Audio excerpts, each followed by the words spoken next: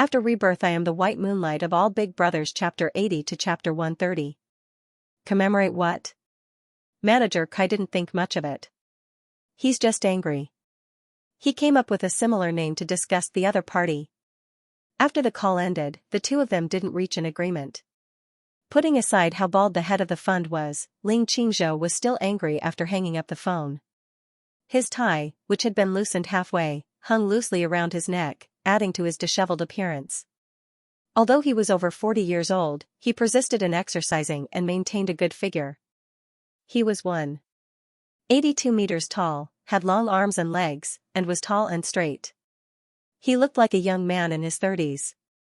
Coupled with his handsome face, he exuded the charm of a mature man from head to toe. He was especially popular with young girls. Fortunately, Ling Qingzhou didn't mess around. It could even be said that he kept himself clean. Zhou Qin placed a cup of warm tea in front of him. She had prepared it half an hour ago and only brought it out when the temperature was just right. After being husband and wife for 18 years, she understood every habit of a man. "Where's my son?" Ling Qingzhou's irritation was gradually suppressed as the tea entered his throat. Zhou Qin replied, "Class is on the second floor." The man raised his eyebrows and seemed a little surprised. "He's been working hard recently." "He has to work hard." Zhou Qin sat down next to him and smiled. "Your son was pushed out of the first place by a female student in the last monthly exam. I heard that he also scored 4 points less than her in the physics competition. He's not happy about it and is secretly competing with her." "Oh? There's someone who can beat him?" Zhou Qin glanced at him. "Your son isn't invincible." "Is he invincible in the world?" Ling Qingzhou chuckled. The wrinkles at the corners of his eyes added a touch of kindness to his fierce face. "That's not necessarily the case. It's good to give him some setbacks. He's still young. Don't let everything go so smoothly." "Yes, that's true." After talking about their son, the couple seemed to have nothing else to talk about. Or rather, Zhou Qin did, but Ling Qingzhou wasn't very interested. "I have something to deal with. I'll go to the study first." "Okay." Zhou Qin got up and watched her husband go upstairs. She restrained the gloominess in her eyes and turned to look at the housekeeper. "Go ahead. You can start cooking now. Make sure to remove the tendons of the green beans and check them twice." "Don't worry, madam." The nanny had worked for the Ling family for several years and knew her master's eating habits like the back of her hand. She knew that her master disliked food like green beans and cowpeas the most and had to be sucked clean carefully. Over the years, she had indeed done so. She did not dare to be negligent or perfunctory, but every time, Madame would still tirelessly remind her. There is no wife in the world, she thought, so fit to be a madam. At 7 o'clock in the evening, Ling Xian's class ended. Zhou Qin sent the two teachers away with a smile and asked the nanny to prepare dinner. Then she went upstairs to call Ling Qingzhou. The door to the study room was not locked, and it opened with a gentle twist. "Hubby, dinner is ready." At the same time, the man quickly closed the document in front of him and calmly locked it in the safe. Zhou Qin lowered her eyes and looked up again. She smiled and finished the rest of her words. "It's done. You can go now. Don't let the child wait too long." "Yes." Ling Qingzhou got up and left the study room. Zhou Qin was a step behind and gently closed the door like before. Through the closing gap, her gaze involuntarily fell on the safe in the corner. Then, as if she had been scalded, she quickly looked away. Actually, he did not have to hide, because she already knew what was locked inside. "Wasn't it just a photo?" the woman laughed self-deprecatingly. With a click, the door was completely closed. Back then, when she chose to marry Ling Qingzhou, Zhou Qin knew that there was a white moonlight in the depths of this man's heart. She heard that he had fallen in love with her when he was young in the capital. But for some reason, that woman died, so he left quietly and settled down in Linhuai. When Zhou Qin met him, the man was far less successful than he was now. At that time, he had just started from scratch and made a little money, but he did not stop at the status quo of a small fortune. Instead, he was secretly planning for a bigger future. This was an ambitious and capable man. He was not very gentle and might not be very good at sweet talking, but he had the strongest embrace in the world and had the responsibility that a man should have. Marrying him might not be romantic, but it would definitely be very safe. Therefore, Zhou Qin plunged in without hesitation. As for that white moonlight, what did it matter if she was dead? Could it be that decades of companionship in the future were not worth a young and ignorant memory of the Lunar New Year? Could it be that a living person could not compete with a dead person who was destined to fade with time and gradually fade? Zhou Qin was very confident. And this confidence persisted until the two of them got married, until Ling Xian was born. But time was long and ruthless. As Ling Qingzhou's business grew bigger and bigger, he had more and more social engagements, and came home later and later. Zhou Qin's confidence quietly disintegrated and finally disappeared. Then, she saw clearly how stupid she was. It turned out that companionship could not compete with love, and a living person could not compete with a dead person. The photos in the safe that were treasured and taken out from time to time, as well as the bright moon building that rose from the ground of the major middle schools in Linhui City, were all evidence. The bloody photos were placed in front of her eyes, like a sharp blade cutting through flesh and bone. But Zhou Qin never asked. This was the last dignity she could maintain. As long as she was still Mrs. Ling, then there was still a place for her in this family. As long as she did not mention divorce, Ling Qingzhou was still her husband and the father of her son. The moonlight was ultimately illusory and did not constitute any threat, she told herself.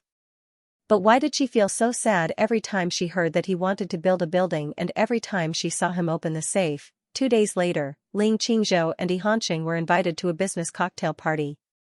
After greeting the host, the two of them walked to an inconspicuous corner of the venue and sat down facing each other under the cover of the potted plants. Ling Qingzhou was dressed in a white suit. Behind his gold-rimmed glasses, there was a pair of gentle and smiling eyes. But if one looked closely, one would find that the smile on the man's face was not genuine at all, only a touch of coldness. Yihanqing was the complete opposite. His burgundy suit was bold and bold, with a white shirt and a red bow tie. His long arms were stretched out in a straight line, and his elbows were half bent, casually buckled on the back of the chair. His sitting posture was visible to the naked eye, but it did not detract from his wild and unruly charm. Their eyes met, one warm and one ruffian, one calm and one fierce. The atmosphere gradually became tense. Yihanqing could not bear it and took the lead to scold, Ling Qingzhou, you shameless ****. I was the one who talked to number 1 middle school first, why are you so jealous? Even wild dogs are not as anxious as you when they are fighting for feces, you idiot. What are you laughing at? I'm scolding you, don't you understand? It's been so many years, why are you still like this? If you want to laugh, I'll hold it in for you. The whole sentence was said in one breath without any pause. Beep, your President Zuan is online, please check. Ling Qingzhou tried hard to maintain his smile, but I still don't know if I should say it or not. Digression, to clarify, the female lead has never been in a relationship with Ling and Yi. She has never fallen in love. The meaning of white moonlight is not only lover, but also rival, idol, family, friend, etc. What Zhou Qin saw was only what she thought, it did not represent the truth. So don't say anything about the female lead being fickle and loving someone else. This article insists on the purity of the two, of course. There will also be a super big boss who will see the female lead as love but not white moonlight. Ah. I'm full of desire to live. P.S. If you don't know the Zuan joke, you can look it up on the internet. Are you done scolding me? Yihanqing choked. Not yet, because you interrupted me. Ling Qingzhou, I'm not here to bicker with you today. Yihanqing snorted. That's because you can't win an argument against me. Ling Qingzhou. Patience is the price of a knife. Don't even think about it. With me around, you won't have a chance. Yihanqing bared his teeth. Will it kill you to talk less?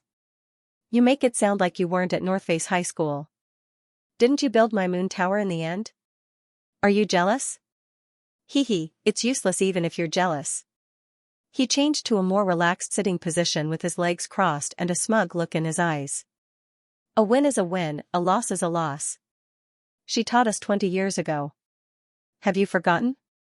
So, is it because your memory is bad or because you're not smart enough? Ling Qingzhou seemed to have been stabbed by something. His face suddenly turned cold and his eyebrows sank. Shut up. What right do you have to mention her? Xianxia's playful smile suddenly disappeared. Why can't I mention her? You're the one who's not qualified.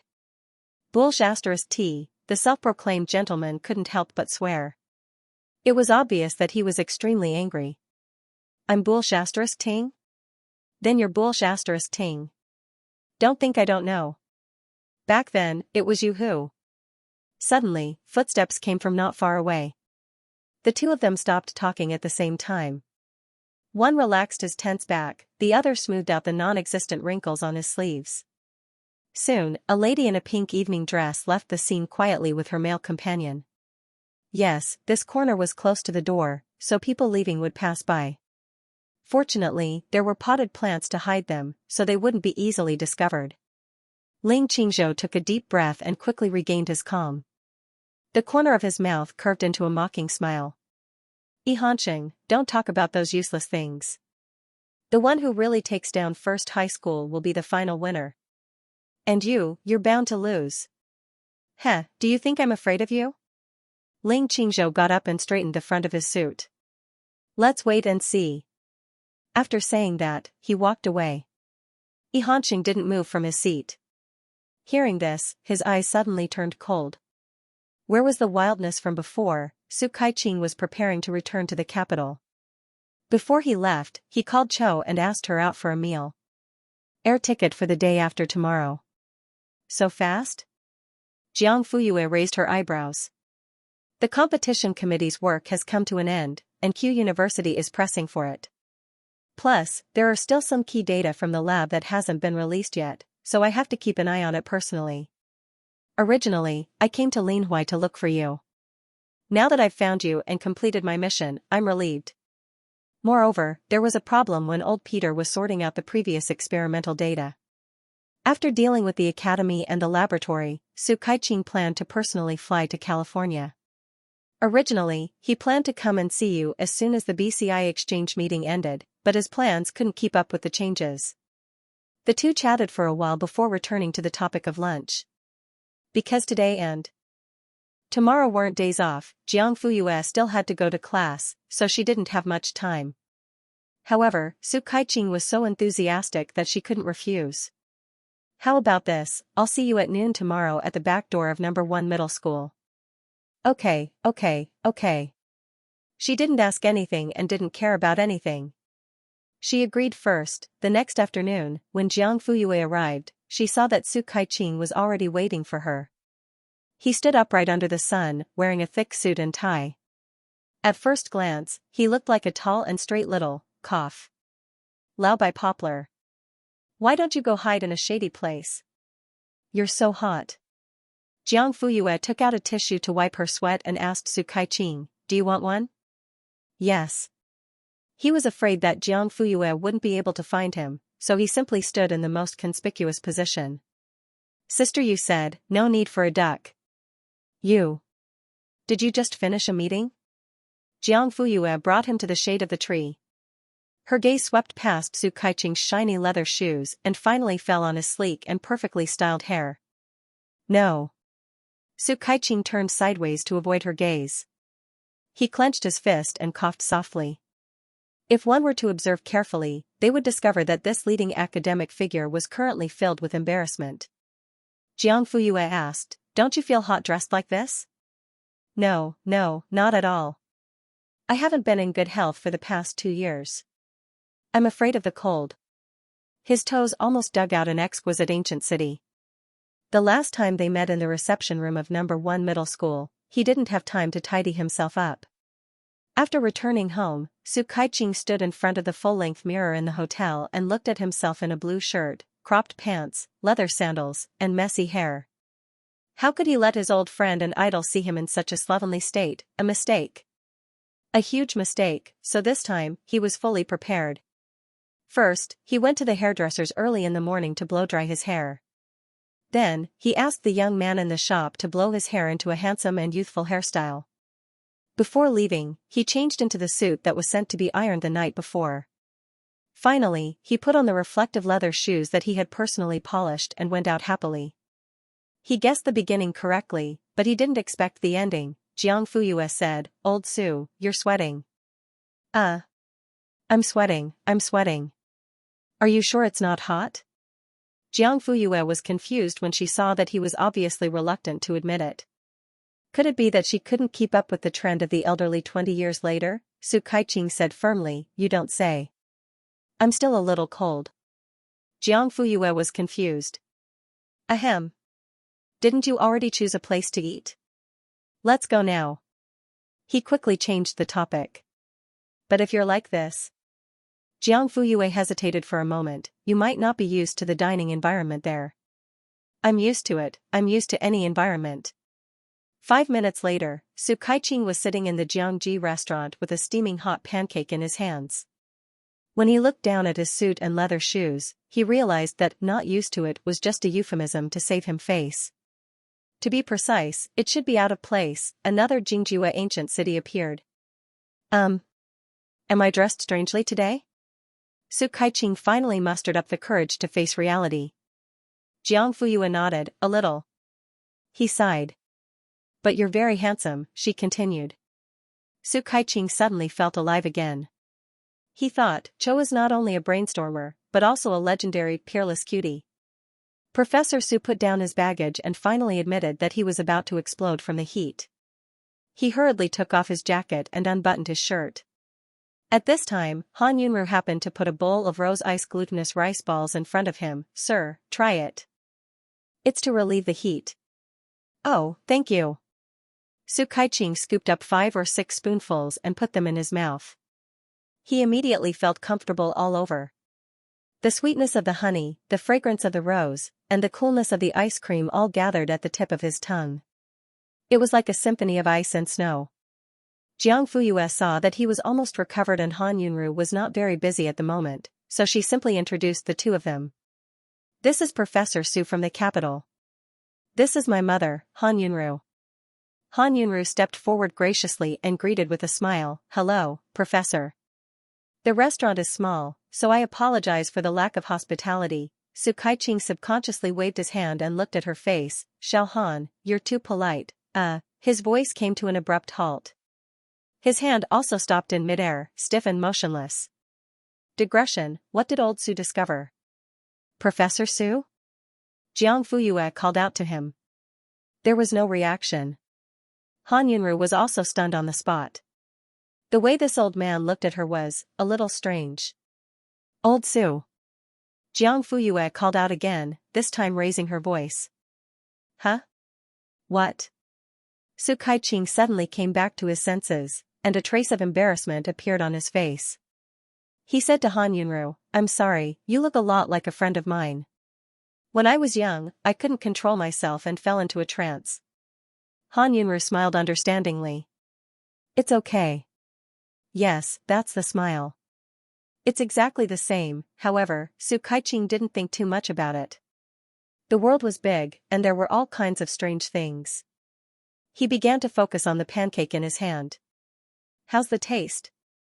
Su Kaiqing's mouth was full, and he only snorted twice, accompanied by a heavy nod. When the entire pancake was in his stomach, he wiped his mouth and gave a thumbs up. "This taste is amazing."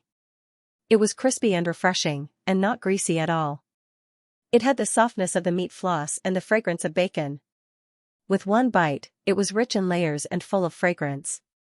Before this, the best pancake I've ever eaten was Chao Ji's 10 full blessings, but I always felt that something was missing. Now I know. Jiang Fuyue raised her eyebrows, and even Han Yunru looked curious. Not far away, Jantar, who was standing in front of the pancake machine, trembled all over and his back stiffened. However, the mother and daughter's attention was on Su Kaiqing at the moment, so they didn't notice anything unusual about him. Chao Ji's is a chain restaurant brand. Strictly speaking, it's no longer a restaurant, but a business. Therefore, whether it's the selection of food, the preparation, the serving, or the subsequent additional services provided to customers, including the dining environment, and so on, they have a set of high standards and standardized models. But pancakes were full of street smoke when they were first born. If they were forcefully moved to a high-end restaurant, wouldn't they lose their original flavor? Han Yunru smiled. You're right. Su Kaiqing smiled and replied, it's because your pancakes are good.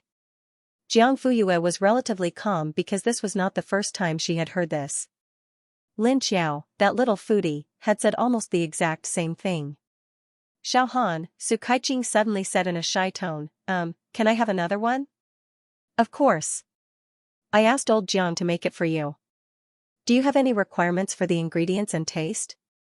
No, it's just. Add some more meat floss and 2 more strips of bacon and it'll be perfect. Jiang Fuyue. You call this no requirements? Alright, please take a seat. It'll be ready soon.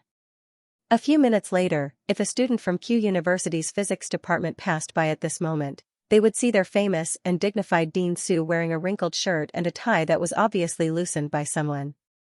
He was holding a steaming pancake with both hands and taking one bite after another. He was enjoying it so much that his eyes were half closed. Even the shiny leather shoes on his feet were swaying along with it. The Q University students did not see it, but Xie Dingyuan, who was driving by, saw it clearly. Even though there was a transparent glass door across the road, what kind of eyesight did he have? What kind of insight did he have? Even the complicated experiment data and the ever-changing self-forms could not escape his sharp eyes, not to mention that he had just recognized 2 acquaintances. Xie Dingyuan did not go over to say hello. He only stood there for 2 minutes. These 2 minutes were enough for him to see the details of Su Kaiqing and Jiang Fuyue's interaction. He analyzed it as quickly as possible and came to a conclusion. The two had a good relationship. Su Kaiqing did not smile so much when he ate with Xie Dingyuan. In addition, Xie Dingyuan also found something very interesting. When Jiang Fuyue's cup was empty, Su Kaiqing filled it up for her. Not only was the girl not afraid, she accepted it calmly and did not even say thank you. He looked away and suppressed the surprise in his eyes. It was quickly replaced by a deep and calm expression. Xie Dingyuan pulled the handbrake and stepped on the gas pedal. The car shot out like an arrow and steadily drove in the direction of No. 1 Middle School. Today was Grade 12 Class 7's Parent-Teacher Conference. Jiang Fuyue watched Su Kaiqing eat 3 pancakes in one go and asked with a smile, do you want more? Was he not in good health? She thought very highly of him. He could eat, chat, and withstand the heat. Burp. Su Kaiqing looked embarrassed. I don't want it. How about mango sago? I think I'm okay, hee. Jiang Fuyue, oh. She was emotionless. When they were finally full, Su Kaiqing insisted on paying the bill. Han Yunru refused to accept it no matter what. In the end, Jiang Fuyue stood up and said, Old Su, if you want to pay, then take it. He was the director of the hospital and had been specially hired outside of school. He also had an academician's allowance in his pocket. He did not lack this small amount of money at all. This could be seen from how he easily exchanged 20 SA dollars for her last time. You child, how can you be so rude and call him that? Han Yunru was referring to the way she called him Old Su. Jiang Fuyue did not say anything. Su Kaiqing hurriedly explained, and he almost blurted out the word worry.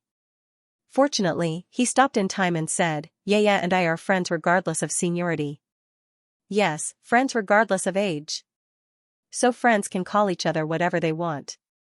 In the end, Han Yunru could not refuse and accepted the money. However, she packed 2 bowls of rose ice glutinous rice balls and 3 cups of mango sago for Su Kaiqing. This made the old man very happy. Jiang Fuyue stood at the entrance of the shop and watched him get into the car. Soon, the car window rolled down. Su Kaiqing was holding a cup of sago and chewing it in his mouth. Classmate Jiang. He no longer subconsciously called her worry. Let's meet at this year's Physics Olympiad summer camp. Jiang Fuyue smiled. Sure. Wasn't it just a summer camp? Let's meet then.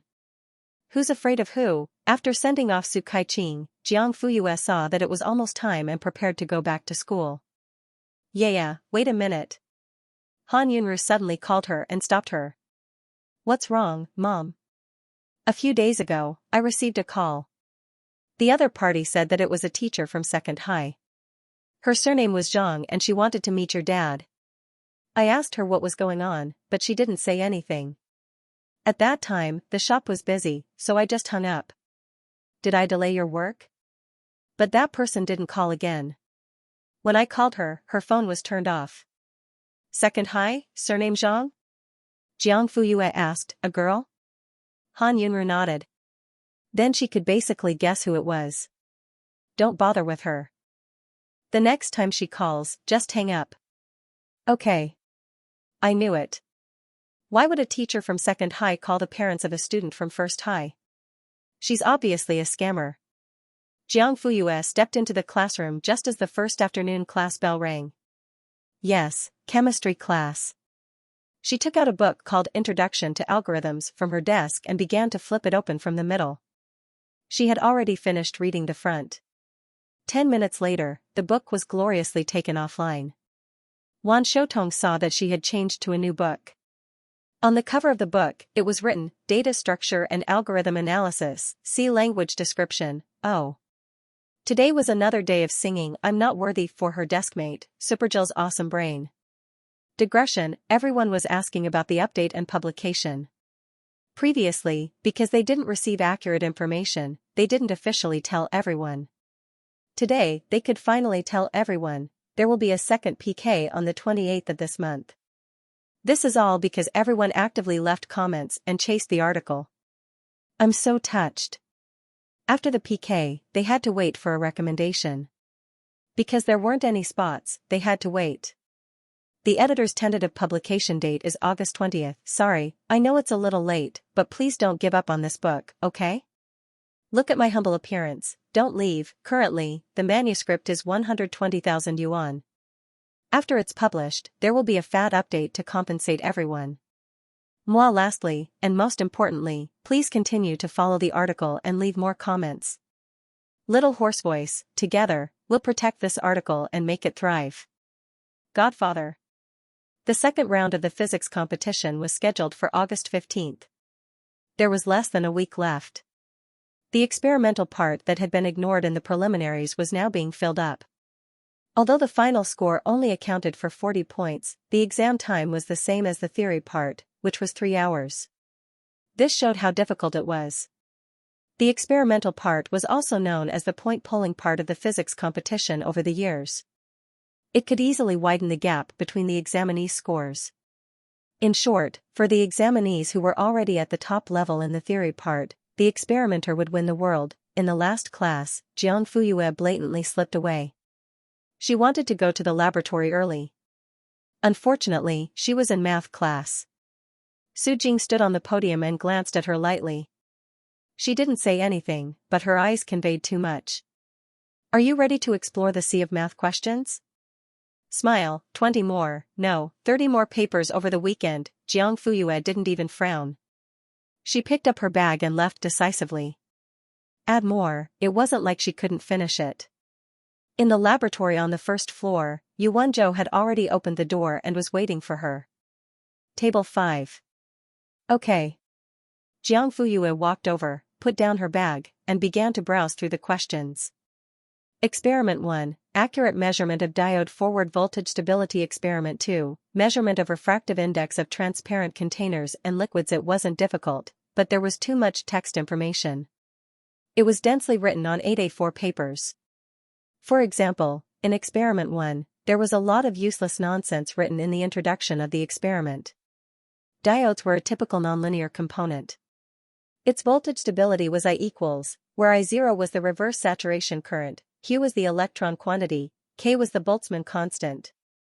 In order to accurately measure its voltage stability, a reasonable circuit must be designed to eliminate the ammeter. In short, in Jiang Fuyue's opinion, anyone who knew the formula for voltage stability, I didn't need to read such a long explanation. Therefore, she skipped it directly. When the first experiment was completed, the school bell rang and Ling Xian arrived. Seeing Jiang Fuyue's table full of experimental equipment and smooth movements, he couldn't help but frown. He secretly swore that he would skip the last class in the afternoon tomorrow to do the experiment. But the key was that Jiang Fuyue didn't skip the entire class. She only left after nearly half an hour. However, no one told classmate Ling, Teacher Yu. Yuan Zhou nodded slightly and pointed at him. You go to table 3. It happened to be in front of Jiang Fuyue. This arrangement was mainly to prevent Jiang Fuyue's abnormal progress from affecting Ling Xian's normal performance.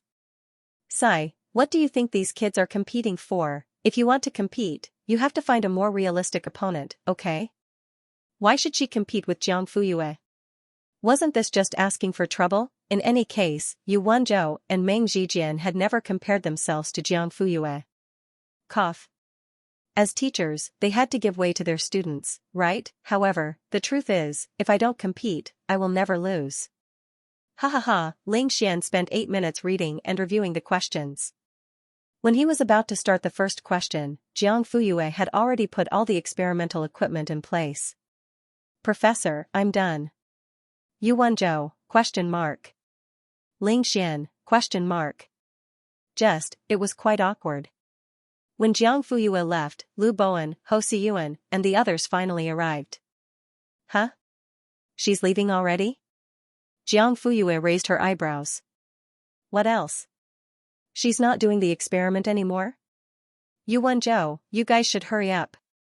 She's already done and ready to leave. Lu Bowen. Oh. Sorry, I said too much.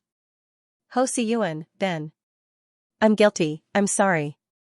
Jiang Fuyue left the laboratory. Instead of going home, she walked to the field. Jiang Han and Gemeng were already lying on the ping-pong table, writing furiously. Previously, she had promised to tutor them for half an hour after school every day. Later, she had to participate in the competitive physics training and had only started again a few days ago. Sister Yu. Jiang Fuyue looked at the test papers in their hands and asked, how long have you been doing this? Jiang Han, about half an hour. Okay. She nodded. Your speed is okay. Jiang Han's writing became more and more spirited. Since the third monthly exam, Jiang Han and Gemeng's improvement was visible to the naked eye. First of all, their grades had unexpectedly jumped out of the bottom ranks. Although they hadn't reached the top, they were still in the middle. Secondly, their discipline. They didn't skip class, didn't fight, listened seriously, and completed their homework on time. They were so obedient that Meng Zhijian's eyes almost popped out of their sockets. 15 minutes later. Jiang Han, I'm done. Gemeng also put down her pen.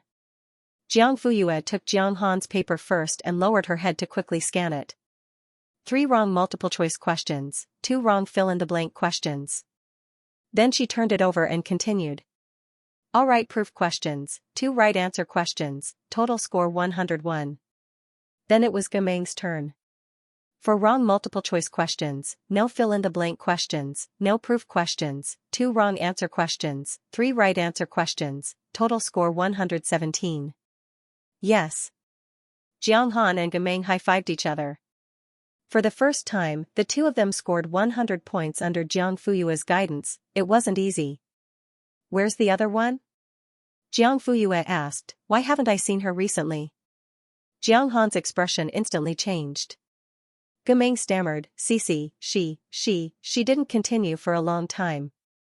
Jiang Fuyue raised her eyebrows. They probably had a conflict, but she didn't continue to ask. After all, it was someone else's privacy and had nothing to do with her. However, in fact, it did have something to do with her. Ever since the alley duel with Hu Ben and Lu Cici refused to be there, Jiang Han didn't treat her well. Deserting at the last minute and betraying her sister, such behavior was simply unforgivable. As for Lu Cici, she was treated coldly by Jiang Han. Once or twice, it might not be a big deal, but if it happened too many times, she would feel embarrassed. She simply gave up and couldn't be bothered to do useless work. Over time, she broke away from the small group and often went alone. In addition, she, Jiang Han, and Gemeng weren't in the same class. Under the situation where they didn't take the initiative to meet and avoided each other as much as possible, it was as if they had really broken off their relationship and never contacted each other again. Even if they occasionally bumped into each other in the corridor or the toilet, they would ignore each other and treat each other like strangers. Jiang Han held his breath, but Lu Cici didn't give in. Gemeng was anxious, but she didn't know what to do and could only worry helplessly. After it ended, Jiang Fuyue separated from Jiang Han and Gemeng at the school gate and prepared to go to the bookstore. She had just taken a few steps when a Land Rover rushed over from the opposite direction. Even from a distance, she could hear the sound of the accelerator. Jiang Fuyue suddenly stopped and looked straight ahead with a piercing gaze. When she saw the person in the driver's seat, she narrowed her eyes and became alert. During this time, the Land Rover didn't slow down and rushed straight towards Jiang Fuyue. The latter didn't dodge and watched as the front of the car got closer and closer to her. Screech, the front bumper was less than 20 centimeters away from her knees. If it had been a second later, just a second later, Jiang Fuyue wouldn't be standing there unscathed. In an instant, all the noise faded away and the sky and earth seemed to fall into a dead silence. Through the transparent windshield, the man and woman's eyes met.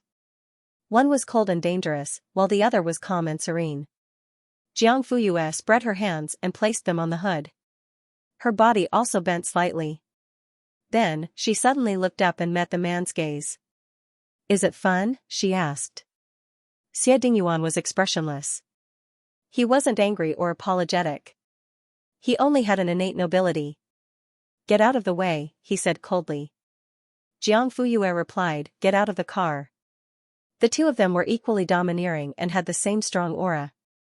They didn't give in at all. "I'll say it again. Get out of the way." Jiang Fuyue smiled. "What if I don't?" The man's eyes darkened. "Be careful of your life. So, if I don't give in, you'll hit me directly." "Is that what you mean?" Xie Dingyuan frowned. Jiang Fuyue said word by word, "You did it on purpose just now." The man didn't say anything and just stared at her. "I'll say it again. Get out of the car. Mr. Xia, you don't want to cause trouble near your nephew's high school, right? After all." Her smile deepened, and the corners of her lips curled up. Her peach blossom eyes sparkled. "Trees need bark, and people need face." Xie Dingyuan sneered. There was a light of anger in his eyes, but he quickly restrained it. "Are you threatening me?" Jiang Fuyue nodded. "You can think of it that way. I always thought that smart people wouldn't do stupid things." He was implying something. "Then why did Mr. Xia step on the accelerator and rush towards me? Isn't that stupid?" Of course it was stupid, completely stupid. At that moment, Xie Dingyuan didn't know why, but he put that thought into action as soon as it flashed through his mind. Jiang Fuyue saw that he was silent and asked again, "Get out of the car." This time, Xie Dingyuan didn't refuse. He turned off the engine, opened the car door, and stood still. Then, he walked around half of the car and stopped in front of Jiang Fuyue. "Shouldn't you apologize to me now?" The man's eyebrows twitched. He lowered his eyes and said, "Yes." Jiang Fuyue stood straight and waited for him to continue. "Sorry," he said. Then he asked, "What other requests do you have?" "You can tell me." "I was frightened," Jiang Fuyue said. The man readily accepted her advice. "Do you need compensation?" "Of course." "Xie Dingyuan, name your price." "Who told you I want money?" He suddenly had a bad premonition. 5 minutes later, the man sat back in the car with a dark face, as if someone had snatched his wife away. He was exuding cold air from head to toe. Jiang Fuyue clapped her hands, retreated to the side of the road, and looked at the front of the car with satisfaction. On the black hood of the car, a huge emoji pack was stuck in the middle of the car. A silly Shiba Inu was grabbed by the throat by a hand that appeared out of nowhere. The little Shiba Inu was terrified. "Hand, am I wrong, loser? Wrong, wrong." The picture was bought from a convenience store nearby, and it was done by Jiang Fuyue herself. "Okay, Mr. Xia, please help yourself." Jiang Fuyue stepped aside and raised her hand to make an inviting gesture. "Remember, you must stick it on for 3 hours before you tear it off. Of course, you can choose not to obey, but I believe that Mr. Xia is not a person who goes back on his words, right?" The man looked straight ahead coldly, his stiff jawline slightly raised. When he didn't smile, he was like a snowy mountain standing there, making people feel cold just by looking at him. But Jiang Fuyue was definitely not among those people.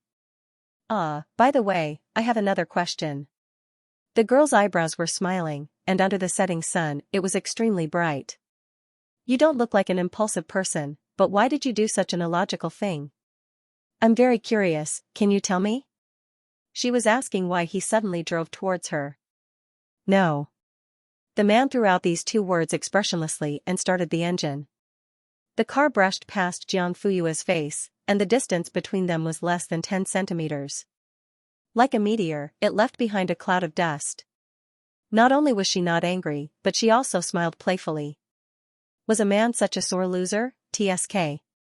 However, Xie Dingyuan stepped on the gas pedal and only slowed down when he turned a corner and could no longer see the school gate. Beep, beep, a Mercedes-Benz wanted to overtake him, but it suddenly slowed down and drove parallel to him, honking wildly.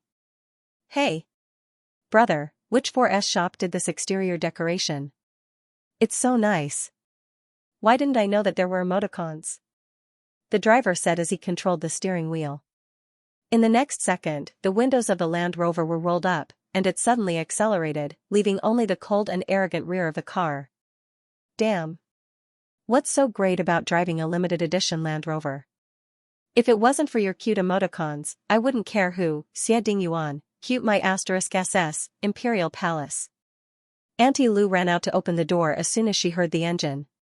When the metal door opened and Sir's favorite car drove in, Auntie Lu inadvertently glanced at the hood and was immediately stunned. Xianxia, who was playing games in the living room, also ran out. Uncle, ugh, he only made one sound, and his expression was even more exaggerated than Auntie Lu's. The two of them stood in front of Xie Dingyuan like wooden blocks, and he couldn't drive in quickly. Then, he felt ashamed. At an angle that couldn't be seen, his ears quickly turned red. Get out of the way. Auntie Lu retreated to the side. Zhongxiang wasn't so obedient. He looked at the emoticons on the hood for a long time, and after a few seconds, ha ha ha ha ha, Xie Dingyuan. This kid is finished. Auntie Lu, exclamation point. Is it too late for me to rush up and cover his mouth now? It was nighttime.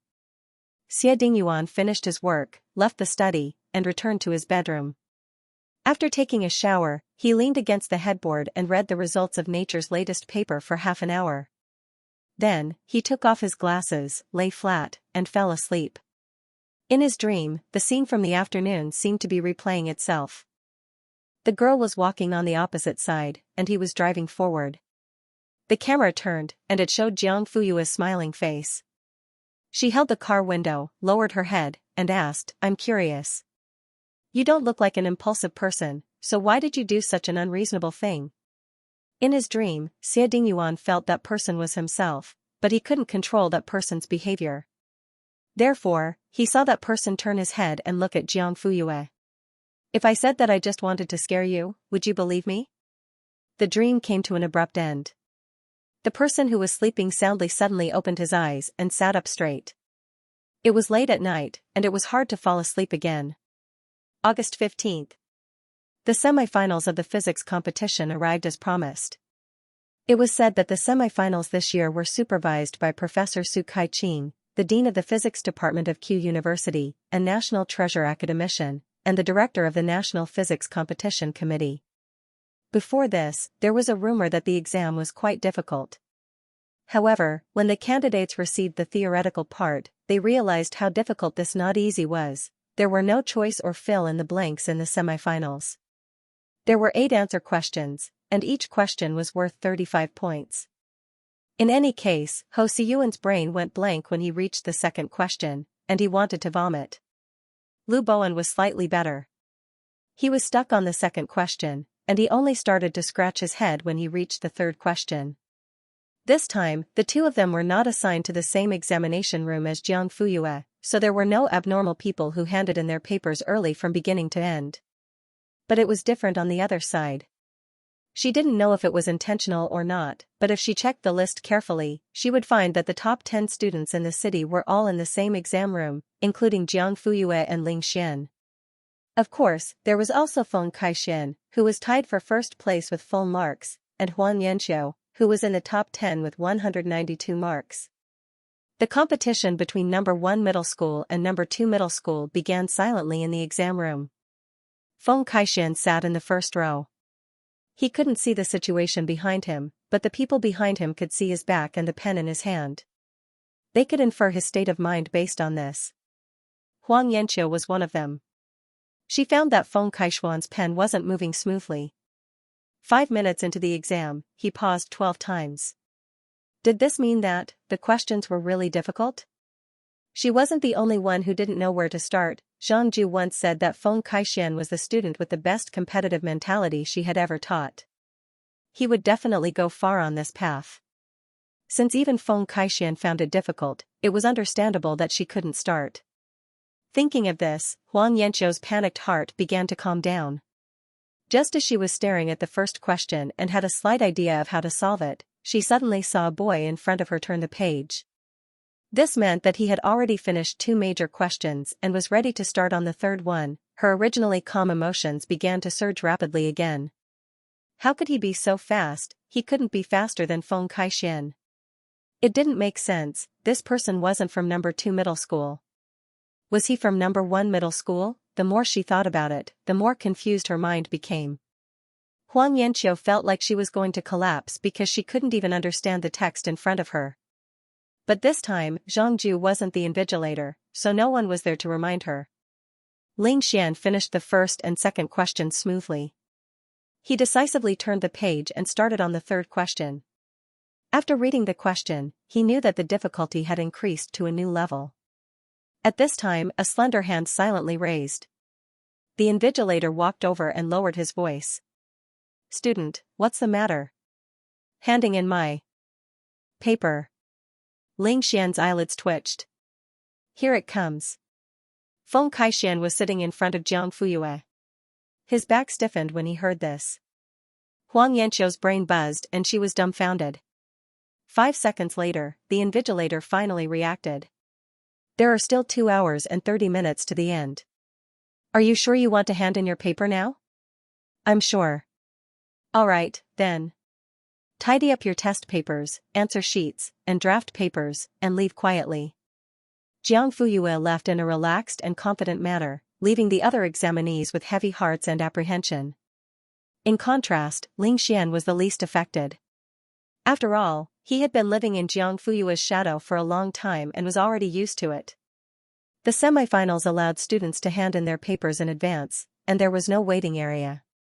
After handing in their papers, there would be special guards to escort them out of the venue. Jiang Fuyue was escorted all the way to the school gate. At this time, Meng Zhijian was holding a disposable takeout box and squatting in a corner, drinking porridge. Yu Wenzhou was with him, his head lowered as he gulped down the powder. The two of them were eating happily when they suddenly saw Jiang Fuyue being escorted out by 2 people in police uniforms. One on the left and one on the right. She stood in the middle. What else could it be other than betting? Immediately, countless questions and speculations flitted through his mind. Meng Zhijian almost poured the porridge into his nostrils, and Yu Wenzhou forgot to bite off the powder in his mouth. It just hung there, trembling. Then, the two of them simultaneously threw down their bowls and chopsticks and rushed forward, but the 2 guards turned around and left. "Meng Zhijian, what's going on?" Countless scenes of palace intrigue flashed through Yu Wenzhou's mind. "You were framed?" The corner of Jiang Fuyue's mouth twitched. "I handed in my paper." "Oh, so you handed it in. What did you say?" Why you handed in your paper? Is there a problem?" "Of course there's a problem. There's a big problem." Yu Wenzhou immediately went berserk and pointed at his watch. "How could you hand in your paper? How could you hand in your paper? It hasn't even been 40 minutes since the exam started, and why you actually handed in your paper?" "Haha, you handed in your paper?" Meng Zhijian, pfft. Cough. Sorry, those 2 haha sounds made him laugh. Jiang Fuyue tilted her head and asked, "I've already finished, so why can't I hand in my paper?" Then, without waiting for the 2's reaction, she sat down on a small stool nearby. "Do you have paper?" Yes. Meng Zhijian reached into his pocket and pulled out a pack of napkins. "Take it and use it." Jiang Fuyue. "I'm talking about the kind of paper that can be written on." Meng Zhijian stared blankly. "For what? Do you want this time's exam questions?" Yu Wenzhou, who had his back turned in a fit of pique, heard this and turned back. Yes. His voice was loud. Then, as if by magic, she pulled out a roll of A4 paper from her pocket, opened it, and handed it over. Hee. look, I've already prepared it. Meng Zijian's face twitched. Shameless, Jiang Fuyue reached out to take it, flattened it out, and began to write at a rapid pace. Meng Zijian and Yu Wenzhou looked at each other and quickly surrounded her, deliberately standing in a spot that didn't block the light. The girl's writing was straightforward, as if she didn't need to think at all. First question, 35 points is shown. A hemisphere with a radius of r and a mass of m is placed on a smooth, horizontal table. Second question, 35 points parallel plate capacitor plates 1 and 2 have an area of S, and are placed horizontally. Eighth question, 35 points thermal radiation enters a reflecting surface, and a reflecting mirror can use the radiation pressure of the thermal radiation to do work outside. One question per piece of paper, a total of 8 pieces. Jiang Fuyue finished writing, folded it, and stuffed it back into Yu Wenzhou's hands. Then, she turned to Meng Zijian and said seriously, "Teacher, I'm hungry." Ah? The topic changed so quickly that old Meng didn't react. She capped her pen and put it in her pocket. "I want to eat that rice noodles that teacher you just ate."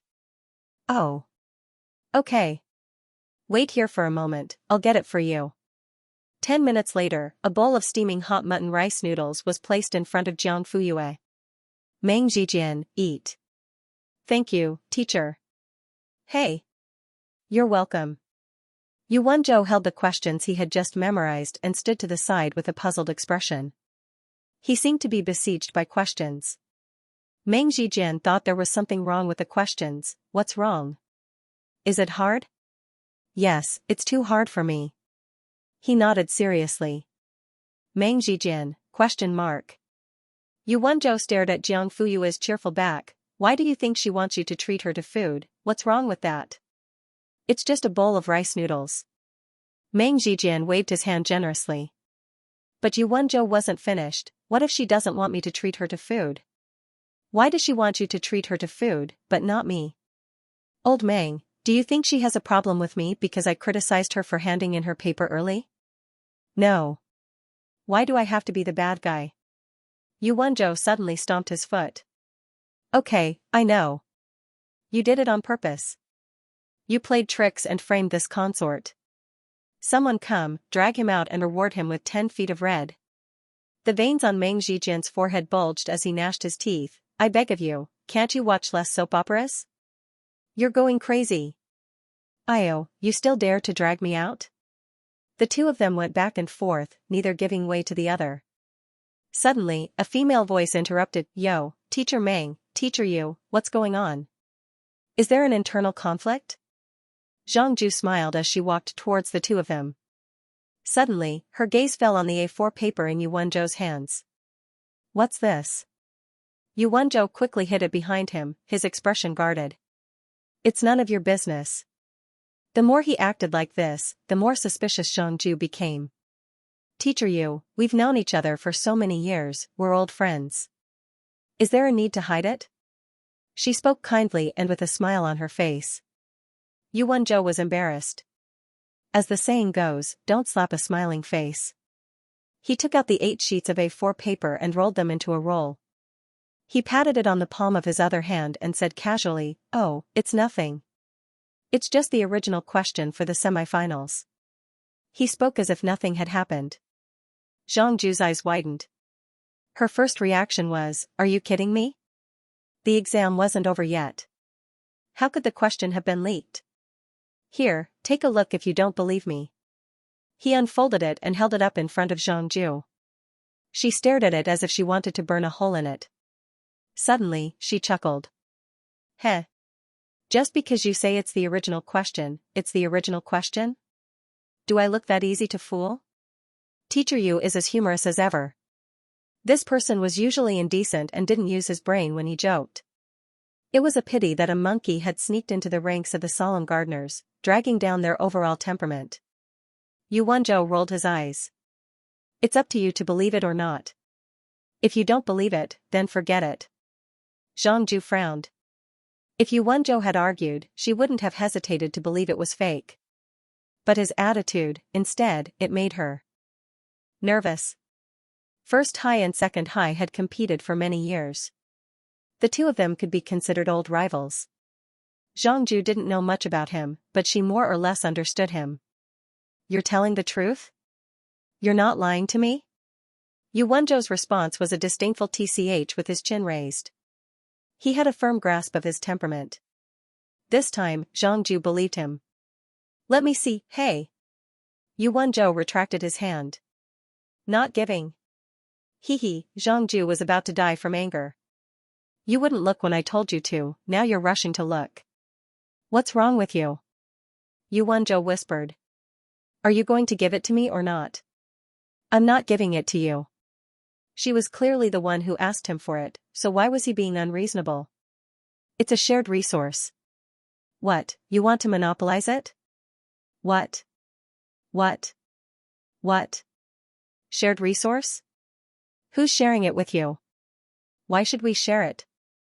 Xianxia sneered, isn't the one in your hand provided by the competition committee? What committee? Yu Wenzhou's expression was strange. Aren't you overthinking things? Xianxia frowned. She didn't believe Yu Wenzhou. This person never spoke the truth. She turned her questioning gaze to Meng Zhijian. The latter nodded. Indeed, it wasn't given by the competition committee. Where did you get it? Meng Zhijian, student, write it down and give it to us, that's impossible. Xianxia interrupted without thinking. There's a limit to your jokes. The exam was not over yet, so where would the students come from? Also, even if the exam is over, who would be able to memorize all the questions? It's me. A clear voice suddenly came from behind. Xianxia turned around and saw the girl put down her chopsticks. The rice noodles in her bowl had been finished, leaving only 2 mouthfuls of soup. It's you?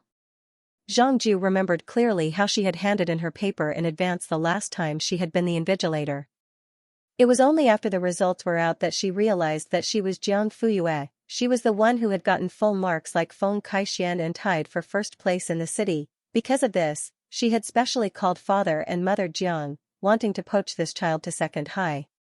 But who knew that the other party would be so arrogant and didn't take her seriously at all? Obviously, Jiang Fuyue also had an impression of Xianxia. What a coincidence. They met again. Shouldn't you be taking the exam inside? Without waiting for Jiang Fuyue to speak, Yu Wenzhou lightly said, can't you hand in your paper early? Xiangxia's expression immediately became very good. 3% was disbelief, 7% was a blow. How is that possible? It's not even halfway through the exam, and you already handed in your paper? Handed in a blank paper? Could it be that the questions were easy? No. If it were that easy, then Jiang Fuyue wouldn't be the only one who handed in her paper early. Xianxia suddenly thought of something. Those questions, were you also the one who memorized them? Jiang Fuyue took the tissue that Meng Zhijian handed to her and wiped her mouth. When she heard what he said, she replied nonchalantly. She didn't even look him in the eye. She only said to Meng Zhijian and Yu Yuehan, teachers, I want to go to the hotel to rest first. Because the theory part of the exam was in the afternoon, the school booked rooms for the candidates in the best hotel nearby. Then your lunch, didn't you just eat? Okay, old you, give her the room card. Meng Zhijian said as he glanced at the empty bowl out of the corner of his eye. They both ate mutton and rice noodles, so how come their brains were so different? After Jiang Fuyue left, Meng Zhijian and Yu Wenzhou continued to wait until the exam was over. During this period, there was no second examinee who handed in their papers in advance. Since they were bored, the two of them decided to study the questions on the paper. Did she memorize the order wrong? Yu Wenzhou mumbled as he turned to look at Meng Zhijian. The latter obviously had the same guess, but, logically speaking, that shouldn't be the case. Jiang Fuyue's memory is very good. During the preliminaries, she memorized the punctuation marks exactly the same as the original exam. Yu Wenzhou's expression was conflicted. But this difficulty, it's not right. The first question was almost at the level of the previous year's finale. Xianxia stood off to the side. She couldn't help but glance over at the two of them. She vaguely heard a few words and couldn't help but walk over. What's not right? Let me see. Meng Zhijian and Yu Wenzhou looked at each other and handed it over. Xianxia thought she would be rejected and didn't expect them to be so easy to talk to. But when she finished reading the questions, she laughed angrily. I shouldn't have believed you two would be so kind as to join hands to fool me. This is it? The first question? Do you think I'm stupid? See, she doesn't believe it either. Yu Wenzhou spread his hands. Meng Zhijian frowned. Look at the next question. 10 minutes later, the three of them were dumbfounded. You looked at me, I looked at her, and she looked at him. Yu Wenzhou's eyelids twitched. Old Meng, do you know the fifth question? Meng Zhijian. I don't know yet. He then asked Xianxia, what about you? The woman's eyes glazed over and she slowly shook her head. So, the order is correct. The first question is indeed the easiest. At noon, the bell rang. A few minutes later, the examinees filed out. Compared to the relaxed atmosphere in the preliminaries, most of them had heavy written all over their faces. Xianxia called the second high school student to the side. Although she already had a hunch, she still forced a smile on her face. Well, everyone's here. How did everyone do? Everyone lowered their heads. No one responded. After an unknown amount of time. Teacher Zhang, the questions are too difficult. Then he burst into tears. What should I do? I only did one question. I'm definitely going to fail. Another broke down. I just randomly wrote. Superstring theory, 9-dimensional Grassmann numbers, hyperspace vibrating strings, bosons, fermions, I've never even heard of them. I didn't understand a single one of the 8 questions. It's over, Zhangju's temples throbbed. She took a deep breath. Don't worry, the questions are the same. If it's difficult, everyone will do it together. If you don't know it, then others might not know it either. Teacher Zhang, Feng Kaishan suddenly looked up. Why did the students of number 1 middle school say that these questions aren't difficult? On the other side. Pretty hard, right? Meng Zhijian looked at the group of brats and smiled encouragingly. Don't worry, it's already great that everyone made it to the semifinals. Right. Yu Wenzhou hurriedly agreed. As the saying goes, participation is important, right? Lu Bowen scratched his head. There were a few questions that weren't easy to answer, but I think it's okay. What about you guys? Ho Siyuan stood up. Anyways, I did everything I knew. About 4 or 5 questions. Write as much as you can for the rest. Maybe you'll give me a step-by-step score. Hee. You did 4 or 5 questions? Yu Wenzhou suddenly raised his voice. Yes, are you confident? I just checked the answers with Ling Xian. I should be right. Wait, what's with that look?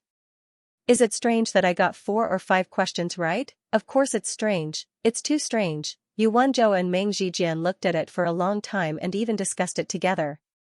In the end, they only managed to sort out 4 or 5 questions. The rest still needed to be considered. When did Ho Siyuan, the vomit baby, become so good? What about you guys? Meng Zhijian turned to look at the other students. A. I think I got 4 questions right. B. Thinking about it carefully, conservatively speaking, 5. C. 3. Ling Xian, I did all of them. Meng Zhijian, ? Is there something wrong with my ears? Yu Wenzhou swallowed. He still couldn't believe it, but these brats were so confident. It wasn't strange if it was just 1 or 2 of them, but if everyone said the same thing, then, it was interesting. Yu Wenzhou took the A4 papers from Meng Zhijian's hands and handed them to each student. Are these the questions for today's exam? Yes, they're exactly the same. We can see the exam papers so soon? Look carefully, they're handwritten. Needless to say, sister, you must have memorized the entire exam paper. Amazing. Eh? Where's sister Yu? Yu Wenzhou didn't answer Jiang Fuyue's question. Instead, his eyes lit up as he asked the group, these questions are seriously beyond the scope of the syllabus. The knowledge and theorems involved have never been discussed before. How did you solve them? Ho Siyuan smiled. Teacher Yu, although you didn't tell Teacher Meng, someone else did. Who? Sister Yu. The notebook is still with me. As she spoke, she reached into her bag, flipped it open, and pointed to one of the pages. Look, this question tests Newton's laws of motion and Hooke's law. When Sister Yu explained it, she also mentioned inertial centrifugal force, apparent gravity, and Coriolis force. She said that these were all in the category of dynamics, and it was very likely that they would be tested in a big question. Then I really took the test. There's also this question about mechanical energy. Sister Yu said that there was a 90% chance that it would be tested. Last year, it tested gravitational potential energy and gravitational potential energy. The year before that, it tested functional principles and the law of conservation of mechanical energy. The year before that, it tested the coefficient of recovery. This year, it's very likely that it will test the kinetic energy of the center of mass, and there's a high chance that it will be combined with the knowledge of balance. Then, she gave us 5 different combinations. This time, the 5th question tested the second combination. Aside from the data being different, there were no changes in the way we solved the question. We just had to follow the examples to get the final answer. And this one, and this one, Yuanzhou was annoyed that he was holding the notebook crookedly. He pulled the notebook in front of him and flipped through the questions one by one. Finally, he closed it with a snap. On the cover, there were a few large words written in bold black, 68 compulsory physics questions. Below, there was a small note, internal information, strictly prohibited from being leaked. This? Yuanzhou gulped and pointed at the notebook. Jiang Fuyue did this? Ho Siyuan, to be precise, it was Sister Yu who dictated it, Lu Bowen recorded it on the spot, and I copied it for circulation, right? Yes. Everyone nodded in unison. Yuanzhou and Meng Zhijian looked at each other. This time, they really were going to lose their jobs. After lunch, the two of them brought the students back to the hotel to rest. Coincidentally, Second High was also staying there. In the hallway, they bumped into Zhang Ju. Teacher Zhang, have you eaten yet? Yuanzhou maintained his smile. I've eaten. Thank you for your concern. His expression was unflattering as he left. Right now, Zhang Ju really wasn't in the mood to bicker with him. The morning's test had seriously affected the students' moods. During lunch, everyone was silent. There was no sign of their usual liveliness or relaxation. They still had to test the experimental portion in the afternoon. How could they continue like this? Therefore, she was now preparing to do ideological work one by one to cheer them on. When Zhang Ju returned to her room, she found her daughter sitting on the bed in a daze. Qiao Qiao? Huang Yanqiao. Ah? Mom. Zhang Ju frowned, her tone unconsciously harsh. What's the matter? I told you to rest well, but you're sitting here in a daze. You still have to test the experimental portion in the afternoon. What if you're not in a good state? Lie down immediately and close your eyes. Mom, actually why are you still talking nonsense? Hurry up. Mom. I'm not taking the test. What else can I take? Huang Yanqiao suddenly exploded, tears streaming down her face. Zhang Ju was stunned. Didn't I just say a few words to you? Why are you crying? Wu, did you not do well this morning? Don't worry, didn't Feng Kaixian also have 5 questions that he didn't do? It's the same for everyone. But, Wu, Zhang Ju gently patted her on the back with a rare gentleness. Mom knows that you have high standards for yourself and always want to be like Feng Kaixian. But we can take it slow. Isn't it just a few questions that you don't know? Those questions are beyond the syllabus. It's not your fault. Huang Yanqiao was stunned. She even forgot to cry and leaned into her mother's warm embrace. But it wasn't just a few questions that she didn't know. She didn't know all the questions, her mind was in a mess and she couldn't think straight. No buts. Zhang Ju interrupted her. The theory part is already over. Don't think too much about it. Don't take what those people from number 1 middle school said seriously. Don't believe them when they say that it's easy or that you've done similar questions. They said that to disturb your morale and make you perform poorly in the afternoon exam. Do you understand?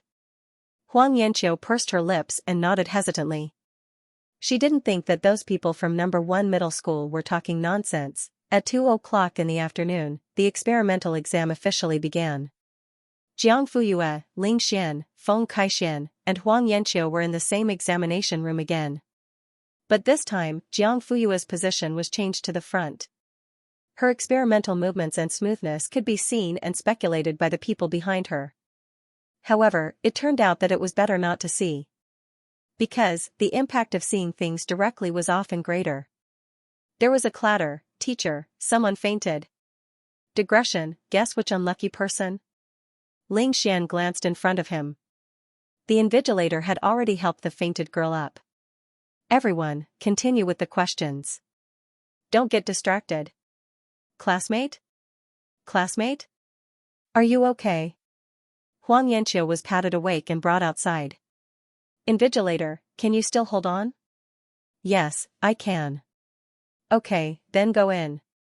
I've already notified the medical staff. If you feel any discomfort, immediately raise your hand. Got it? Okay. Just as Huang Yanqiu stepped back into the exam room, Jiang Fuyue raised her head. Teacher, I'm done. Huang Yanqiu stumbled. She wanted to faint again. Was that okay? Ling Xian scoffed, not even raising his head. If he took another look at Jiang Fuyue, he would suffer another blow from dimensional reduction. Why bother? Wouldn't it be better to let her go? He never looked at her. 14, 20. 20 minutes after the exam started, Jiang Fuyue came out. Meng Zhijin, sit. Yuan Zhou, melon seeds, want some? Compared to the morning, the two of them were much calmer. Actually, it was fine once they got used to it.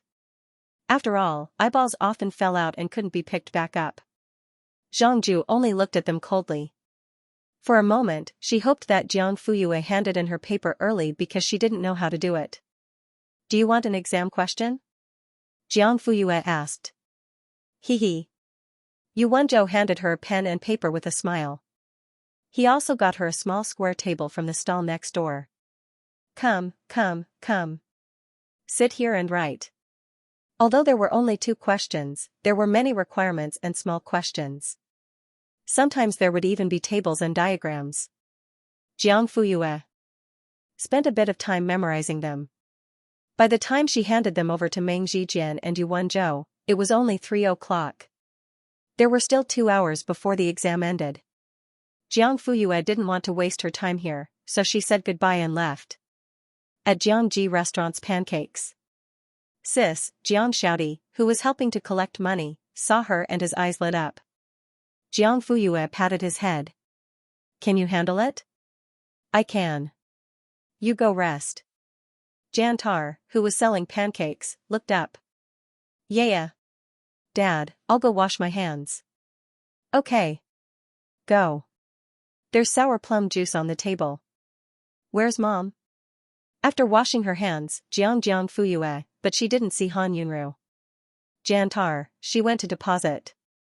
Jiang Fuyue put on disposable gloves and a mask and went up to help pack. This time, it was much faster, and the long line was shrinking at a speed visible to the naked eye. After sending off the last customer in the line, the father, daughter, and son finally took a breather. Dad, it's been so long. You still haven't found the right person? Jiang Fuyue took the cup from Jiang Chenxing and took 2 sips. Thank you. Jiang Xiaodi smiled shyly.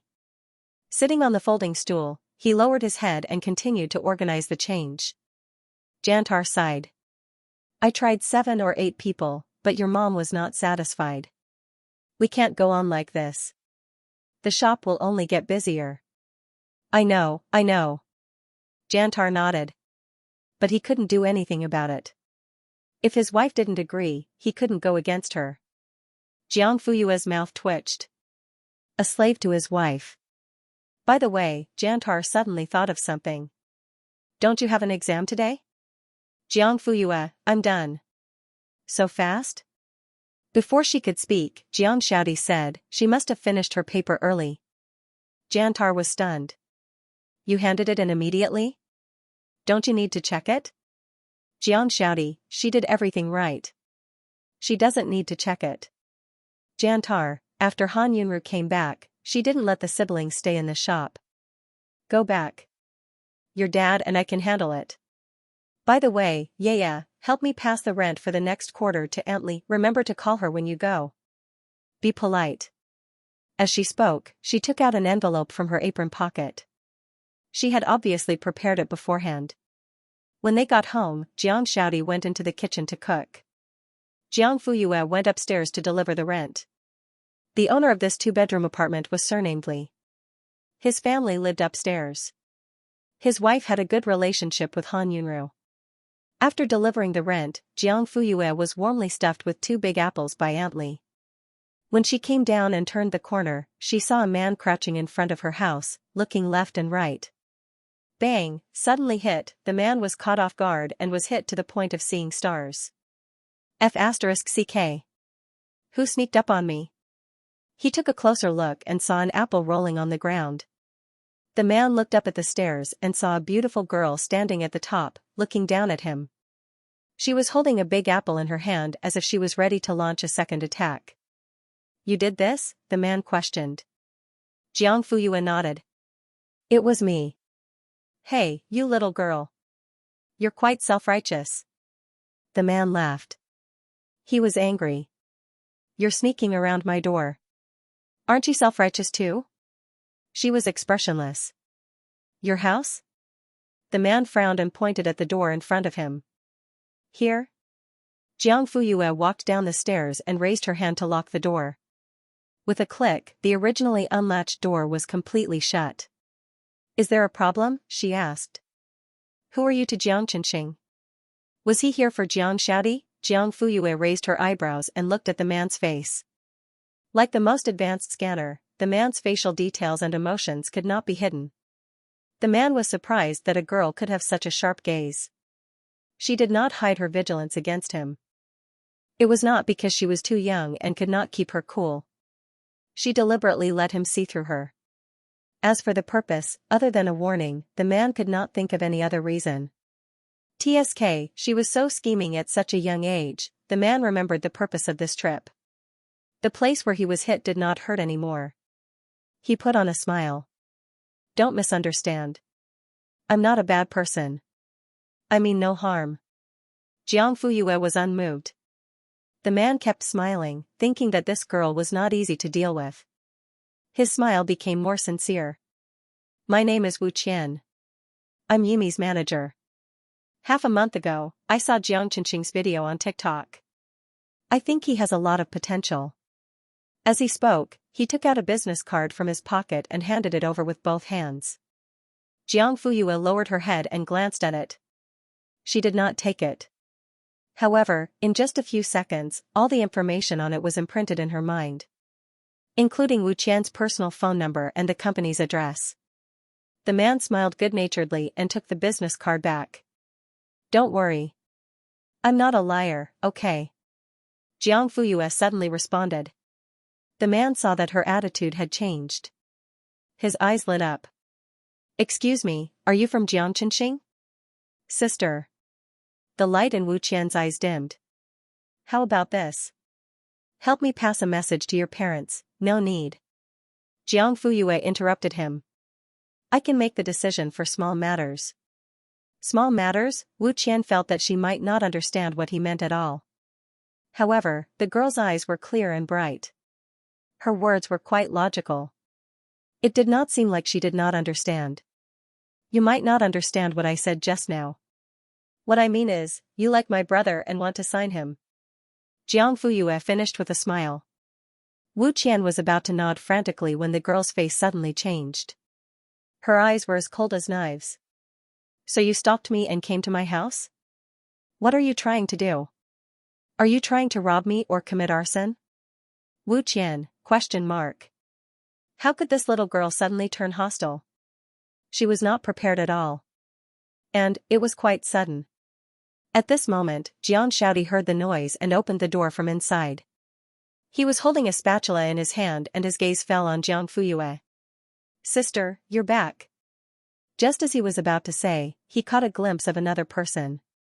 His little brows furrowed at a speed visible to the naked eye. Why is it you again? He sounded displeased. Obviously, he knew Wu Qian. Hee. Classmate Jiang, we meet again. What a coincidence. Have you thought about Uncle's suggestion last time? Do you want to be an internet celebrity? You can make a lot of money. Xianxia pursed his lips and did not speak. Jiang Fuyue's eyes flickered slightly. She quietly stood in front of Xianxia and said, Mr. Wu, why don't we go somewhere else to talk? Half an hour later, in a restaurant.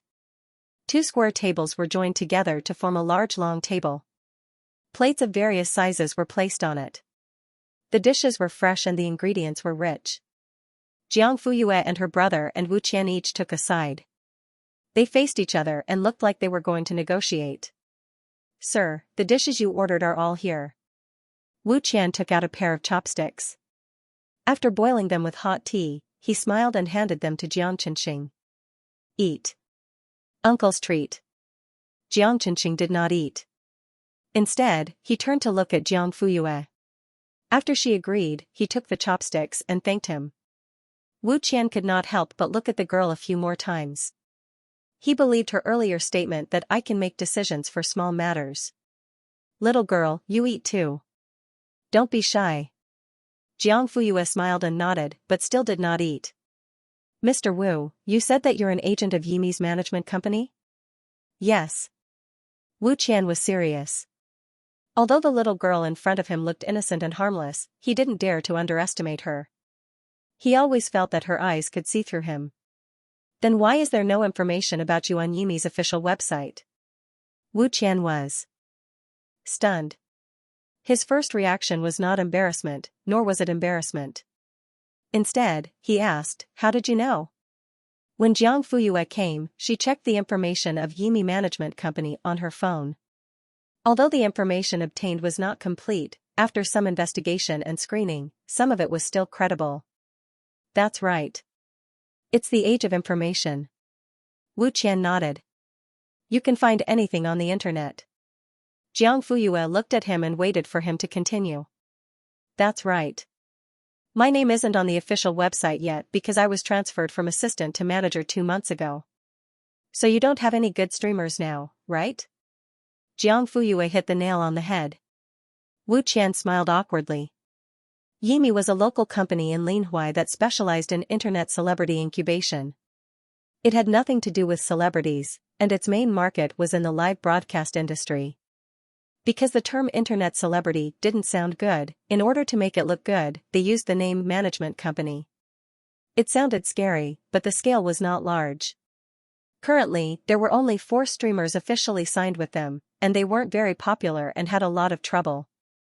Wu Qian was 40 years old this year and had a midlife crisis. He was originally working in a larger internet celebrity company, but for some reason, he was forced to leave. He seamlessly went to Yimi and started as an assistant. He worked hard for half a year before becoming a manager. But the company already had an agent, and he was holding on to the 4 streamers. He couldn't get anyone and was a general without an army. He could only try to find good seedlings from the crowd. But reality was always crueler than imagination. He worked himself to death for half a month and didn't even find a weed, let alone a seedling. Seeing that the deadline was approaching, if he still couldn't sign anyone, he could only go back to being a small assistant. Wu Qian was unwilling. When he left his previous company, he had said that he wanted to be the best manager in the internet celebrity industry, but in the end, until half a month ago, he found a food broadcast compilation on TikTok. A little boy in the middle of the clip made his eyes light up. Not only could the child eat, look at the pile of empty plates in front of him, but he was also beautiful. Although the camera was far away and the image wasn't clear, Wu Qian had already seen the potential of the little boy with his experienced eyes. Sure enough, within 2 days, the compilation was uploaded to Weibo and was at the bottom of the trending searches for a long time. The most popular comments were "Little brother is cute, little brother is so cute, little brother is killing me." Because it appeared in the form of a compilation and there was no follow-up marketing or publicity, although there was a certain amount of discussion, it was far from the level of popularity. But this made Wu Qian even more determined to sign him. Imagine how wild growth could be so eye-catching. If it was guided and promoted by professionals, wouldn't it be a matter of minutes for it to become popular? Wu Qian first found the PO of the compilation and asked him about the source of the clip. He followed the clues and found the person who took the video, an ordinary netizen. This video was taken when she was eating at a restaurant at the back door of Linan First High School. She felt that the little boy in the video was too cute, so she submitted it to TikTok. It was included by the producer of the compilation video and was seen by the netizens. Wu Qian highlighted, Linan First High School. But judging from the boy's size, he didn't look like a middle school student. He watched the video repeatedly, trying to find more clues. Finally, he found that the boy was wearing a red light primary school uniform. What followed was a long wait and wait. Finally, the heavens did not disappoint the faithful. He found it, but the boy was very guarded. No matter how he tried to get close to him, the boy ignored him. Seeing that the quiz was over and the boy was on summer vacation, he still hadn't made any progress. In desperation, he could only follow the boy to his house. He wanted to communicate with the boy's parents directly. Maybe there was still a chance. After all, people who lived in such an old-fashioned building shouldn't be rich.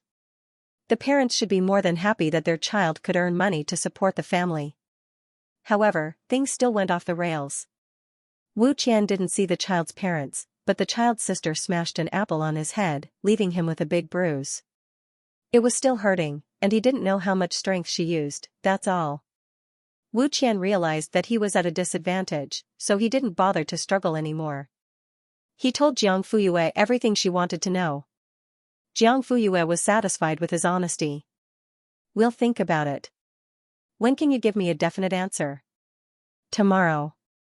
Okay. Wu Qian appreciated her straightforwardness. Just then, Jiangqinqing was also full.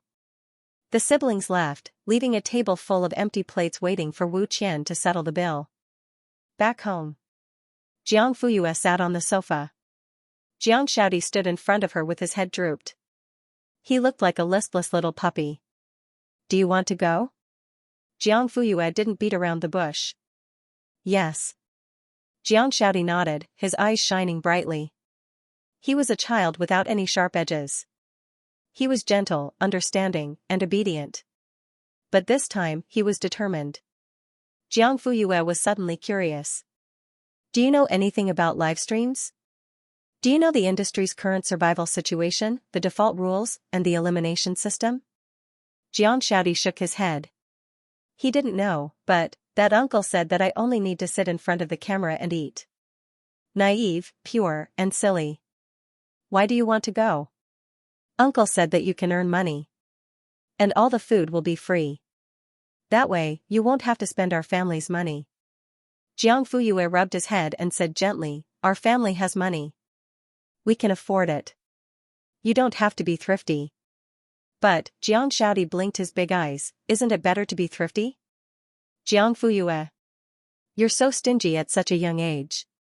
Be careful that you won't be able to find a wife when you grow up. Sister, I also want to help our family earn money. He pursed his lips shyly, but he didn't lower his gaze like he usually did. Instead, he mustered up his courage to meet Jiang Fuyue's gaze. His gaze was soft and timid, but also sincere and tenacious.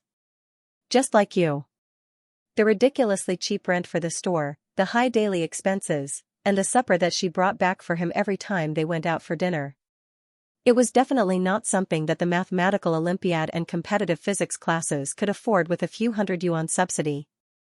Jiang Shaodi saw everything, but he never asked. He knew that his sister had her own way of earning money.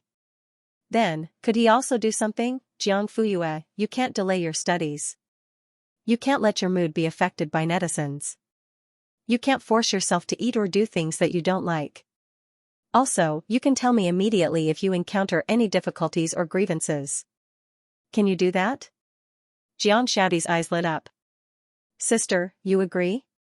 Answer my question first. I can do it. Okay. But, will Mom and Dad agree?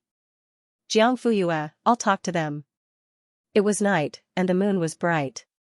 The whole building had fallen into a deep sleep. Jantar and Han Yunru came back from closing the shop and opened the door quietly. They saw the siblings sitting on the sofa, both awake. They thought that something big had happened. Jiang Fuyue asked Jiang Shaodi to enter the house first. She then asked her parents to sit down and told them. About Wu Qian's visit today. He then briefly introduced the situation of Yimi's management company, the concept of internet celebrities, and the live streaming industry. 30 minutes later, the conversation ended, and Jiang Fuyue returned to her room. Jiang Shaodi stared at her anxiously and expectantly. Sis, Mom and Dad agreed. Yeah. But, Jiang Fuyue changed the topic. I have to check all the details of the contract. If Wu Qian doesn't give in on some of the terms, it's very likely that the negotiation will fall through. You have to be mentally prepared. Don't be happy too early. Yes, yes. Jiang Shaodi nodded. I'll listen to you. If the negotiation falls through, it must be because of the other party. Jiang Fuyue rubbed his forehead and praised him. Full marks for awareness. The young boy lowered his head shyly and smiled softly. The next day, at the same restaurant, when Wu Qian arrived, the siblings were already sitting and waiting. Sorry, there was a bit of traffic on the way, so I'm late. Jiangqinxing, it's okay. Wu Qian smiled at him and handed him the menu. What do you want to eat today? You're welcome to order. Thank you, uncle. We already had lunch. I see. Then how about dessert? How about mango cake? Or this soda? I want a big can. Wu Qian was very considerate. There's really no need. Jiangqinxing smiled at him. Wu Qian didn't continue to insist. He turned to look at Jiang Fuyue. Although there was kindness in his eyes, it was far from being as kind as when he was with Jiangqinxing. Of course, Jiang Fuyue wasn't used to being treated like this. Compared to being kind and friendly, she preferred to see fear and vigilance in the other party's eyes. This would make it easier for her to raise her conditions and act ruthlessly. Wu Qian asked, Are your parents not coming? Jiang Fuyue shook her head. I can decide. So the answer is? The moment he asked, a trace of uneasiness flashed in the man's eyes. We agree to sign the contract. Wu Qian's face lit up. But there are conditions, Jiang Fuyue continued. What conditions? I've seen the contract you sent last night. There are a few places that need to be changed. Wu Qian frowned. Let's hear it. First, the time limit is too long. 3 years is definitely impossible. We can only accept 1 year at most. Second, after signing Jiangqinxing, you can only manage him. You can't sign anyone else. Third, protect his privacy and deal with the online comments. Fourth, you can't force him to eat or how much he eats. If Jiangqinxing tells you to stop, you must stop. Fifth, the penalty for breach of contract will be cut by 60%. In addition, we want to add a clause for compensation. If the management company breaches the contract, they will be held accountable according to law. The above 5 conditions correspond to the original contract's clauses 10, 12, 16, 20, and 23. After Wu Qian heard this, he couldn't help but laugh. He looked at Jiang Fuyue as if he was looking at an unreasonable elementary school student. Sister Qinxing, do you have some misunderstanding about the current management company?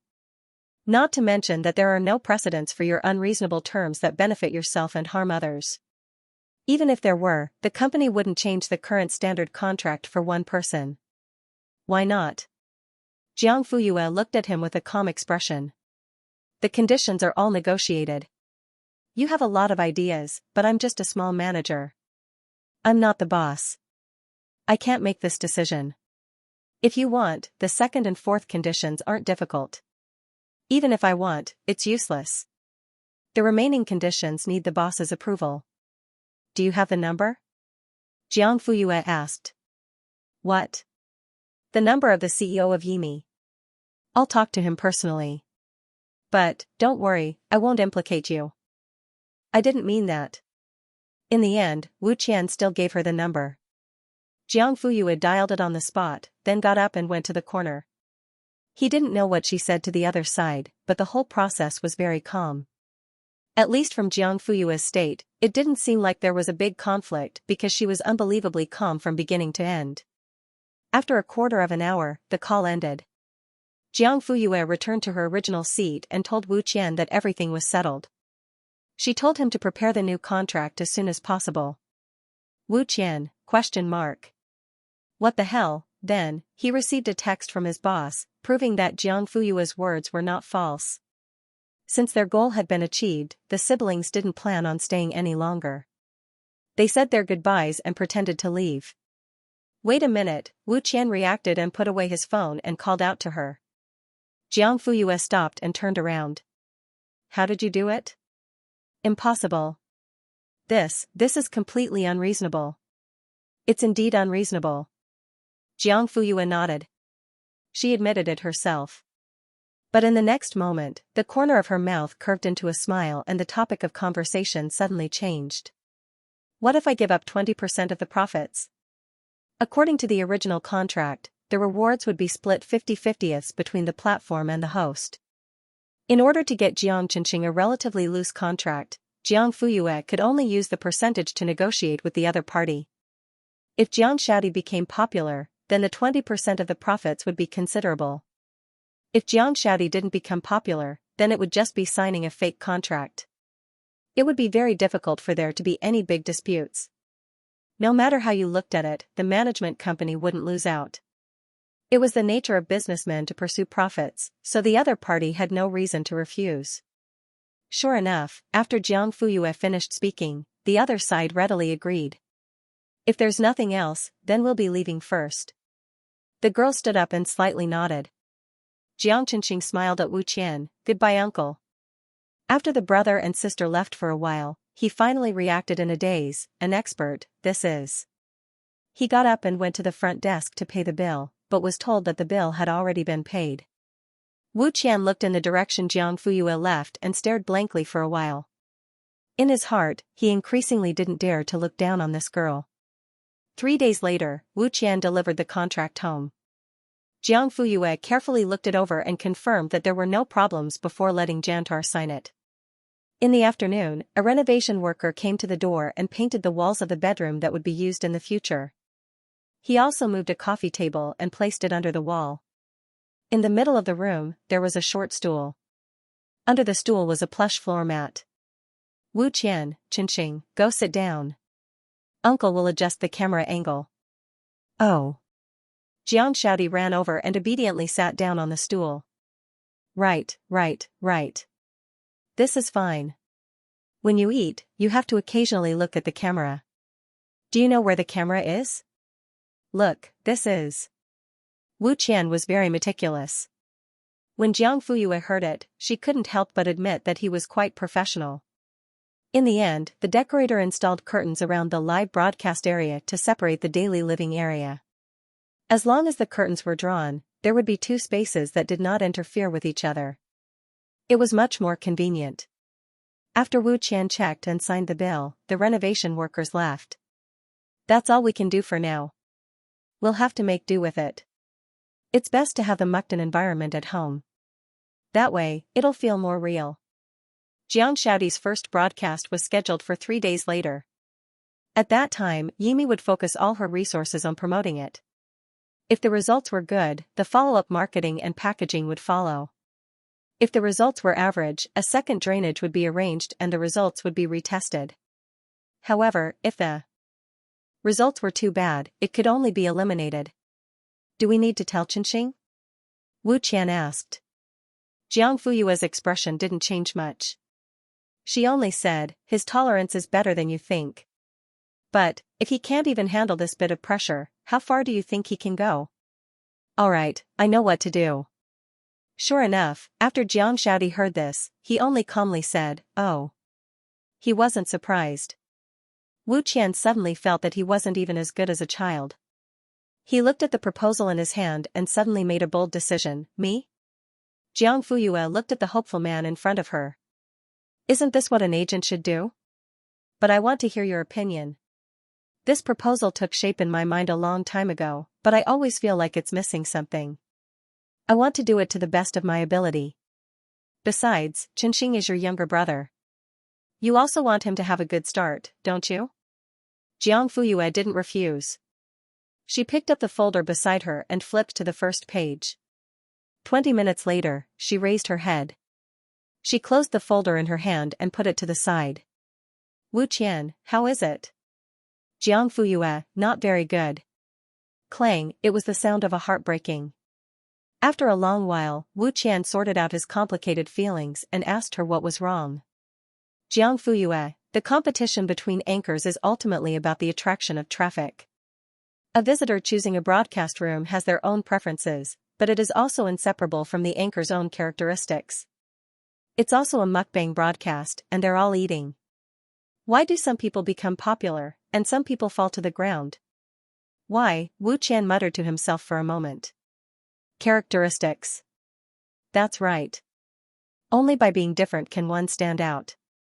And Jiang Qinqing's characteristics were different. There were simply too many. Thank you. Wu Qian stood up, his eyes jumping with excitement. I know what to do. Believe me, the results won't disappoint you. Jiang Fuyue acted as if she didn't hear him and lowered her head to drink tea. Saying 1,000 things was better than doing one thing.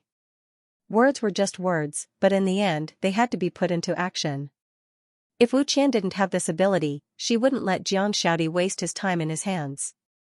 Rather than calling this a pointer, it was more of a test. Jiang Fuyue's test for Wu Qian as her agent.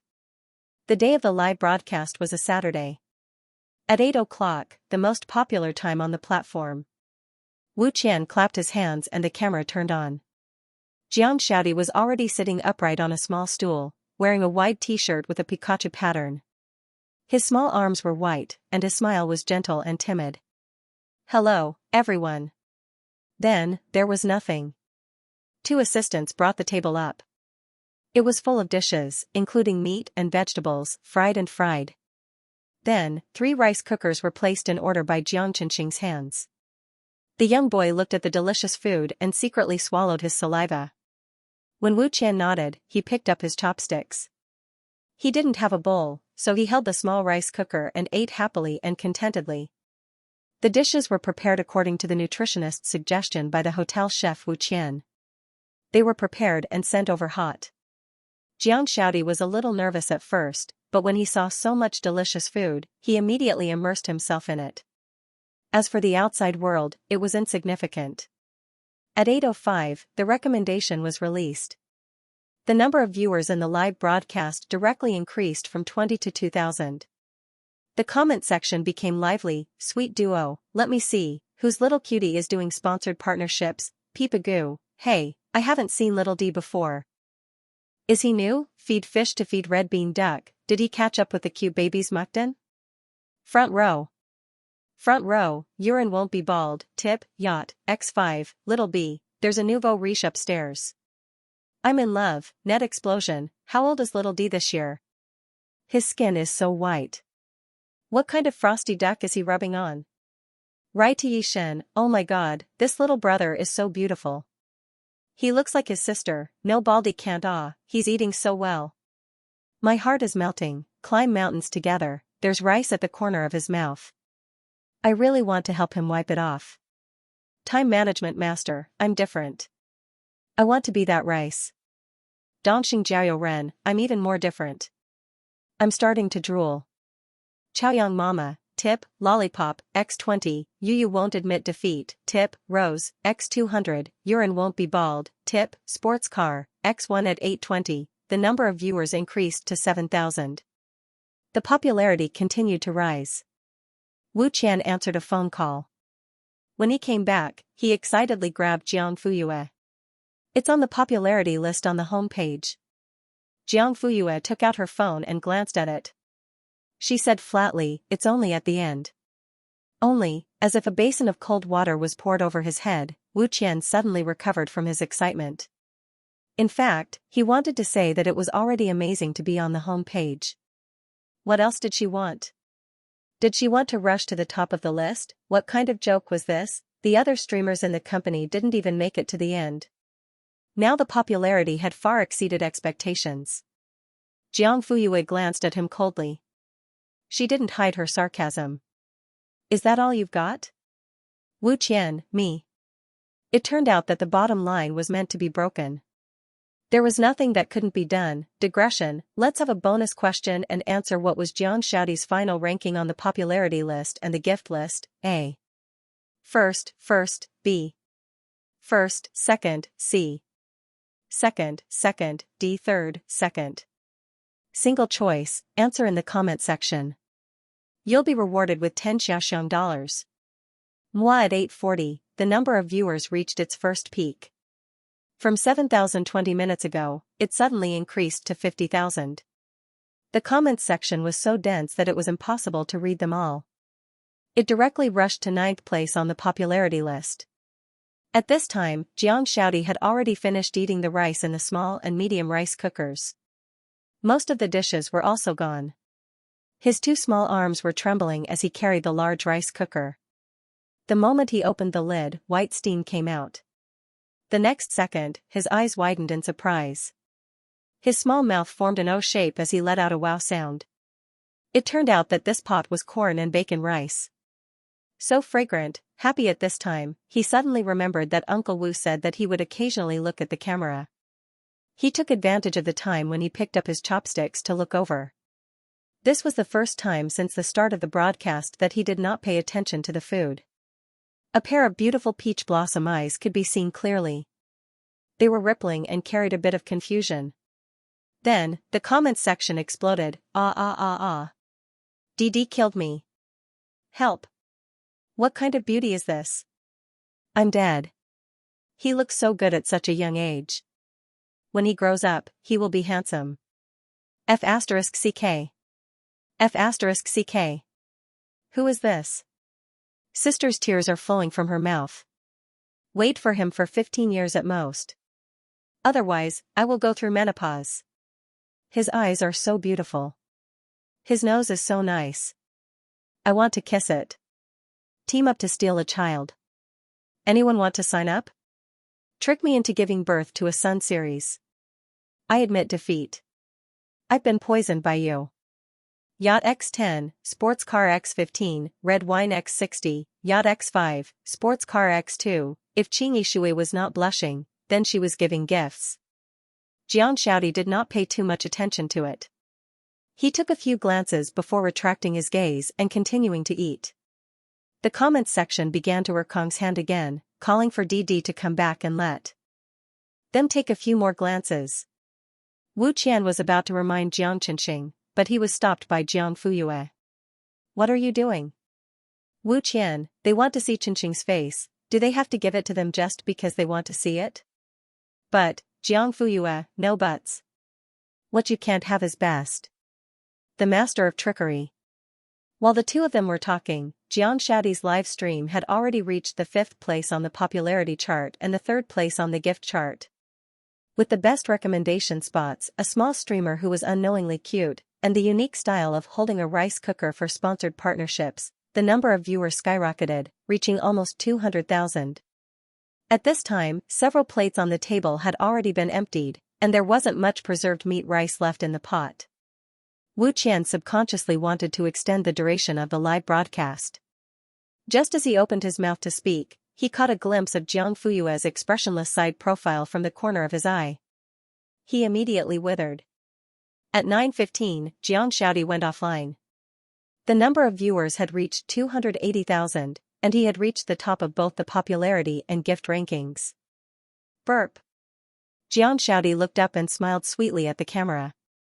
Thank you, everyone. Bye-bye. Wu Qian turned off the camera. The two assistants began to calculate the data. 10 minutes later, Brother Wu. The number of viewers is 287,000, and the rewards are 120,000. Wu Qian was completely dumbfounded. Although he had been mentally prepared, he was still shocked to hear the specific numbers. Not to mention Yimi, this result was remarkable even in the entire industry. Jiang Shaodi stood beside Jiang Fuyue, looking at Wu Qian with some expectation. Uncle, how was my performance? Shy, cheeks slightly red. Wu Qian squatted down, took a deep breath, and held Jiang Shaodi's arm with his wide palm. Qinxing, listen to Uncle. You're great, very great. From now on, you're my little ancestor. If you need anything, just say it. If you want to eat anything, or want anything, Uncle will try his best to satisfy you, okay? Jiang Shaodi shyly pursed his lips and obediently replied, okay. After winning the first battle, Wu Qian became more and more attentive. Every day, he wished he could stay in the Jiang family 24/7 and find ways to make Jiang Chenxing something to eat. Today, the chef of this hotel, tomorrow, the chef of that restaurant, strictly listened to the professional doctor's advice on nutrition. After all, the child was still growing, and they couldn't be the slightest bit careless. The duration of the live broadcast was also strictly controlled. Every day, from 8 to 9:30, they wouldn't wait if they were late. This hunger marketing was really useful.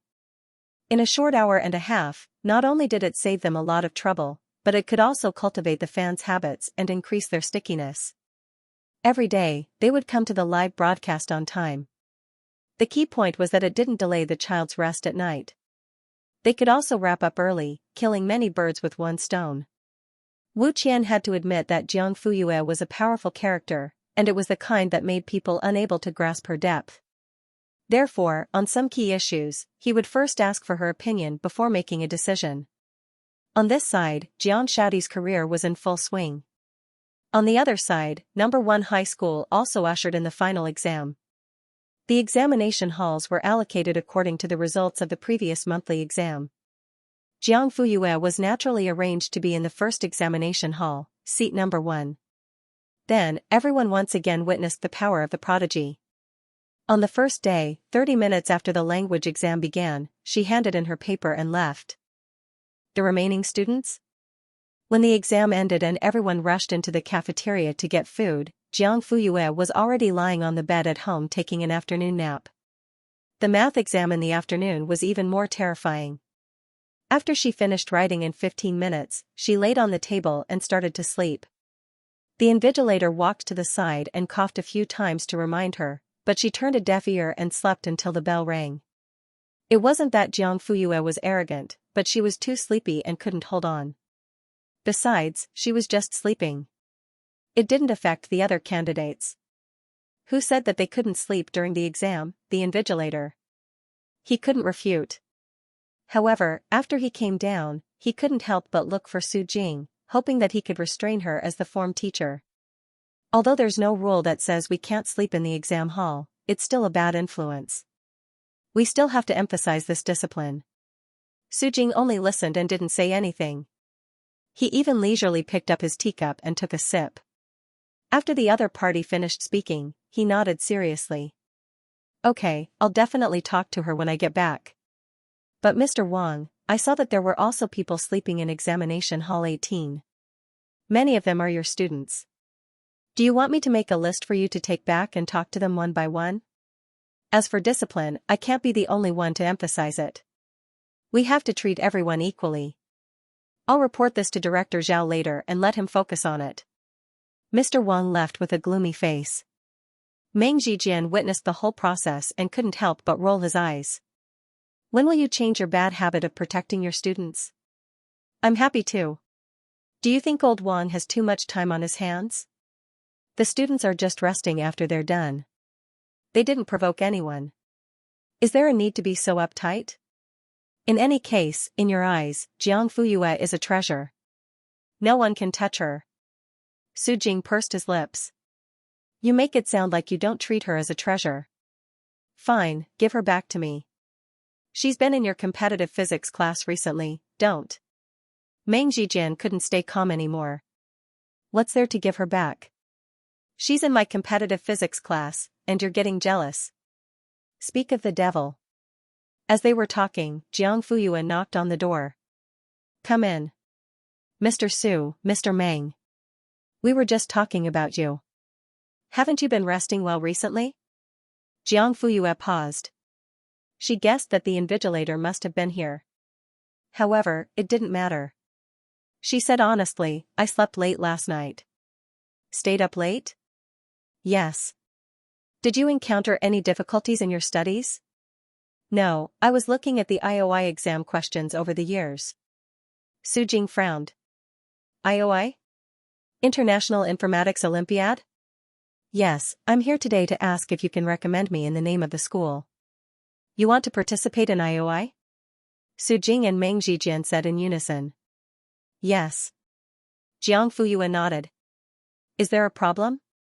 Su Jing, of course there's a problem. Meng Zhijian, there's a huge problem. Jiang Fuyue, question mark. Su Jing, the National Mathematical Olympiad is coming up in October. How would you have time to prepare for IOI? Meng Zhijian nodded. The summer camp list for the Physics Olympiad is coming out soon. You still have to participate in the training. What's more, you haven't received systematic training for informatics competitions before. Jiang Fuyue, I'm self-studying. Su Jing wanted to say that it was impossible.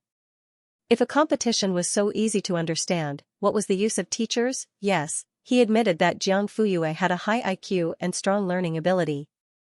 However, just because she was talented in mathematics and physics did not mean that she would be good at informatics. Su Jing, you're taking a risk by doing this.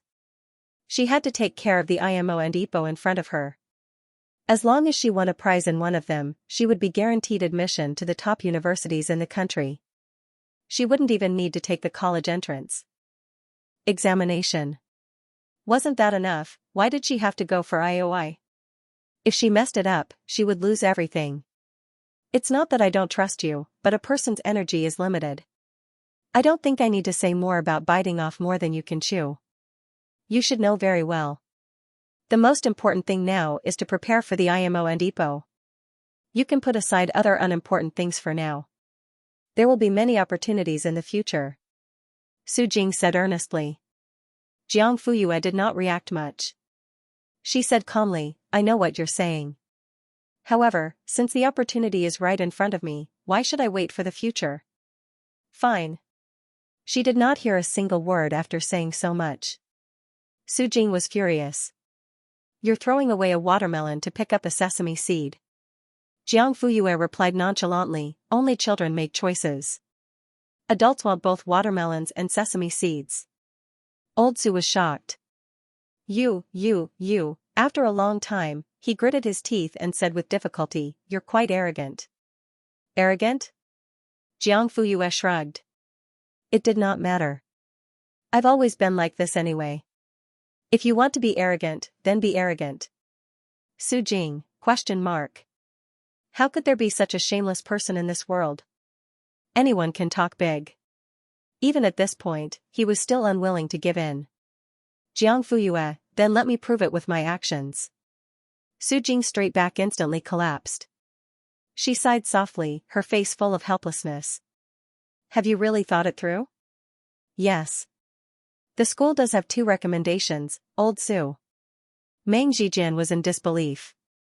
How could he compromise so easily? Su Jing waved her hand at him and continued, however, because the information science competition has never been taken seriously and there are no special training classes, many students don't even know what IOI is, let alone sign up for it. Thus, these 2 slots have not been used for many years. Number 1 Middle School was famous for its mathematical Olympiad. Even Physics Olympiad had to give way, not to mention information science. I'm not sure if there are any changes to certain rules and the specific recommendation process. I need to communicate with the school first before I can give you an accurate reply. All right. Jiang Fuyue nodded. Even if the school did not recommend her, there were other ways if she wanted to participate. It would just be more troublesome.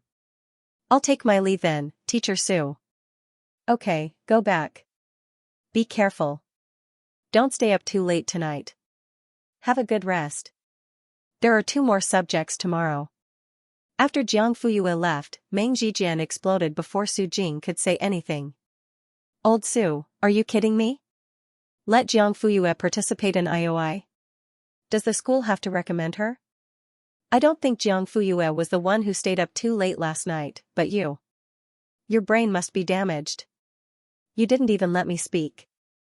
You. I'm so angry. I want to stop her too, but I have to be able to. Look at her. Is she here to discuss it with me? The young lady has big ideas. She has already thought about it. No matter how I persuade her, it's useless. I might as well let her do it. She will only know the pain of kicking an iron plate. Meng Zhijian, we can't just let her do as she pleases. You know how tight the arrangements for the Mathematical Olympiad and Physics Olympiad are. Now, information science is involved. I'm going to die. Heh.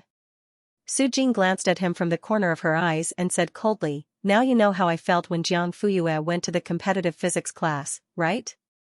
The next day, there was a comprehensive science exam in the morning and an English exam in the afternoon. Everyone only saw Jiang Fuyue writing for the first 30 minutes. They basically fell asleep for the rest of the time. After the final exams, the holidays came one after another. There was also news from Sujing's side. The school can recommend you, but number 1 high school doesn't have a team leader. You have 2 choices now. You can either go by yourself or be inserted into the team of Linbei High School. The school will negotiate. Jiang Fuyue frowned. Hasn't IOI always been based on individuals? You said it yourself. That's IOI, an international competition.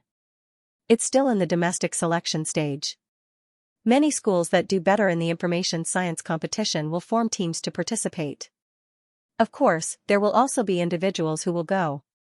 Jiang Fuyue, I'll choose someone then. Sujing disagreed. You have to think about it carefully.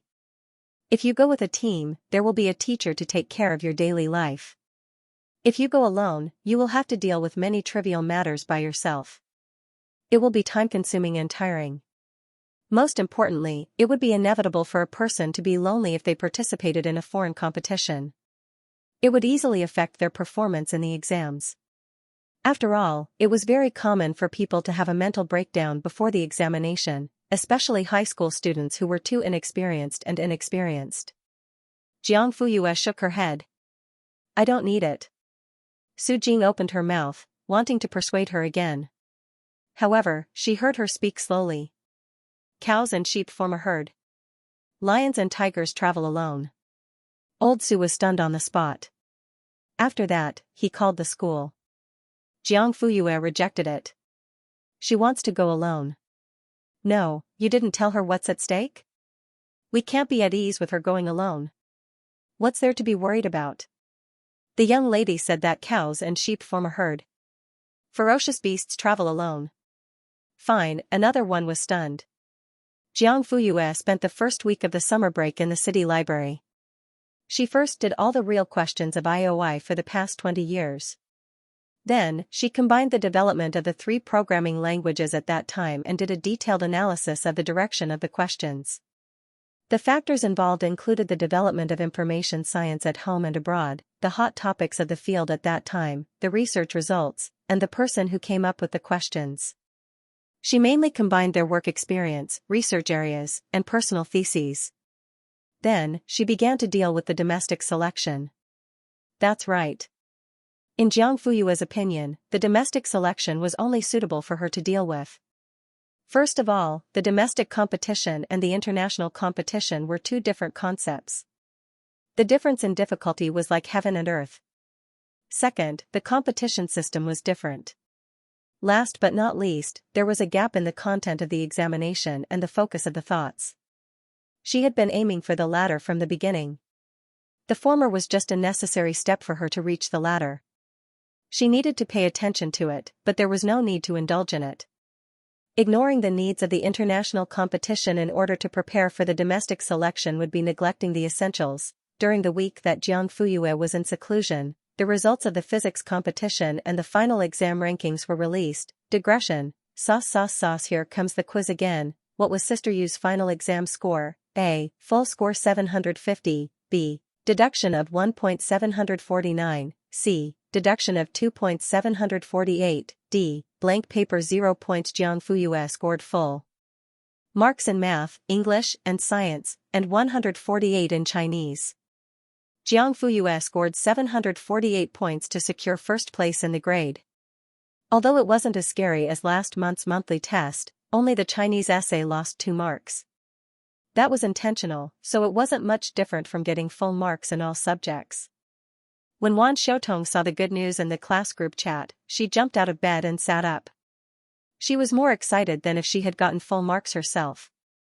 What's up? Mr. Wan poked his head in the door. You look like a zombie. My deskmate. First place again. Ah, how can there be such a beautiful and smart girl in this world?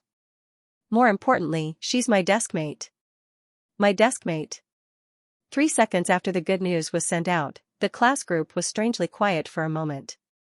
Wan Shoutong was about to look for a congratulatory emoji, but before she could send it, she was flooded with a string of 666 comments, and then, your sister Yu is still your sister Yu.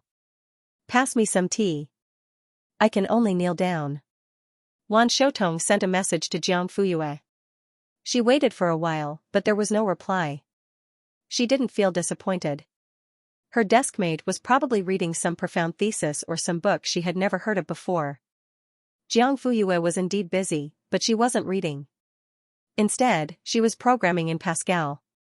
Halfway through, Su Jing called to inform her of her final exam results and ranking. Jiang Fuyue calmly replied, "Oh. Is there anything else?" Su Jing? That's it, no other reaction? Ahem. You wanted to participate as an individual. The school agreed. They even promised to reimburse you for transportation and accommodation. Okay. After the call ended, Jiang Fuyue continued with the next question. Her fingers flew across the keyboard, making a rhythmic tapping sound. The Ling family's piano room on the second floor. Ling Xian had just finished his piano lesson. He was still wearing an elegant tuxedo. He was a ritualistic person. Every time he practiced the zither, he would make himself neat and tidy. You've improved again. The piano teacher nodded with satisfaction. Ling Xian nodded and smiled steadily and reservedly. I'll see you off. When they reached the living room, the piano teacher waved at him. Hold on. Ling Xian stood where he was and watched him leave before he turned around and went upstairs. Every word, every action, was perfect to the point that no one could find the slightest mistake. Ling Xian returned to the piano room. Soon, the song Dream of Love, Chapter 3, slowly flowed out. 2 hours later, the music stopped. Just then, a servant knocked on the door. Come in. Young master, it's time for lunch. Sir and madam are already in the dining room. All right, I got it. Ling Xian went back to his bedroom to change his clothes. 10 minutes later, he came downstairs. Dad, Mom. Ah Xian, you're here. Zhou Qin gestured for her son to sit down and ordered the kitchen to serve the dishes. How's your zither practice going? Did the teacher say anything? Ling Xian, it's going okay. Come, have some pork ribs. It's your favorite cumin flavor. Thank you, Mom. Ling Qingzhou usually didn't speak much, and Ling Xian wasn't a talkative child. During the meal, there was only Zhou Qin's gentle reminders to the father and son, as well as the slight sounds of bowls and plates. All right, you eat too. Don't be so busy. Ling Qingzhou spoke. Only then did Zhou Qin stop eating. After the meal, Ling Qingzhou routinely asked about his son's studies. I heard that you've been sleeping an hour later than usual? Yes. What's wrong? Are you having a hard time? Ling Xian frowned, but his voice was still calm. There's an extra competition class. I need some time. Ling Qingzhou didn't say anything. He asked again, is there anyone in the tutoring team that you want to change? Yes. I don't think Teacher Lu is suitable. Okay, I'll ask my secretary to do it. He didn't ask for the specific reason. At this moment, Zhou Qin came out of the kitchen with a plate of fruit and placed it in front of the father and son. The lychees just arrived this morning. Try them. The white and translucent lychees had their cores removed, and the layer of brown flesh on the meat was also removed. They looked delicate and delicious. Ling Xian picked up a small silver fork and put a piece into his mouth. I'll go upstairs first. Zhou Qin sat beside her husband. Aren't you going to eat? Ling Qingzhou waved his hand and got up to go to the balcony. As he walked, he shouted angrily into the phone. There's no need to discuss. If He Hanqing dares to act rashly, I'm not afraid of dying together with him. I'm taking number 1 middle school. Zhou Qin lowered her eyes and put a piece of lychee meat into her mouth, but it was tasteless. Ling Xian went back to the second floor and took a half-hour nap. Then he got up and began to do the questions. There were 12 math Olympiad papers and 8 physics papers. He didn't finish until the sun was setting. Then he recorded the time and accuracy of each set of papers and compared them with the previous time. His accuracy didn't change much, but his speed increased by 5%. Xianxia put the papers aside with satisfaction and took out his phone. He didn't know when his phone had automatically turned off. He found the charger. As soon as he turned on his phone, he was flooded with missed calls and WeChat messages. He tapped on one of them, and in the next second, his originally relaxed eyebrows suddenly furrowed. Jiang Fuyue was first again. The final results were still warm. 2 days later, the results of the physics semifinals were released. Jiang Fuyue scored full marks for theory and experiment. She was first in the province. Xianxia was behind her by 10 marks. He was third in the province. Lu Bowen, Ho Siyuan, and the other 3 won the national first prize. 3 won the national second prize, and 4 won the national third prize. So far, the 13 people in the competitive physics class led by Teacher Meng and Teacher Yu had all won prizes. When the news came, Meng Zhijian was fishing by the stream. After waiting for the whole morning, there was finally some movement on his fishing rod. At this moment, a call came in. His face darkened. Hello. It had better be something important. 30 seconds later, he jumped up. His eyes were shining, and his face was filled with both joy and madness. Really? Teacher, are you sure you're not lying to me? You're not joking? Full marks, ha ha ha ha, it's actually full marks. He couldn't believe it himself. Okay, I'll be there right away. After saying that, he put away his fishing rod and left decisively. Half an hour later, the taxi stopped in front of the competition committee office. Meng Zhijian had just gotten out of the car when he bumped into Yu Wenzhou, who had rushed over. The two of them looked at each other. Meng Zhijian saw Yu Wenzhou's flowery shorts and sandals. He looked like a stingy person. Yu Wenzhou saw Meng Zhijian's fisherman's hat and long t-shirt. He looked quite casual. But in the end, they still went in together. When they opened the door, they found Zhang there too. She didn't look too good. The two of them looked at each other. Yu Wenzhou smiled and said, Teacher Zhang, you're here too. You're always one step ahead of us. Zhang smiled insincerely. Where's the teacher? Meng Zhijian looked around but didn't see him. The other teacher said, he has something to take care of. He asked us to wait here for a while. Yu Wenzhou nodded. No rush. We already know the results anyway. Before this, the teacher had already called everyone one by one to inform them. So all the teachers knew about their students' results. They just didn't know about the results of the other schools. Old Yu, how did your number 1 middle school do? The male teacher had a good relationship with Yu Wenzhou. He didn't have any scruples and asked directly. Zhang, who was sitting to the side, couldn't help but listen. Digression, sister, you got 748. She chose C2 marks were deducted for her essay. She was the uncrowned king. Yu Wenzhou glanced at her out of the corner of his eye. He snickered inwardly, but his face remained expressionless. It's alright, just SOSO. How good is SOSO? Explain it clearly, why are you beating around the bush? Yu Wenzhou, there are only 3 or 4 first prize winners. Damn, what do you mean SOSO? You're still not satisfied with 3 or 4? The male teacher was jealous. I don't even have one. Hearing this, Zhang's mouth tightened. Yu Wenzhou sighed.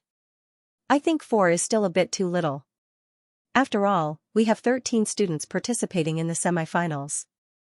The male teacher's eyes widened. What did you say? Do you dare say that again? Only 13 people? And 4 first prize winners? You're not joking, right? He had 25 students participating in the semifinals, but the best result was only second prize. Yu Wenzhou, this beast, had actually won 4 first prizes, and he thought it was too little? Oh no, my blood pressure is going to skyrocket, but the shock didn't end there. The main event was yet to come. Yu Wenzhou slowly opened his mouth. Actually, it's nothing. What surprised old Meng and I the most were Jiang Fuyue and Xianxia. One scored full marks in both theory and experiment, first in the province. The other was a bit worse, losing 10 marks in theory and only ranking third in the province. Only third in the province? What kind of crazy speech was this? The male teacher's blood pressure was completely out of control. Xianxu's hands, which were casually resting on her knees, were unconsciously clenched.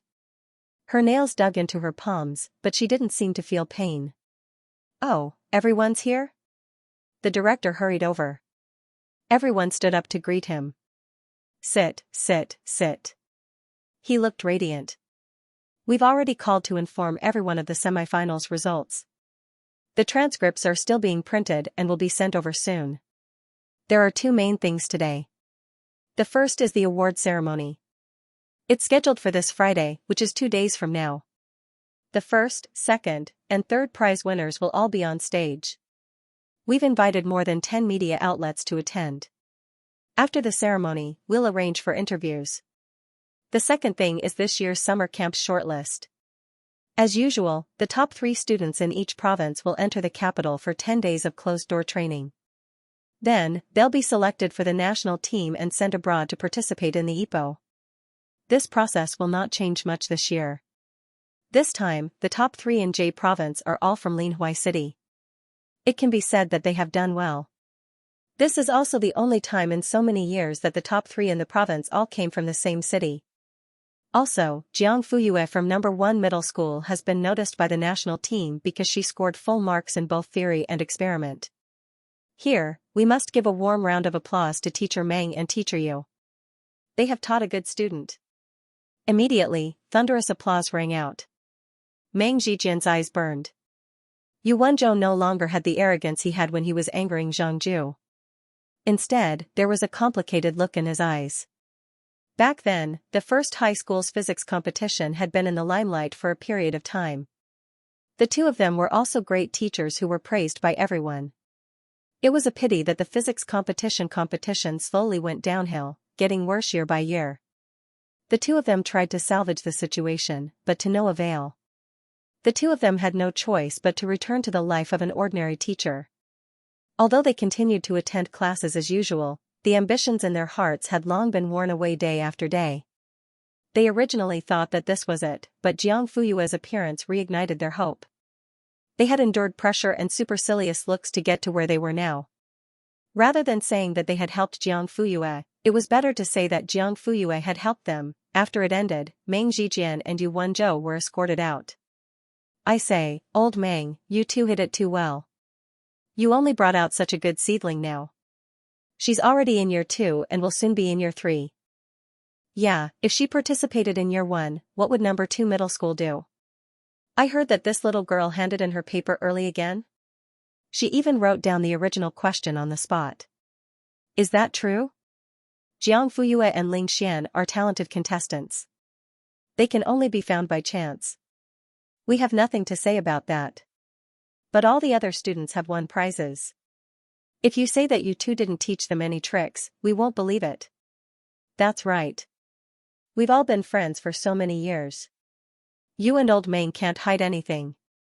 Tell us so that we can exchange ideas."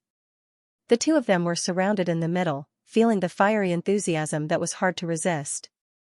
Meng Zhijian and Yu Wenzhou looked at each other and saw the helplessness and bitter smiles on each other's faces. How could they have any tricks? Jiang Fuyue had been the one to bet on the questions. She had also gotten full marks.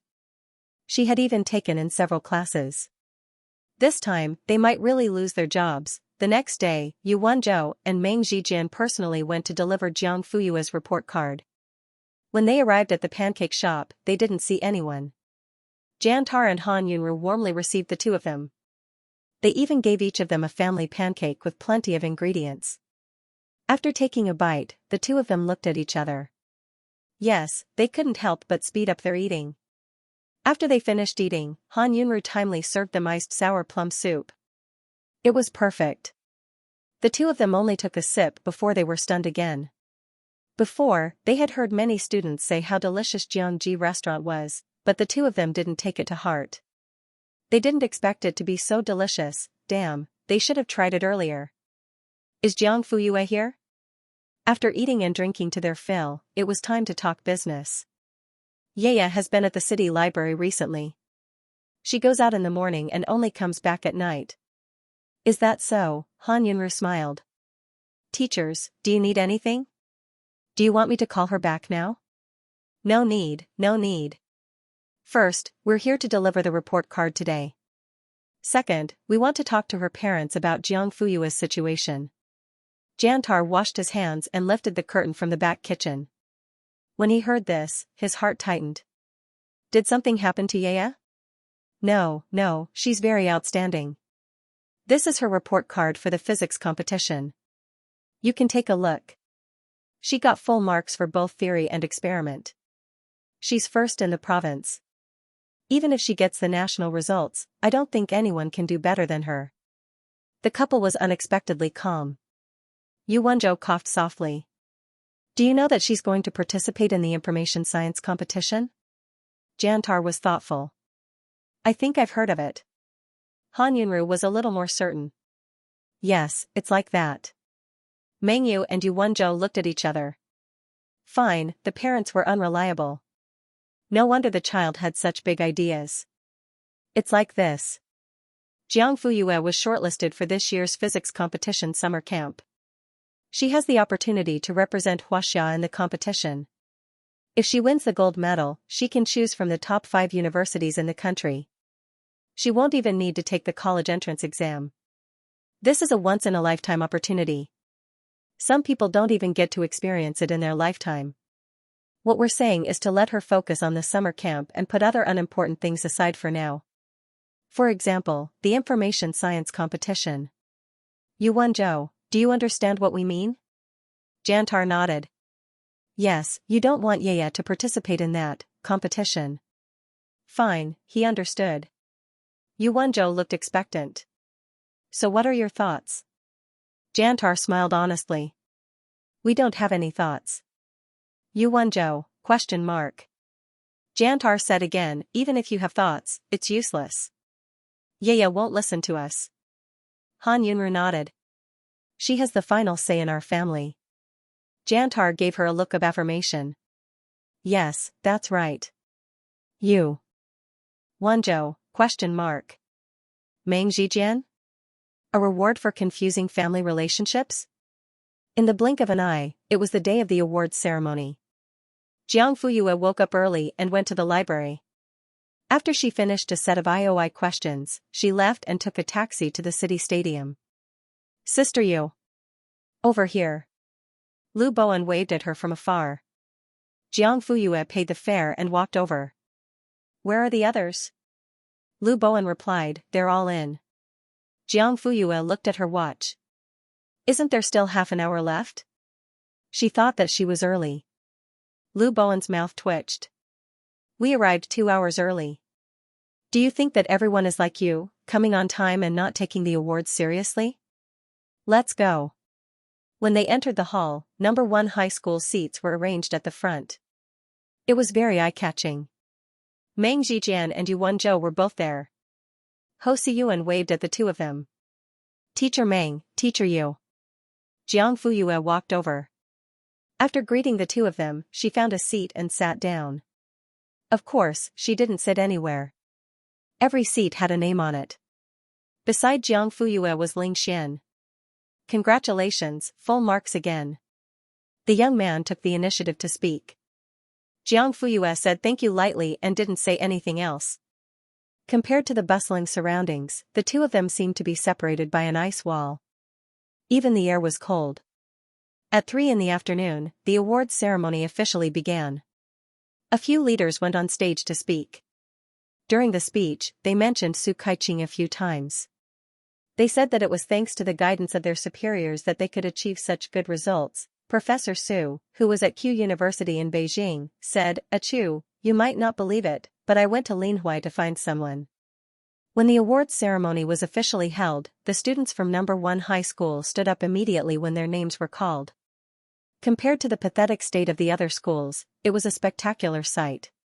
First, the 3rd prize, then the 2nd prize, and finally the 1st prize.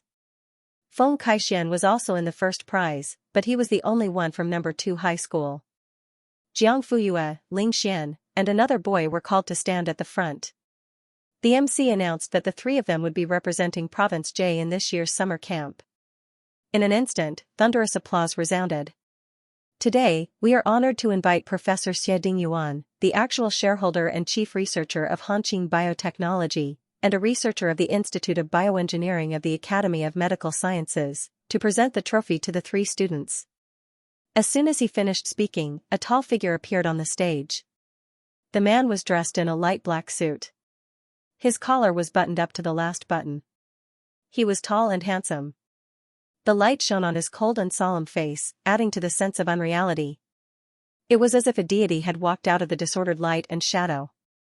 His eyes were clear, and he was not in the secular world. In that instant, there was 2 seconds of dead silence. Then, like a drop of water in a pot of oil, it suddenly exploded. It's the historical creature and professor that I know of. Xie? Oh my God. It's really him. He actually came. It's unbelievable. I saw on the news a few days ago that Hanqing had a new biochemical project recently. Logically speaking, shouldn't he be very busy? New project? What kind of advanced technology is going to be born? That. I'm sorry, do you all know him? Immediately, everyone rolled their eyes at him. Don't you know him? I don't know him. So who is he? Why are you all looking at me like that? He's not a celebrity. You can't expect everyone to know him, right? Student, which school are you from? Doesn't the school broadcast the current news? Do you know about the Nova disease? I know, but what does it have to do with him? He looked at the stage. Oh, it doesn't have much to do with him. It's just that this big boss led his team to develop the C99 vaccine. Ah? The C99 vaccine was developed by him? Do you need me to teach you how to use Chengdu? No, no need. 5 years ago, the Norwa virus had spread like wildfire, and tens of millions of people around the world had been infected. Later on, a biological team from Xianxia was tasked with developing a life-saving vaccine within 2 months, which saved the world from a catastrophe. There were once researchers who used hypothetical models to speculate about the consequences of the Nova virus' continuous spread. It would only take half a year for countries around the world to completely fall.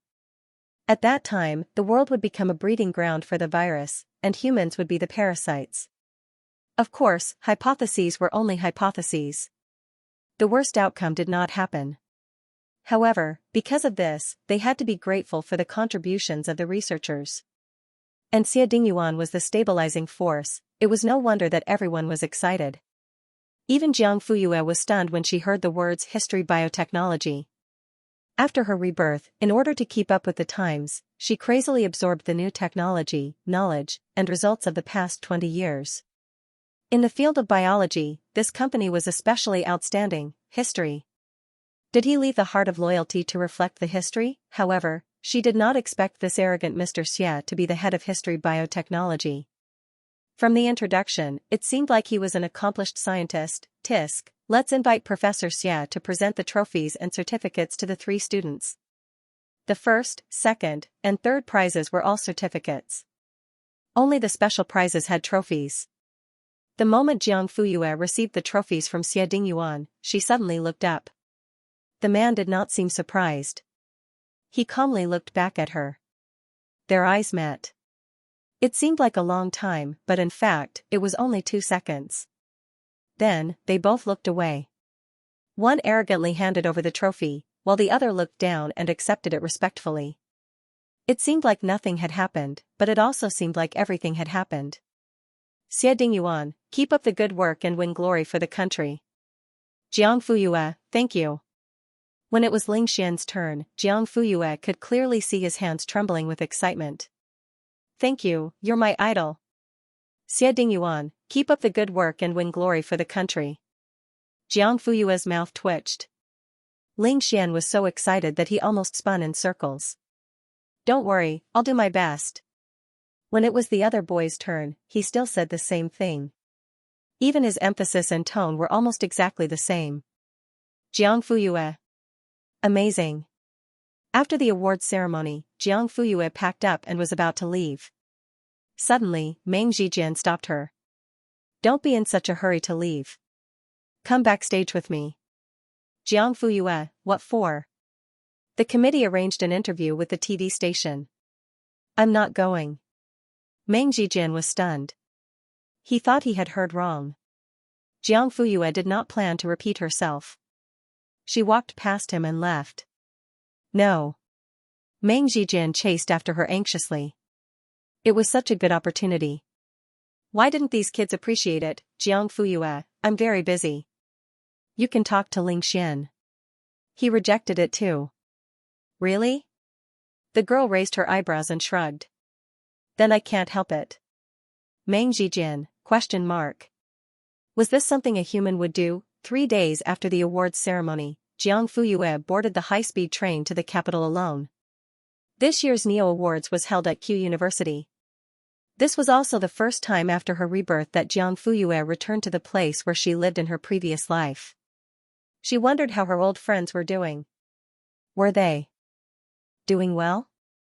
Mom, look, that sister's smile is so scary. The woman's expression changed slightly. She quickly covered her daughter's mouth. I'm sorry, she's not sensible.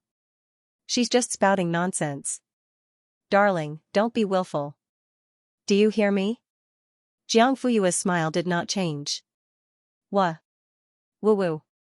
This sister was still smiling. Digression, sister you. I heard that I can scare children to tears when I smile. Jiao Yi. I can scare children to tears when I don't smile. Author, a perfect match. National Youth Informatics Olympiad in Informatics, or NOI for short, was also known as the Informatics competition. Only those who passed the NOI national selection were eligible to participate in the summer camp, followed by the National Selection Competition, CTSC. The students who stood out in the end could represent Huaxia in the International Informatics Olympiad, also known as IOI. This time, Jiang Fuyue was going to participate in the national selection. When the high-speed train arrived, she took her suitcase and queued up to exit the station. Halfway through, she received a call from Su Jing. 7th High School has arranged a pickup station. You've just arrived in Beijing and are unfamiliar with the place. I've already spoken to them. Take their bus to the hotel. It's settled then. Remember to call me when you arrive. She hung up immediately. Jiang Fuyue was speechless. Actually, she wanted to say that she had already called a taxi and could go directly to the hotel after leaving the station. However, considering that Su Jing had good intentions, Jiang Fuyue quietly cancelled the order and paid a penalty for breaching the contract. Then, she followed the flow of people out to the designated location and found the corresponding bus. She dragged her suitcase and was about to walk over when a figure suddenly bumped into her from behind. Fortunately, she dodged quickly. The girl looked to be about 16 or 17 years old. She was dragging 2 suitcases, one on her left and one on her right. She almost bumped into someone but did not stop to apologize. She brushed past her like the wind and ran straight to the bus in front. Jiang Fuyue frowned. Hello, I'm a student from 7th High School. Is this our bus? The girl stopped in front of the bus and asked. Yes.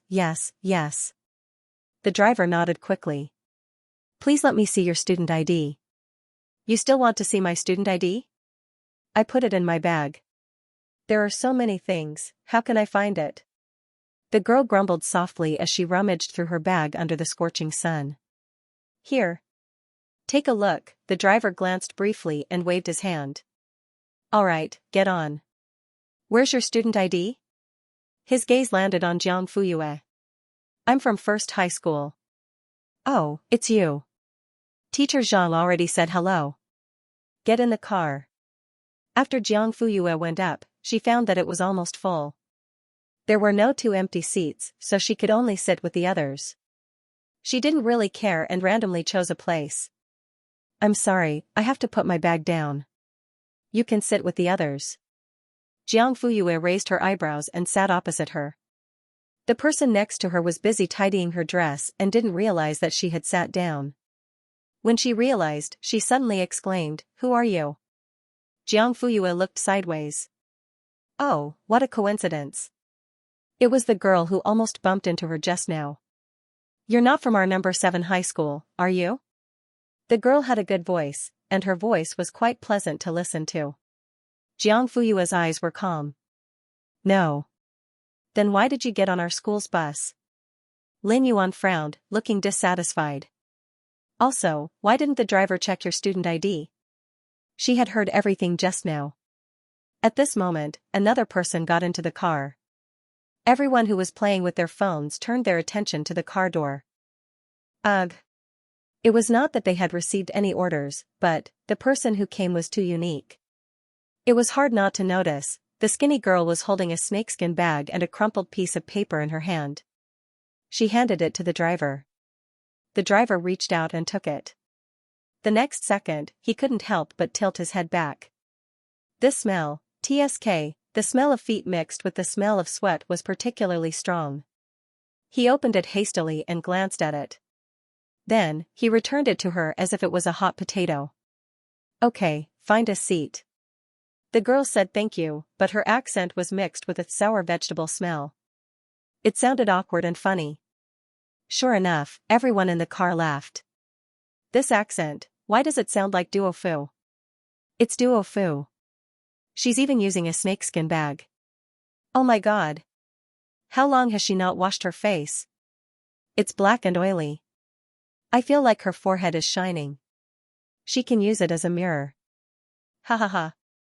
Don't be so disgusting, okay? Mirror. There's a sour smell from head to toe. Who dares to go near her? By the way, is Duo Fu here for the competition? Isn't that place poor and backward? Doesn't it even have a decent school? I don't know. I've never been there. I've never been there either. Who would go to such a dirty and poor place? Do you want to die? I heard that you'll be robbed on the streets. There's no use calling the police because there are no police. But the coastline there is beautiful, an undeveloped island is of course beautiful. It's primitive, but it also shows that the infrastructure is poor. I heard that most of the island doesn't even have electricity. The primitive tribes don't even know how to use coal. They just drill wood to make fire. Damn. Are you serious? Doesn't Huasha do anything? It's an isolated island formed by a volcanic eruption. It was only discovered 20 years ago. It's too far away from the mainland. It's too far away from the mainland. What's more, the natives on the island are very xenophobic. They don't accept help at all. Naturally, they don't obey any management. So they're completely uncivilized. They're all barbarians, not necessarily. They still know how to trade their pickled vegetables for daily necessities. Ha ha ha.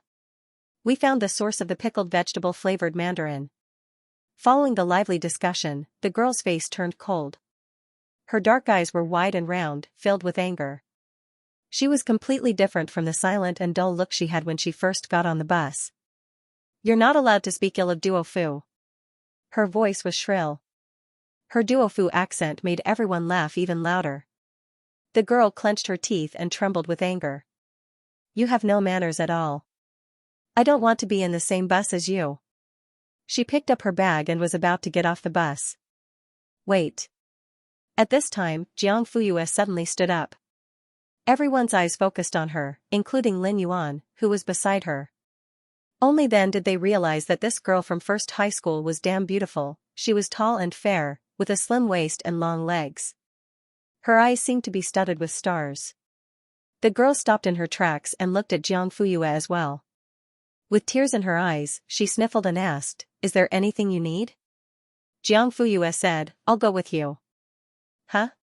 The girl was a little confused. 10 minutes later, the two of them were sitting in a comfortable and spacious car. They were enjoying the cool air and looking at the skyscrapers outside the window. The girl's eyes were still blank. She mumbled, "Are you Agata?" Agata, which meant moon goddess in Duo Fu's native language, was the patron saint of Duo Fu women. Jiang Fuyue heard this and was momentarily stunned. 20 years ago, a Duo Fu man had asked her the same question. Are you our Agata? I'm not, I'm just a Tuashi. Tuashi, the self-proclaimed name of the Duofu people, meant ordinary people. The girl's eyes widened with a hint of surprise. She didn't hide her curiosity about Jiang Fuyue. You know the Duofu language? A little.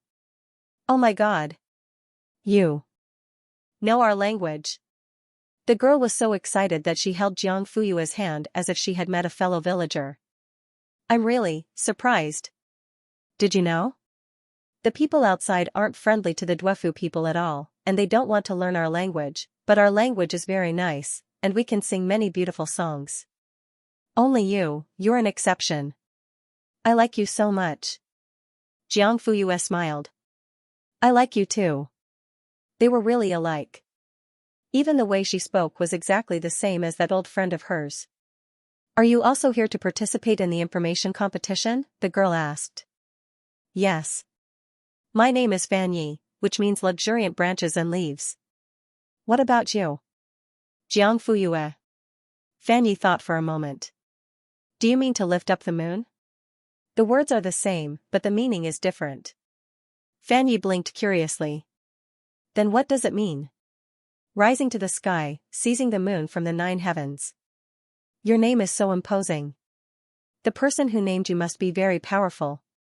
Powerful, anyway, Han Yunru had always felt that she was quite ordinary. 20 minutes later, the car stopped in front of the hotel. The two of them took their luggage to the front desk to check in, and specially asked for 2 rooms next to each other. Fan Yi said, we're neighbors. Yes. Jiang Fuyue smiled. Then I'll take a shower first. I've been suffocating for the past 2 days, and I feel like I'm going to stink. She stuck out her tongue in embarrassment. Let's have dinner together later, okay? Okay. Jiang Fuyue returned to her room as well. She took out her toiletries and placed them on the sink. Then, she took out the jacket that she had folded and stuffed into the suitcase. She stretched it and hung it on a hanger in the closet. After cleaning up, she took a shower and changed into clean clothes. Just then, the doorbell rang. The door opened, and the first thing that came into view was a bright smile. The girl was a head shorter than Jiang Fuyue and had a slender frame. She was wearing a loose t-shirt, which made her look even smaller and skinnier. Her skin was a healthy wheat color, and her hair was tied in a ponytail, revealing a full forehead. Her almond eyes were full of vitality, round and bright. I'm done. After washing away the dust on her body, there was a pleasant smell of detergent on the girl's body. Jiang Fuyue grabbed her bag. Let's go. When the two went down to the hotel lobby, the bus, and the students, arrived. How unlucky. My car broke down just like that, and there's no air conditioning. I almost fainted from the heat. Don't mention it. My clothes are so wet that you can wring water out. I'm a bit. What? Are you okay? Did you have a heat stroke?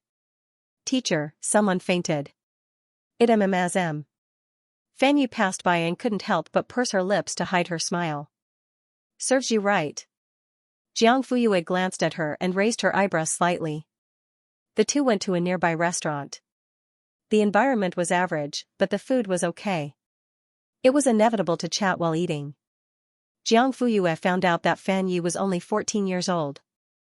If she was born in an ordinary area, she would have graduated from middle school and was preparing to go to high school this year. Can I call you sister? Her almond eyes were full of expectation. Sister Yu? Jiang Fuyue smiled. Yes. Great. You said you weren't a gata, but you are. You both have the moon in your names. It's just a coincidence. It's not a coincidence, Fan Yi said seriously. It's fate. The dishes in the north were large, and one plate was equivalent to 2 plates in the south. So, 1 meat, 1 vegetable, and 1 soup was enough for the 2 of them. Fan Yi wrapped the remaining sauce on the plate with rice and put it into her mouth. She sighed with satisfaction. It's delicious, Jiang Fuyue said. If you're not full, you can order more. No, she quickly waved her hand. I'm already full, but my father said I shouldn't waste it. If I can finish it, I'll finish it. Even if I'm rich, it can't be an excuse for squandering. Jiang Fuyue said thoughtfully, your father is a very wise man. Really? Everyone in the tribe thinks so too. Speaking of her father, Fan Ye's whole face lit up. He's different from most of the Duofu people. Oh? How so? Jiang Fuyue seemed to be very interested. Fan Yi said, although the Duo Fu people are not as evil as the rumors say, the living conditions are not good. The children in the tribe can't go to school, and they don't know how to read. Every day, they learn basic skills like hunting, breeding, and weaving. They don't even know what the world is like. But my father is different. He knows a lot of things about the outside world and can speak all kinds of languages. When I was young, he taught me to love cleanliness, exercise diligently, and read more books. Don't you think he's very wise? He taught you to love cleanliness, exercise diligently, and read more books. Jiang Fuyue raised her eyebrows. Yes, he said that Agata taught him, and he wants to teach me too. Jiang Fuyue narrowed her eyes, and the corner of her mouth rose slightly.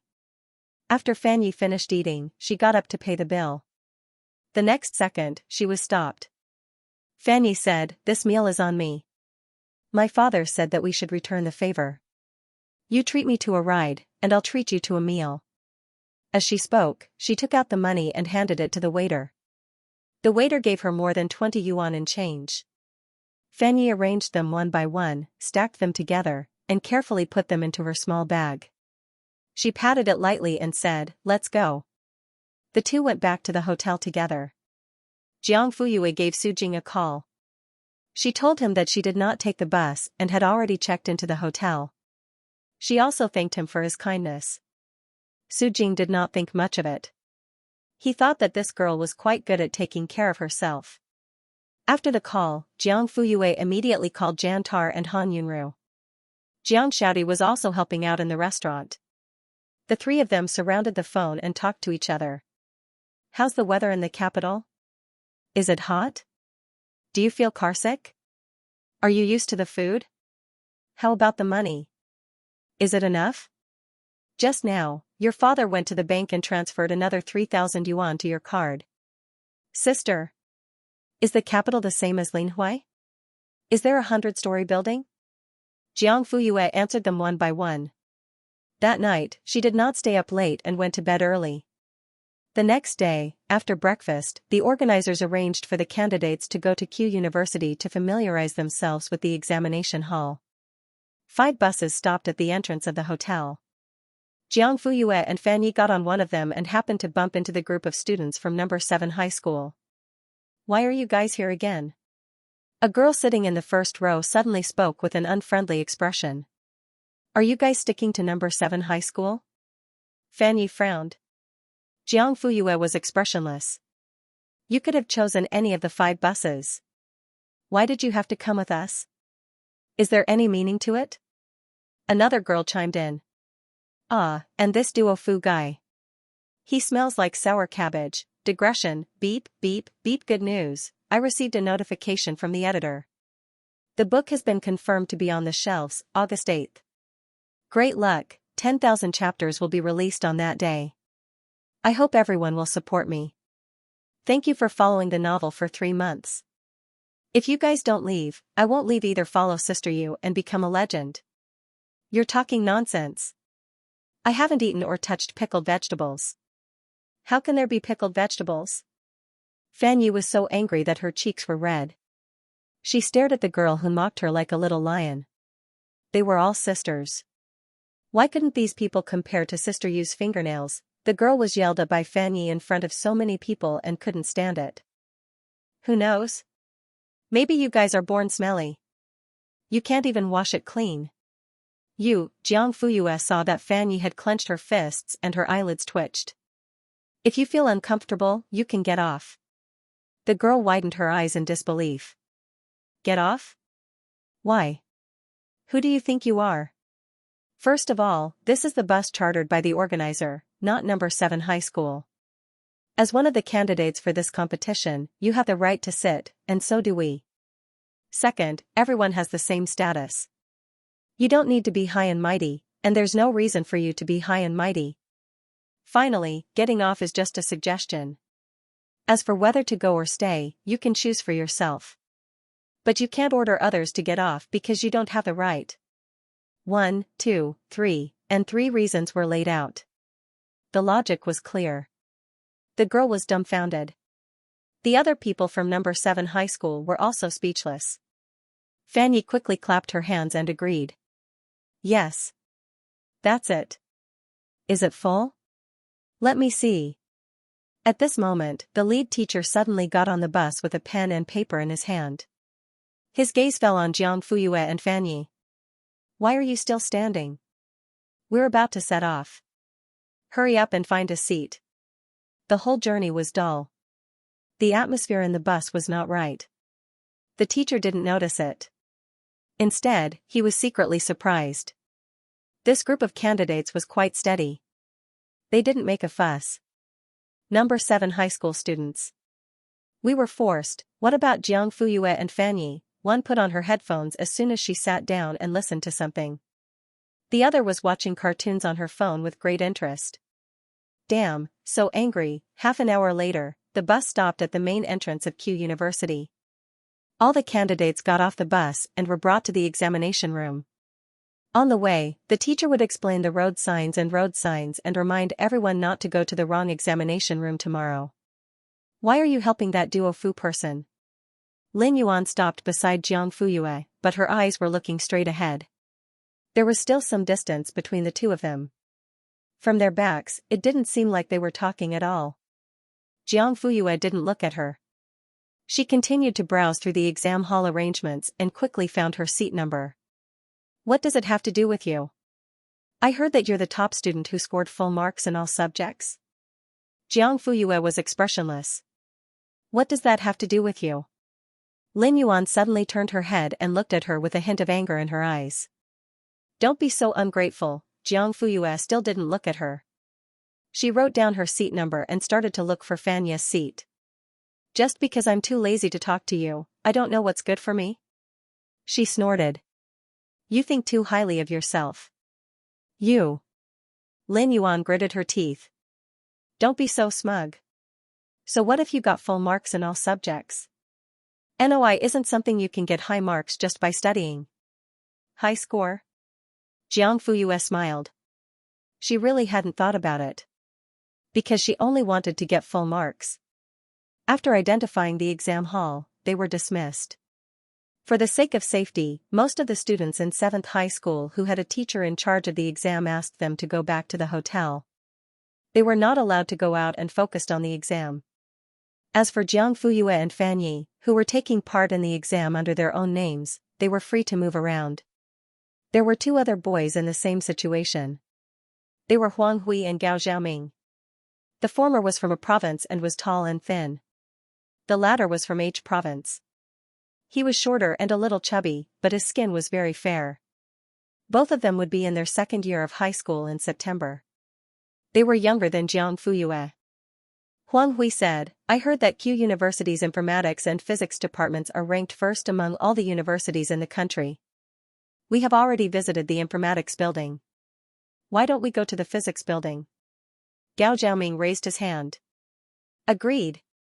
It's a good opportunity for me to see the place where I will shine in the near future. Oh, I didn't know that you want to get into Q University's physics department? Huang Hui gave him a push. Why? Can't I? Gao Xiaoming snorted. His eyes were brimming with confidence. Fanny whispered, Sister Yu, are you going? Jiang Fuyue looked at her expectant eyes. She was about to reject her, but she changed it into, yes. Then let's go. After passing through the avenue, they turned left and walked for 200 meters. A 5-story building stood in front of them. Above the main entrance, the words School of Physics were written in block letters. Next to it was a small white building. The walls were very new, and the windows were equipped with light blue glass. Not many of the windows were open, and most of them were tightly shut. On top of the building was a balance and an apple. It looked very stylish.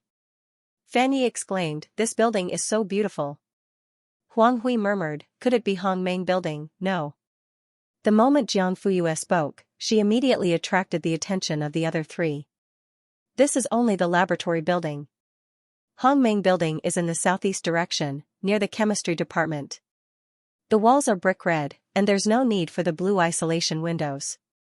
Gao Xiaoming asked, Senior, have you been here before? Jiang Fuyue looked away. No. Then how? She knew so clearly. She even knew the windows like they were her family's treasures. Ah. Look. There are people there. Are they doing experiments? Fanny exclaimed and interrupted Gao Xiaoming. Everyone looked in the direction she was pointing at. They saw 3 boys in lab robes surrounding a machine on the lawn. The machine had a strange shape.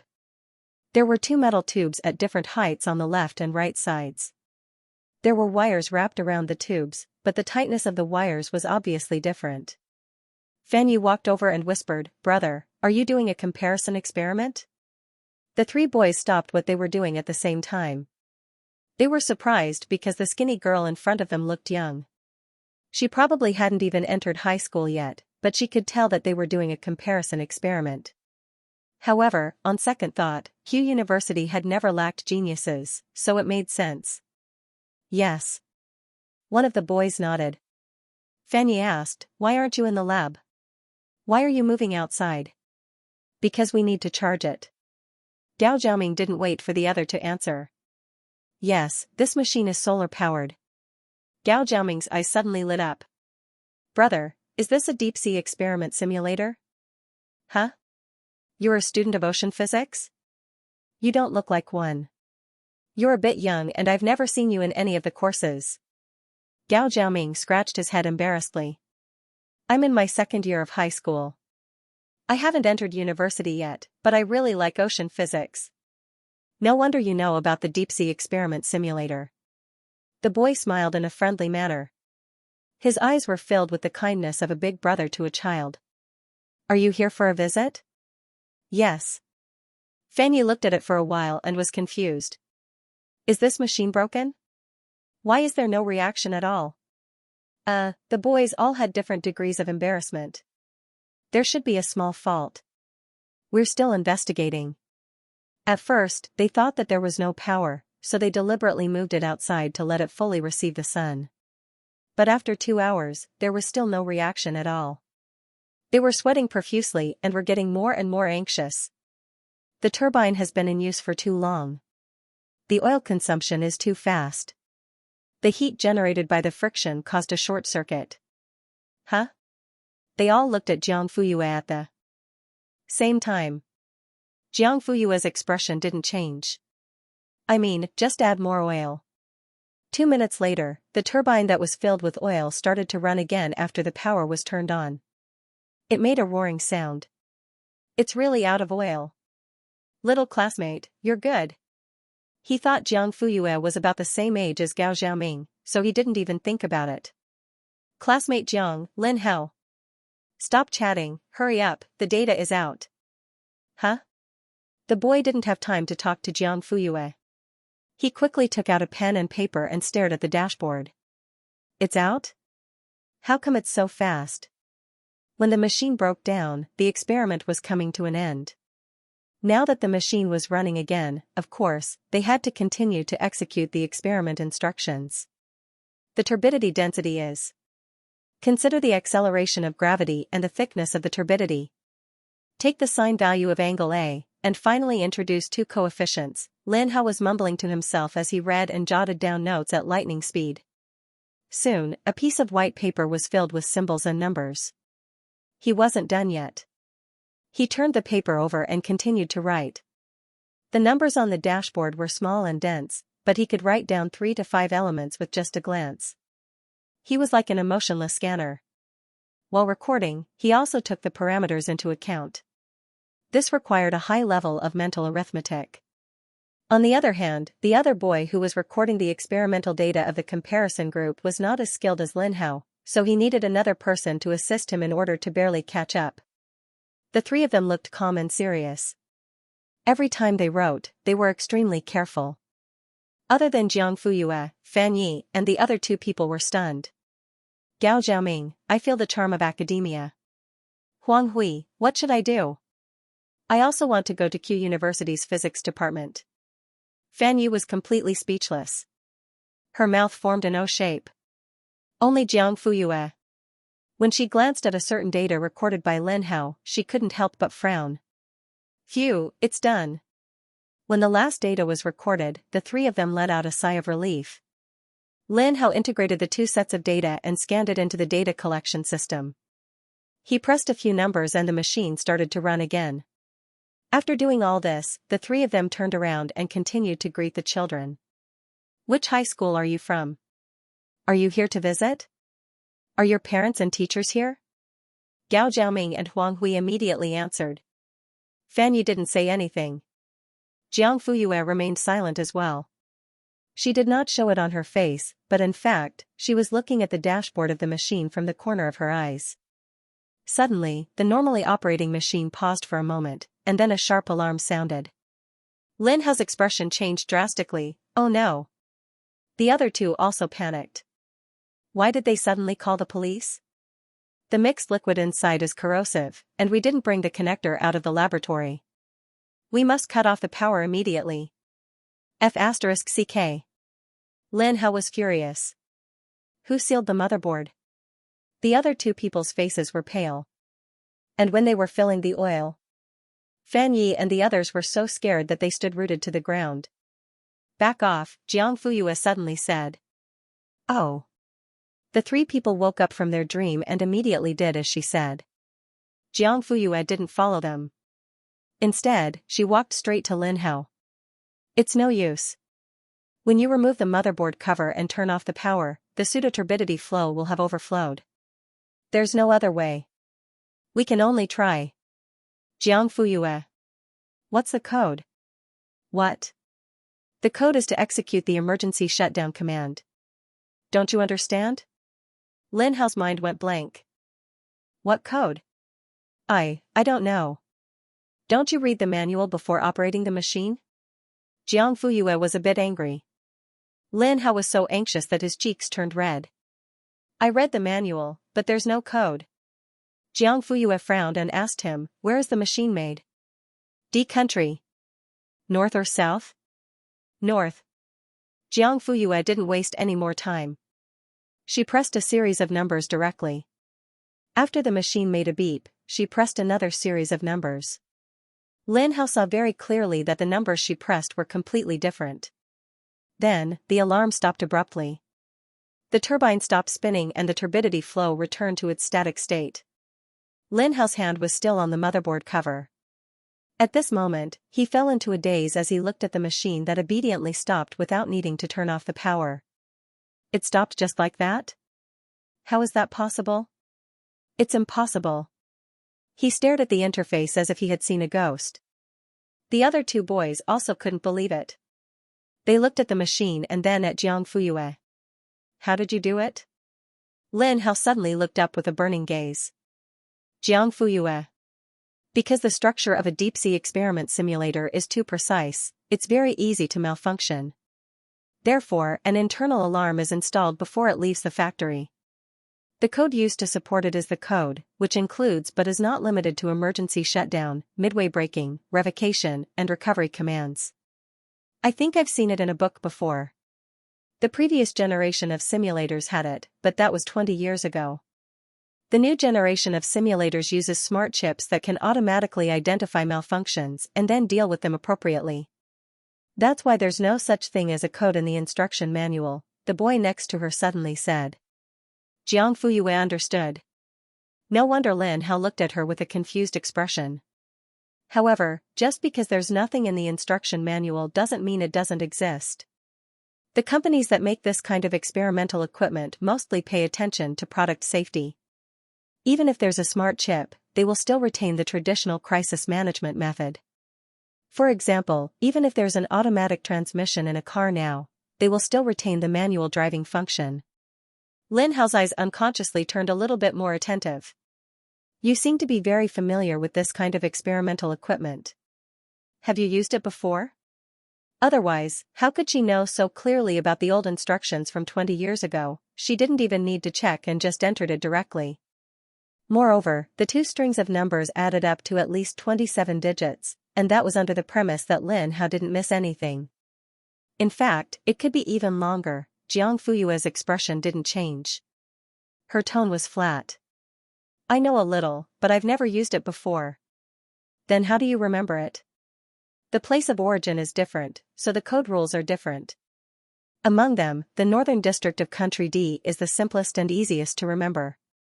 What other questions do you have? Jiang Fuyue looked at him with a faint smile. Ahem. Lin Hao coughed softly. Sorry, I might not be very good with words, but I definitely don't mean any harm. Little student, you're very good. Jiang Fuyue, I just happened to run into you. Lin Hao didn't believe her. He wanted to say something else, but suddenly, why did the three of you move the machine here? Where's the rule that experimental equipment can't leave the room? Are you treating it as a decoration? You're simply lawless. The man's roar was full of energy. He quickly rushed in front of the three people.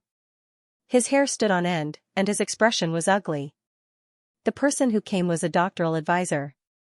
Lin Hao obediently greeted the professor and shrank to the side like a quail. The professor looked at Jiang Fuyue through the lens, and suddenly his angry expression changed. Digression, it's going to be published tomorrow. I hope everyone will support it. If you can subscribe to it, please subscribe to it. The results of the first subscription are really important. Whether sister you can soar to the sky in the future or whether she can eat the meat and drink the soup or swallow the bone dregs will depend on her little sisters. More detailed time, around 1 o'clock in the afternoon. Because the editor has to open the VIP account before uploading the chapters. Word count, 10,000 plus. A total of 5 chapters. He asked with a smile, little student, which instructor are you following? Lin Hao quickly reminded him, she's still a high school student. Huh? The professor was shocked. High school student? Are you sure? The 4 of them are all high school students. They're here to participate in the information competition.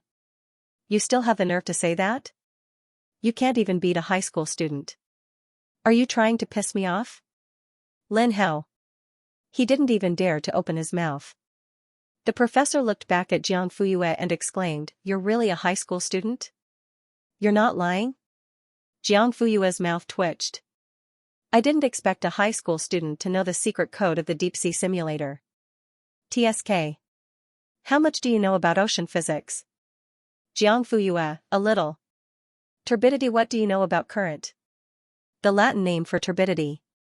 The professor raised an eyebrow. What's the cause? The difference in density between two fluids of different density. Professor, in the natural environment, an important way to generate submarine turbidity is the density flow of sediment from the estuary area. When the density of the sediment in the estuary is higher than the density of the seawater, the turbidity flow can travel hundreds of kilometers along the slope. Why do you think the turbidity flow from the estuary can be transported over long distances? Jiang Fuyue, Parker once mentioned in a paper that the erosion of the sediment bed during movement causes the turbidity flow to have a self-acceleration effect. Blanchette proved this 19 years later. Nakajima proposed another conjecture a year after Blanchette's paper was published. He believed that the turbidity flow was mixed with the surrounding seawater during movement. The professor looked at her with an indescribable expression. You've read their paper? A little bit. Another little bit, Professor. During the movement of the turbidity flow, the freshwater interstitial flow will exchange with the seawater. However, whether it's Parker, Blanchette, or Nakajima, they all proposed 2 long-distance transport situations that can't be explained by the above 2 reasons. What do you think? As long as we can find the potential factor that causes the turbidity flow to have a longer movement distance, then we can get the answer to this question. The professor's eyes lit up and he suddenly reached out to Lin Hao. Give it to me. What? Lin Hao was a little confused. The data just now. Oh. He hurriedly handed it over. Unexpectedly, the professor did not even look at it after receiving it. He directly stuffed it into Jiang Fuyue's hands and said, then tell me, what was the problem just now? Why did the machine sound the alarm? Could it be that this professor had been here for a long time and was secretly waiting to see his student embarrass himself? What kind of bad taste was that? Jiang Fuyue did not pick up. What's wrong? You don't dare? Weren't you so talkative just now? Lin Hao covered his eyes. He couldn't bear to look at his director's intimidating expression. Fan Yi? Were all professors so weird? Were their words so cheap, Huang Hui? A landslide in the academic world, Gao Xiaoming. Okay, I'll remember this and not choose this person to be my doctorate supervisor in the future. Jiang Fuyue's mouth twitched. There's no need to look at it. On the second page, in the seventh row, when the experience coefficient and sliding friction coefficient were introduced, the parameter values were set incorrectly. Impossible. Before the professor could speak, Lin Hao was the first to disagree. Two of his colleagues immediately agreed. Anyone can make a mistake, but Lin Hao definitely can't. The professor also agreed with this point. Lin Hao was a famous mental arithmetic master at Q University. His processing speed was comparable to a small computer. The probability of making a mistake was very low. Jiang Fuyue, I'm not saying that he made a mistake. When the experience coefficient and sliding friction coefficient were introduced during the experiment, why didn't they consider setting random parameters? Without these parameters, the experiment results would not be universal. It would be strange if there were no problems when the data was entered into the deterministic model. Clap, clap, clap. As soon as Jiang Fuyue finished speaking, there was a round of applause. Su Kaiqing had been standing in the back for a while. Behind him was a group of associate professors and PhD students. As soon as he walked out of the laboratory building, he saw a group of people on the lawn. It was fine if they were just students, but there was also a colleague. He couldn't help but take a second look. It was this glance that allowed him to catch a glimpse of a familiar figure. Old Su suddenly became excited like a child. He jogged over, and the group of people behind him looked at him with their eyes wide open. Was this still the steady and dignified Old Su? As soon as Su Kaiqing got closer, he heard Old Zhao from the Department of Marine Physics making things difficult for Jiang Fuyue. What turbidity density, blah, blah, blah. This little B** starred was quite arrogant. He immediately stopped and quietly waited to see him get slapped in the face. Sure enough, Zhou was Zhou. He went straight to the point as soon as he opened his mouth. Su Kaiqing couldn't help but applaud, like a fan cheering for his idol. Stars were about to appear in his old eyes. Old Su. When they saw the person who came, the whole scene became solemn, including Professor Zhao, who wanted to test Jiang Fuyue, Lin Hao, and the others. Only Jiang Fuyue and her three friends looked normal. The former was fearless, while the latter three were not in the mood at all. After all, they didn't know who this Old Su was. Su Kaiqing walked over and smiled at Jiang Fuyue. His tone was gentle. Why are you here? When the two of them said goodbye in Linhui, they said that they would meet again at the summer camp. They didn't expect that it would be so soon, and on the campus of Q University, when everyone heard this, they immediately pricked up their ears. So, Old Su already knew this little classmate. Something was up, Jiang Fuyue only said softly, participating in the competition. Su Kaiqing, then no one can beat you, ? What kind of crazy fan spoke like this? Everyone suspected that there was something wrong with their ears. Professor Zhao was the closest. Not only did he feel that there was something wrong with his ears, but he also felt that the whole world was a fantasy. This was Old Su, was he kidding? Jiang Fuyue coughed softly, reminding him to pay attention to his identity. Su Kaiqing finally reacted. Cough. This classmate is very good. The turbid current movement is clear and logical, and the experimental situation is also well considered. It's simply a hero from a young age. Ambition doesn't depend on age. The new generation excels the old. Everyone, ? Jiang Fuyue's scalp went numb, and she hurriedly dragged him away. Can you stop? I feel like I'm going to be shot into a sieve. Su Kaiqing, then you're also the smartest and wisest sieve. Jiang Fuyue, ? Oh my god, help! The group of people watched as Su Kaiqing was dragged away. They actually felt like they were watching a naughty child being thrown out. No. Old Su, we still have to go to the administrative building for a meeting. Come. Back quickly, Erkongshou, Q University cafeteria. When Su Kaiqing led the four children in to get food, and he stood by the side, smiling as he swiped his card, almost the entire cafeteria's attention was attracted. One of them suddenly became particularly deep when he swept past Jiang Fuyue's back. Ah Yuan? What are you looking at? Digression, it's published today. Thank you for your support along the way. Thank you for signing in and leaving comments every day. Thank you so much. Because this book is an inverted V, if you can afford it, I hope everyone will buy it. Fish will work hard to write and let you see a story that's worth the money. Of course, there's also Xian99's wife chasing funeral home, must be arranged. Below is the update time and word count. The next 3 days will be 10,000 chapters, and the update will be no less than 6,000 words every day. Update time, 7 o'clock a.m. and 15 o'clock p.m. every day. Other times, the update will drop at irregular times. If there are occasional changes in the time, it will be notified in the comment section. Love you all. Old Mr. Shen followed his gaze and saw Su Kaiqing tapping his meal card on the machine. He tapped it a second time, a third time, he was like an emotionless card swiping machine. Old Su, are you going to teach undergraduates? Xie Dingyuan looked away. Teacher, I still have 2 projects on hand. I just want to borrow the laboratory at Q University. I won't be participating in the information competition. Okay. Shen Wenjiao nodded and expressed his understanding. Although it's only 1 question, it's a waste of energy. Okay. Xie Dingyuan lowered his head and ate seriously. His calm and cold face and focused eyes made it seem as if he was looking at a thesis instead of a plate. Old Mr. Shen. Get used to it. They were silent on this side, but on the other side, they were laughing and chatting. Grandpa, are you a teacher at Q University? Su Kaiqing, yes. There was nothing wrong with calling a PhD student a teacher. Gao Zhaoming, then what do you teach? Su Kaiqing, physics. Wow. I love physics so much.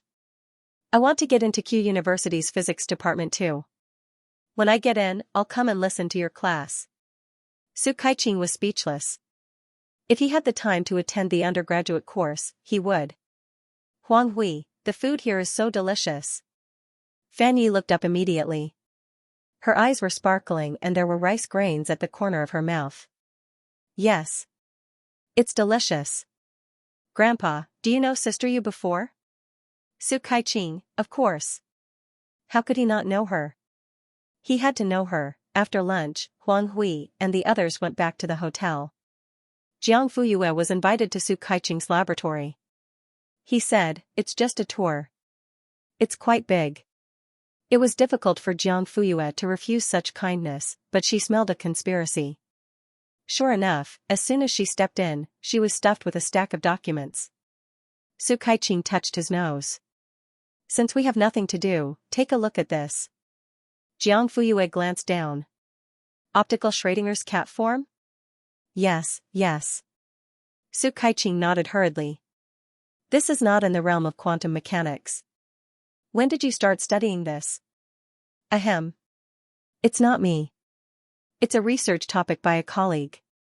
The focus is on the filter design and the measurement method of the filter cavity length. I've seen it before. From a theoretical point of view, there are no problems. However, the measurement results are not stable during the actual operation. Jiang Fuyue raised her eyebrows. So what are you doing for me? I think you should be able to see the problem. Before Jiang Fuyue could speak, a figure rushed in and grabbed the paper in her hand. Who are you? Don't you know that no one is allowed to enter the experimental grounds? It was a white-haired old man.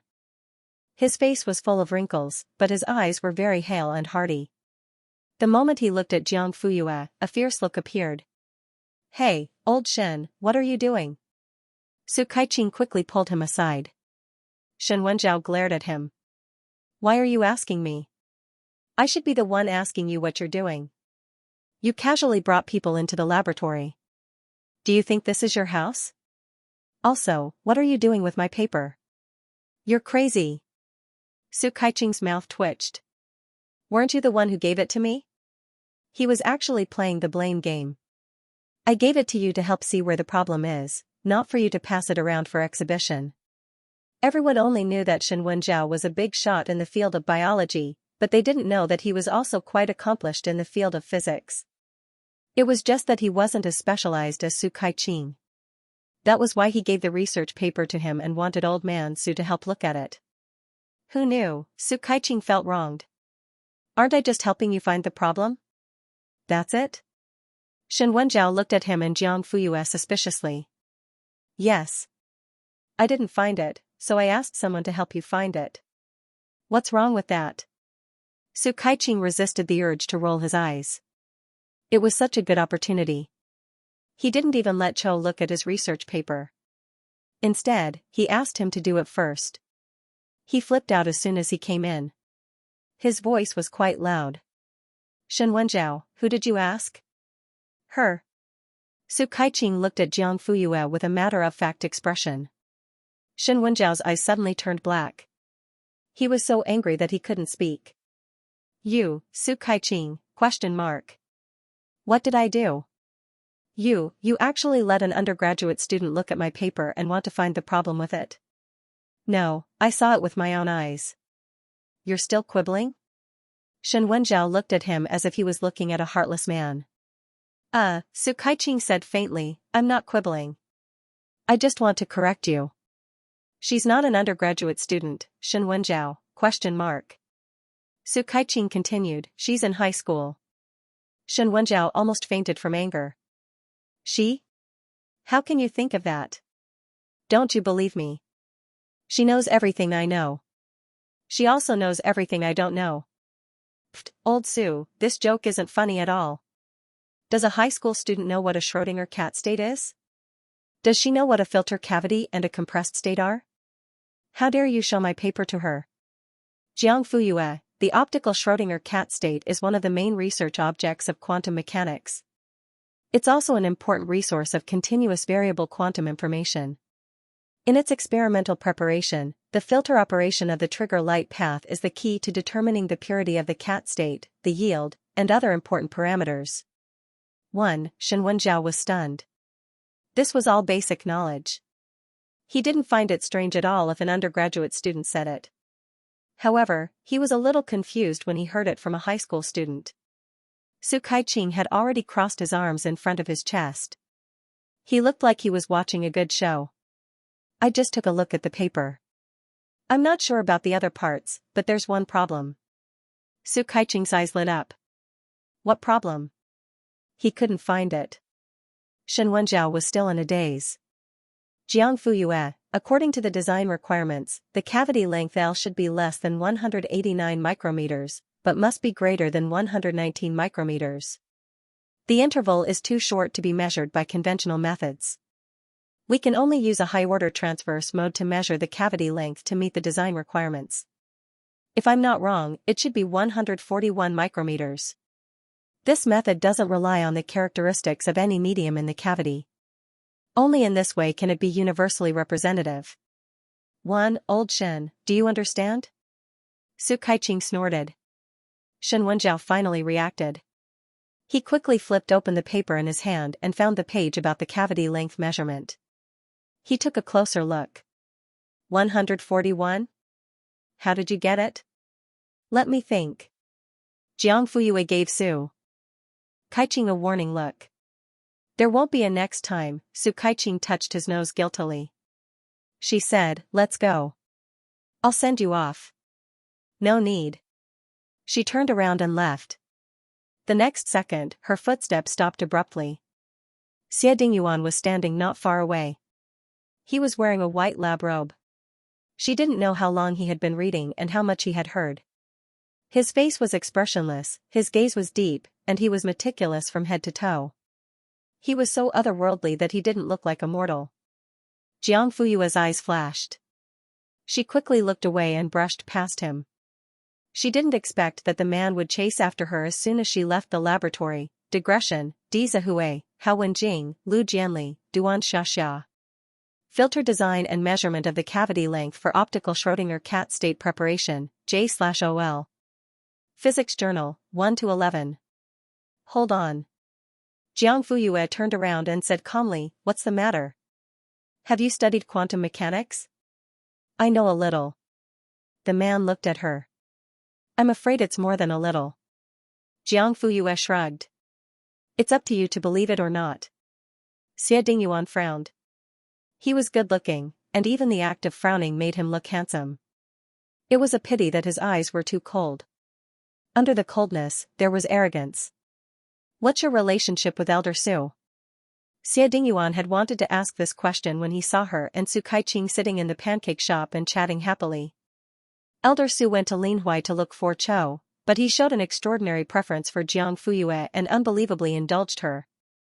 Between the two, could there be a necessary connection? Moreover, Jiang Fuyue was the first one to buy the few out-of-print books that had been sold through the worry trade back then.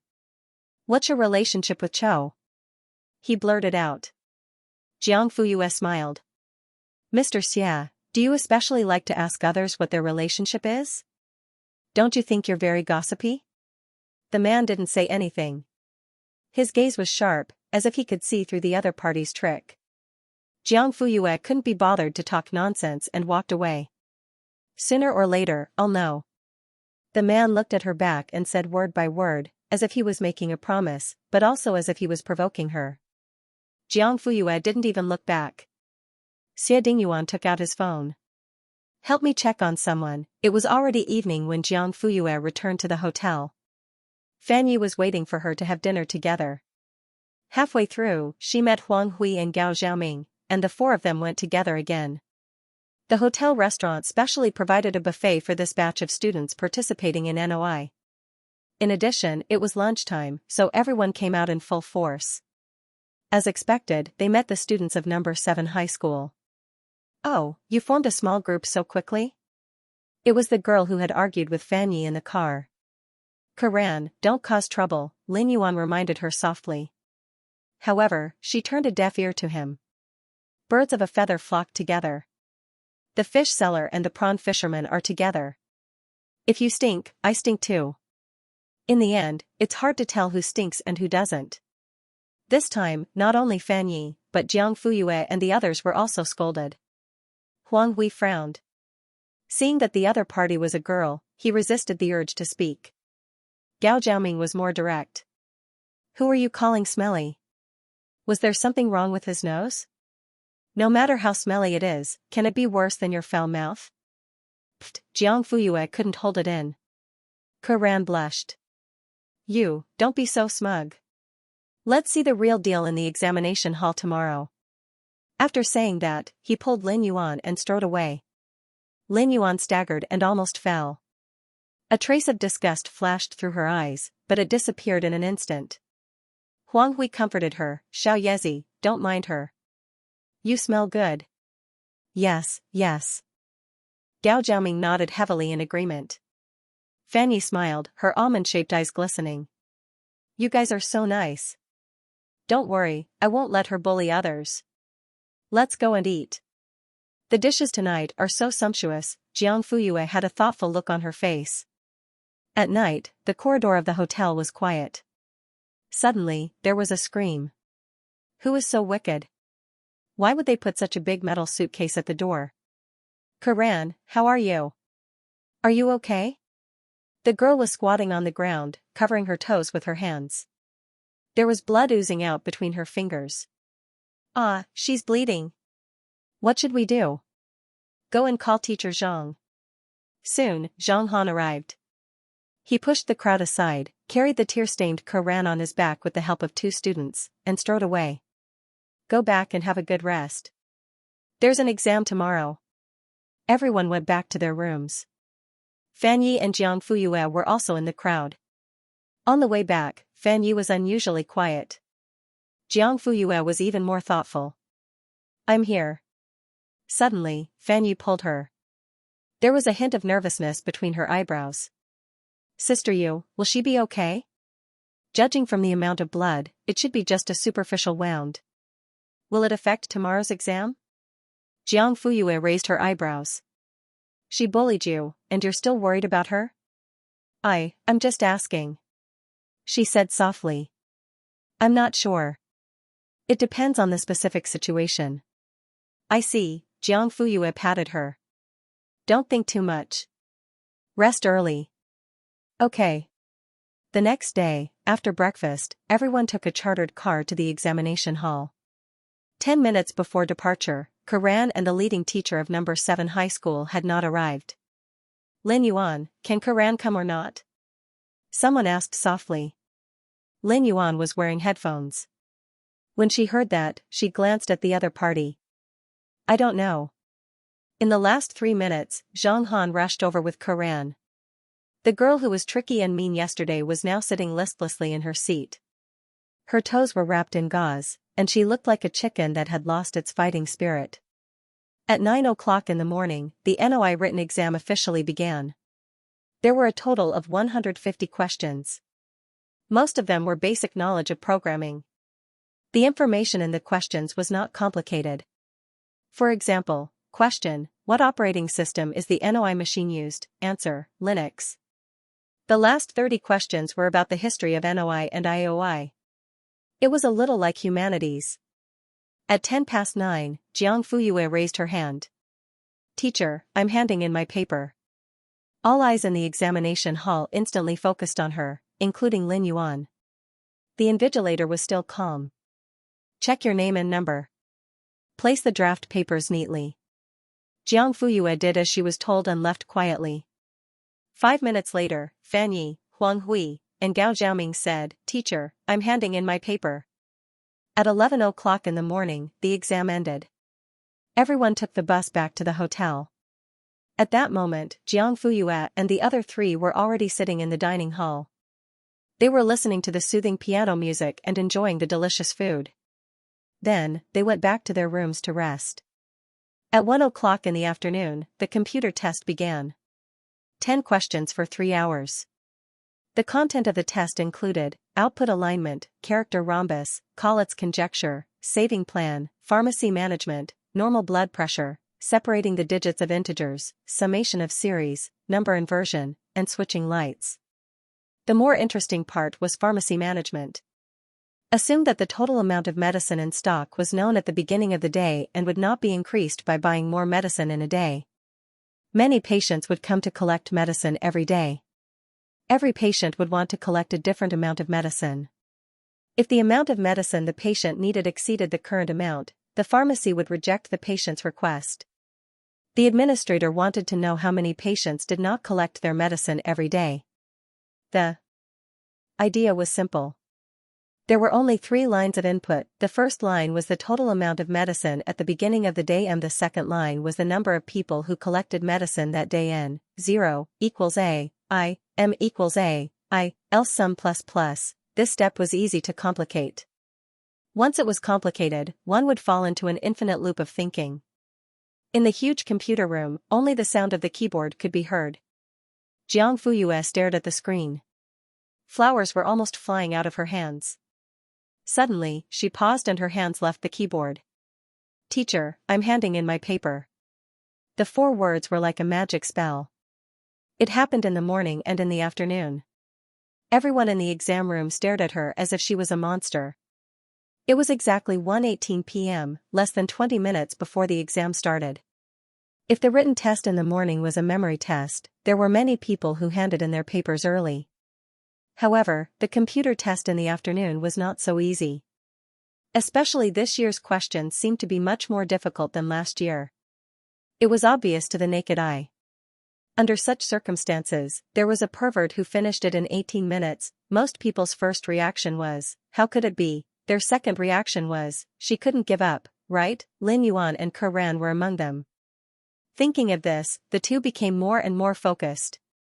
They couldn't wait to get full marks on the spot and laugh at Jiang Fuyue's face.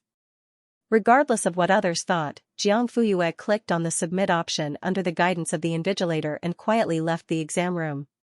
After another 20 minutes, Fan Yi handed in his paper. Then Huang Hui and Gao Xiaoming. The 4 of them gathered together again and happily went back to the hotel for dinner. When the others finished the exam and were sent back by the bus, the food was already cold. According to the original plan, after the exam, everyone could go back home. However, for safety reasons, the organizers extended everyone's stay for 1 more night and they could leave tomorrow. Just as everyone was about to book their tickets, they suddenly received news that the results would be announced in 3 days. The candidates were not allowed to leave Beijing. At that time, the summer camp shortlist would be announced directly. You guys received the news too? Just received it. What's going on? In the past, the results were announced in about a month. 3 days is too short, isn't it? Are you sure it's not a prank? Everyone received it. How can it be fake? Does anyone have inside information? Can you tell us what's going on? I heard that the summer camp this year will be brought forward by a month, so the organizers are in a hurry to announce the results. Maybe after 3 days, once the list is confirmed, the training will start directly. Damn. Why are they in such a hurry? I wanted to go home and rest for half a month. Otherwise, the summer vacation will be gone. Tisk, as if you'll definitely make it. According to reliable sources, this year's summer camp shortlist threshold will be the highest in the past 5 years. This news caused a lot of speculation and discussion. After receiving the message, Jiang Fuyue immediately exited the ticketing software and called home to explain the situation. Then you have to take good care of yourself. Spend what you need. Don't be too frugal. Alright. After ending the call, Jiang Fuyue turned off the lights, closed her eyes, and fell asleep. The next day, the organizer rushed to the hotel early in the morning to gather everyone and explain the situation. I'm afraid that everyone will be bored for the next 3 days, so we've organized a tour around the capital. The whole trip is free. If you want to go, you can register with me later. Fanyi, Sister Yu, are you going? Jiang Fuyue, no. Is that so? His expression was conflicted. Fanyi wanted to go. She had been born and raised on the floating island. This was her first time in the imperial capital, so she was curious about everything. However, it seemed pointless to go alone. Fortunately, Huang Hui and Gao Xiaoming were both going. Fanyi, then, Sister Yu, I'll go with them. Yes. That afternoon, this group of people left the hotel and formed a temporary group. The lights were turned on. Jiang Fuyue changed her clothes and got into a taxi in the dark. Where are you going? The driver asked. Jiang Fuyue lowered the brim of her hat, half of her face was hidden in the shadows. Her expression couldn't be seen clearly. Rose Garden Cemetery. The driver felt a chill on the back of his neck. He couldn't help but look at the back seat through the mirror. This person was going to a cemetery at night? Sorry, He wanted to refuse. Suddenly, a fair and slender hand handed him a 100 yuan bill. Is this enough for the tip? But, the complaint number is right next to your hand. The driver was scared. Then I'll stop at the entrance and not drive in. Jiang Fuyue, okay. Sifang City was still congested at night. An hour later, the taxi stopped at the entrance of the cemetery. Jiang Fuyue paid the fare and walked to a flower shop that was about to close. Lady boss, a bouquet of red roses and a bouquet of daisies. The middle-aged woman was stunned. You want to enter the cemetery? Yes. At a time like this. Wasn't she afraid? The moon was dark and the wind was strong. Even though she had run this shop for more than 20 years, she didn't have the guts. Jiang Fuyue said calmly, it's okay. Do you have flowers? Yes. The lady boss couldn't help but look at her. Unfortunately, the cap was in the way. All she could see was a delicate white chin. What flowers did you say you wanted? Red roses and daisies. Oh, okay, His voice became sluggish and stopped abruptly. The lady boss suddenly reacted. You want red roses? Jiang Fuyue nodded. Do you have them? Yes. But are you sure you want to give roses to the dead? Jiang Fuyue paid the money, took the flowers, and walked to the cemetery. The lady boss muttered for a while. Her husband, who opened the curtain, heard her. What are you talking about? Talking to yourself in the middle of the night. Hey. Old Xiao, do you remember a girl who used to come here to buy red roses every time? Did she? Yes. It's been a long time. The lady boss was lost in her memories. About 20 years ago. Who would remember something that happened so long ago? Hurry up and close the shop. Our son has to go to school again if we go back late. The moonlight was bleak, and the night was cold like water. Jiang Fuyue walked through the narrow walkway and walked up the stairs. Around her were arranged orderly tombstones. The air was filled with the smell of flowers mixed with oil and wax. When the wind blew, it was so light that it was almost invisible. Finally, she stopped somewhere and turned around. She was facing a tombstone. To be precise, there were 2 tombstones. But because they were built together, they were close to each other and looked like one. She dropped the bouquet of daisies and squatted down. She placed the roses in front of the other tombstone and adjusted the angle. The crooked daisies and the red roses were in full bloom. One was miserable and scattered, while the other was in full bloom. The dim yellow contrasted sharply with the brilliant red. Jiang Fuyue stood up straight and looked at the yellowed photo on the tombstone. The beautiful woman's facial features were blurred, leaving only a mottled shadow. Right below the photo was engraved, "Wife, Zhao Chusho." Next to the photo was the owner of the other tombstone. Husband, Lu Yunzhong. After standing there for 5 minutes, Jiang Fuyue turned around and left. When she went down, she saw a figure walking up the stairs. It was inevitable that they would bump into each other on the same path. Jiang Fuyue kept her head down. The brim of her hat covered her entire face. With the camouflage of the night, even acquaintances might not be able to recognize her. But the next second, what a coincidence. "We meet again, Jiang Fuyue." The deep voice called out her name word by word. Jiang Fuyue did not stop walking. It was as if the person was not calling her. The man chuckled and quickly reached out to grab her. His target was the baseball cap on her head. Jiang Fuyue's eyes turned cold, and she dodged the man's hand. As she raised her head, the girl's beautiful face and charming eyes were exposed to the man. Their eyes met, and sparks flew. It seems that the shoulder throw last time was in vain. Mr. Xia didn't learn his lesson. The man looked at her and narrowed his eyes. "It's really you. Am I strange? Who are you worshipping at the cemetery in the middle of the night?" Jiang Fuyue smiled. But there was no smile in her eyes. "It has nothing to do with you. If I remember correctly, you were born and raised in Linhui. This is your first time out of the province. Logically speaking, you shouldn't have anything to do with the capital. But you appeared in the capital's cemetery in the middle of the night. Isn't it strange? I don't think I have the obligation to answer your questions." Then, she walked away. Xie Dingyuan didn't stop her. He just stood there and watched her leave. His eyes were darker than the night. Jiang Fuyue didn't expect to meet Xie Dingyuan here. But that was it. She knew that he would be suspicious, but so what? Lu Mingyue and Jiang Fuyue were 2 individuals who had nothing to do with each other.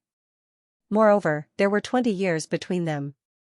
On the way back, Jiang Fuyue sat in the taxi and looked at the scenery outside the window. This was no longer the capital she was familiar with. It was almost dawn when she returned to the hotel. Jiang Fuyue took a shower and fell asleep peacefully. But there was another person in the same night, accompanied by a lonely lamp, who didn't feel sleepy at all. Xie Dingyuan was waiting for a call. The moonlight shone through the window and gently shone on the man's face, but it couldn't shine into his indifferent eyes. In front of him was a cell phone, and next to it was a research report that had been put aside halfway. The red handwritten comments were hidden in the middle of the print, and the professional symbols were difficult to understand. When the clock pointed to 1 in the morning, the cell phone suddenly beeped twice. Xie Dingyuan looked up and opened his mailbox. The page showed that an email had come in a minute ago. He clicked on it. A quarter of an hour later, the man put down his phone and walked to the window. The results of the investigation showed that Jiang Fuyue and Su Kaiqing had no interaction before, and Jiang Fuyue had nothing to do with the capital. If it wasn't for this information science competition, she wouldn't be here. Nothing seemed out of the ordinary, but she just had to appear in the Rose Garden Cemetery, where all the people buried were of noble birth and power in the capital. Ordinary people couldn't even come into contact with it. They didn't even deserve to know of its existence. One day, I will personally peel off that layer of disguise of yours and see what you are hiding. Information science competition, ha. Xie Dingyuan returned to his desk, turned on his computer, and found the email from D Country half a month ago. The sender column read, IOI sponsor, he replied in English, I can come up with a question, but it has to appear at the end. Jiang Fuyue, I hope you can make it to the internationals. When the time comes, it will definitely be exciting. Under the dim yellow light, the man revealed a rare expression of joy. Jiang Fuyue slept very well.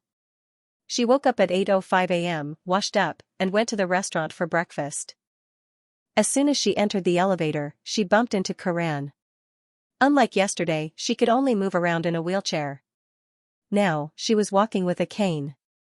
Jiang Fuyue looked straight ahead without much emotion on her face. However, the reflective metal door reflected Karan's sarcastic face. Where is the country bumpkin behind you? Did she secretly run back to the floating island because she felt embarrassed because she didn't do well? Jiang Fuyue ignored her. Karan thought that she had nothing to say and became even more mean. I'm curious. Can't you smell the sour cabbage on her body? Or are you saying that you are the same kind of trash? Jiang Fuyue, if you are as good as your mouth, Teacher Zhang will be very pleased.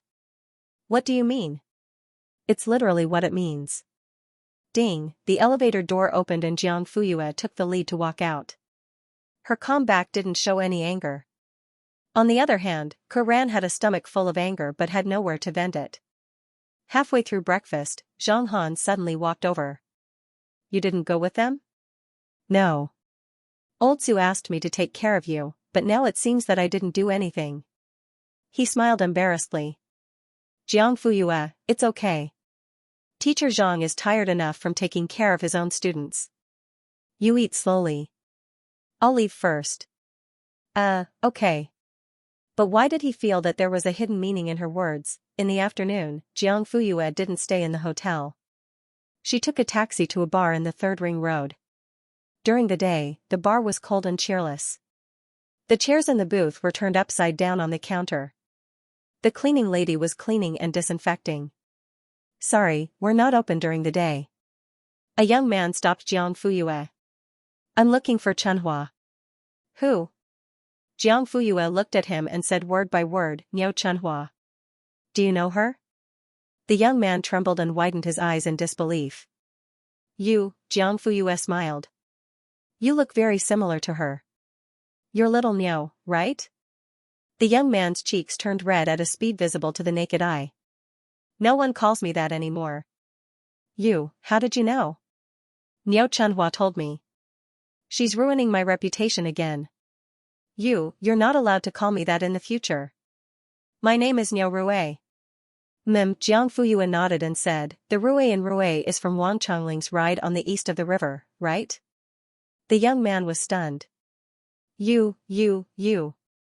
How did you know? Of course, Jiang Fuyue knew. This name was given by her to this little brat back then. She didn't expect that in the blink of an eye, the little bean had grown so big and became a handsome young man.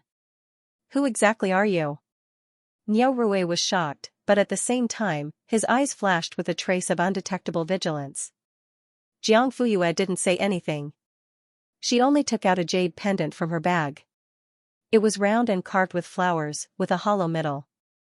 Ordinary people couldn't understand it. Chanji pendant? Niu Rue blurted out. How did you get this thing? Who gave it to you? As soon as he finished speaking, Jiang Fuyue's wrist was grabbed by him. She exerted a little force, but she couldn't break free. He was much more promising than Niu Chunhua. Speak. Niu Rue's eyes were sharp, as if he was a different person. He didn't have any shyness from before. The commotion here was too big, and it attracted the cleaning lady's attention. Jiang Fuyue met his scrutinizing gaze. She didn't avoid it. Are you sure you want to talk here? Niu Rue didn't say anything. Or, take me to see your mother. He was still silent, but his expression was thoughtful. Jiang Fuyue raised her eyebrows and calmly waited for him to make a choice. But if one observed carefully, they would see a flash of satisfaction in her eyes. It was Niu Rue's vigilance and caution. Tell me first, how did you get the Chanji pendant? Jiang Fuyue, it's my own. If it's not in my hands, then it's in your hands? Impossible. Unless. Jiang Fuyue had a smile on her face. In a flash, something flashed through Niu Rue's mind. You know Aunt Lu? Digression. Sister Yu, I'm already an aunt, vicissitudes. Another little alias appeared. Today's update is over. I'll send it all at once. Tomorrow, it'll be 10,000 words. The fixed times are 7 o'clock and 1500 hours. I don't know her. Jiang Fuyue denied. In the next second, she suddenly became aggressive and released her aura. Niao Rui almost couldn't handle it. With the jade pendant in my hand, I am the owner of Qianji Pavilion. Ask Niao Chenhua to come out. Her outburst completely stunned Niao Rui.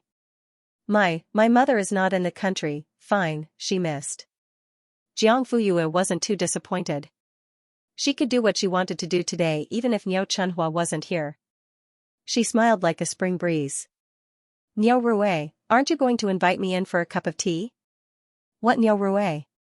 That's too embarrassing. Jiang Fuyue changed her tone and raised her voice. Please come upstairs. There were no private rooms on the second floor of the bar. It was only for office use. Niao Rui invited her to sit on the sofa and poured a glass of water for Jiang Fuyue. You. Who are you? Jiang Fuyue ignored him and walked around the office twice. Finally, she stopped in front of a huge oil painting. In the painting, Niao Chenhua was wearing a cheongsam and holding a round fan. She looked down and was extremely shy, exactly the same as 20 years ago.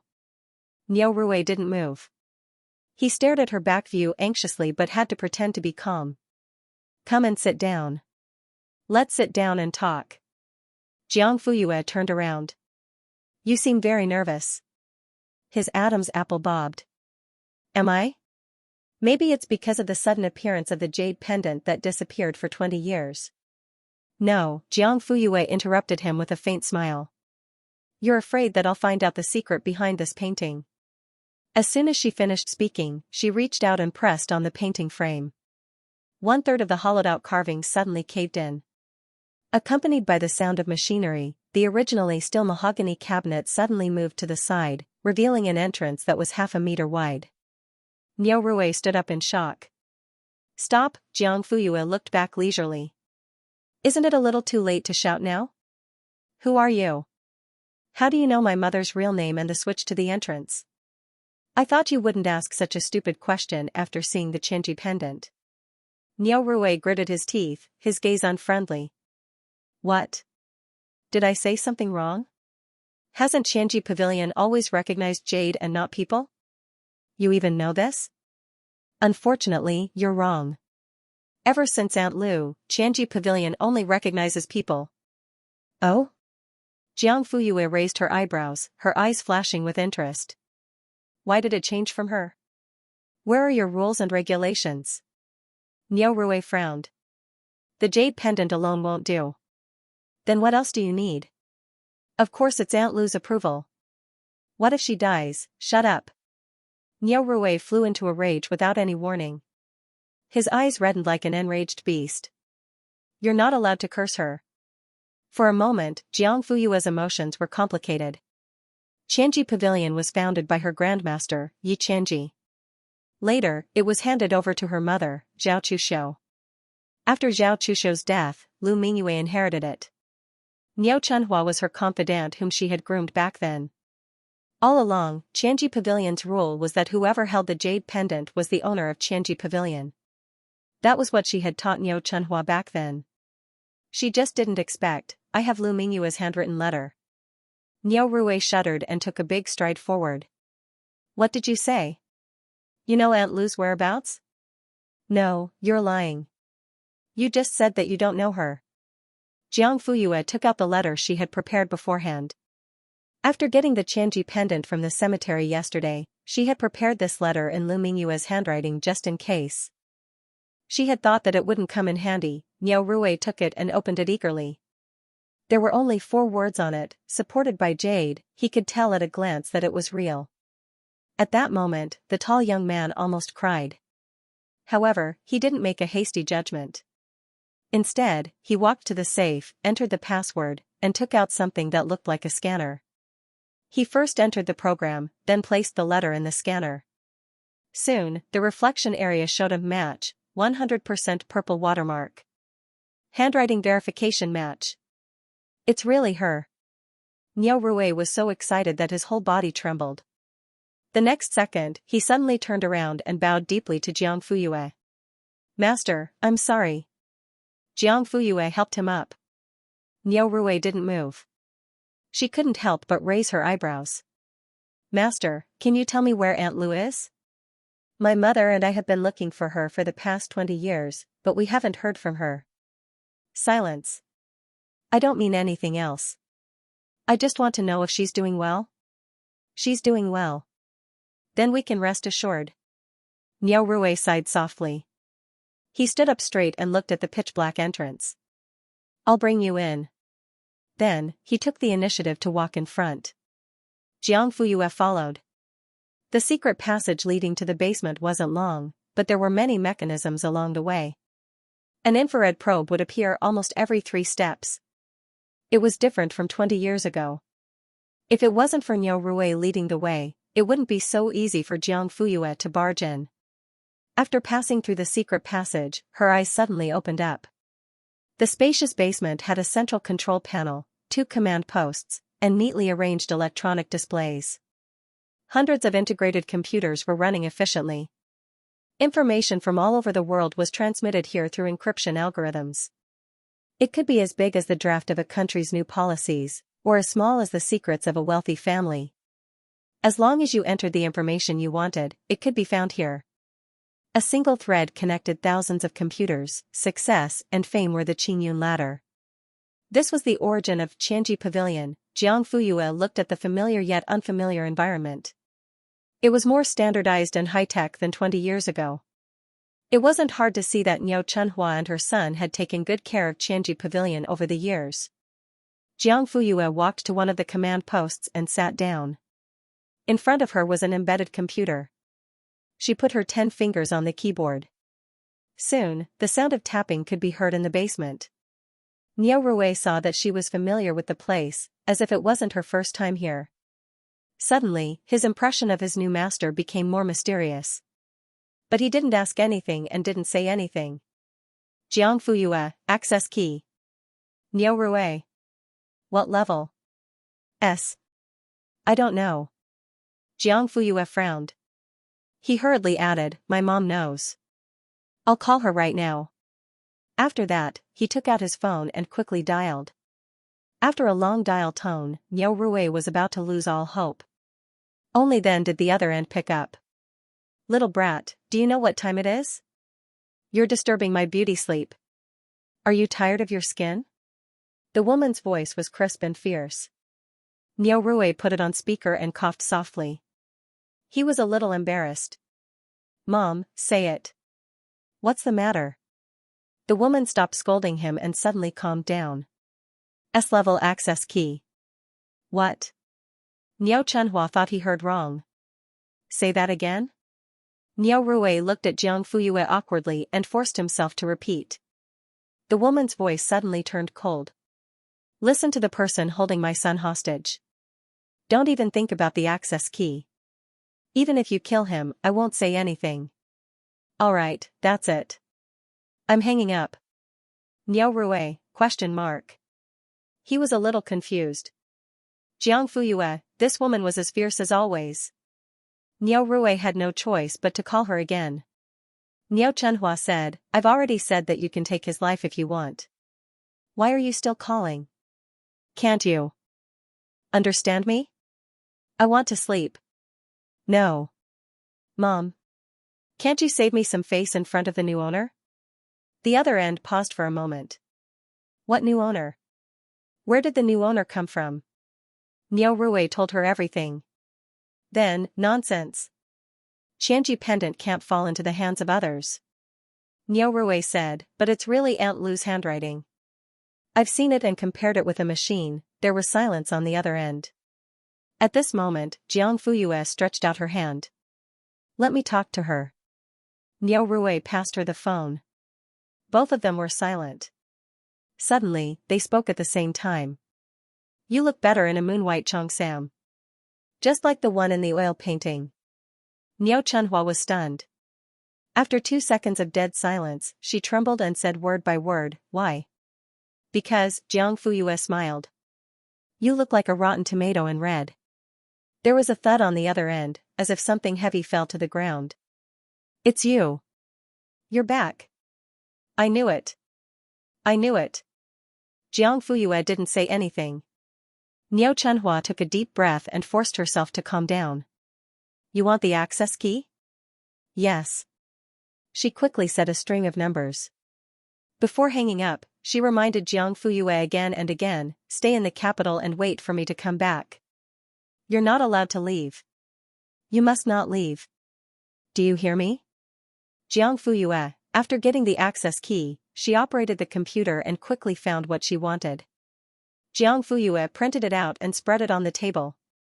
Then, she called Niao Rue. Come here. Me? Is there someone else here? Oh.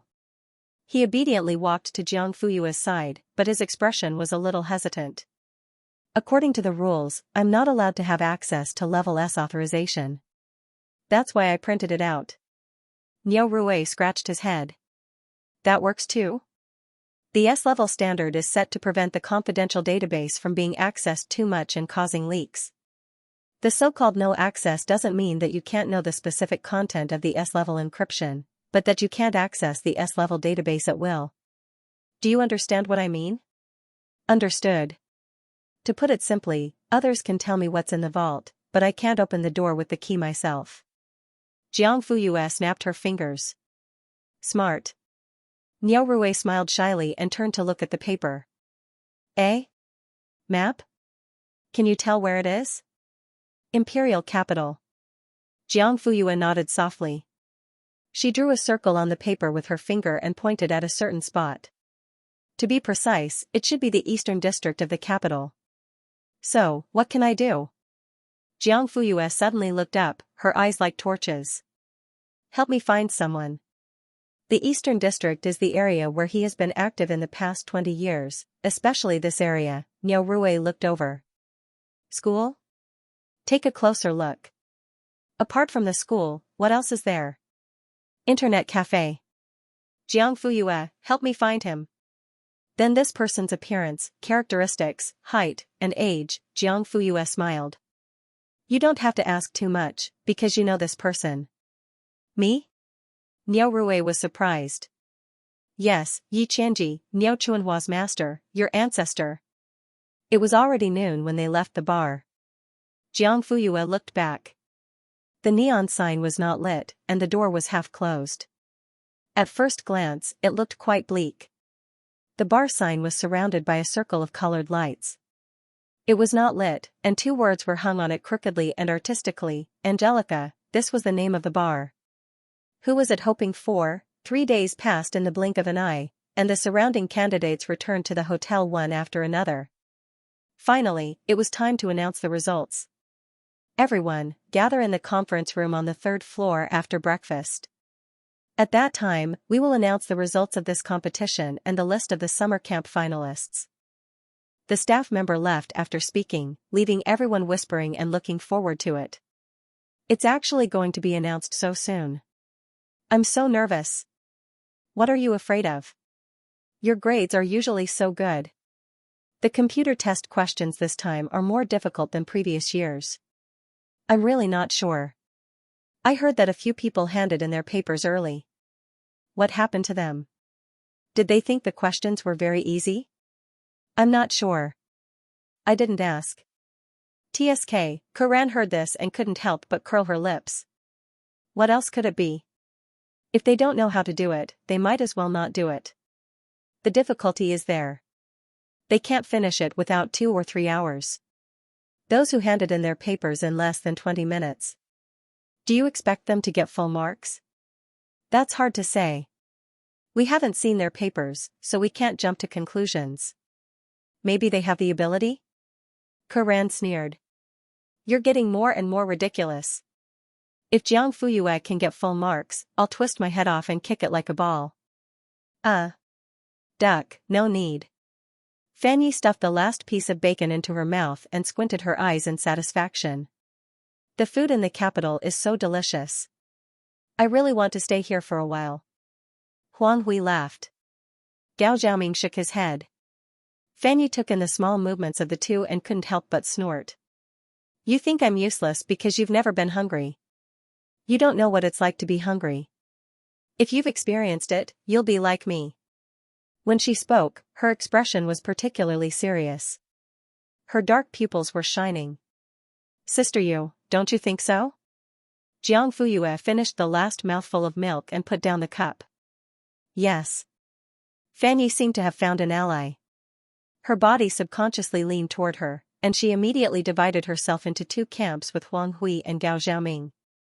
Sister Yu, I'll try my best to stay, she said. Jiang Fuyue touched her head and smiled. In an instant, Fan Yi seemed to see Agata again. She was beautiful, gentle, and gave her care and courage again and again. At 9 o'clock sharp, everyone gathered in the conference room. Jiang Fuyue and the other three didn't arrive early. There were only 2 rows of seats left. After they were seated, the organizer's leader appeared at the right time. Without any unnecessary opening remarks, he directly turned on the projector. The next second, the results and rankings appeared on the screen. According to the total score, the first column was the written test score, the second column was the computer test score, and the third column was the ranking. Everyone subconsciously held their breath and began to look for their names. But when their eyes landed on the first name on the list, the sound of gasps seemed to be contagious, rising and falling one after another. Karan sat below. She was so nervous that her heartbeat quickened and her breathing became difficult. She didn't look up at the screen at first. In order to comfort her, Lin Yuan had been distracted by persuading her. She was so focused on talking that she didn't know the results had been announced. When the two finally heard the abnormal gasps around them, they looked forward as if they sensed something: digression, face-slapping warning. Number 1, Jiang Fuyue, 100 points in the written test, 100 points in the written test, 200 points in the written test. First place. Lin Yuan's eyes widened in disbelief. She quickly turned around and looked at the corner of the last 2 rows. Her gaze was like an arrow as she stared straight at Jiang Fuyue. How could it be? Full marks. She wasn't the only one who had the same reaction. Almost everyone looked back at the same time. Jiang Fuyue didn't seem to be moved by those surprised and scrutinizing gazes. Her gaze was calm and indifferent. Her expression was calm and composed. It was as if having such a result was a normal thing for her. It wasn't worth showing the slightest bit of joy. Even the organizers on the stage couldn't help but look at her. They couldn't hide the satisfaction in their eyes. However, to Karan, all of this was like a nightmare that he could not wake up from. She didn't look back at Jiang Fuyue. Instead, she stared at the 200 points and number 1 on the screen. She wanted to burn a hole in it. No, impossible. How could she get full marks? How could she get full marks? I remember someone saying that if Jiang Fuyue got full marks, she would twist her head off and kick it like a ball. Does that still count? Shoo. Don't be sarcastic. Can't you see that her face is pale? She said it herself. If you have the ability, don't praise her so much. She's always so arrogant, but she still can't afford to lose. Oh, so she's allowed to bully others? She can't even talk about it? Don't be like this. We're all classmates, look at how high and mighty she is. Does she even treat us as classmates? Karan had a bad personality, a bad temper, and a bad mouth. She usually offended many people in class, but they didn't argue with her seriously. They tolerated it as much as they could. However, tolerating it didn't mean digesting it. Resentment accumulated in one's heart and would explode one day. As a matter of fact, no one jumped out to speak up for her, including Lin Yuan. Compared to the gloomy atmosphere, the second row corner was very lively. Fan Yi said, Sister Yu, you're amazing. Huang Hui, boss, please accept my kowtow. Gao Xiaoming, do you know that you've crushed my pride and given me the worst nightmare of my life? And you're actually laughing? Jiang Fuyue, ? It's a pity that you don't want to be a poet. Really? Gao Xiaoming rubbed his chin and pondered for a while. I think so too. In fact, the 3 of them did not do badly. It was just that Jiang Fuyue was too good. For example, Fan Yi was a skinny and childish girl. No one would have thought that her name would be close behind Jiang Fuyue. Her total score was 193, second place. Huang Hui and Gao Xiaoming were ranked 5th and 6th respectively. They were also very eye-catching. What the hell? I admit that Jiang Fuyue got full marks, but what about Fanyi? Duofu is such a remote and poor place. Isn't there not even a school? Not to mention nurturing students for the competition. Who knows? We didn't go to Duofu. After the results were announced, next was the summer camp shortlist. There were a total of 15 people. Jiang Fuyue and the other 3 were included. Lin Yuan and another student from number 7 high school were also on the list. Zhang Han was satisfied. At least he had trained 2 summer camp contestants. But what surprised him the most was Jiang Fuyue. Didn't Su Jing tell him on the phone that this child was just here to take the test for fun, but in the end, she played like this? Then what was wrong with not playing? The more he thought about it, the more upset he felt. After the interview, he immediately called Su Jing's cell phone. Old Su. We've been friends for so many years. You're too unkind. Old Su, who had just woken up from his sleep, questioned Mark. It was a little silly. Do you have to lie to me? You're covering a gold nugget and not letting me see it. What's wrong with you? No. It's early in the morning. I haven't even said a word, and you're already scolding me. What do you mean? Also, what gold nugget? Speak clearly, you've made me confused. Hey. Zhang Han pinched his throat and said sarcastically, are you still playing dumb with me? What's the point? Su Jing frowned. Can't you talk properly? What's going on? The other end of the phone froze. You really don't know? Should I know? Su Jing's mouth twitched and she rolled her eyes. Jiang Fuyue scored full marks in the NOI written test and computer test. Her total score is 1st in the country. Su Jing sat up from the bed. What did you say? Say it again? Old Su, that's enough. Why didn't I see that you're so good at pretending? Don't tell me that as a form teacher, you don't know that she's training for the NOI competition. I know, but, Zhang Han sneered twice. Su Jing said innocently, I only found out when she decided to participate in the competition and asked for the recommendation from the school. It seems that you're not a competent form teacher at all. You don't even know the basic situation of the student. Hey, I really don't know what to do. Su Jing suddenly laughed and said in a relaxed tone, after all, that child has just started the information competition. It's only been a month or so. I don't even have time to understand it. What did you say? Zhang Han was stunned. I said I don't know what to do. Su Jing played dumb. Next sentence. You said that Jiang Fuyue has only been in the information competition for a month or so? Yes, a month at most. You can't add more. Zhang Han. Do you think I'll believe you? It's up to you to believe it or not. By the way, you know that number 1 middle school doesn't have an information competition. Jiang Fuyue self-studied the entire time.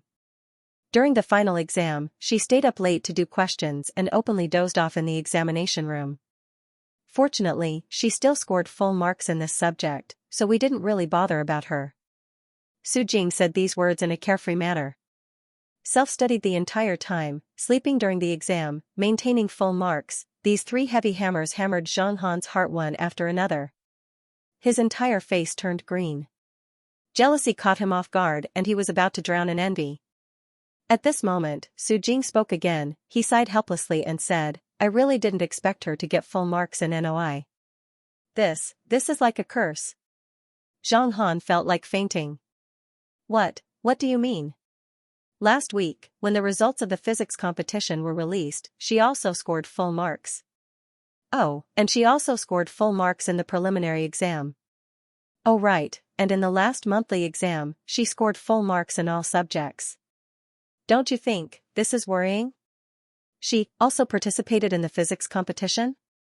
Old Zhang, why is your voice trembling? Did you catch a cold? I heard that the temperature difference in the imperial capital has been a little big recently. You have to be careful. This time, not only did Zhang Han's voice tremble, but his body also trembled, out of anger. Su Jing, let me tell you, not only did she participate in the physics competition, she also has to participate in the mathematics competition in mid-October. Actually, sometimes I'm also very troubled. My student is too versatile and can do anything. She always gets full marks in the exams, so I'm under a lot of pressure. Get lost. Our friendship is over, Zhang Han hung up angrily. Su Jing originally had a lot of things to say to him, but she didn't expect this person to have such a low psychological tolerance. It was quite a pity, but in the next second, his expression also became serious. Digression, Su Jing, please call me Brother Bragger. I learned it from Yuan Zhou. Thank you. After hesitating for a long time, Su Jing decided to call Meng Zhijian. Old Meng, I think there's something I should tell you. Meng Zhijian had just pulled a fish out of the water. As he reeled in the line, he tilted his neck and held the phone tightly. Okay, go ahead. You have to be mentally prepared. What's the matter? You're so serious. The NOI results are out. Su Jing, Jiang Fuyue got first place with full marks. Meng Zhijian was stunned. Who got first place with full marks? Jiang Fuyue. Wait a minute, then, he immediately hung up.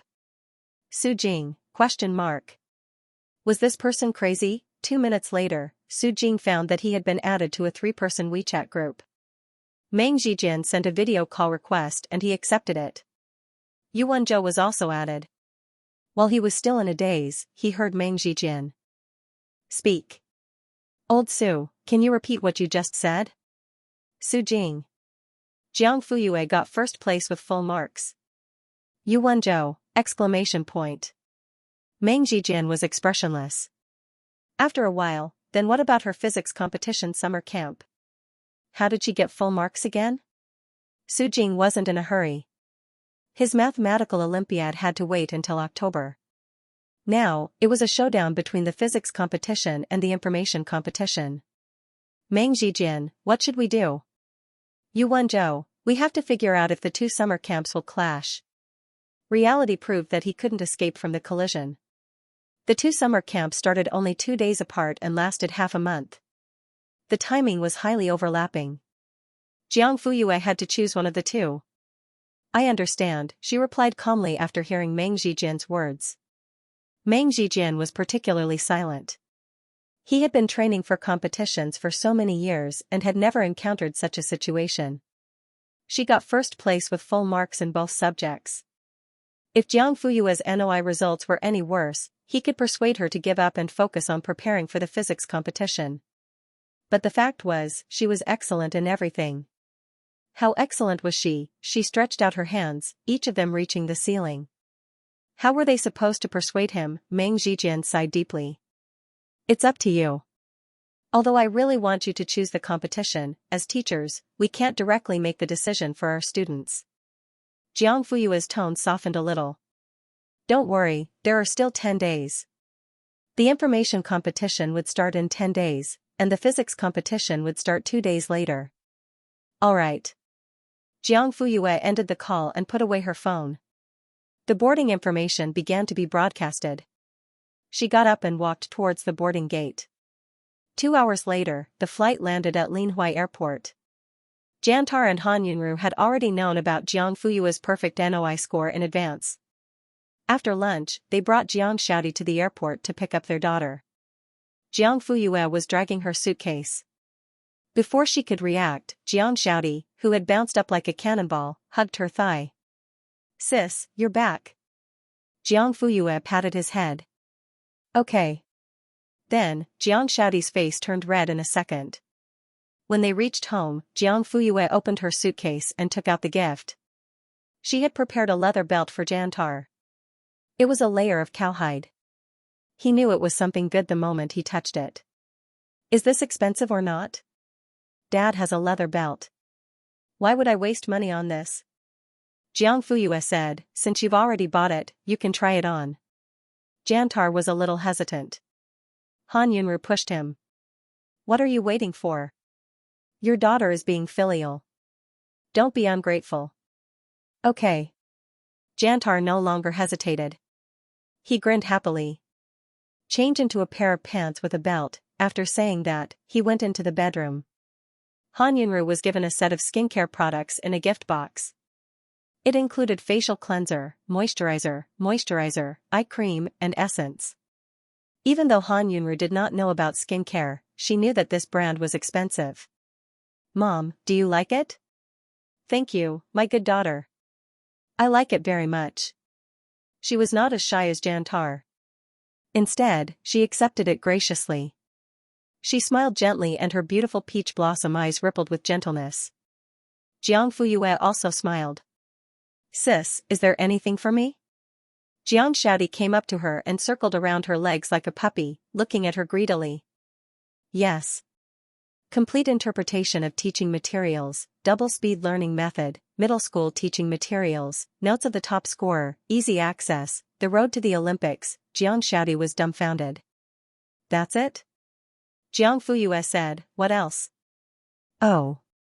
He really wanted to cry out loud. However, Jiang Shaodi held it in. His small body carried a thick stack of teaching materials back to the room.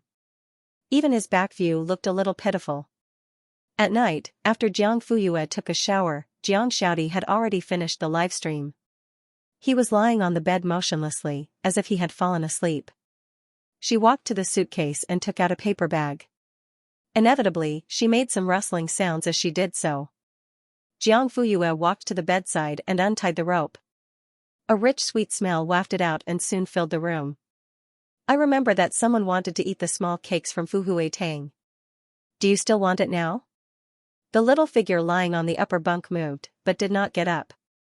Jiang Fuyue closed the paper bag. I don't want it. It seems that I'm full from the live stream. Then I can only digest it myself, sister. The little boy suddenly sat up. His eyes were shining. Do you want it or not? Yes. As for the teaching materials piled up in the corner, they were not important anymore. It was a compromise from the foodie. Under the same night sky, at the Angelica bar in the capital. Red lights, green lights, music, and dancing. It was the busiest time of the day. Niao Chunhua came in from the back door and went straight to the second floor. Mom? Why are you back? Niao Rui was surprised to see her. The woman loosened her grip and the suitcase fell beside her feet. She rushed to Niao Rui in her 8-centimeter high heels. Where is she? Who is she? The new owner. She's not here. She did not even look at the time. It was the middle of the night, then where is she? I want to see her right now. Niao Rui touched his nose. I'm afraid, it's a little difficult. Niao Chunhua frowned. Brat, make it clear.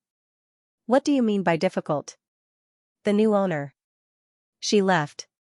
Left? The woman's voice suddenly rose. Where did she go? Lin Hui. After a strange silence, the woman suddenly exploded. She directly pulled off the high heels on her feet and hit the dog's son. Didn't I tell you to keep a close eye on her and make sure she stays in the imperial capital? Niao Rui took a solid hit on his arm and ran away. I want to keep her, but I have to be able to do it first. Excuses. They're all excuses. I'll hammer you to death. I am your biological son. Shut up. I'd rather give birth to a barbecued pork. It was a mess. Fortunately, the noise on the first floor was a cover. No matter how much the mother and son chased each other, they would not alarm anyone. The next day, Jiang Fuyue woke up and sat up. When she was tidying the bed, she suddenly found something under her pillow.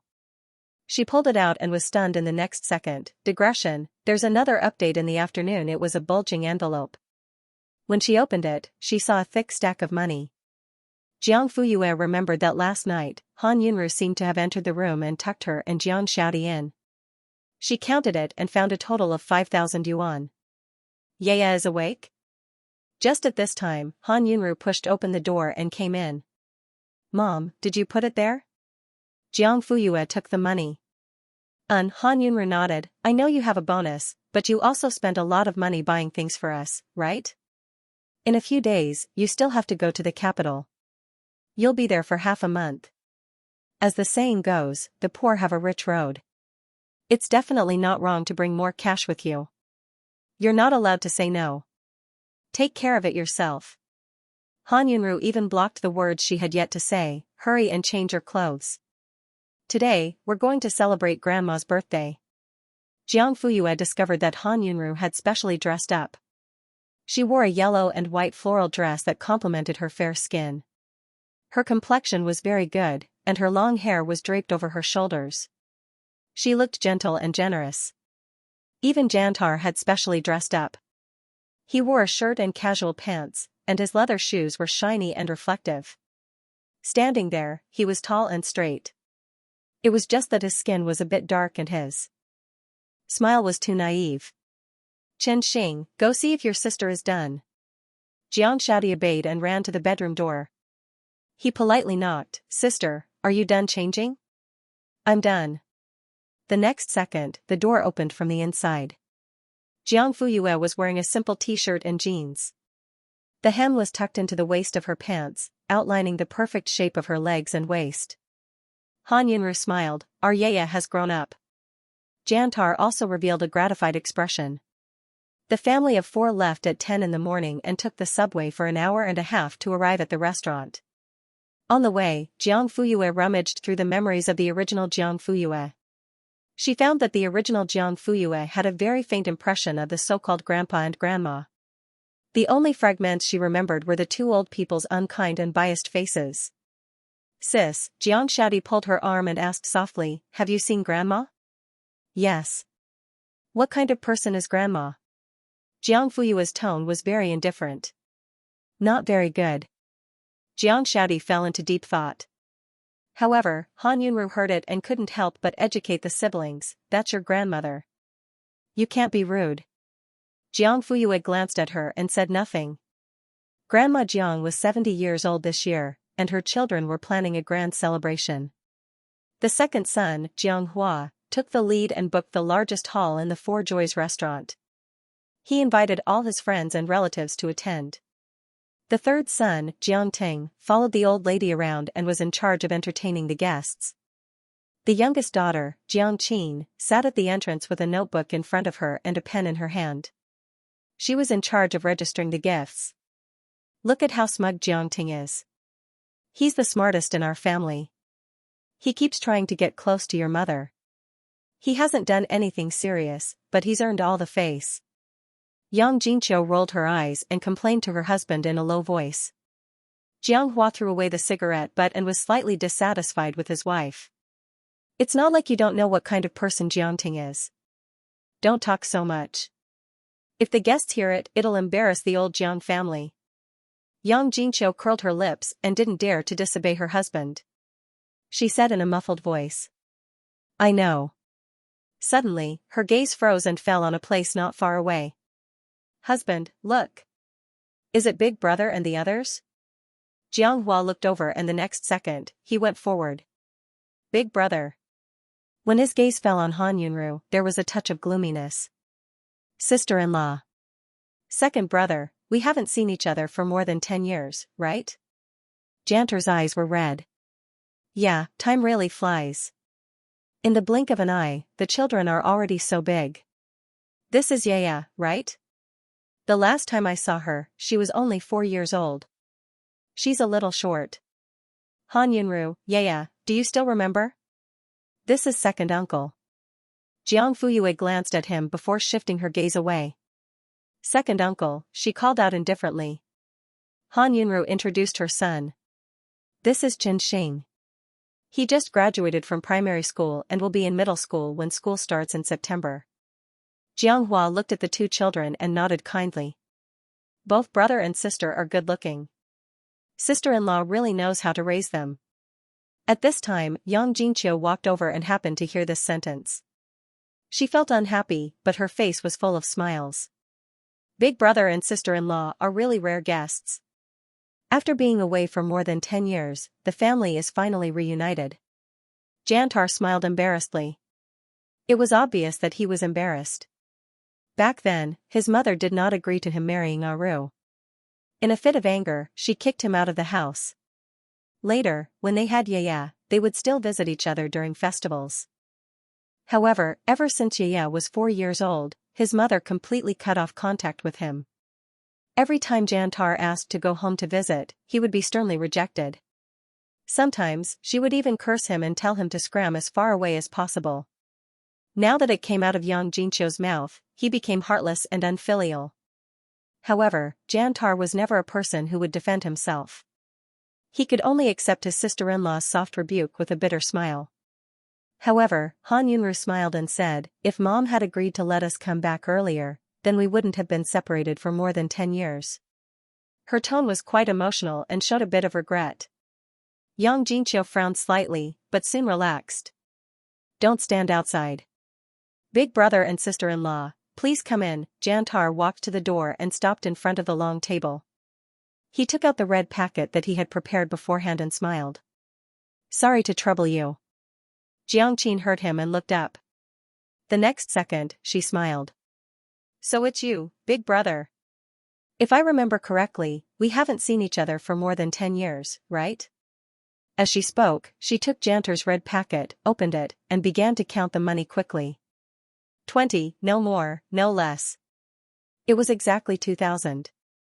Jiangqin weighed the red packet in her hand and said half-jokingly, "Big brother hasn't been back for so long, and Mom's 70th birthday is coming up. If the red packet is too light, it won't be able to hold it." Jantar was at a loss. Was it too light? Usually, when people held birthday banquets on the streets, people would usually give 300 to 500 yuan. 600 yuan was already the most expensive. This time, considering that it was his mother's 10th birthday celebration, he gave 2,000 yuan. Before he left, he asked his wife again and again if it was too little. Han Yunru said that it wasn't. Therefore, when Jantar took it out, he wasn't worried. Now, he was so embarrassed by Jiangqin's words that he couldn't lift his head. Unfortunately, Jiangqin didn't seem to care about her brother's face. Second brother gave 20,000 yuan in one go. Mom couldn't stop smiling. Jantar's face and ears turned red. He didn't know where to put his hands and feet. He wanted to say that he should add more, but he didn't know how much to add. In the end, he looked at his wife for help. Han Yunru smiled. "Second brother's family business is big. Our small family doesn't dare to compare with him." "Oh right, how much are you giving?" Jiangqin's face darkened and her smile faded completely. Her family was average. Her husband had a fixed salary and wouldn't starve, but they definitely weren't rich. Therefore, she was prepared to give 1,000 yuan this time. Anyway, she was a married daughter. There was no need to compare with her second brother. Moreover, she took the initiative to register the gift. She wasn't afraid that outsiders would know that she didn't give enough and lose face. Jiangqin's wishful thinking was crackling, but unexpectedly, Han Yunru, this troublemaker, exposed it. Digression, see you tomorrow. If it weren't for the fact that she had to maintain her image, she would have flown into a rage out of humiliation. "I don't dare to compare with anyone. Sister-in-law, you're so virtuous. You think of everything for my brother." Han Yunru's smile didn't change. Her voice was still gentle and soft. "You said that I'm your sister-in-law. If I don't think for your brother, who else can I think for?" Jiangqin choked and quickly wrote down the names and the amount of money. Jianghua spoke at the right time to ease the awkwardness. "Brother, sister-in-law, I'll take you to the main table." At 12 o'clock, Jianghua went on stage on behalf of the children of the Jiang family. He gave his blessing to the old lady and the whole hall was filled with cheers and applause. He thanked them and went back to the main table. The empty seat next to the old lady was reserved for him. Her youngest son, Jiangteng, sat on the other side.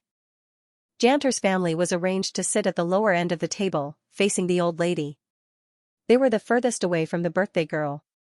"Let's eat," the old lady said, and everyone started to eat. Jiang Fuyue looked at the old lady for the first time since she came in. She was a white-haired old lady. She was thin and small, but her triangular eyes were very bright. She looked like the calculative type. It matched up with the original owner's childhood memories with a fierce face. "Eldest son," old lady Jiang suddenly said and looked at Jantar. "How do you teach your children?" One only cares about eating and puts all the delicious food into her bowl. The other doesn't eat, but his eyes are too presumptuous. He has no respect for his elders. Only cares about eating was Jiang Qinxing. As for presumptuous eyes, she should be referring to Jiang Fuyue. She degraded the siblings as soon as she opened her mouth. Jantar snorted at his son. When he saw his daughter's expressionless face, he suddenly didn't dare to reprimand them. He even felt a little guilty. Old Lady Jiang didn't expect him to be so useless that he couldn't even control his own child. Her face immediately darkened. Jiang Ting saw this and immediately said, "Brother, what's wrong with you? You've been gone for more than 10 years. You even made Mom angry when you came back." "Really?" As he spoke, he tried to soothe the old lady, as if he was afraid that others would not know that he was a 24 filial good son. Jiang Fuyue frowned. Jiang Qinxing also realized that something was wrong. He didn't even find the meat in front of him fragrant. "Third brother, how can you talk to big brother like that? Don't you know the rules of seniority?" Jiang Hua frowned and jumped out to help her out, like a fair and just parent. But the real eldest son of the family was still sitting below, and everyone could step on him. Jiang Ting curled his lips. "Second brother, you're a good person. Just a few words and you're already righteous. Everyone else is wrong." Jiang Qin picked up a piece of pork ribs for her son. "Wei Wei, eat more. You've been studying so hard recently. Your body needs to keep up. Yang Jinqiu, isn't it summer vacation already? Why do you still need to learn?" Jiang Qin said proudly, "It's his school's competition class. The teacher said that Wei Wei has a lot of potential. Isn't he going to participate in the mathematical Olympiad in October? He has to hurry up and practice." Yang Jinqiu was a teacher herself. Although she taught English, she knew some things about the competition. She praised without much thought. "Wei Wei is really good. Of course, our Wei Wei is always first in class. 7th High is such a good school. There are many masters." Yang Jinqiu looked at Lu Wei, who was eating quietly. He was wearing a pair of black-framed glasses and his eyes were dull. He looked like a bookworm. "If you ask me, we're talking about quality education now. It's not enough to just be good at studying. We have to cultivate more extracurricular interests. For example, our Can passed CET 8 last week. We plan to send her to Berkeley in the future." After Yang Jinqiu finished speaking, she put a piece of pork ribs in her daughter's bowl. She didn't know if it was intentional or not. The quarrel between the brothers suddenly turned into a praising contest. Jiang Qin's third daughter-in-law, Lu Shooting, saw this and naturally didn't want to be left behind. "Second sister-in-law, I agree. What's the use of just being good at studying now? There's a bright future only if they develop their morals, intelligence, physique, beauty, and labor. Although our Kaikai's grades are average, he's very good at street dancing. A few months ago, he represented Linhuai in the competition in the capital and won the gold medal." "Mom," Jiang Kai frowned. "Are you done?" Lu Shooting immediately shut up. Okay, I won't say any more. Eat more." Jiang Qin was a little embarrassed, but she couldn't do anything to her two sisters-in-law. Her second brother was the richest, and she often benefited from him. She had to give Yang Jinqiu some face. Her third brother wasn't very capable, but he was good at picking his wife. Lu Shooting's family was in business. She was the only child. Before she got married, her parents spoiled her. After she got married, she was doted on by Jiang Ting. Moreover, Lu Shooting had a bad temper. She spoke without thinking and didn't care about anything. Jiang Qin didn't dare to provoke her. Her eyes turned and landed on Han Yunru, who was sitting opposite her. She smiled. "Sister-in-law, how are Yeye's and Qinxing's studies?" Han Yunru, SOSO. Jiang Qin curled her lips. SOSO? She was probably too embarrassed to say it out loud. Since it was like this, then don't blame her, sister-in-law, you're too modest. We're all family, so we need to be honest with each other. If I remember correctly, Yeye is the same age as our Weiwei. She should be in her second year of high school, right? Yes. Which school is she in? Han Yunru, number 1 middle school. Once she said this, the table suddenly fell silent. Number 1 middle school was a key city. Its enrollment rate had never dropped out of the top 3. It was much better than Lu Wei and Jiang Kai's number 7 middle school. Even Jiang Cancan's number 2 middle school was lower. Jiang Qin forced a smile, but she didn't give up. Which number 1 middle school? Is there another number 1 middle school in Linhui? Han Yunru smiled apologetically as if she really didn't know. Without any sarcasm, she said, Yaya is in number 1 middle school.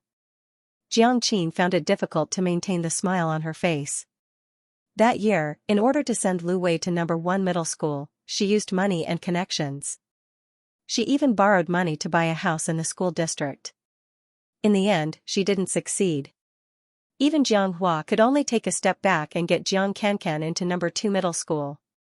How could Jiang Fuyue be in number 1 middle school? Why? Jiang Qin saw that the old lady couldn't help but look at Jiang Fuyue a few more times. Her heart felt even more unbalanced. Her son was clearly the most outstanding one, is that so? Then this child is really not bad. Right, how many points did Yeye get in the middle school exams? Han Yunru reported a number. Huh? Jiang Qin was surprised. She seemed to have caught something that could be used against her. A glint flashed across her eyes. Wei Wei is 2 points taller than her, but he couldn't get into number 1 middle school. How did Yeye get in? Don't tell me, she used connections to get in through the back door? Yang Jinqiu said, this is not a good practice. Not only does it disrupt the fairness of education, but it also sets a bad example for the next generation. They think that they can get something for nothing by relying on their parents. However, she didn't mention that her daughter also got into number 2 middle school through the back door. Han Yunru looked at her saintly face and caught a glimpse of Jiang Qin's gloating face from the corner of her eye. Suddenly, she laughed. Who said that Yeye got in through the back door? Digression, waiting to be slapped in the face, well behaved. JPG, isn't that the case? Jiang Qin snorted. Jantar didn't dare to say anything. Of course, he probably didn't know how to say anything, but he had a wife. Han Yunru said, Yeye has extra points in sports. Oh, Jiang Qin said, so she's a special student. There was a hint of disdain in her words. She didn't get in based on her grades. What was so great about that? Jiang Qin seemed to have found her sense of superiority again. Sister-in-law, I'm not being nosy, but what can you do in sports? The most important thing is to study well. If you run faster than others and jump higher than others, can you get into B University and Q University? Yaya is still in her second year of high school. It's not too late to study well. Han Yunru only said, as parents, we shouldn't interfere too much with the future of our children. They are complete individuals and have their own thoughts and decisions. Lu Wei, who was eating, suddenly looked up at his beautiful aunt. Then, he glanced at Jiang Fuyue, who was sitting next to her. However, when Jiang Qin spoke, he lowered his head again. Sister-in-law, what you said is wrong. What can a child know at such a young age? Those ideas are not mature enough, and the decisions are not rational enough. Don't find excuses for your laziness and say that you respect your child's opinion. These are all signs of incompetence as parents. Han Yunru said, oh, and said calmly, maybe everyone's parenting style is different. Jiang Qin pursed her lips. At present, it seems that Wei Wei is the most promising among the grandchildren of the Jiang family. Yesterday, their homeroom teacher called me and said that if Wei Wei gets an award in the mathematical Olympiad, he can be directly admitted to Q University. Q University was one of the top universities in Huaxia. If he really got in, it wouldn't be an exaggeration to say that he would bring honor to his ancestors. Sure enough, the old lady's eyes lit up. Wei Wei's grades have always been good. That mathematical Olympiad will definitely get an award. Grandma will prepare a big red packet for you. When Jiang Qin heard this, she quickly pushed her son under the table. Wei Wei, hurry up and thank Grandma. Lu Wei. Thank you, Grandma. Hey. The old lady smiled like an air-dried chrysanthemum. You are indeed the child that I brought up personally. You are really promising. Yang Jinqiu could not help but frown. When Lu Shooting heard this, how could she tolerate this? Mom, I'm afraid you're mistaken. No matter how promising Wei Wei was, his surname was Liu, not Jiang. The only proper grandson of our Jiang family is Kai Kai. Obviously, Jiang Qinqing was excluded. Hearing this, Jiang Ting nodded heavily. That's right. That's right. In any case, the only heir to the old lady's demolition money could only be his son. No one else should even think about it. Enough. The old lady's expression turned cold. She looked at her second daughter-in-law with dissatisfaction, but she did not say anything harsh. Instead, she turned the gun to Han Yunru. Eldest daughter-in-law, since you're here, you should watch and listen more. Ah Qin was right. Why should he study sports instead of studying? Don't tell me you expect her to come back with an Olympic champion? What kind of mother was she? She didn't even know how to think for her child. If you have time, you should learn more from Ah Qin. She's better at teaching than you. She was obviously venting her anger. Lu Shooting ate leisurely. She was not surprised by the old lady's behavior. She had her family and was confident. No matter how dissatisfied the old lady was, she could only tolerate it. Her favorite son and grandson were both in her hands. As for her sister-in-law, she glanced at Han Yunru. Her gaze swept across her fair face without batting an eyelid. She could not see a single obvious wrinkle. And that pair of amorous peach blossom eyes. She was simply born with the appearance of a vixen. She was also very scheming when wearing clothes. She actually exposed her collarbone. Who was she trying to show it to? She deserved to be scolded. When Jiang Fuyue heard this, she was ready to throw her chopsticks. Unexpectedly, Jantar was faster than her. There was a loud bang, the chopsticks hit the table. It was especially loud because he used a lot of strength. Even the guests at the next table could not help but look over. Mom, I know you don't like Aru, but can you at least put on a show? It was third sister-in-law who made you unhappy. Why are you taking it out on my wife? Aru has a good temper, but it doesn't mean that anyone can bully her. Jantar was so agitated that he suddenly stood up. The tall and burly man's eyes actually turned red. He was not feeling indignant for himself. He felt wronged for his wife. After so many years, his mother still did not accept Aru. If that's the case, then why did you call us back? With this shout, everyone's eyes focused on them. The antenna of gossip stretched out to the maximum. The old lady could not afford to lose face like this. She actually looked a little flustered. The other two branches hurriedly tried to persuade her. What a joke. Most of the people who came today were their friends, classmates, business partners, and even their superiors and leaders. If they really made a scene, there would be no benefit at all. It was really like the saying, those who have nothing to lose are not afraid of those who wear shoes. Unlucky. Big brother, that's not what Mom meant. Calm down. Yes, yes, yes. Since she called you back, she must want the family to be reunited. There's no need to make a scene like this. Mom is just concerned about Yaya. Maybe she's not very particular about what she said, so it doesn't sound very pleasant to the ears. But she's not a bad person. Can you sit down first? Don't make a fool of yourself in front of outsiders. Since sister-in-law doesn't like to hear it, then Mom won't say it again. Mom, tell big brother what you think. Jiang Ting hurriedly gave his old mother a look. Old lady Jiang's face darkened. In the end, she nodded reluctantly. I'm an old woman who worries for nothing. Your wife is a treasure. I can't say anything about her. Jantar still stood motionless. His eyes were dark and heavy. His chest was heaving up and down as if he was competing with someone. His hands clenched tightly on the edge of the table. The veins on his arms bulged as if he was going to flip the table in the next second. Jiang Hua's expression changed. Sister-in-law, hurry up and persuade him. Han Yunru gently held her husband's hand. She did not need to say anything. She just looked up and smiled at him. Jantar was like a lion whose fur had been smoothed out. He instantly stopped exploding. Such a stark contrast made old lady Jiang's eyes red with hatred. Her originally obedient eldest son was seduced by this vixen just like that. If she had known this would happen, she would not have acted out of kindness and saved Han Yunru, the jinx. Although Jantar sat down again and the gossipy and peeping gazes retreated, the atmosphere at the table did not show any signs of easing up. Instead, it became heavier and heavier. Jantar's family ate in silence. Jiang Hua and Jiang Ting were afraid that he would make a fuss again, so they were on tenterhooks. Old Lady Jiang had no appetite at all. Finally, the banquet ended. Jantar did not want to stay for a moment longer. However, the guests came to the main table one after another to say goodbye. It was not appropriate for him to leave immediately. He could only wait patiently.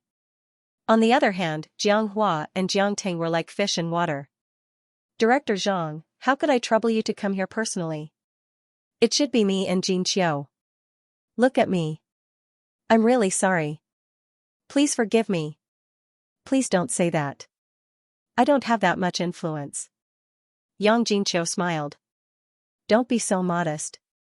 Isn't this year's excellent teacher selection just a matter of a few words from you? No, no, no. I don't have that ability. The man waved his hand repeatedly and refused to promise anything. Yang Jinqiu and her husband looked at each other. Old fox, suddenly, Director Zhang made a sound as if he had discovered something extraordinary. His eyes stared straight at Jiang Fuyue. Digression, the next chapter was a slap in the face. Student Jiang? Jiang Fuyue didn't respond to the first call. Director Zhang called again, Jiang Fuyue? This time everyone heard it, and their gazes instantly fell on him. If it was someone else, they might not have made such a big fuss, but who was Zhang Quan? He was Yang Jinqiu's superior, the person in charge of the city's best teacher selection. Wherever he went, people would praise him. But now, he looked so careful. And the person he was treating like this was a student. Jiang Fuyue looked at the almost bald uncle in front of her. She didn't remember such a person. You called me? Hey. It's really you, student Jiang. Director Zhang looked excited. Everyone from the Jiang family was confused. Yang Jinqiu was even more confused. She had finally invited Zhang Quan in the name of old Madame's birthday celebration. She planned to use this opportunity to secure a spot for the best teacher selection at the end of the year, no matter what method or price she had to pay. But Zhang Quan was too slippery. No matter how she tried to please him, flatter him openly and secretly, and even promised him great benefits, he didn't relent. Even when Jiang Hua came forward to persuade him and gave him a large check, it still didn't work. The couple almost thought that this person was invulnerable. They didn't expect him to know their elder brother's daughter and smile so kindly. Jantar and Han Yunru looked at each other and were secretly vigilant. Perhaps the only person who was calm at the scene was Jiang Fuyue. Do we know each other? She asked. The girl's beautiful face was calm. She looked straight at the other party indifferently. There was no trace of reverence or flattery in her eyes. Zhang Quan said, I was in the second row at the physics competition award ceremony that was held not long ago. The first and second rows were all leaders. Jiang Fuyue nodded slightly, hello. Zhang Quan smiled, I arranged for a reporter to interview the three of you that day. You also had an exclusive interview, but I didn't expect. He touched his nose. Jiang Fuyue's expression did not change. There's nothing to interview. It's just being nominated for the summer camp. It's not like it's an international gold award. Not only was Zhang Quan not offended, he even nodded his head approvingly. It's a good thing that you're neither arrogant nor rash. We all believe that you have the ability to do so. She was the genius contestant with full marks. If nothing went wrong, she would be the biggest dark horse in this year's competition in Linhui City and even the entire Jie province. The people outside might not be able to sense it, but he was inside. He knew all too well how much hope the higher-ups had for Jiang Fuyue, not to mention, I heard that you just participated in this year's NOI and got first place with full marks. Congratulations. On the second day after the results were released, Linhui City's Education Bureau received the electronic transcripts and documents from Imperial Capital. Instantly, the entire department was in an uproar. The news quickly spread to the higher-ups, and an impromptu discussion was held. This was because the department had received a phone call from Jiang Fuyue's competition teacher, saying that the physics competition and the information competition would be held at the same time. He wanted to see if they could come up with a solution that would satisfy both parties. He had to think of a way. Moreover, He had to spare no effort and rack his brains to come up with a solution. She got full marks in both competitions and ranked first in the country. Not to mention Lin Huai, even in the entire Huaxia, there had never been such a precedent. If she could win the double gold medal in the international competition, then it would be a milestone for the entire education level in Linhuai City. It was no wonder that Zhang Quan was so excited. This was a living genius, the girl who carried the hopes of the whole city, and now she was right in front of him. Student Jiang, the city is fully aware of your situation. Don't worry, we will definitely handle the issue of the clashing dates. We will ensure that you can enter the camp smoothly and concentrate on your training. Jiang Fuyue raised her eyebrows. Then I'll have to trouble you. Don't say that. It's what we should do. Zhang Quan waved his hand repeatedly. In addition, the bureau will provide a sum of money for your competition expenses, so you don't have to worry about money. Zhang Quan was like pouring beans. After he finished speaking, he ignored the stunned crowd and held Jantar's hand. You're student Zhang's father, right? Huh? Jantar was a little confused. Han Yunru stepped on his foot under the table. Jantar came to his senses and immediately stood up. Yes, I am. Thank you for your concern. You're welcome. It's what we should do. Zhang Quan shook his other hand and said in a more serious tone, we should be the ones thanking you. Thank you for training Jiang Fuyue to be so outstanding. She got full marks in both competitions and ranked first in the country. This is unprecedented. Jantar could not cope with the situation in front of him. He was so embarrassed that he did not know what to do. At this time, Han Yunru stood up and said with a smile, the hard work of educators is indispensable for a child's growth. You should take the credit. Zhang Quan, you're student Zhang's mother? Han Yunru nodded. After another round of greetings, the others could only look at them blankly and blankly. Full marks in competitions. Ranked first in the country. 2. What did that mean? Why couldn't they understand? Wasn't Jiang Fuyue a sports athlete? She was just running and jumping. How could she get full marks? However, Zhang Quan's reaction could not be faked. Looking at his courteous treatment of Jantar and his wife, and comparing it with his distant tone when he talked to Yang Jinqiu not long ago, what else could they not understand? At this time, the onlookers also realized what was going on, including Yang Jinqiu's colleagues. It seems that teacher Yang didn't find the right way to build connections. She obviously has someone in her family who can connect with Director Zhang. Why did she use the birthday banquet as an excuse? You don't know, but teacher Yang's husband doesn't have a good relationship with his brother. I heard that they haven't been in contact for more than 10 years. How could she have the nerve to ask? That's right. She doesn't burn incense and only prays when she's dying. No wonder Buddha didn't leave a door open for her. It's all crooked. Did you see Director Zhang pay attention to her? What a joke. I used to hear her bragging about how great her husband is, how good he is at making money, how many musical instruments her daughter has learned, and how good she is at piano. She can't even compare to a finger of the eldest sons. Look at how proud she is in front of Director Zhang. Her daughter is also much better than her husband. My goodness, what does it mean to get full marks in a subject competition? 2 subjects, how high is her IQ? In the face of absolute results, no musical instrument is good enough. Usually, Yang Jinqiu was a high-profile person. Because she had a husband who was good at making money, she was always superior to others. Now that everyone had found an opportunity, they naturally wanted to get back at her. As the saying goes, there is no harm without comparison. What's more, she was inferior to someone she had always looked down on. Coupled with the endless sarcastic comments around her, Yang Jinqiu was so angry that her whole body trembled. Without thinking, she blurted out, Director Zhang, did you make a mistake? My brother is just a pancake seller. How could he have the money to send his child to learn how to compete? 2 subjects. That's right. Jiang Qin also couldn't wait to jump out. Yaya is a sports special student. Her cultural results are definitely not good. The competition questions are so difficult. She might not even be able to understand them. As she said that, she even pulled Lu Wei forward and said with some pride, "My son is learning how to compete. He's going to participate in the mathematical Olympiad in October. It hasn't even started yet. How can Jiang Fuyue win an award?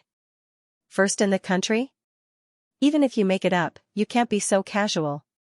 She acted as if Jiang Fuyue had stolen her son's limelight in advance. Assure was not scary. What was scary was that she would make a fool of herself. Director Zhang resisted the urge to twitch his mouth and said, "Madam, the mathematical Olympiad that you mentioned is in mid-October. However, other than mathematics, there are also physics and informatics competitions." Jiang Qin was a little confused. She looked at her son and asked, "That's a lot?" Lu Wei wanted to dig a hole and hide in it. It was too embarrassing. Jiang Qin, ? Yang Jinqiu widened her eyes in disbelief. "So you mean Jiang Fuyue got full marks in the physics and informatics competitions and came first in the country?" "Yes." Zhang Quan nodded. "Why? You didn't know?" Yang Jinqiu choked. Jiang Qin looked as if she had seen a ghost. Lu Shooting and her husband looked at each other. Although they did not show it on their faces, they were already jealous. Although old Madame Yang did not really understand, she was used to observing people's expressions. It was not hard to tell from the reactions of the people around them that their eldest son's daughter was successful. That was why everyone was supporting her, including the director. One had to know that their second son had to bow in front of the director. It was obvious that he was not easy to please. However, he was very approachable towards their eldest son's family. "You really don't know?" Zhang Quan was in disbelief. If their family had a genius girl like Jiang Fuyue, even if they did not announce it to the world, they would at least mention it in front of their relatives and friends. How could they be so low-key? Yang Jinqiu was the first to come back to her senses. She took 2 steps forward and hugged Han Yunru affectionately. "Sister-in-law, you really are too much. Yea's results are so good. Why didn't you say anything? You made everyone think that she was in sports." Han Yunru smiled. "We haven't seen each other for more than 10 years. Look at me. I don't know what to say." Zhang Quan was courteous to her elder brother's family. Yang Jinqiu had originally planned to get close to her sister-in-law in front of him and take the opportunity to perform. Perhaps Zhang Quan would give her the title of outstanding teacher on account of Jiang Fuyue, who knew that Han Yunru would be so insensible and ruin her plan in front of everyone. Zhang Quan was not a fool. After hearing this, he immediately had a new understanding of the relationship between this family. Since Jiang Fuyue's mother had made it clear that she didn't have a good relationship with Yang Jinqiu, he didn't have to care about her face. "Thank you for your hospitality today. It's getting late." Zhang Quan looked at his watch. "I'll take my leave first." Yang Jinqiu's smile froze. "Please don't, Director Zhang." "Then, should I send you out?" Zhang Quan smiled and waved his hand. "Hold on." Before he left, he exchanged numbers with Jantar and his wife. "In the future, no matter what difficulties Jiang Fuyue encounters in life or finances, please call me at any time. The bureau is very concerned about her studies, so don't stand on ceremony." After all the guests had left, only this big family was left. Jantar stood up. "Mom, we're going back too." "Brother." Before old Madame Yang could say anything, Yang Jinqiu couldn't wait to jump out. "Don't be in such a hurry. Our family finally reunited. Do you have the heart to leave just like that?" Jantar frowned. His eyes were full of doubts. He didn't seem to understand why his sister-in-law's attitude had changed so much. Han Yunru saw this and understood. "Sister-in-law, if you have something to say, just say it." Yang Jinqiu's smile froze. She quickly returned to normal. "Sister-in-law, you know how difficult it is to be a middle school teacher. Every year, they fight so hard for a few spots in the evaluation. Those who have background and support can easily get in." "What are you trying to say?" Han Yunru interrupted her. Yang Jinqiu rolled her eyes. "Since you're so straightforward, I won't beat around the bush. Director Zhang is in charge of the annual evaluation. Sister-in-law, can you help to pull some strings?" "Sister-in-law, Director Zhang is your guest." If you want to talk about helping, it's not up to me, right? Before this, we don't even know each other. Xianxia heard the evasiveness in her words. Her smile faded a little. Sister-in-law, you're too modest. Zhongquan's attitude towards you and Big Brother, and towards me and Hua, is clear to anyone with a discerning eye. Han Yunru, in his eyes, I'm at most a student's parent. I don't have any right to speak. I'm afraid I can't do what you want. Sister-in-law, it's no fun to be so evasive. Who asked me to not have a daughter who is good at studying and exams? Her words were more sour than a pickle jar. However, Han Yunru still didn't agree. Xianxia was anxious. Seeing that Han Yunru couldn't get through, she turned to try to persuade Jantar. Jantar couldn't avoid it. I don't understand what evaluation is. You should tell your sister-in-law. She's in charge of our family. Yang Jinqiu, old Madame Jiang, Jiang Fuyue and Jiang Shaodi looked at each other and smiled. Sister-in-law, I think you should forget about it. At this time, Lu Shooting suddenly said, Sister-in-law already said that she won't help you. Why are you in such a hurry? Yang Jinqiu was embarrassed and her cheeks turned red. However, she didn't blame Lu Shooting for speaking so harshly. Instead, she blamed Han Yunru for being so cold-hearted. Suddenly, she sneered. Sister-in-law, you're so arrogant. I'll remember it. Han Yunru frowned and glanced at Lu Shooting. She only said, it's not that I don't want to help. It's just that I don't have the ability to help. Sister-in-law, no matter what, you've married into the Jiang family. Your family with our second daughter-in-law. Old Madame Jiang, who had been silent all this time, finally found her place. She raised her chin and looked at Han Yunru like a leader lecturing a leader. Since we're family, I'll help you if I can. Yang Jinqiu looked at old Madame Jiang gratefully. Mom is the best and most considerate. As she spoke, her gaze fell on Han Yunru's face. Now that Mom has stepped in, let's see if you can still put on airs. Jiang Fuyue frowned. She felt that this family might have a problem with understanding. She had already made it very clear that she couldn't help, but they continued to pester her. Han Yunru's face was as gentle as ever. Mom, there's really nothing I can do. Old Madame Jiang's face immediately fell. I think it's not that you can't, but that you don't want to. That's right. All these years, you've been monopolizing our eldest son and instigating him to abandon me, his biological mother. What else can't you do? Han, if I had known this day would come, I wouldn't have saved you even if I died. From the first time our eldest son disobeyed me and quarreled with me, I had a premonition that this family would be in chaos because of you. Sure enough, once you came, I couldn't even celebrate my birthday in peace. Han Yunru's head was half lowered as she stood quietly where she was without saying a word. Mom. Jantar couldn't listen anymore. At first, I insisted on marrying Aru. It was also you who refused to agree. In the end, we moved out. Later, it was also you who unilaterally cut off all contact with us. We would call home during the holidays, but did you pick up even once? Don't put everything on Aru. Yes, I'm not as promising as our second son, and I'm not as good at talking as our third son. You can hit me and scold me, but I won't take on some groundless accusations. Yeah, Chen Xing, let's go home. Jantar held Han Yunru's hand and walked with firm steps. The siblings hurriedly followed. Suddenly, Big Brother, don't walk so fast. There's still a debt that hasn't been settled. What account? Yang Jinqiu replied, of course it's the expenses for Mom's birthday party. The three of you need to share the expenses equally. Jantar's eyes were full of question marks. Han Yunru couldn't help but frown. Jiang Fuyue laughed out loud. No wonder she suddenly called them back after not seeing them for more than 10 years. Was she waiting for them here? Yang Jinqiu took out her phone and opened the calculator. The expenses for the private room, the table, and some miscellaneous expenses add up to a total of 86,218 yuan. After splitting it among the three families, each family gets 28,739 yuan. Here is the detailed account. After that, she handed it to Jantar.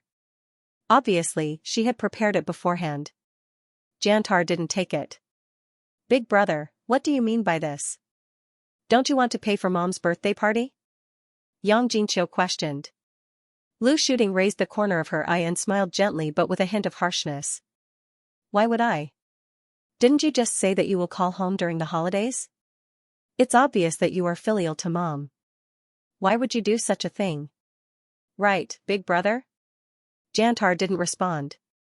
He didn't even look at her. Instead, he looked straight at Jiang Hua and Jiang Tang and asked slowly, second brother, third brother, is this what you want too? Jiang Hua's eyes flashed. Jiang Tang was straightforward. That's right. Anyway, I've already paid my share.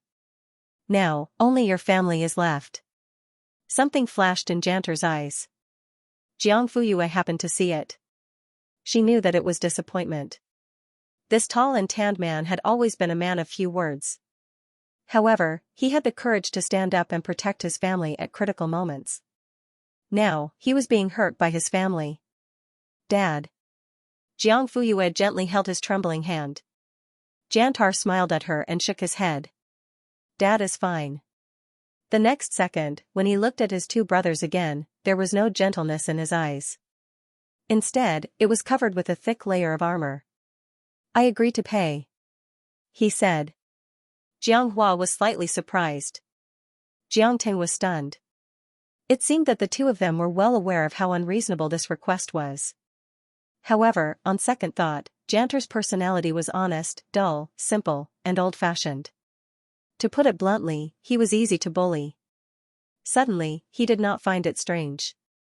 Anyway, he was willing to do it, but in the next second, Jantar continued, since we've split the money for the birthday banquet, shouldn't we split the gift money as well? Everyone was stunned when they heard this. Including Han Yunru and Jiang Fuyue. They couldn't be blamed for having such a big reaction. Jantar's honest image was too deeply ingrained in their hearts, so much so that his sudden shrewdness caught everyone off guard. Yang Jinqiu. Big brother, what do you mean? Jantar, expenses should be shared equally. Naturally, income should be shared equally too. How can that be? Lu Shooting immediately jumped out to object. Most of the guests today were invited by our two families. The gifts are also gifts from our two families. What right do you have to split them? Sister-in-law, you also said that most of the guests were invited by your two families. What does that have to do with us? Since it has nothing to do with us, why should I bear their expenses? Lu Shooting choked. Anyway, it can't be done this way. Jantar nodded. I agree. It can't be done this way. As he spoke, his gaze swept past his two sisters-in-law and landed on Jiang Hua and Jiang Ting. What do you think? Don't hide behind women. If you have anything to say or think, just say it. Jiang Hua pursed his lips and didn't say anything. Jiang Ting rolled his eyes. Big brother, I don't think it's fair to split it like this. Jantar asked, then what do you think is fair? Of course, the expenses should be shared equally. The gift money should belong to whoever invited the guests. Jiang Ting didn't dare to say this out loud. He gritted his teeth and simply dragged Jiang Hua out. I don't have any ideas. You can ask second brother. Jiang Hua, ? The blame fell from the sky. Jantar looked at him questioningly. Big brother, what do you think we should do? The ball was kicked back to him. Yang Jinqiu tugged at her husband's sleeve unhappily. She questioned him with her eyes. How can you give the initiative to someone else? Jiang Hua ignored her and only looked at Jantar. The latter didn't reply in a hurry. Instead, he asked calmly, can you do whatever I want? This time, the way Jiang Hua looked at him changed. It was as if he saw a cripple suddenly walk as if he was flying, or a mute suddenly speak like a bell. Second brother, you answer. Big brother, I understand you and want to be fair. But I don't have the final say in this matter. It depends on third brother's opinion. Jiang Ting couldn't take it anymore. Second brother, what do you mean by that? You're the good guy and I'm the bad guy? Jiang Hua frowned. What are you doing? Let's talk nicely. Isn't this talking nicely? Jiang Ting sneered. Fine, I'll make my stance clear. If second brother doesn't want to take big brother's money, I won't take it either. Since we're going to be the good guy, let's be the good guy together. Don't let others take all the bad things and keep the good reputation to yourself. Jianghua's face turned green and white. Jiangting seemed to have turned the tables. He exchanged a victorious look with his wife, feeling smug. Compared to Big Brother's family, he couldn't stand his second brother's hypocrisy. Doing one thing in front of him and another behind his back, did he think that he was blind? In the end, Jantar didn't pay a single cent and left with his wife and children. Jianghua and Jiangting were left staring at each other. Jianghua, idiot. You've been tricked by one sentence. Jiangting, I'm willing, haha. Yang Jinqiu and Lu Shooting looked at each other and gave each other the greatest hostility and disdain. Now, they could only split the expenses. Lu Shooting, I suddenly feel that this is not appropriate. Yang Jinqiu, question mark. Lu Shooting, I did a rough calculation. Big Brother doesn't have any guests. Jiang Tang and my guests only take up 5 tables, but second brother and second sister-in-law's guests take up 12 tables. If we calculate the expenses based on the number of guests, we shouldn't split the expenses equally. Isn't that right? You have a lot of guests, so naturally, your expenses are high. Shouldn't you pay the bigger part? Lu Shooting, you're quite calculative. This is called settling accounts between brothers. It doesn't make sense that Big Brother doesn't suffer any losses, but we do. Second brother is so good at making money. 30 to 50,000 yuan is nothing. Besides, your family received the most gifts. You might even make a profit after deducting the expenses. Jiangting immediately agreed. Yes. You should pay the bigger part. That's only fair. Jianghua's expression was extremely ugly. Yang Jinqiu was so angry that her eyes almost rolled back. If she had known, she wouldn't have suggested calling Big Brother's family back. Now, she had gone for wool and come home shorn, her heart was bleeding. As soon as Jantar got home, he changed his clothes and immediately went to open the shop. Han Yunru prepared dinner for the siblings. The dishes are on the stove. You can eat by yourselves. I'll go to the shop to take a look. Mom. Jiang Fuyue suddenly stopped her. Yes? Why haven't I seen Grandpa and Grandma before? Han Yunru was stunned. Digression, I finished the 5 chapters today in one go, so I won't be coming in the afternoon. See you tomorrow morning. Seeing that you is working so hard, girls, if you have a monthly ticket, please stay. Shy emoji, actually, I don't know where your grandparents are either. Jiang Fuyue, question mark. Han Yunru sighed softly. She met the siblings' puzzled gazes and told them, that year, old Madame Jiang found her on the verge of death on the banks of the Huai River and brought her home to take care of her. 2 days later, when Han Yunru woke up, she had forgotten everything and only remembered her name. She went to the hospital for a checkup. The doctor said that the memory center was damaged because of the lack of oxygen in the brain. She might recover quickly, or she might not remember it for the rest of her life. She went to the police station to report the case, but the other party said that there was no match for Han Yunru's appearance in the city's missing persons registration within half a month. At this point, all the clues were cut off. She became a drifter with no past and no future.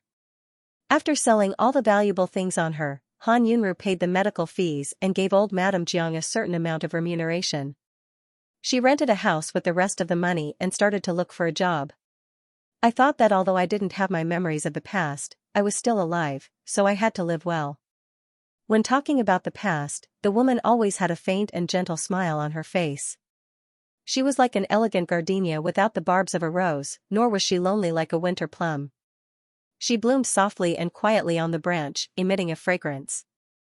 Younger brother Jiang listened attentively with a serious expression on his red face. Jiang Fuyue immediately grasped the key point. So, you had valuable things on you at that time? Yes. The gown was soaked in water and couldn't be worn, but there were 18 broken diamonds and 62 pearls on it. It was sold for a total of 150,000 yuan. So much? Jiang Fuyue raised her eyebrows. The broken diamonds were produced in the south of continent F.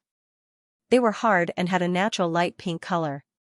The pearls were taken from the Beiwan mussel, and each of them was the size of a thumbnail. If I hadn't been in a hurry to sell them, the other party would have lowered the price. Jiang Fuyue's eyes darkened. Did the buyer tell you this? Han Yunru shook her head. No. No. I don't know why I have these things in my mind. When you asked, I took them out and used them. Mom, it seems that your previous family was not ordinary. In fact, this could be seen from Han Yunru's speech and behavior. If it weren't for the good manners that had been carved into her bones since she was young, she wouldn't have been able to show it in her gestures after losing her memory. No matter what kind of family I was born into, you guys are enough now. Jiang Fuyue was warmed by the love and satisfaction in the woman's eyes. Did she really not remember anything? Not necessarily. She had only made a choice between the past and the present. At night, Jiang Qinxing was doing a live broadcast in his bedroom. Jiang Fuyue hid in the living room with her laptop. After closing the shop, Han Yunru made a glass of milk and put it in front of her. Take a rest. It's easy to get tired if you use your eyes too much. Thank you, Mom. Han Yunru watched her finish the milk with her own eyes before putting away the cup. Mom, can I ask you something? Sure, what's up? Jiang Fuyue sat up straight. Why did Grandma save you back then? The woman was stunned. Why do you ask? It doesn't seem like something she would do. Han Yunru was a little surprised and a little amused. You're still young, but you're quite worried. So why? Han Yunru was silent for a long time before finally saying. Money moves people's hearts. Jiang Fuyue didn't find it strange at all. Because in the memory of the original owner, old Madame Jiang had never been a helpful person. After staying at home for 2 days, Jiang Fuyue received a call from Hu Ben as expected. Because there were only 3 days left before the 1-month agreement between the two of them. Regardless of whether he could find a bar that met the 3 conditions, it was reasonable for him to call and inform her. Hello. Miss, we found it. Can we meet? Jiang Fuyue raised her eyebrows and was a little surprised. 10 o'clock tomorrow morning, Xinhua Tea House. The next day, Hu Ben took 6 to the tea house. As soon as they entered, they were led to a private room by the waiter. Jiang Fuyue was already sitting in front of the tea table, waiting quietly. Mississippi Hu Ben lowered his eyes and half bowed. 6 followed suit with a look of awe. Sit. Jiang Fuyue nodded slightly. When the two of them sat down, Jiang Fuyue poured tea and pushed it in front of the two of them. Hu Ben picked up the teacup and took a big gulp. Tisk, it's cold, just right. 6 saw this and didn't hold back. God knew how thirsty he was. Tell me, what did you find? Hu Ben and 6 looked at each other. The latter took out a stack of photos from his pocket and spread them out on the table. Hu Ben pointed at one of them. Blue sign, golden door. Then the second photo. There are 7 money trees at the entrance, 3 on the left and 4 on the right. The third photo. The bar counter is not the main entrance, the cashier is away from water, 2 side emergency exits, and the back door is connected to the fire escape. Then there are the number of seats inside, exactly 49. There are a total of 81 lights in the hall. Every room has a piece knot and a bagua mirror. Hu Ben put all the photos together. All 3 conditions are met. The next second, he suddenly frowned. But there's one thing that's strange. Jiang Fuyue, what is it? This is a restaurant, not a bar. As early as a week ago, Running Tiger had found this place. After comparing the 3 conditions countless times, they couldn't be more consistent. Not to mention other things, just the lights in the hall, he and 6 had counted more than 20 times. Not 1 cup more, not 1 cup less, exactly 81 cups, but this was indeed a restaurant, not a bar like Jiang Fuyue said. Hu Ben was confused. In the end, he decided to ask her face to face.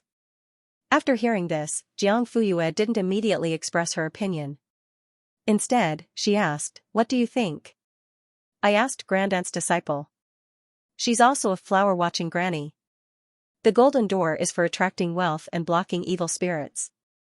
The back door is for water removal. The money trees can gather dragon energy and achieve the purpose of making money. If it's just the above, whether it's a bar or a restaurant, it can be decorated like this.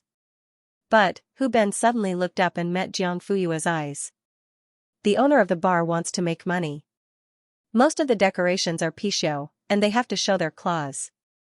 The bagua mirror's main function is to block evil spirits and reflect evil spirits. It's more commonly used in legitimate business places, such as restaurants and amusement parks. Jiang Fuyue smiled. So? What are you trying to say? You didn't ask me to find a bar at all, did you? Clap, clap, clap, she clapped. Smart. Hu Ben's cheeks tightened. Why did you lie to me? When Jiang Fuyue said it was a bar, he didn't doubt it at all. He crazily looked for a bar in the city.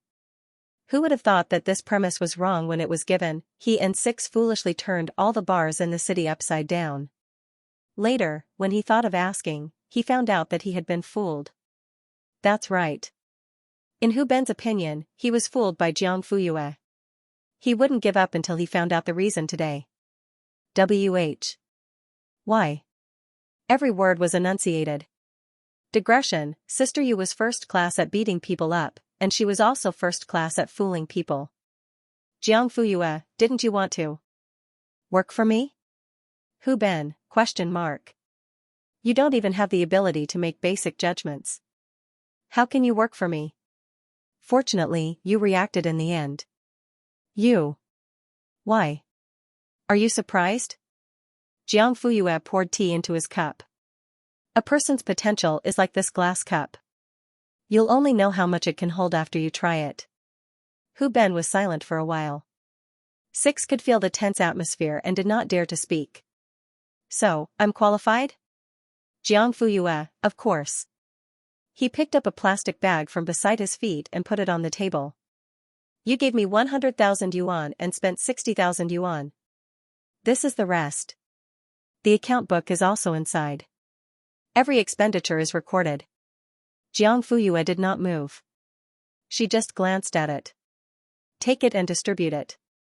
Hu Ben, ? Brother, Six's eyes lit up and he nudged his brother's shoulder. The man reacted and frowned. I've said before that this is not a deal. I don't need any remuneration. Who said this is remuneration? Jiang Fuyue took a sip of tea. Then what is it? A reward. Hu Ben and Six looked at each other. Jiang Fuyue put down the teacup. At my place, those who know how to do things will get meat. Hu Ben. Thank you, Mississippi. Jiang Fuyue got up. Take the money and follow me. The two of them immediately followed her. Half an hour later, at the largest shopping mall in the CBD. On the 4th floor, in the men's section. This one, and this one. Try it on. Tiger Ben and Little Six were confused, and their faces were filled with confusion. Buy clothes? Jiang Fuyue, what else? Are you going to rob me? The shop assistant, ? That was not necessary. Hu Ben coughed softly and turned his back to her. This? I'm not used to it. There's really no need. He was not cut out for suits and leather shoes. Little Six hurriedly nodded his head in agreement. A monkey didn't look like a human in clothes, so he was happy to be a monkey. Jiang Fuyue looked up. This is a mission. Hu Ben, ? There's not much time left. She looked at her watch. Hurry up. Hu Ben and Six, yes. The salesperson, ? Why was buying clothes like going to the battlefield? 2 minutes later, the door of the fitting room opened slightly and Hu Ben stuck his face to the door. May I ask, how do I wear this thing? The male employee immediately stepped forward. Six said faintly, me too. While waiting, Jiang Fuyue sat on the sofa and tapped on the screen with her phone horizontally. At first glance, it looked like a game. But in fact, the floor plan and 3D map of the restaurant that Hu Ben found was presented in front of her eyes from all angles. She glanced at every detail and took in the size data from the corner of her eye. At this moment, a familiar voice came from the door, with the unique spirit and brashness of a young man. Bring me all the limited editions of this season. I'll take my time to choose. A group of waiters quickly surrounded him. Zhong is here. Please come in. The limited editions you want are ready. We're just waiting for you to try them out. There are also a few sets of haute couture specially transferred from the headquarters in Country F, which are unique in the world. Xianxia heard this and nodded with satisfaction. Good, you're quite efficient. Mrs. Zhong is a VIP member of our brand. How would we dare to neglect anything that she has said? Okay, I'll ask my mom to come here to buy more bags. Okay. The waitress beamed. Xianxia was led inside. Suddenly, he stopped and looked at the girl who was looking at her phone on the sofa. The next second, he blinked hard to make sure that it was not an illusion. Jiang Fuyue? Why are you here? He quickly walked over. Why can't I be here? The girl looked up, her dark pupils rippling with a clear light. This is a men's clothing store. So? Zhongxiang was stunned, then the corner of his mouth twitched and he smiled. Okay, it's good. Since we met, it's fate. You can help me choose. As he spoke, he stepped to the side and saw dozens of waiters standing in a row with matching leather shoes, ties, and cufflinks on the low cabinet. Zhongxiang, which one do you want to try first? Jiang Fuyue was expressionless. What does it have to do with me? No. I'm giving you face. So many people want it but can't. Do you understand? No. Zhongxiang was so angry that he wanted to vomit blood. Jiang Fuyue sat on the sofa as if nothing had happened and continued to play with her phone. The young master couldn't take it anymore and wanted to snatch it, but Jiang Fuyue stood up and avoided him by 3 meters. Why? Are you itching for a beating? She laughed. Zhongxiang! Exclamation point. I can't afford to offend her. What can I do? I'm helpless too. Cough. I'm just asking you to help me choose clothes. Do you have to be so fierce? He complained softly.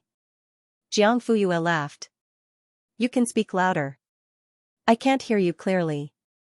I won't repeat myself. She was quite stubborn. Zhongxiang rolled his eyes and remembered his mother's passion for clothes and bags. Suddenly, he had an idea. Hey, Jiang Fuyue, we're all classmates. There's no need to make things so awkward, right? She quietly watched his performance. Zhongxiang took it as her acquiescence, and a trace of pride couldn't help but climb up his eyebrows. You can choose anything in this shop, take whatever you want, this young master will pay, but you have to promise me one thing. Oh? Jiang Fuyue raised her eyebrows and seemed to be interested. She was no longer indifferent. What is it? Tell me.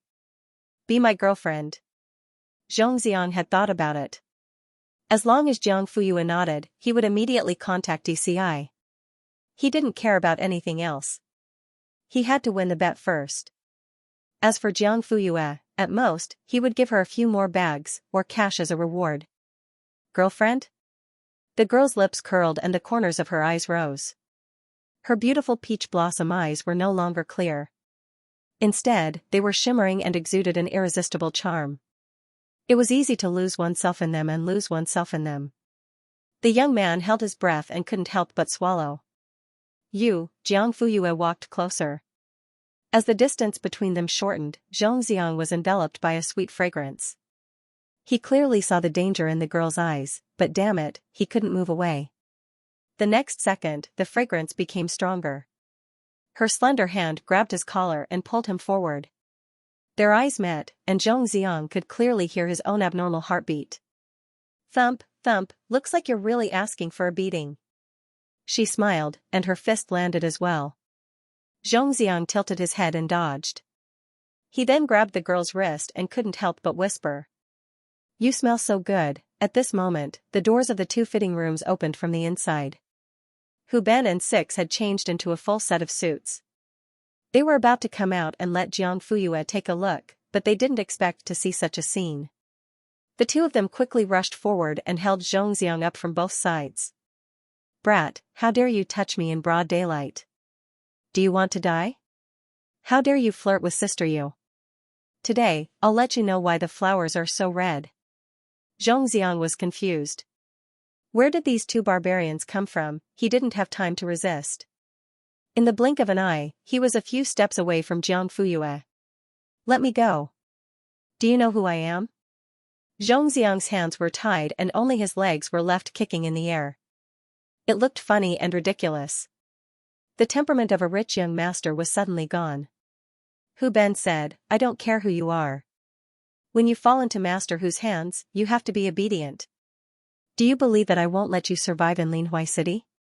I don't believe it. Knock. There was no other way. Hu Ben looked at Jiang Fuyue questioningly. How should we deal with this? The latter loosened her wrists and put them down. Throw him out. Hu Ben and Six immediately did as they were told. All the shop assistants were quiet and didn't dare to speak. The dignified young master Zhong was thrown out like a bag of trash. Hu Ben stood in front of him with a fierce look. Little brat, if you dare to be unruly to her in the future, Master Hu will personally teach you how to behave. Jiang Fuyue paid the bill and the three of them left. The shop assistant hurried forward to help Zhongxiang up. Is Zhong okay? Get out. All of you get out. Don't you want to face me? After leaving the mall, Hu Ben and Six were dressed so neatly for the first time. When they crossed the road, they almost walked hand in hand. Didn't you look very natural when you were teaching him a lesson? Why are you not used to it now? Hu Ben coughed lightly. I'm not used to it. I didn't think too much just now. Then don't think too much. Jiang Fuyue looked up coldly.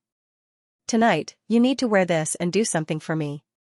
Hu Ben was about to agree when Jiang Fuyue raised her hand to stop him. This is risky.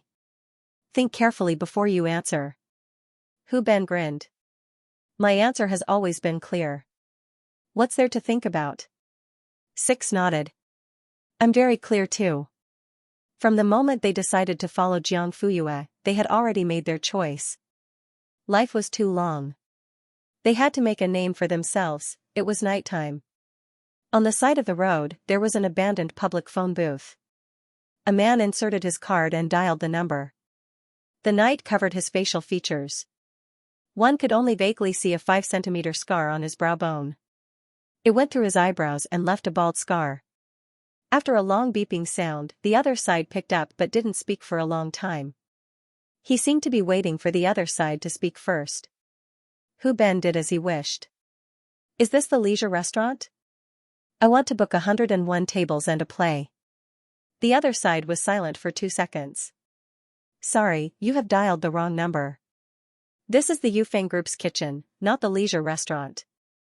But someone told me that this number belongs to the leisure restaurant. You said you want to book 101 tables? Yes. Then what play is it? Magu's birthday celebration? Or the drunken imperial concubine? Hu Ben, I think the Dragon King's son-in-law is better. Sorry, we don't have this play. The heavens and the sea Dragon King are looking for a son-in-law and a groom. The ghost soldiers are coming. The son-in-law is kneeling in front of his father-in-law. Oxhead and Horseface are standing on both sides. Are you sure? 2:00 in the morning. Leisure restaurant, 3rd floor. The other side hung up immediately. Hu Ben walked out of the phone booth, opened the door of a black Mercedes-Benz parked by the roadside, and sat in the back seat. He was wearing an expensive suit with a fierce and domineering expression. One of his collar buttons was unbuttoned, and he looked wild and wild. Six sat in the driver's seat and exchanged a look with him through the rearview mirror. Hu Ben, let's go to the Yufeng Group's kitchen. The figure in the passenger's seat remained silent. A cap covered most of her face, and she was wearing a suit and trousers. At first glance, she looked exactly like Six, except that her frame was slightly slimmer. 1:45 in the morning. The Yufeng Group's kitchen was still open for business. Welcome. Hu Ben walked in the front, followed by 2 little brothers on his left and right. The waiter smiled. Do you have a reservation? Yes. What's your private room number? 301. The waiter was stunned. He looked at Hu Ben with a strange expression, but his smile did not change. He said respectfully, Sir, I'm sorry. Our restaurant only has 2 floors, and your private room starts at the third floor. This is impossible. Is it? Hu Ben's voice was low and deep. He seemed to be implying something. Think about it again. The waiter did not deny it. Instead, he really thought about it carefully. After a while, he asked, "May I know why you're going to the third floor?" "To watch a play." "What play?" "The Dragon King's son-in-law selection." "Do you want to listen or buy a ticket first?" "Money and goods are settled." The waiter's expression changed. He suddenly became serious and bowed 90 degrees. "This way, please." Under the waiter's lead, the three of them entered the elevator. The moment the metal door opened, their eyes lit up. It was a quiet and spacious hall. As far as the eye could see, there were round red sandalwood tables and a set of leather sofas. A white screen hung in the air, showing all the surveillance footage inside and outside the restaurant. Hu Ben's sharp eyes noticed that the abandoned phone booth he had used earlier was also on the screen. In other words, from the moment he made that call, his every move had been monitored. This realization sent a chill down his spine and made his hair stand on end. But the more it was like this, the calmer he was. He adjusted his breathing and looked around. The entire hall was decorated with a red carpet and green jade. The entire hall was extraordinarily gorgeous. The men in black stood on both sides. They were burly and serious. Suddenly, footsteps came from the front. In a flash, an old man in a tang suit turned around the corner. He was thin with white hair, but his eyes were sharp and his aura was strong.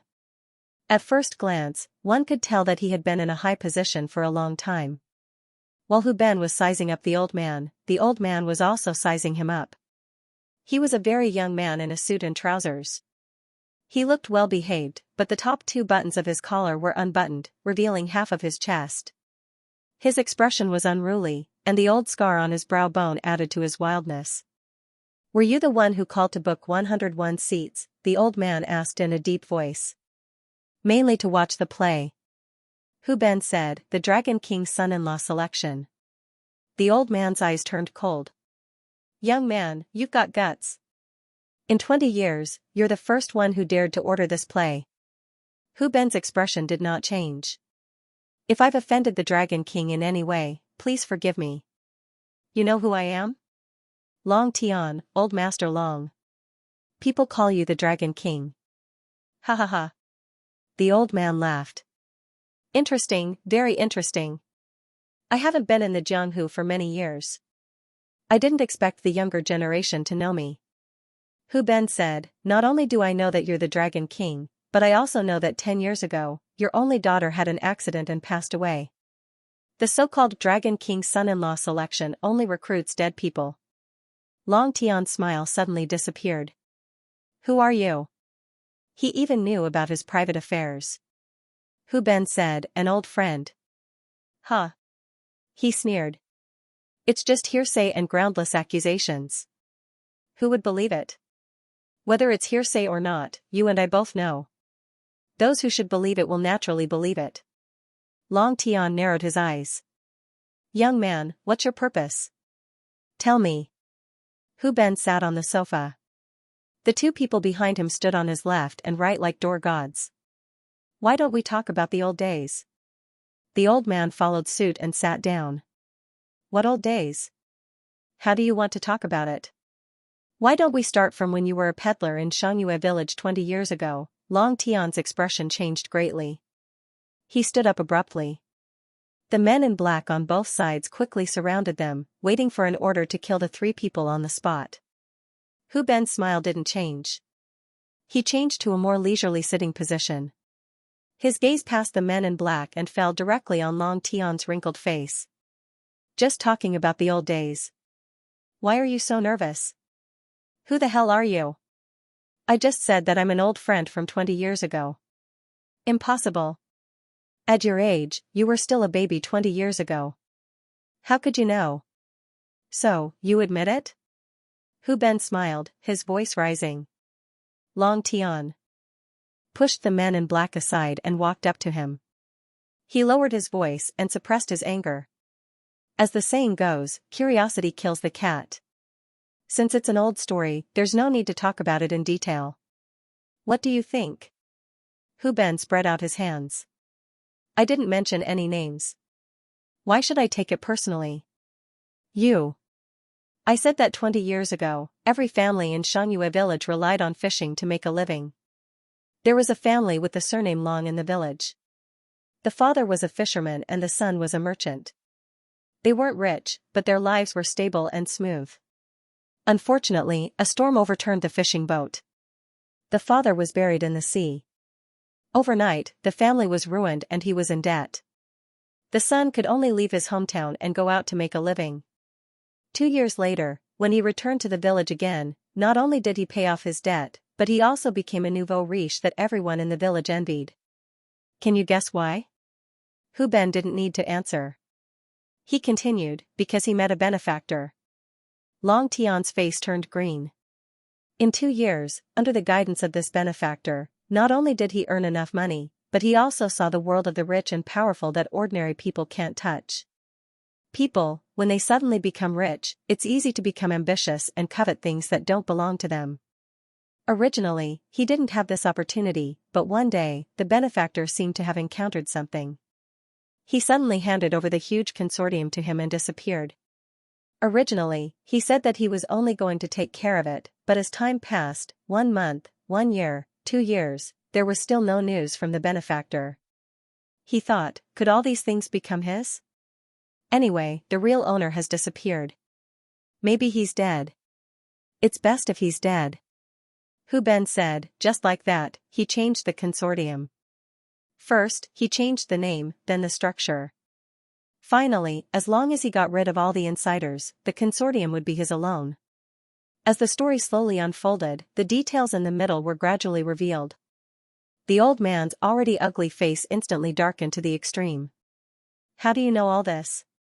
Who are you? Long Tian stared at Hu Ben's face, trying to find traces of that person's facial features. Unfortunately, there was none. You're not his descendant. Long Tian said firmly. But how do you know all this? Did Lu Xing tell you? No. Impossible. He has disappeared for 20 years. It's impossible for him to come back. In Guangdong province, it was common to address men with the surname Xing, meaning Mr. Lu Xing was Mr. Lu. Hu Ben sneered and got up. He walked closer. Why is it impossible? He looked up and swept his gaze across the men in black. Did you use the consortium's funds to recruit and buy these men? Long Tian, even if you force yourself to take it, you'll have to spit it out one day. Now is the time. What do you mean? His eyes twitched. Of course, I'm representing Lu Xing to take back his things. Shameless boasting. What right do you have to represent him? What right do you have to represent him? Back then, Lu Xing personally handed the Yufeng group to me. Hu Ben chuckled and took out something from his pocket. It was just the right size to hold in his palm.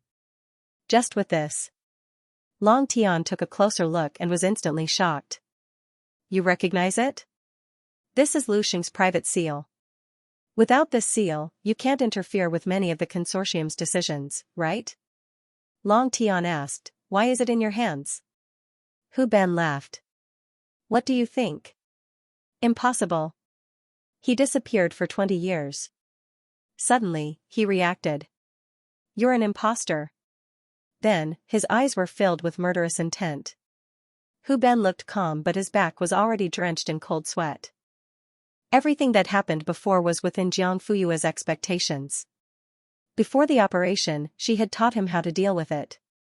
She had even rehearsed Long Tian's words, so Hu Ben didn't panic at all. However, from the moment he said imposter, Jiang Fuyue didn't teach him what to do next. What should he do? Long Tian saw through Hu Ben's pretentiousness. Sure enough, you're an imposter. Don't think that just because you have a fake seal, you can represent Lu Xing with just a few words. As he spoke, he suddenly leaned closer and lowered his voice. Even if you're the real one, I can turn you into an imposter as long as I want. Hu Ben was stunned. Before he could react, the wind from the punch was already there. He instinctively dodged and the attack brushed past his ear, causing a burst of murderous intent. Hu Ben understood that the other party wanted to silence him. Long Tian retreated to the safe zone and waved his hand. Take him down. The men in black heard the order and moved.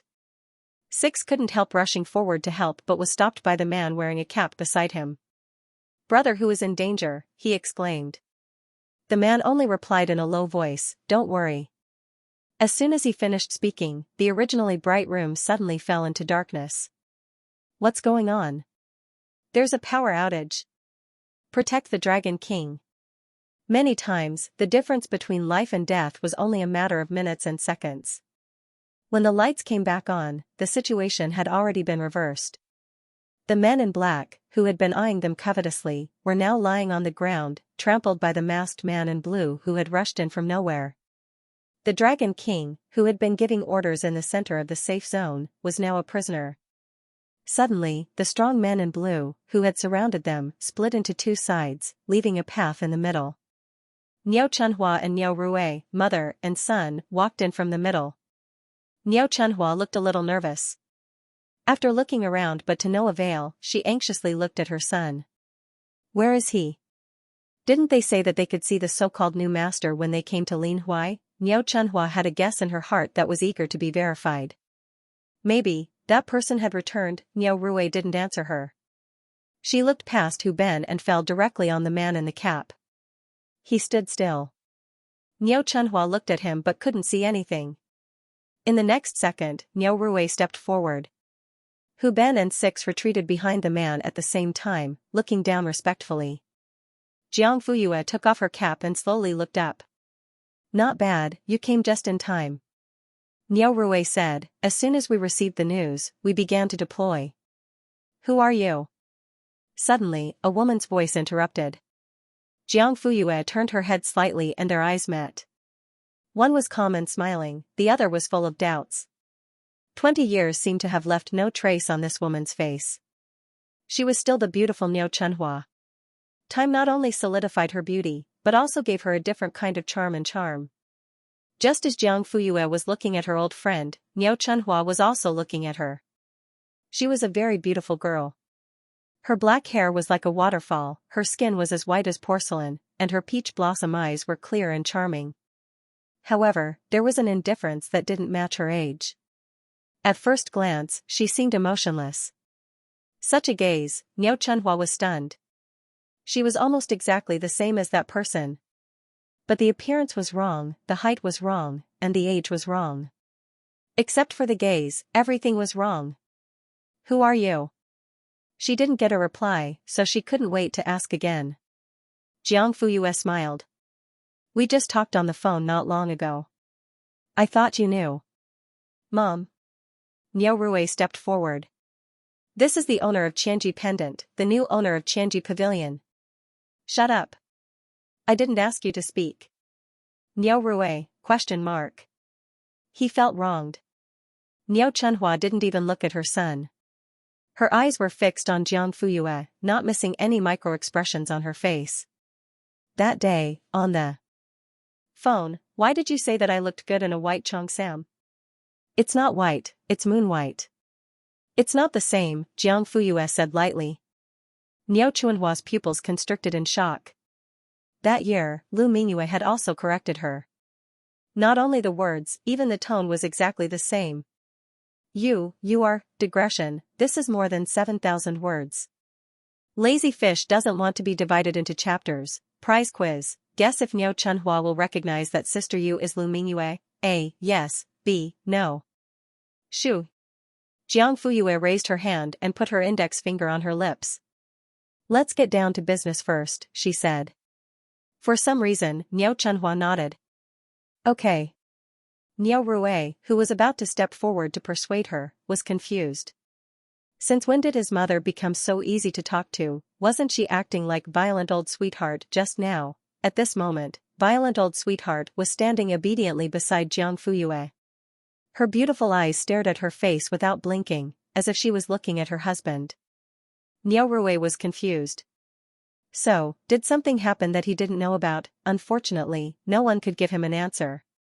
At this moment, Jiang Fuyue said calmly, clear the area. Niao Rui reacted and waved his hand. Some of the men in blue took the men in black out. It was obvious that both the upper and lower floors were under control. Very good. In the end, only Long Tian was left lying on the ground. Niao Rui said, "Bring him up." Two men in blue took Long Tian from both sides and walked forward. "Who are you? How dare you behave so atrociously in my territory? Are you tired of living? Let go." Before he could finish his sentence, one of the men in blue kicked him in the knee and he fell to his knees. Long Tian had lived for so long, but he had never been humiliated like this. His eyes immediately turned scarlet red with hatred. Niao Rui frowned. However, Jiang Fuyue acted as if she didn't see him. She walked in front of him and sized up this fierce general that she had once nurtured with her own hands. Back then, she and her grandmaster had traveled to Guangdong province and met him lying beside a rubbish bin. She had only wanted to give him some money and leave. She didn't expect Long Tian to suddenly open his eyes. When their eyes met, Lu Mingyue saw the hidden ambition in his murky eyes. It was this ambition that piqued her interest. She couldn't help but wonder how high he could fly if he was given a gust of wind. Facts had proven that Long Tian was indeed a moldable talent. She only told him that there would be a huge change in the seafood market in half a month. She didn't expect that he would take advantage of the crisis and swallow half of the western Guangdong market. He also took advantage of the victory and took down the frozen chain in the northern Guangdong. Although his methods were not clean, he had achieved his goal. Lu Mingyue had once admired his ruthlessness in dealing with people and matters. It was also because of this that Lu Mingyue handed the Yufeng group over to him before he returned to the imperial capital to inherit the Lu Corporation. He just didn't expect that he would raise an ingrate, exterminating dissidents, massacring the higher-ups, forming cliques, embezzling property. Jiang Fuyue wanted to skin him alive and tear his bones apart when she recalled the facts she had learned through different channels after her rebirth. Before this, she still had a glimmer of hope. As long as Long Tian was willing to acknowledge the private seal, it wasn't impossible for her to let him go. Unfortunately, he actually wanted to kill Hu Ben to silence him. "If I knew this would happen, I would have let you die in the garbage dump back then and end all troubles." Jiang Fuyue looked at him with disdain. Long Tian, who was still struggling, suddenly froze. He turned his neck mechanically and his eyes widened like copper bells. What did you say?" His lips trembled and his eyes trembled. "Back then, I didn't save you so that you could turn around and bite me." "Long Tian, do you still remember the oath you made back then?" "What oath?" I don't remember. No, I didn't make an oath." He shook his head frantically as if he had gone mad. "Lu Xing, Long Tian, swear that I will protect the Yufeng group at all costs. I won't give up, I won't be discouraged, I won't be greedy, I won't snatch. If I go back on my word, I won't have a good ending." Jiang Fuyue's smile was like the arrival of Satan in the eyes of the other party. "You remember now? Did you think that won't have a good ending was just a joke? Huh? No, you can't possibly know what won't have a good ending." I didn't. "Who are you?" Jiang Fuyue moved closer to his ear and said word by word, "Of course, I'm an old friend that you thought would never appear again." Long Tian trembled and started to tremble uncontrollably. You're back." Jiang Fuyue suddenly stood up straight and took 2 steps back, shut his mouth and cleaned it up. Niao Rui lowered his head and tried his best to suppress the panic caused by Jiang Fuyue's overpowering aura. He replied in a low voice, "Yes." Niao Chunhua, who was standing at the side, was overjoyed. Especially after Long Tian said, "You're back." Soon, the scene was cleaned up and the men in blue retreated in an orderly manner. Niao Rui escorted Long Tian into the car. They had to rush back to the capital before daybreak to deal with the aftermath. Niao Chunhua paused and suddenly turned to Jiang Fuyue, "Can you give me 5 minutes?" The latter didn't seem surprised and nodded, "Okay." The two women walked to the corner. Niao Chunhua suddenly rushed forward and reached out to grab Jiang Fuyue's collar. "It's not here." "Where is it?" "How can it not be here?" Jiang Fuyue did not move from her spot. When she heard her, she lowered her eyes slightly and looked at the dazed woman. "What are you looking for? Where's the red mole?" Niao Chunhua's index finger pressed against Jiang Fuyue's collarbone. "It's obviously here. Jiang Fuyue smiled as if she had found something interesting and asked, "Are you sure it's here?" Niao Chunhua suddenly looked up and her dazed expression was replaced by calmness. She took back her hand and stepped back, but her eyes were still focused to the point of obsession. "Is it you?" she asked. If one listened carefully, it was not difficult to hear the trembling in the woman's voice. Jiang Fuyue didn't respond and just looked at her with a faint smile. Lu Mingyue used to have a red mole on her chest, but it was not below her collarbone, but on the left side of her chest near her heart. Niao Chunhua deliberately pointed out the wrong person to test her. "Although you didn't say anything, I know it must be you. It's been 20 years, you're finally back." The next second, Niao Chunhua hugged her tightly in her arms. Jiang Fuyue almost choked and couldn't help but laugh. "How old are you? Why can't you change your habit of crying at the slightest thing? You haven't improved at all. You're so annoying. Why is your mouth still as poisonous as before? How dare you mock me on the phone for wearing red like a rotten tomato? You know I hate tomatoes the most, but you still say that. Annoying. Hey." Jiang Fuyue spread out her hands. "How long are you going to hug me for?" Niao Chunhua pursed her lips. "Why, are you still afraid that I'll take advantage of you?" As she said that, she secretly wiped her tears. Then she let go and stepped back. The two of them looked at each other face to face and suddenly smiled at each other. Niao Chunhua said, "You liar. Big liar. You said you won't see me. All these years, in order to look for you, I even delayed looking for Niao Rui's father. Now that I think about it, you still owe me a living husband. You'll pay for it. You have to pay for it." Jiang Fuyue couldn't help but laugh as she looked at the beautiful woman in front of her. At a certain moment, she miraculously merged with the delicate and clingy little girl in her memory. "Okay," she said, "I'll pay for it." Who asked her to owe a debt in her previous life? Niao Chunhua's breathing stagnated and her heart suddenly beat faster. So she admitted that she was Lu Mingyue?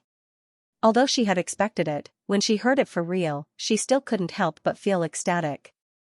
"Miss," seeing that she was about to cry again, Jiang Fuyue quickly reminded her, 5 minutes are up." Niao Chunhua. The atmosphere was ruined just like that. "You're chasing me away." Her tone was bitter. Jiang Fuyue, question mark. "Did I?" Niao Chunhua, "You did. Okay, I'll go to the capital in a few days. It's not like I won't be able to see you." "Bah. What won't be able to see you?" "I must see you."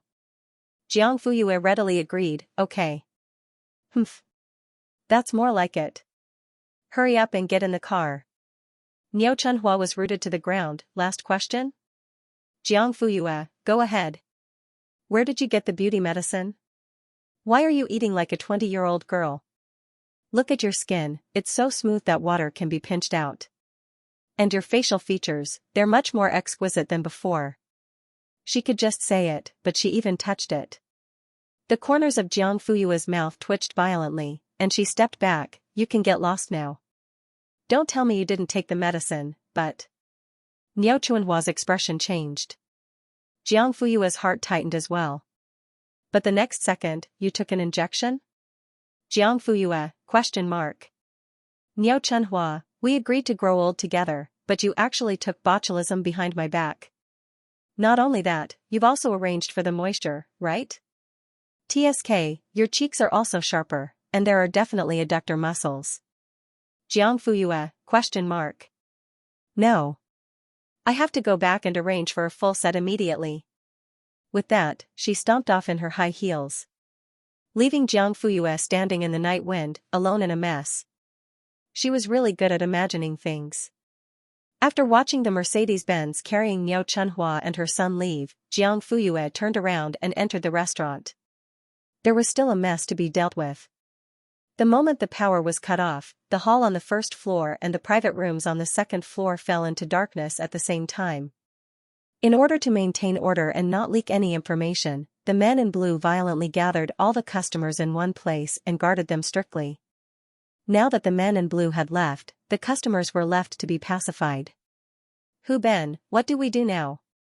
He didn't know Jiang Fuyue's identity, nor did he know what kind of resources she had in her hands, But it wasn't difficult to see from the swift actions of the mother and son and the mysterious movements of the men in blue, this was a big boss, who Ben had never admired his foresight as much as he did now. Anyway, from now on, he would definitely follow Jiang Fuyue. Where are they? Hu Ben, private room 201. I asked Six to go there first, but he didn't dare to let them go without orders, so, those customers are still locked inside. How many people are there? Jiang Fuyue walked up to the second floor.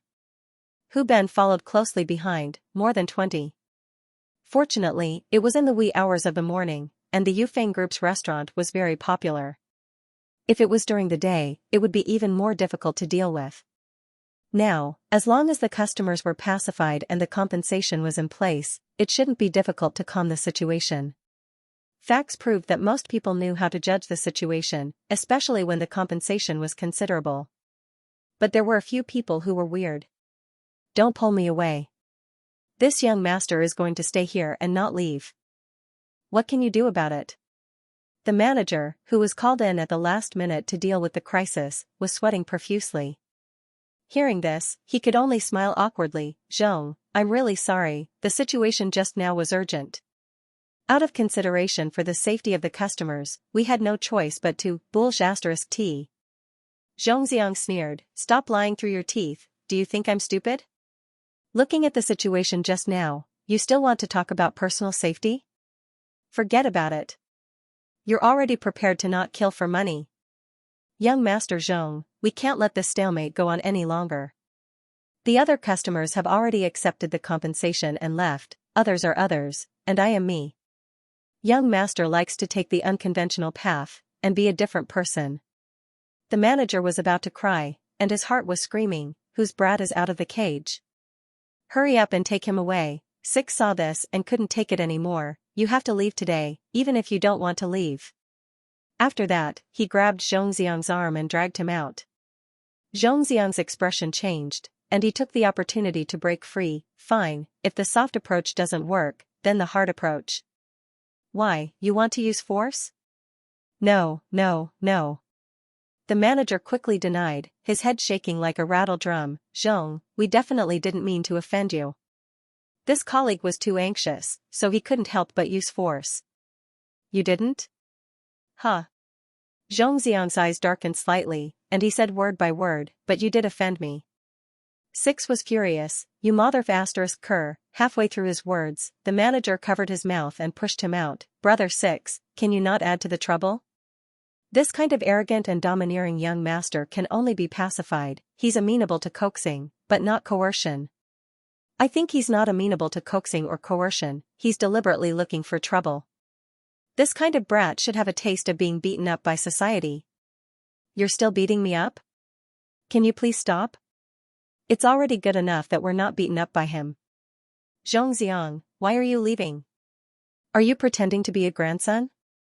Six turned around and pointed at him. Who are you calling a grandson? You. Grandson, fine. Six was so angry that he nodded and rolled up his sleeves. Seeing that the atmosphere was getting more and more tense, the manager gritted his teeth and hurriedly went to get help. For a moment, only the two of them were left in the private room. Zhongxiang, oh, you dare to hit me? Why don't you ask your boss before you hit me? Six frowned.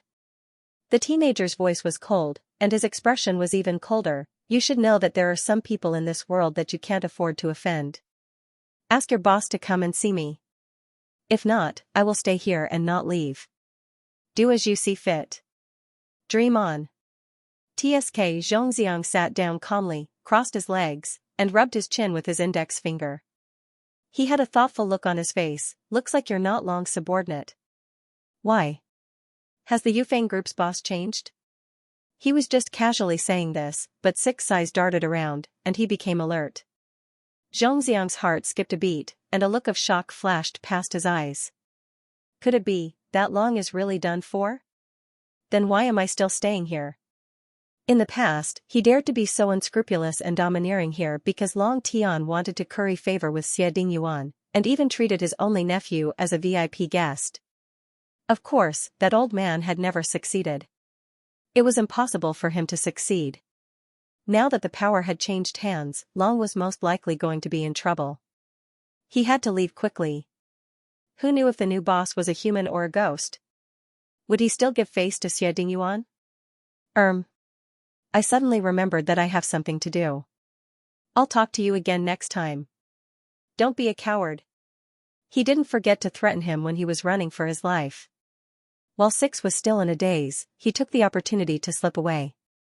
However, the moment he opened the door, what awaited him was not a way out, but a woman with a faint smile on her face. Jiang Fuyue? Zhongxiang was completely dumbfounded. Why are you here? Is it strange that I'm here? She raised her eyebrows and smiled. Aren't you here too? How can you compare yourself to me? Why can't I compare myself to you? Zhongxiang. Anyway, you can't compare yourself to me. Let's go.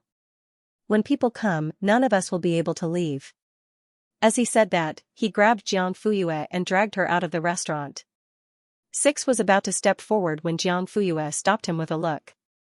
Looking at Zhongxiang's back view as he left in a hurry, Zhongxiang finally couldn't help but scold him silently. Idiot.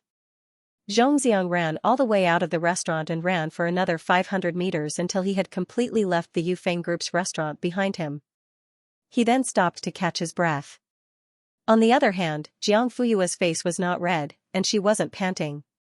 She looked at Zhongxiang's embarrassed and frightened look, and she didn't even try to hide the mockery in her eyes. TSK, the little tyrant of the Zhong family in the imperial city only has this much courage. Zhongxiang caught his breath and raised his eyes to meet Jiang Fuyue's gaze, which seemed to be ridiculing and pitying at the same time. He was a little confused. But he wasn't really angry. He would get used to it. If Jiang Fuyue really spoke nicely to him and was grateful to him, Zhongxiang imagined that scene, duck, no need, he would suspect that he had seen a ghost. Are you that scared? Jiang Fuyue crossed her arms in front of her chest. Her calm and composed look was a stark contrast to the young man's pale face and weak footsteps. Who said that I'm scared? Zhongxiang suddenly stood up straight. Jiang Fuyue glanced at him from the corner of her eyes and snorted. Hey! Don't laugh. Do you know how dangerous it was just now? Jiang Fuyue raised her eyebrows. Her pair of peach blossom eyes were cold and clear. Zhongxiang instantly imagined a scene of a silly and sweet girl who didn't know anything about danger and was saved by a freak combination of factors. He didn't have the slightest doubt about the reason why she appeared in the restaurant in the middle of the night, how she could come to the second floor without any hindrance, and why no one stopped him when he brought her away. Digression. So, the answer to the previous question was this chapter was 5,000 words long, and so was the next chapter. I know you don't know about it. Zhongxiang lifted his chin. He felt proud of saving the damsel in distress. Let me tell you. Something must have happened at that restaurant. Jiang Fuyue blinked, displaying the essence of being naive and sweet to the extreme. What happened? How can a restaurant suddenly have a power outage? Aren't the other places around the restaurant still lit up? So? Zhongxiang looked around cautiously and lowered his voice. I suspect that when the power outage happened, the Yufeng group might have changed hands. Jiang Fuyue's eyes darkened slightly, her meaning unclear. Is it? Of course. That long guy treated me well in the past. When I stepped into the restaurant, he would send his subordinates to serve me personally. How could he treat me like an ordinary person and chase me to a private room? No matter what, you should at least arrange a luxurious room for me, right? Also, when I refused to leave just now, his subordinates did not come out to comfort me. What does this mean? Jiang Fuyue smiled innocently. What does it mean? Zhongxiang, it means that Long Guy is in big trouble. It's hard to say if he can survive. Jiang Fuyue raised her eyebrows. She was surprised. She thought he was an idiot. She did not expect him to be able to deduce that Long Tian was in big trouble. However, Zhongxiang felt that her expression indicated that she did not believe him. He became anxious on the spot. It's true. I have a strong feeling that the Yufeng Group's boss has changed. Oh. That's it? That's it? No. Jiang Fuyue, I did save you, didn't I? Can't you save me some face? Okay. She nodded and began clapping. Clap, clap, clap. She asked, is that enough? Then I'll clap a few more times. Xianxia. Knock. Why do I feel that she is mocking me? This is too difficult. At this moment, a black Land Rover drove over from afar. The lights were so bright that both of them had to squint at the same time. Finally, the car slowly stopped beside them. The car window rolled down, revealing the man's chiseled, frosty side profile. Uncle, you've come. That's pretty fast. Zhongxiang felt relieved. Even his voice was 2 octaves higher than before. It was confidence and peace of mind. Xie Dingyuan, get in. Oh. Zhongxiang reached out to open the door of the front passenger seat. Suddenly, he paused. She turned to Jiang Fuyue and said, you sit in the back. Let my uncle send you home first. Jiang Fuyue, thank you, but there's no need. Zhongxiang immediately panicked. You're a girl wandering around in the middle of the night. You could be in danger at any time. Besides, the buses and subways are out of service now. It's not easy to get a taxi here. Don't be silly. Don't worry, I'll be fine. You can go. With that, she turned and left in the opposite direction. During this time, she didn't look at Xie Dingyuan, just like how Xie Dingyuan didn't look at her. Jiang Fuyue. Stop right there. Zhongxiang chased after her. Weren't you fine just now? Why did you suddenly? He was very confused. Weren't the two of them chatting well just now? Zhongxiang thought that they were friends, but Jiang Fuyue's current attitude made him unsure. Sure enough, women are fickle. I don't care. You have to get in the car today. The moment he opened his mouth, he unconsciously spoke in a commanding tone. What if I don't get in? Jiang Fuyue found it funny. She looked at him as if he was a little cockerel with fluttering wings and feathers all over the sky. Why are you so stubborn? He didn't know what was good for him. Zhongxiang gritted his teeth and didn't say the second half of his sentence. He thought that he was crazy enough and didn't know what was good for him. TSK, he didn't expect that there would always be someone better than him. Jiang Fuyue was about to say something when a deep voice suddenly sounded, Zhongxiang, are you getting in the car or not? I'll give you 10 seconds. After that, he raised his wrist to time. If he said 10 seconds, it meant 10 seconds. If he exceeded this time, he would really drive away. Zhongxiang was anxious. Like before, he grabbed Jiang Fuyue's hand and pulled her into the car. Xie Dingyuan took a look and frowned. The next second, he lowered his eyes and stared at the dial. 5 seconds left. His cold voice seemed to be devoid of human emotions. Zhongxiang was still trying. Unfortunately, this time, no matter how hard he tried, he couldn't move her. Jiang Fuyue pulled her hand back and glanced at the Land Rover that was shining under the street lights. She was expressionless and said in a cold voice, we're not close enough to get a ride. Zhongxiang. What's wrong with being a little hurt? Let's talk about it when you can decide for yourself whether to invite me into the car or not. After that, he strode away. Xie Dingyuan, 10 seconds are up. The man's cold voice seemed to have fallen into an ice cellar at this moment. Zhongxiang gritted his teeth and looked away reluctantly. In the end, he opened the door of the front passenger seat and got in. Soon, the black Land Rover disappeared at the end of the street. In the car, there was a silence between the uncle and nephew. The dim yellow light from the street lights shone on the man's face and cast a shadow on the bridge of his nose. It made his eyes look even colder and unapproachable. The more Zhongxiang thought about it, the more uncomfortable he felt. He moved around and didn't stop. Why, are there nails on the seat? Zhongxiang was speechless for a moment. He couldn't be bothered to answer his old joke. What do you think Jiang Fuyue meant by that last sentence? What did she mean by let's wait until I can decide for myself whether to invite her into the car or not? I made the decision myself. Otherwise, who would make the decision? The man's eyes darkened. Zhongxiang was confused. You? He looked at Xie Dingyuan. The latter was expressionless. Tisk, the young master finally reacted. Uncle, you don't want to send her? The man's mouth tightened. No. Why? It's a piece of cake. It's not troublesome. You're too, ugh. Xie Dingyuan turned around and glanced at him coldly. To what? Zhongxiang immediately shut up. But after a few minutes, he started again and said seriously, Uncle, I think you're too ungentlemanly. Xie Dingyuan looked straight ahead and didn't respond. You left a weak and delicate girl on the street. How dangerous is it in the middle of the night? Weak and delicate? Are you sure? Yes. Zhongxiang nodded. What if she meets a gangster? She can beat you into half a panda with one punch and throw you over her shoulder. Do you think she's weak and delicate? Zhongxiang. Damn. He felt humiliated. Wait, that's not right. How do you know she knows how to throw you over her shoulder?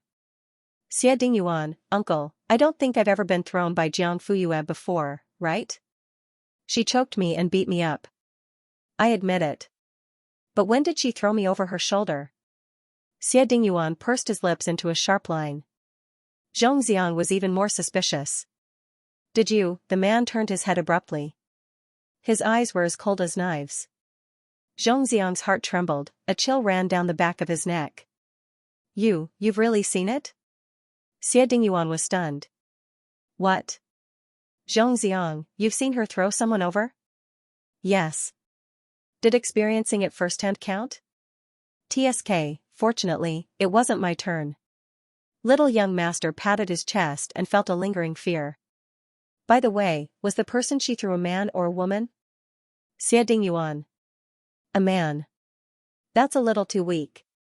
How did a woman throw him over her shoulder? The man secretly gritted his teeth, but his face was calm and steady. But you can't refuse to take her because of this, right? Xie Dingyuan sneered. Do you think she needs me to take her? Zhongxiang muttered softly, but you didn't take the initiative to invite her. She wants to take my car, and I have to urge her repeatedly? Zhongxiang, you're really something. It's just a matter of a sentence. Do you have to be so embarrassed? Shut up. Zhongxiang snorted. It seems that my mother was right. There's a reason why you can't find a girlfriend at your age. Who would like a straight man with a bad temper and a foul mouth who doesn't understand romance? Xie Dingyuan, ? What the hell? Uncle, why don't we go back? Although Jiang Fuyue is a violent woman, what if she meets someone she can't beat? Zhongxiang, when did you start to care about her so much? The man's eyes darkened and his tone was cold when he thought of their hand-holding. Huh? Me? Care about her? Isn't that the case? Zhongxiang's expression was strange. How is that possible? As a gentleman, it was a show of elegance to make things convenient for others. He just wanted to be a gentleman, that's all. It had nothing to do with caring. That's right, that's it. Xie Dingyuan heard this and frowned thoughtfully. So, you're not together? When did I say that I'm with her? If it wasn't for the seatbelt, the young master would have jumped up 8 feet high. Then why did you hold her hand? Zhongxiang was confused. When did I hold, Was that holding hands? That was pulling. She didn't get in the car and you only gave me 10 seconds. I was anxious so.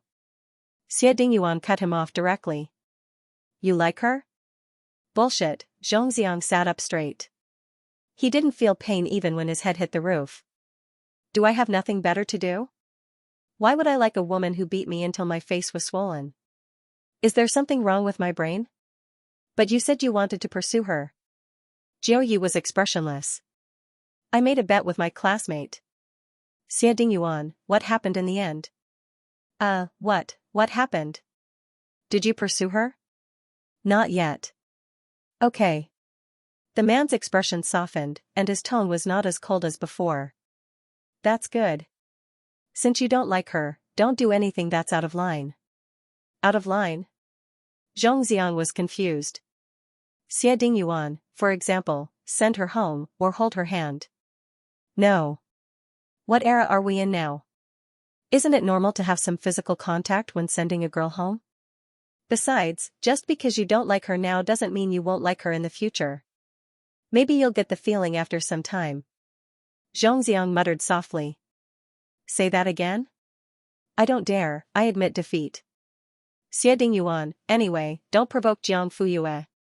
If you see her in the future, stay as far away from her as possible. Why? Can you beat her? It was a knowing blow. I can't. Can you guarantee that she won't beat you up? No. If holding her hand means you have to take responsibility for her, can you do it? Zhongxiang was confused. Take responsibility for what?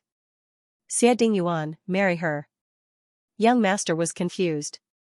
Weren't they talking about sending Jiang Fuyue home? Why did it change to marry her now? Why, you don't understand? Zhongxiang shook his head. He really didn't understand. Xie Dingyuan, first of all, you can't subdue her, whether in terms of intelligence or strength. Second, you made a bet with your classmate to chase a girl. This is very bad behavior. Last of all, if you don't marry her, why flirt? Any relationship that doesn't have marriage as the prerequisite is acting like a hooligan. Zhongxiang was stunned, and he was dumbfounded. Xie Dingyuan continued, try it if you don't believe me. If you dare to do it, I'll break your legs. Zhongxiang rolled his eyes. Dead, on the other side, after Jiang Fuyue and Zhongxiang parted ways, they walked straight back. However, they saw the manager and 6 pulling at the entrance of the restaurant. It seemed that they were arguing. Why can't I check it? Now the whole restaurant belongs to my sister Yu. Who do you think you are? The manager's expression didn't change.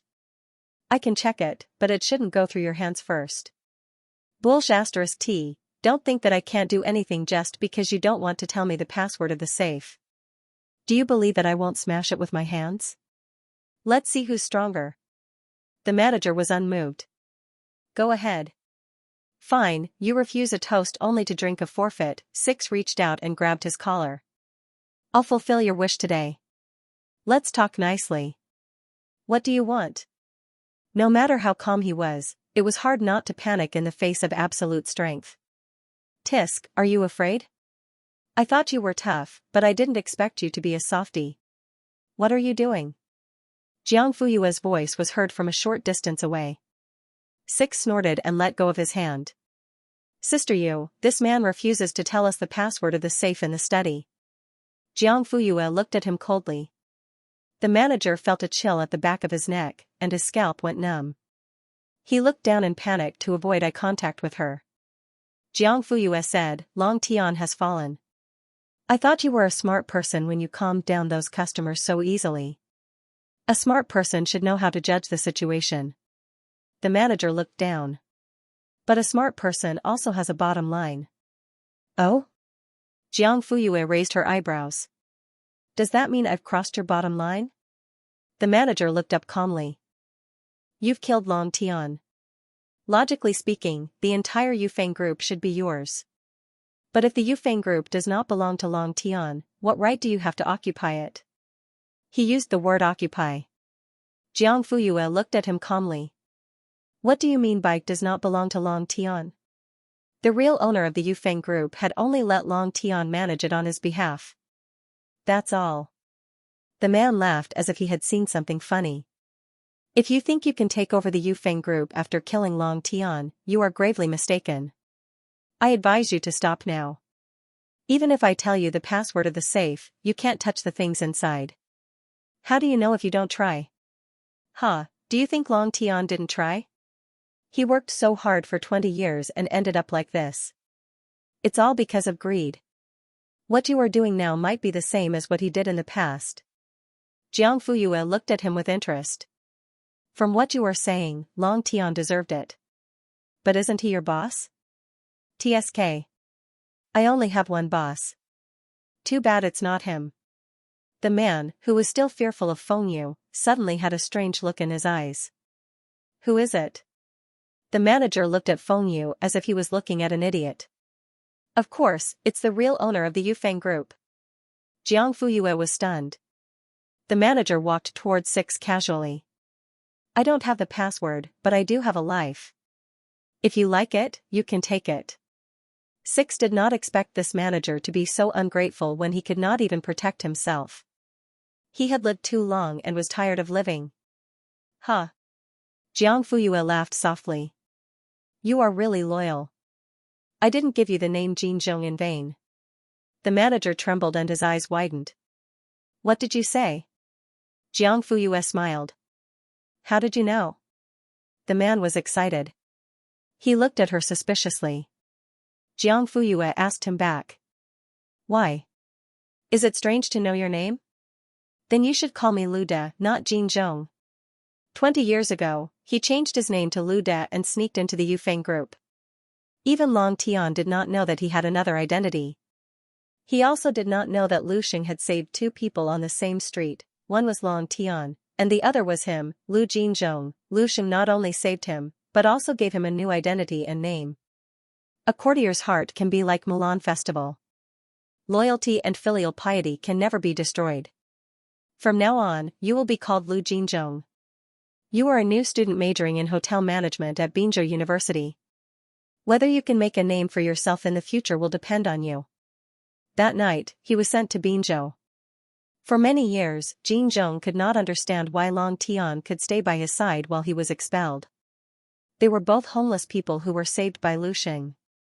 Later, he understood that Lu Xing named him Jin Zhong because he hoped that his loyalty could be his trump card at a critical moment. Unfortunately, he realized it too late. After he sneaked into the Yufeng group and gained Long Tian's trust, he found out that Lu Xing had disappeared for many years. What is your relationship with Lu Xing? Lu Jinzhong's sharp eyes swept across the overly young girl in front of him. Digression, after today's update, Yu Lai begs for monthly votes. Ding ding dang, knock on the rice bowl, see you tomorrow. Sisters Jiang Fuyue was still wearing the loose men's clothing, but she had removed her cap so her gender could be clearly identified. To Lu Jinzhong, it was not an exaggeration to say that she was an immature little girl. But this little girl had defeated Dragon King, taken control of the Yufeng group's kitchen at lightning speed, and now wanted to get the password to the safe.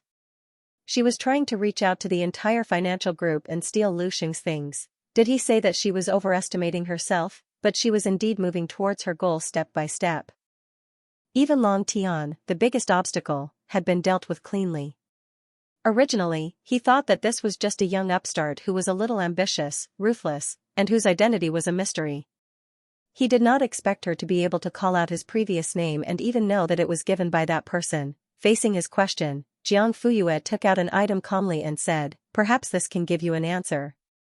He saw a red jade seal lying quietly in the girl's fair palm. The tiger's head was used as a hat, and the surroundings were engraved with a night scene of spring river flower and moon. Especially the round moon that was slowly rising, half hidden and half exposed. The water and mist seemed to be covered with a layer of blurred gauze, adding to the mystery. This is Lu Xing's private seal. Lu Jinzhong was agitated. The next second, he suddenly bent his knees and knelt on the ground. Since Lu Xing has handed over his private seal to you, you are the true successor of the Yufeng group. It is only right for you to take back everything. I was blind before, please forgive me. From now on, I swear that I will follow you to death and obey your every command. The moment he knelt down, Six instinctively took 2 steps back. He looked at him as if he was looking at an idiot. Other than doubt, there was also a hint of contempt.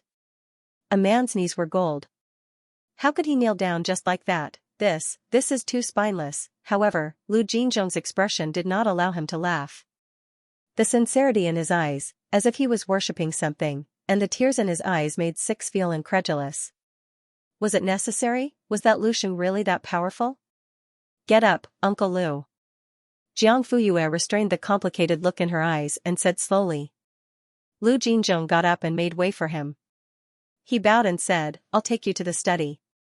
Yes. 10 minutes later, the two of them stood in front of the safe. Lu Jinzhong said, "This safe was left behind by Lu Xing. Both Long Tian and I know the password, but we need to use it with a key. If you forcefully break it open, it will activate a self-destruct mechanism." So, for more than 20 years, Long Tian could only watch helplessly. He wanted to ask Jiang Fuyue if she knew the whereabouts of the key, but the girl came forward with the seal in her hand. She placed the seal on the laser port in a clockwise direction, and the safe beeped twice. Then, she aimed the seal at the so-called keyhole and slowly pushed it in.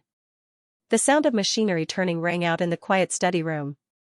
There was a heavy and mysterious feeling of something that had been sealed for a long time being reopened, as if an ancient ceremony was being carried out. Lu Jinzhong's eyes were red as he looked at the girl in front of him. It was as if he could see the shadow of that person. After 20 years, he had finally waited. Jiang Fuyue skillfully entered the password, and there was a click, the door opened.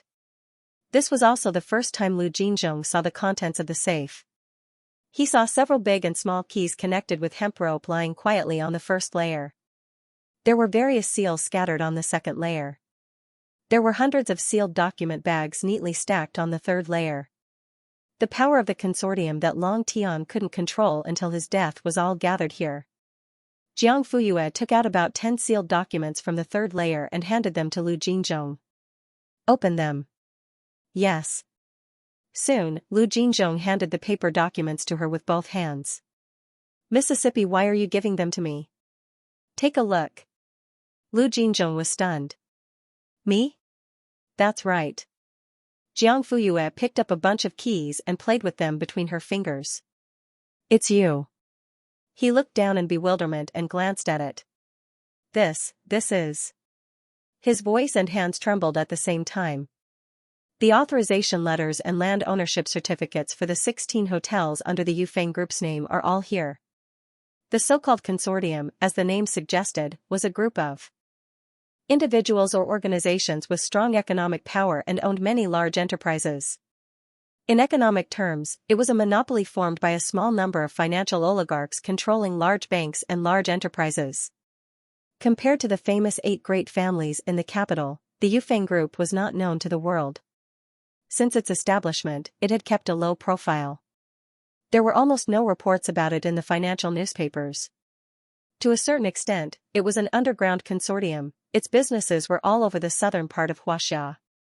Its main business was the 16 hotels, and its branches were involved in real estate, tourism, food and beverage, entertainment, logistics, construction, chemical industry, and many other fields. When Lu Mingyue left, he only handed over the food and beverage business to Long Tian. The other businesses were all managed by professional managers. The relevant seals and seals of these businesses were all locked in the safe. This was the fundamental reason why Long Tian, as the head of the consortium on the surface, could not interfere with the internal decision-making. It was like an emperor without a jade seal. No matter how hard he tried, he would never be able to get the throne. Lu Jinzhong looked at the property rights certificate in his hand and was at a loss for a moment. I don't understand what you mean. Jiang Fuyue, do you know why Lu Xing wanted to send you to Binzhou University to study hotel management? Hotel management, Lu Jinzhong's body trembled.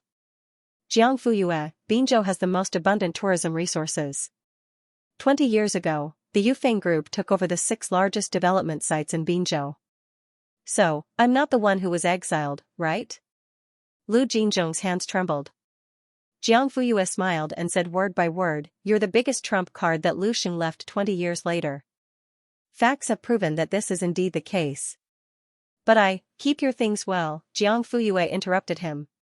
I'll give you 2 years to clean up the accumulated abuses of the 16 hotels in your hands over the past 20 years. Next, I want to see the 6 pieces of land in Binzhou that have been developed beyond their capacity. This is not a discussion, it's an order. There's a KPI test. If you don't do well, you'll have to give up your position. Her words were cruel and merciless, but Lu Jinzhong was excited. Don't worry. I'll do my best. Very good. I'll leave the Yufeng Group's kitchen to you for the time being.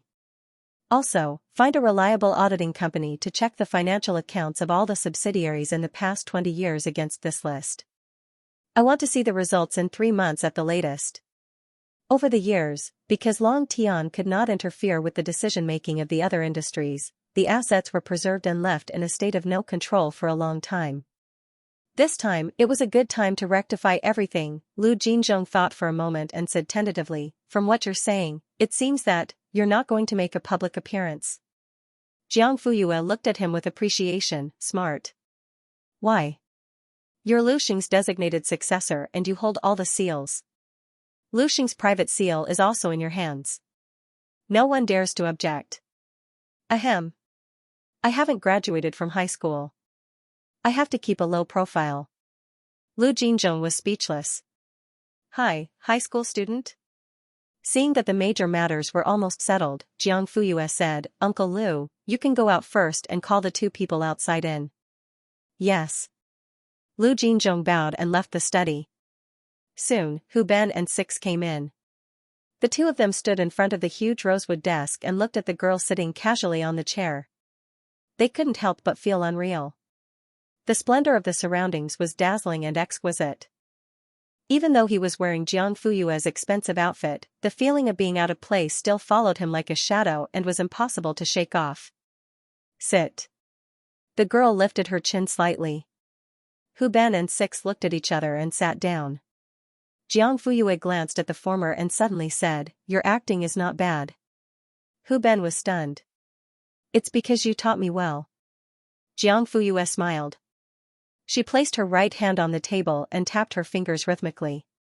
After a while, she asked, Have you ever thought about what you can do? She asked about what you can do and not what you want to do. Hu Ben's face turned red. Does being able to fight count?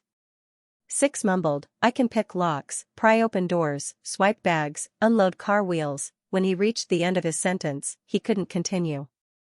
Jiang Fuyue didn't have much of a reaction after hearing this, as if she had expected it. Then what are your dreams? The two of them were stunned. The release of the voice of Huaxia's barking pants, but Jiang Fuyue's expression didn't look like she was joking at all. Hu Ben was at a loss. Six wasn't any better than him. Sister Yu, what do you mean? I don't quite understand. Jiang Fuyue said, living in this world, we should have something to strive for, right? Hu Ben thought for a while. Does it count as living a good life? Yes. What about you? Jiang Fuyue looked at Six. The latter was obviously not in the right state. I don't know. After saying that, he scratched his head awkwardly. He was an orphan and had long been used to living on the streets. Later on, he followed Brother Hu and did whatever he was told to do. He never had his own thoughts or ideas. As for living a good life, of course, he looked forward to it, but it wasn't that strong. After all, he was satisfied with what he had now.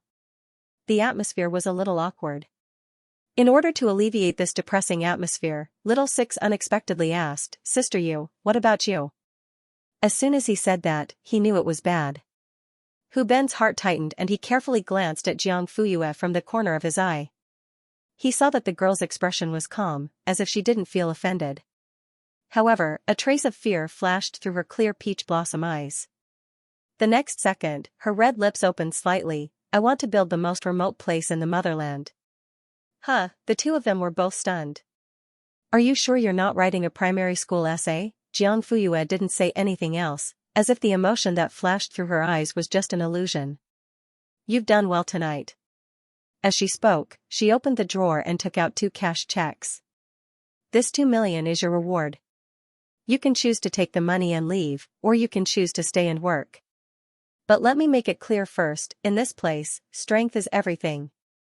Even if you stay, I can't guarantee that you'll be given the position you want. 5 minutes. Think carefully and tell me your answer. Hu Ben looked at the check in front of him. With this 1 million, he could buy a decent house, marry an honest wife, and his old mother wouldn't have to do odd jobs or take on odd jobs. It seemed that his good life was about to come true. But was this kind of life that he could see the end of at a glance really what he wanted? How should he choose between stability that is visible to the naked eye and adventure with an uncertain future? Six looked at the 2 pieces of paper on the table. They were not even as big as his palm. How could they be worth 2 million? Gulp, he swallowed his saliva. Jiang Fuyue reminded him at the right time, there's 1 minute left. She thought that Hu Ben would be the first to speak, but unexpectedly, it was Six who spoke first. I'll stay. Jiang Fuyue asked him, why? Six held back for a while and said seriously, I also want to build the most remote place in the motherland. Jiang Fuyue, Hu Ben, no. Why do you all have such expressions? I'm serious. I'm not kidding. Here's what I think. Sister you're very resourceful. I'm just a small gangster who doesn't have much ability. I'm good at stealing, but I guess you won't like me. Jiang Fuyue said, get to the point. 6 said, I don't know much, but I know that if I squat in front of the biggest restaurant on the street, I can easily pick up good stuff. It's much more sumptuous than those small restaurants. Then why do you want to build the motherland? Ahem. Isn't it because you want to go? With the boss's will as your own, and with the boss's goal as your own, you won't fall behind. Won't you get more than 1 or 2 million in the future? Little Six's brows danced as he spoke. Jiang Fuyue looked at him a few more times. She had a new level of respect for him. In the end, Hu Ben also said, I don't want money. If I say I'll follow you, then I'll follow you. Okay. Jiang Fuyue took back the check. She looked at their regretful eyes and smiled. It's not too late to regret. Hu Ben said, no, no, no. 6 said, you're so humorous. Okay, you're heroes after all. I can't let you have a low starting point. After that, she threw 2 keys on the table. These are the 2 biggest bars in Linhuai, king and queen. I'll hand them over to you for 3 months. If the turnover can't increase by more than 50%, then you'll have to be waiters for at least half a year. When the 2 of them heard that, they were stunned and couldn't react for a long time. Jiang Fuyue thought that they were unwilling to do it because it was too difficult. She was about to say something when 6 said, Bro who, did I hear wrongly? Is that king and queen the same king and queen that I know? Should be? Doesn't that mean we've become big shots all of a sudden? The kind with aviator glasses, flowery shirts, and big gold chains. Hu Ben coughed softly and tried to control his emotions. 6, let's keep a low profile. Don't get carried away. Yes, keep a low profile. Jiang Fuyue, in the end, the 2 of them agreed and immediately rubbed their palms together. It seemed that they couldn't wait to do something big. However, Jiang Fuyue still reminded them, managing a bar doesn't mean that you can fight. If you encounter something you don't understand, go to Uncle Liu. He'll send someone to teach you. Okay. Jiang Fuyue supported her head with one hand and waved at the 2 of them with the other. If there's nothing else, then you can leave. 6 turned around first, but Hu Ben didn't move. Bro Hu, you go first. I have something to tell Sister Yu. Oh, then I'll wait for you outside. Jiang Fuyue raised her eyebrows and her gaze fell on Hu Ben's face. What do you want to say? Sister Yu, can you? He gritted his teeth and seemed to have made up his mind. Help my mother find a stable job? You're in charge of a bar now. It's not difficult to arrange an easy job for your mother. Miss, I'm talking about a stable job. He said word by word. The key point was, stable. What are you afraid of? My mother used to worry a lot when we fought. Now, I can't bear to see her cry again. Jiang Fuyue found it funny. Why? Do you think I'll make you risk your life? Hu Ben replied seriously, whether you will or not, I'm prepared.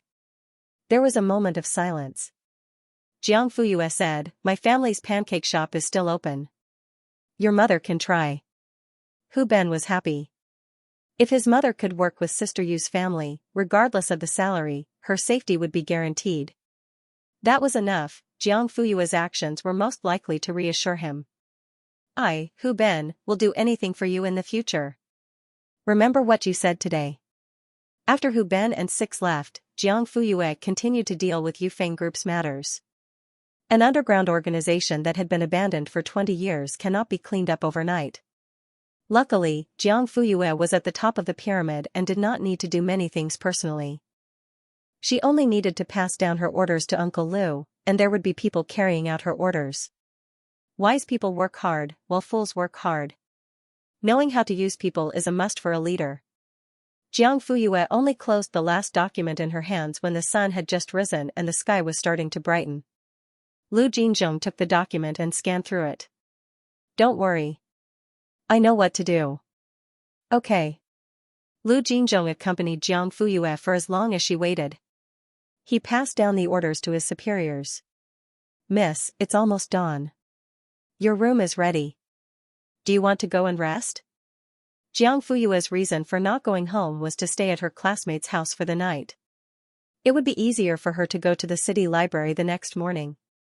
Of course, she cannot go home now. Uncle Lu, you are so thoughtful. Lu Jinzhong lowered his eyes and said respectfully, it's my duty. Jiang Fuyue got up and left her seat. Her neck was stiff after working for such a long time. Just as she was about to leave, Lu Jinzhong's deep voice came from behind her. Miss, can I ask you something? Jiang Fuyue stopped in her tracks. Is Lu Xing okay? Digression, 5,000 words. Jiang Fuyue, he's great. After saying that, he didn't stay any longer and left. Lu Jinzhong watched her walk away before he looked down at the document in his hand. His slightly calloused fingers stroked the words on the document as he muttered, but your handwriting is exactly the same. Jiang Fuyue took a shower in the room prepared by Lu Jinzhong and slept until the sun was high in the sky. She received a call from Lu Bowen as soon as she finished washing up. Sister Yu, I heard that you got full marks in the information competition again. That's amazing. Oh. That's it? You're not happy? Not excited? Not excited? Jiang Fuyue replied calmly, the results came out a week ago. If I wanted to be excited, I would have been. Why would I wait until now? Lu Bowen. She made a lot of sense. Just tell me what you want to say. Lu Bowen held his phone and smiled. I heard that you came back from the capital and are about to go to the summer camp. I don't think our competitive physics class has gathered before. Why don't we do it today? Okay.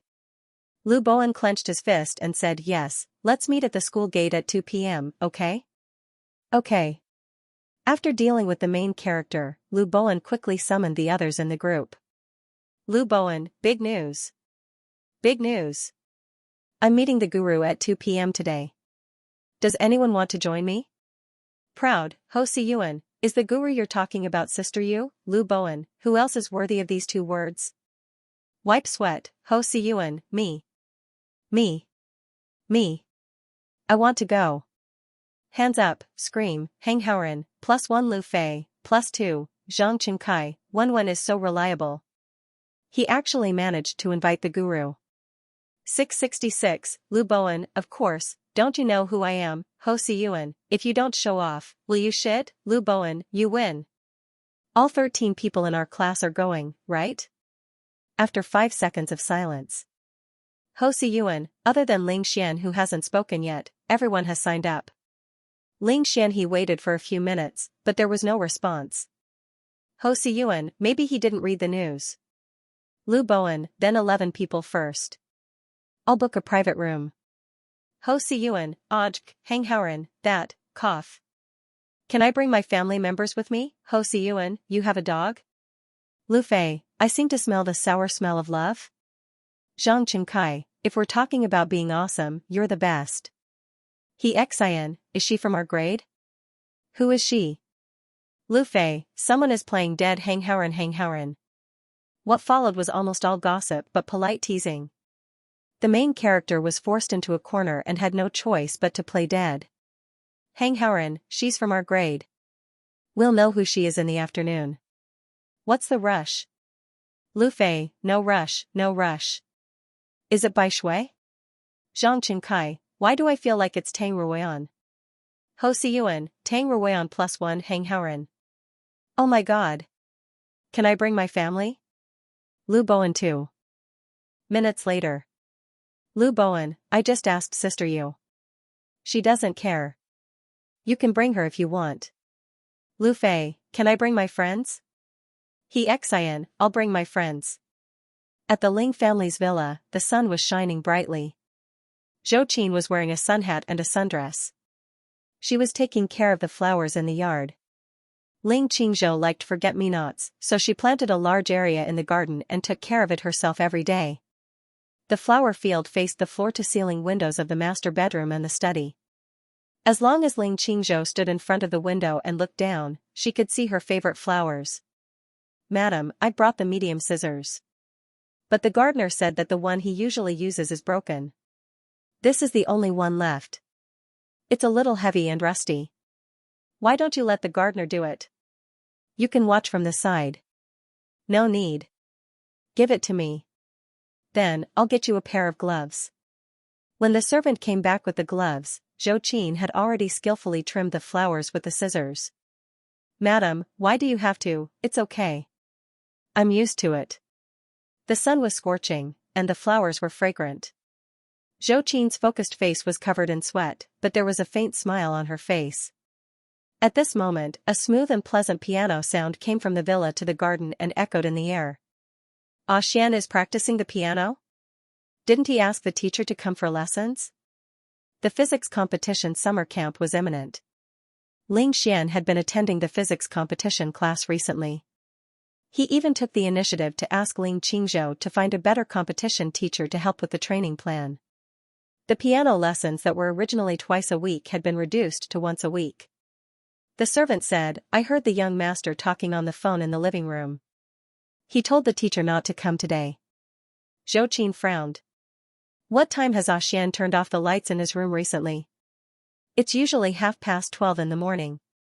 There were a few times when it was past 1 o'clock. Nonsense.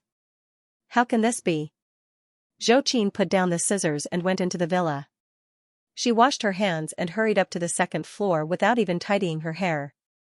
Soon, the servant who was still in the garden heard the piano stop. Mom, I know what to do. Xian, your grades are good enough.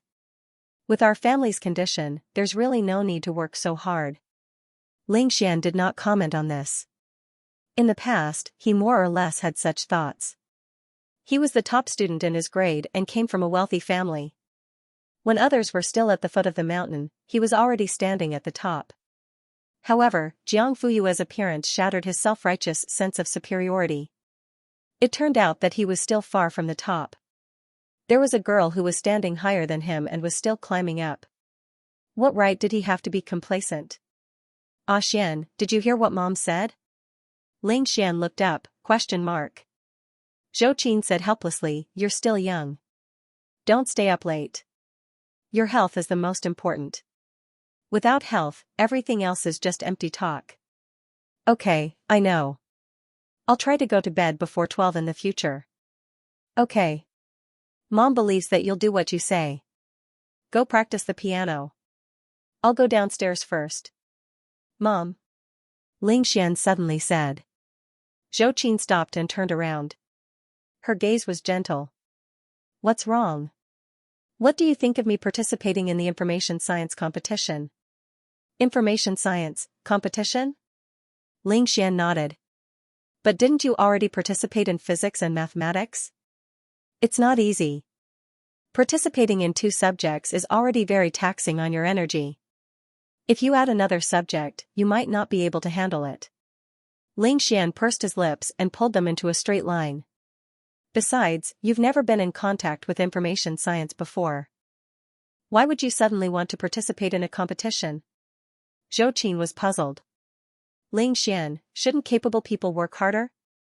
Silly son, have you heard of the saying every field has its own specialization? A person's energy is limited. Talent is only one-sided. The purpose of nurturing is to invest the limited energy in the field related to the strongest talent. This way, you can achieve twice the results with half the effort. Mom, do you think it's possible for a person to take care of his studies and participate in 3 subject competitions at the same time and get first place every time? Moreover, he got full marks. Zhou Qin shook her head. She thought that her son was talking about the kind of person he wanted to be. She didn't think that it was based on reality. Silly son, how is that possible? You're just asking too much of yourself. There's one thing you have to know. No one in this world is omnipotent. Ling Xian looked down and his eyelashes trembled. No, what? Someone can do it.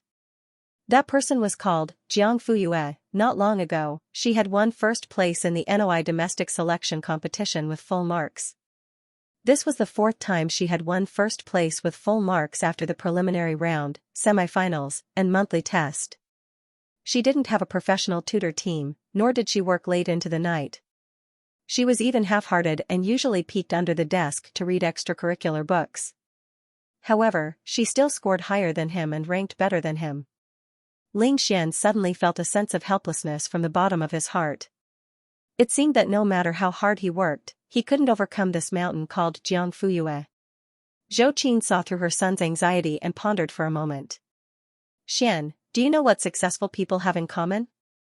Talent? Zhou Qin shook her head. Persistence? It's still not right, Zhou Qin said. It's self-awareness. Knowing your own strengths and weaknesses, you can play to your strengths and avoid your weaknesses. Xian frowned. Let me give you an example. Your father started out in the production and packaging of daily necessities, but your father himself doesn't know how to produce daily necessities. He doesn't even know how to seal a packaging box.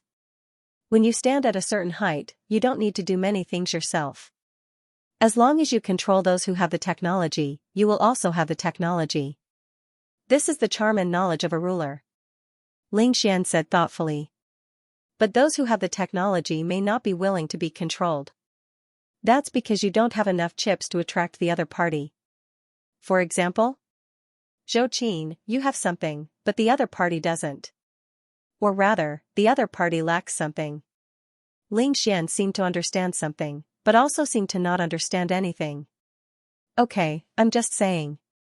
Just listen to me. Anyway, don't put too much pressure on yourself. Our family doesn't lack anything. Okay. By the way, when I passed by your room just now, I heard your phone ringing. I'll go take a look. 5 minutes later, Mom. I have to go out for something. Zhou Qin heard this and stopped washing the fruit. What are you doing? A class reunion. It's almost 2 o'clock. What kind of reunion is this? The competitive physics class. Oh, then go ahead. Do you have enough pocket money? Do you want to bring some cherries for your classmates? They were just flown in from Chile. No need. Before she finished speaking, she had already rushed out. Afternoon, 2 o'clock sharp. Jiangfuyue arrived a few minutes early and saw a group of people waiting at the school gate. Lu Bowen jumped up and waved at her. Sister Yu, over here. She walked over. The group of people went to the private room that they had booked in advance. Jiangfuyue and Lu Bowen lagged behind and walked side by side. Why are there so many people? She asked in a low voice. In a blink of an eye, there were at least 15 or 16 people, and there were a few unfamiliar faces mixed in. Lu Bowen smiled and touched his nose. It's all because of Hang Haoren. He wanted to bring his family, and the others followed suit. At this moment, the sound of hurried footsteps came from behind. It was slightly messy. A moment later, a boy's gentle and polite voice was heard. Sorry, I'm late. Ah. Xian, the cutest guy in school, is here. Didn't the group chat not reply no matter how many times we tagged him? He suddenly appeared now. Could it be that something happened? Stop with the conspiracy theories. What could happen? No wonder he's the school hunk. He's so handsome. Xian, sorry, my phone was charging, so I didn't see the group chat. It's okay, it's not too late. It's exactly 2 o'clock. Let's go, everyone. Everyone nodded. The popularity of the school hunk was not to be underestimated. In addition, Xian rarely attended such gatherings, so everyone became more and more enthusiastic. It was to the extent that they were like stars surrounding the moon. Lu Bowen scratched his head and whispered, I thought he wasn't coming. He glanced at Jiangfuyue from the corner of his eyes, but he saw that her expression was indifferent and she did not have any special reaction. TSK, even beauty couldn't move this sister's heart. What else could make her take a second look? Lu Bowen thought so in his heart, but he unconsciously said it out loud. Yes. Jiangfuyue's tone was flat. If you take off your pants right now and do a hula dance on the spot, not only will I take a second look, I'll even take a second look. Give it a try? I was wrong, please don't kill me. At this moment, Xian, who was walking in front, suddenly turned his head. His gaze swept past the surrounding students and landed squarely on Jiangfuyue's body. Lu Bowen's scalp tightened. On the other hand, the person in question was amazing. She acted as if she did not see his gaze. Her expression did not change, and she naturally did not respond to Ling Xian's gaze. You can look all you want, I'm as steady as a mountain. Ling, the cutest guy in school, what are you looking for? Nothing. He retracted his gaze. Other than the two people involved and Lu Bowen, no one else knew about the undercurrent in this corner. Their attention was all on Hang Haoran and his girlfriend, Tang Ruoyan. Wow, you two, when did you hook up with each other? What hook up? Do you know how to talk? Can you be a little more polite? This is called building one path under the guise of another. Yes, that's the one. Hang Haoran, you bad friends, that's enough. Don't go overboard, you'll scare my girlfriend. Hey. We haven't even said anything yet, and you're already protecting her? I'm puzzled. You two are not in the same class, so how did you get together? You should also share your experience with your brothers. What's the point of having a girlfriend? You have to let everyone have one, right? That's right, one person wrote a letter in blood asking for a class. Everyone talked at once and dared to say anything. Even Hang Haoran, who was thick-skinned, almost couldn't handle it. Not to mention, Tang Ruoyan, who was a girl, had already shrunk into a corner and pretended to make a phone call to avoid the awkwardness at hand. Her gaze drifted and fell on Ling Xian's tall and straight back. Suddenly, she had a bold idea. She dialed a phone number. Hello, Lin Yao. At this time, Lu Fei was also on the phone. Hello, brother Ci, what are you doing? The sound of keyboard and mouse clacking could be heard on the other end. Spit out if you have something to say, I'm busy. F***ck, you too, go and smash his dog head. I have good news and bad news, which one do you want to hear first? F***ck, how can he die like this? Are you two pigs? There was a burst of angry roars, accompanied by the sound of falling and hitting. Eci got up and left her seat. She went to the cafe manager for a bottle of Coke and gulped down 2 mouthfuls to suppress the evil fire. She said impatiently, what's wrong with you today? If you have something to say, just say it. Don't be so flashy. I don't want to, you have to choose. TSK. Are you itching for a beating? Eci gritted her teeth. Lu Fei, if you don't choose, I won't say it. But I promise, you'll regret it. Good news. Lu Fei laughed, that's right. Since you're going to follow me anyway, you might as well, are you going to say it or not? If not, I'm hanging up. No. I'm with my goddess right now. We're about to go eat. Eci rolled her eyes, your goddess has nothing to do with me. Wait a minute. Who are you talking about? Lu Fei said proudly, my goddess, Jiang Fuyue. F***ck, Eci's hand that was holding the bottle of Coke paused, what's going on? Why are you with her? Competitive physics class gathering. Lu Bowen organized it, so you can bring your family. Eci's heart skipped a beat, but, what's the bad news? Lu Fei, Ling Xian is here too. TSK. That hypocrite. Lu Fei, so? Are you coming or not? Of course. If I don't come, he'll think I'm scared of him. Hee, then you have to admit that you're my family.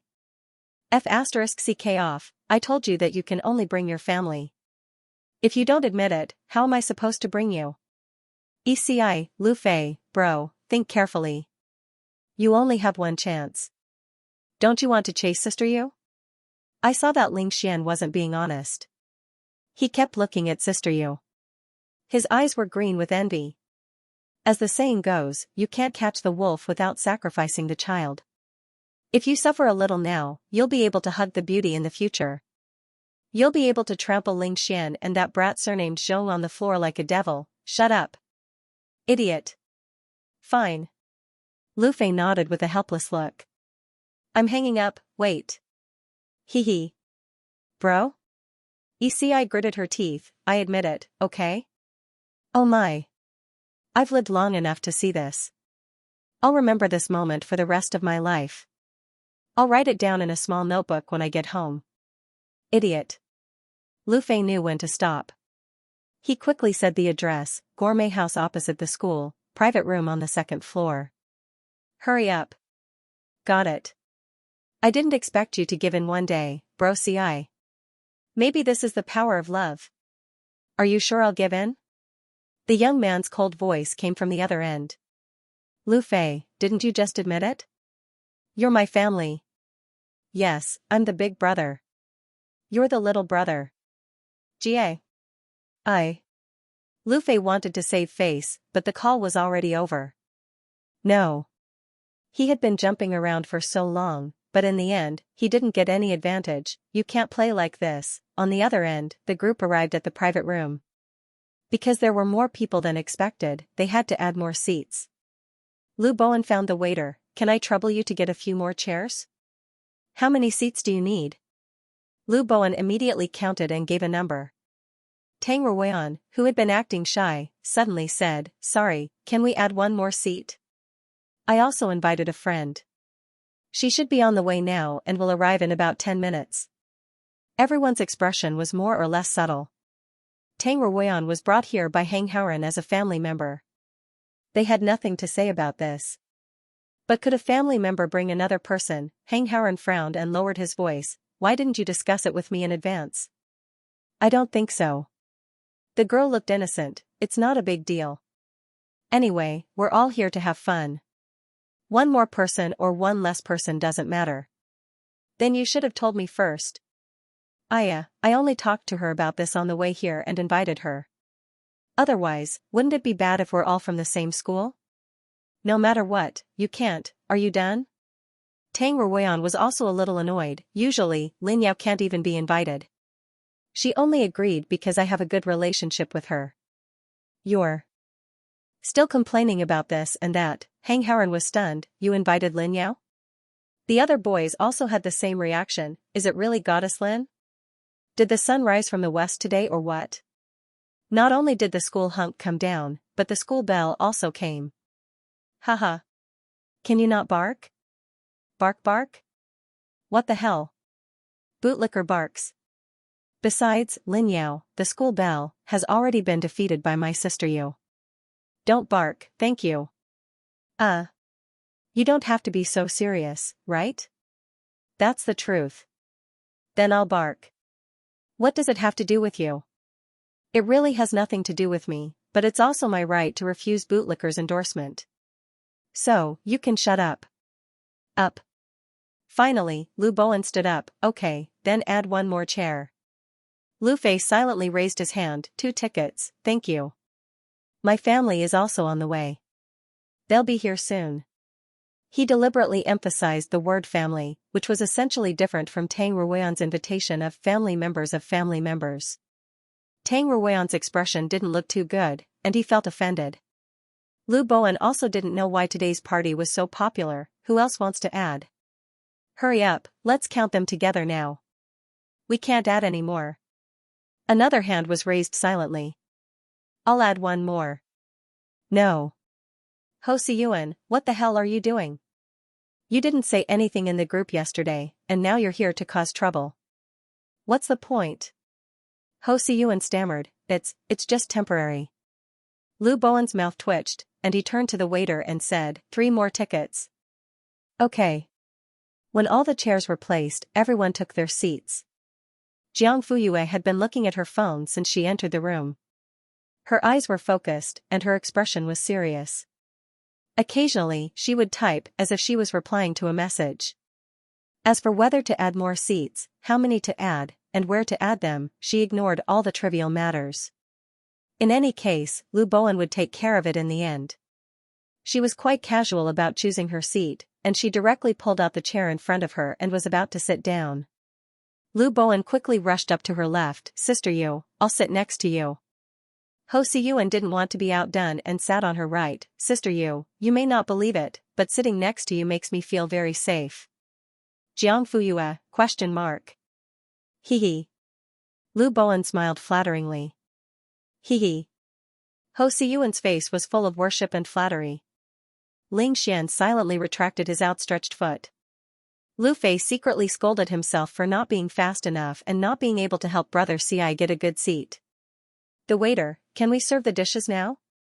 Lu Bowen looked at the three temporary guests. How long will it take for them to arrive? Tang Ruoyan, right away. Lu Fei, in 2 minutes.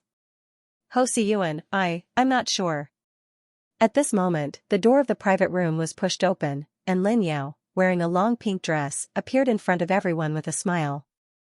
Her figure was slim, her long hair was draped over her shoulders, and her fair skin glowed with a rosy luster, like a lotus in full bloom in summer. Sorry, I seem to be late. Even her voice was better than ordinary people's, and it was especially pleasant to the ears. It's okay, the goddess should be the finale. TSK, are you going to bark nonstop today? If the goddess is the finale, then what about the first few? Are you crazy? No. I didn't mean that. Look at you, you misunderstood me. Stop it, stupid bootlicker. Has your goddess even looked at you since she came in? Her heart was broken into pieces. Yao, you're here. Tang Ruoyan put down his phone and went up to her. Come, sit here, I saved a seat for you. The last sentence was filled with teasing and banter, because Ling Xian was next to her.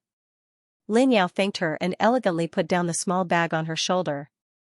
After she sat down, she casually turned to Ling Xian and said, What a coincidence, I didn't expect you to be here. Yeah.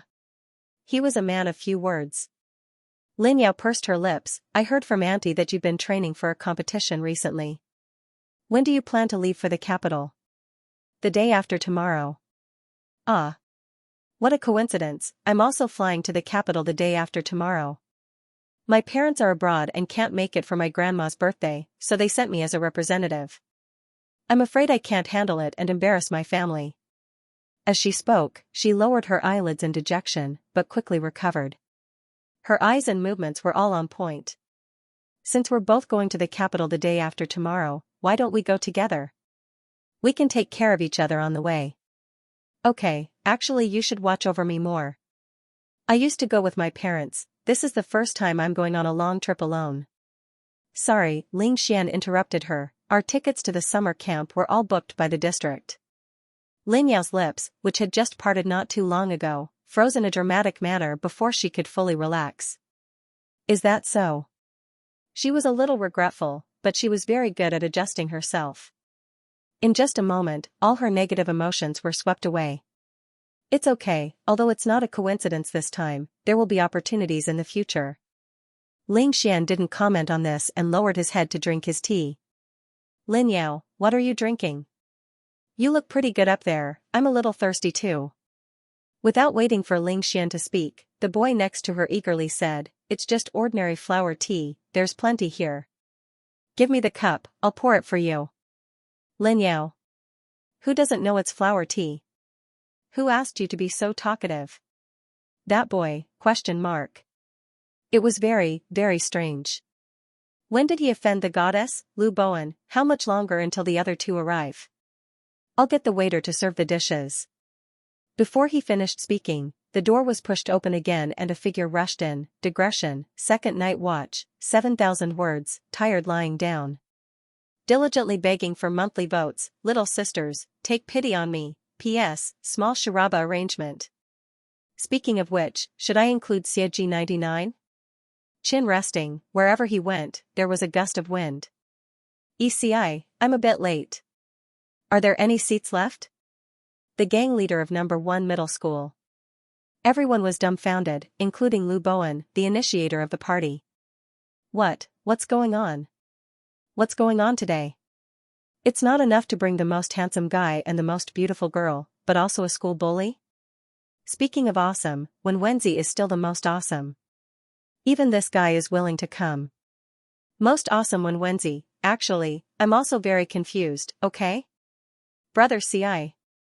Over here. Lu Fei waved at him. There was an empty seat next to him that was specially reserved for him. Unexpectedly, ECI didn't even look at him. He walked straight to Ho Siyuan, put one hand on the back of his chair, and said with a smile, Student Ho, can you give me your seat?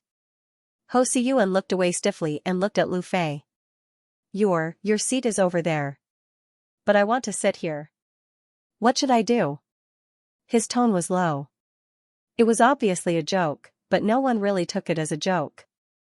Ho Siyuan's heart trembled and his scalp went numb. He was about to give in to the pressure in the next second. Suddenly, a sneer drilled into everyone's ears. Ha! I say, ECI, you got guts. How dare you steal the young master's seat? Everyone looked at the source of the voice and saw Xianxia strolling in. He was wearing a black suit with an open jacket, revealing a white shirt and a very gentlemanly waistcoat. His hands were in his pockets, and his 2 long legs were set off by his suit pants, straight and slender. He was wearing a pair of gold-rimmed glasses, and his hair was neatly combed, as if he had just left a banquet. He just stood there, looking like a pretentious prick from head to toe. In addition, there was a natural air of nobility in his gestures, and a trace of the cynical attitude of a young master from the imperial capital. A complete fan-shaped statistical chart appeared. Oh, no, it was a high and mighty figure who could not be reached. The image was vividly portrayed. Yes, he was acting. At first glance, Jiang Fuyue almost spits out a mouthful of tea.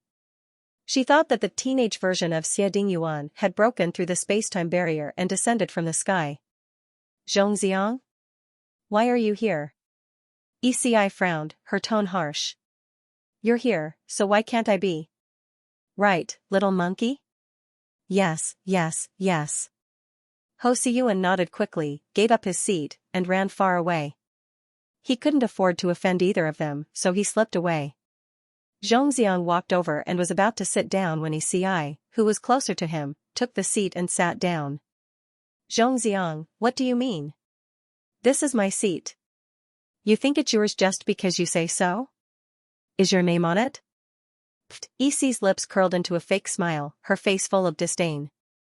Ho Siyuan, who did you say this seat was reserved for? Poor Ho Siyuan shrank into the furthest corner, wishing he could disappear into thin air. Unfortunately, things didn't go as he wished. He was forcefully called out. Can't you let me go? He roared in his heart. But the 2 bullies' eyes were each more ferocious than the other. He was terrified. First, he forced a smile at ECI, then faced Zhongxiang's murderous gaze. At first, it was reserved for Zhongxiang. Very good. ECI snapped her fingers. You said so yourself. Now that you've run away, the seat is empty, and it's taken by me, so it's mine. Is there a problem? Ho Siyuan, ?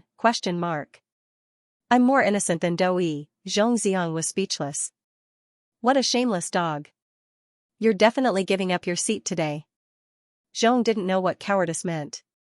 ECI had been the boss of No. 1 middle school for so many years, so she wasn't someone to be trifled with. What can you do if I don't give up my seat? Her smile was provocative and frivolous. Since you won't take the soft approach, I'll let you have a taste of the hard way. Come on. I'm not afraid of you. The 2 of them were evenly matched, neither of them giving in. Seeing the atmosphere getting more and more tense, the onlookers were dumbfounded. Wasn't it just a seat? Was it necessary? Was it inlaid with gold or silver? Brother Ong, how about I give my seat to you? Lu Fei asked cautiously. Zhongxiang didn't even bother with him. Lu Fei looked at ECI, who was righteously occupying his seat. Fine, he couldn't afford to offend her. It was hard to be a good person these days. Just when the atmosphere was at its lowest and a fight was about to break out, Lu Bowen suddenly stood up.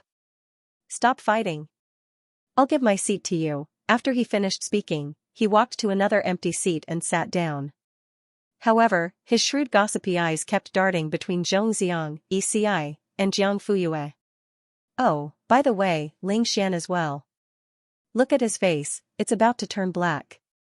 He still doesn't want to admit that he's thinking about Sister Yu. Keep pretending, let's see how long you can keep pretending. Just when everyone thought that Lu Bowen's giving up his seat was useless, Zhongxiang actually walked over and sat down. Damn it, no one present was a fool. After thinking about it for a while, they all understood. Were these 2 bullies here for Jiang Fuyue? Everyone quickly exchanged glances, as if they had stumbled upon the biggest scandal of the century. Is this for real? My intuition tells me that there's something going on between the 3 of them. Sister Yu's charm is not to be trifled with. She's making 2 handsome men bow down to her. Overbearing CEO falls in love with me warning.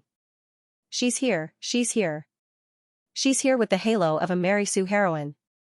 That's not right. Sister Yu's reaction is too, a little dull. Jiang Fuyue held her phone and stared at the screen intently. Except for when Xianxia and Xianxia came in, she looked up twice. For the rest of the time, even when Lu Bowen took the initiative to give up his seat, she was unmoved. Her reaction was dull. It seemed that the sudden silence in the private room made her realize that something was wrong. As she looked away, she turned off the screen and looked up at everyone's subtle expressions. For a moment, she was at a loss. Aren't you going to serve the dishes? Who are you waiting for?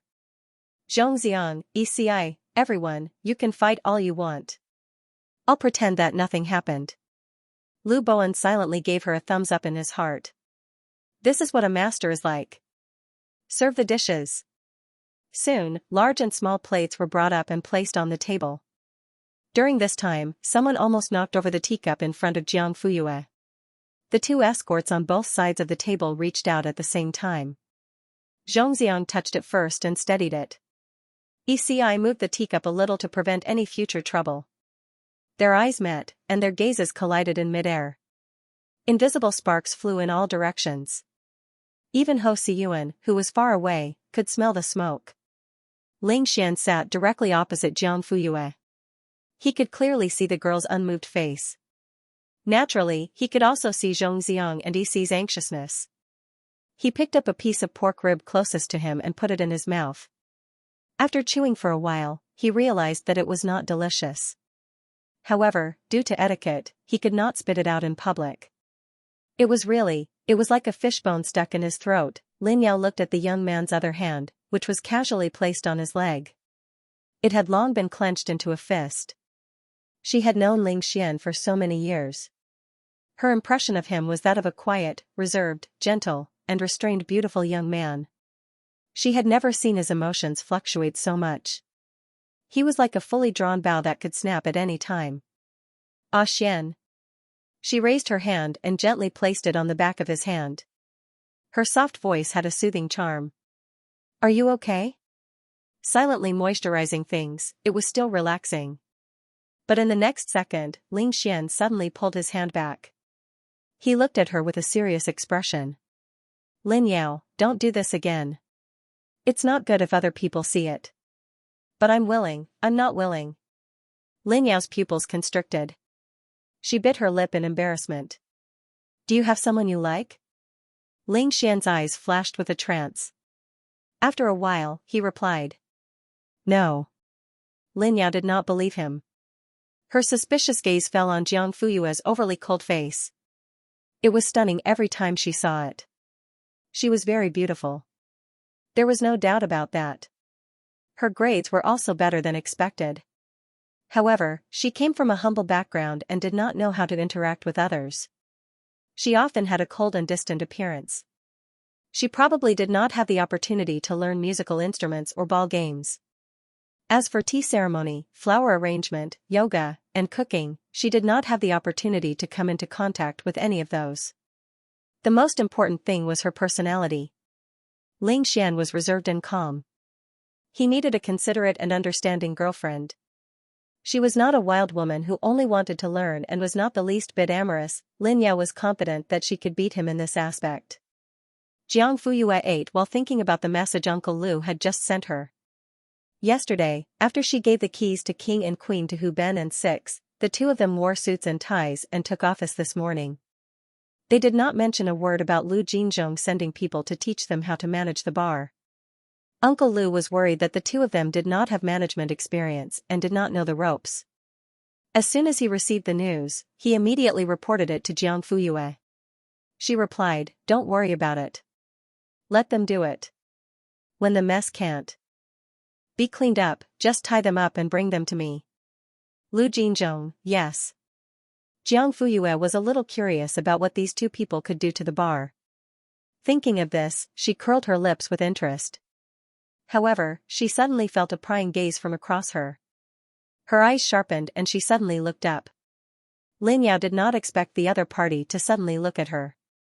She was immediately stunned. Before she could react, Jiang Fuyue had already lowered her eyelids. She seemed to want to hide. Why hide? Of course, it was because she felt inferior, she could not compare to her. When she saw her sitting next to Xianxia, she chose to hide. This made Lin Yao's sense of superiority recover and become even stronger. She thought to herself, Jiang Fuyue is quite self-aware.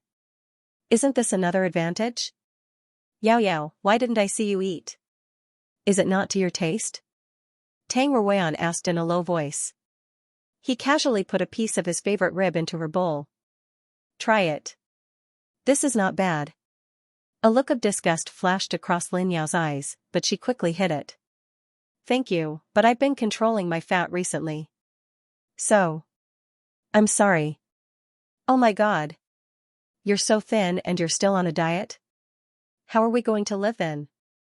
Tang Ruoyan was used to flattering her, so when she opened her mouth, her tone unconsciously became a little exaggerated, and the decibel level was also raised. Many people around them heard it. Lin Yao's expression was awkward. Tang Ruoyan didn't notice it. Instead, he took this chance to help Lin Yao to make her presence known. He tried to pull everyone's attention from Jiang Fuyue, Zhong and Yi. Don't you think so? Yao Yao is so skinny, but she still wants to lose weight. She is too self-disciplined.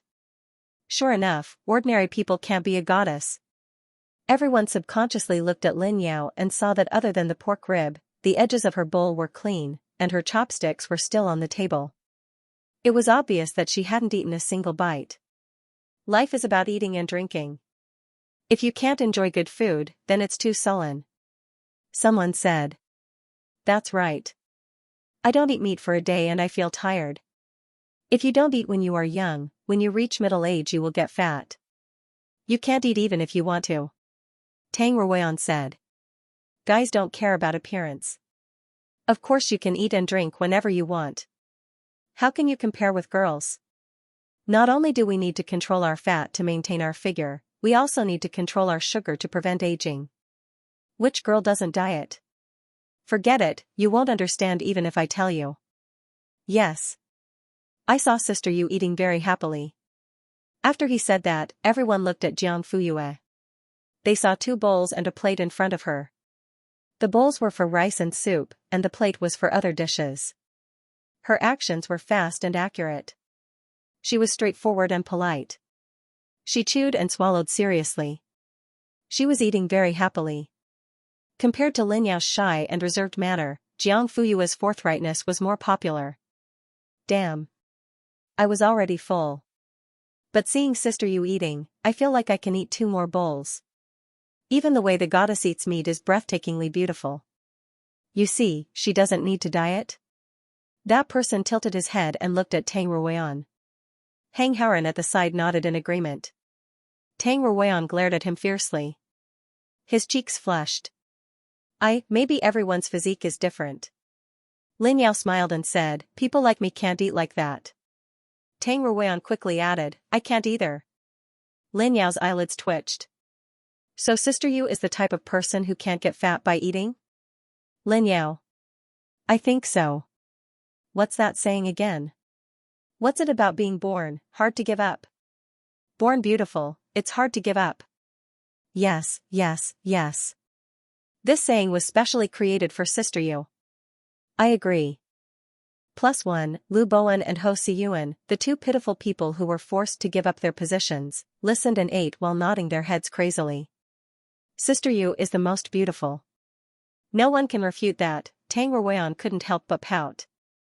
What's so great about that? Lin Yao still had a smile on her face, but her eyes were already frozen.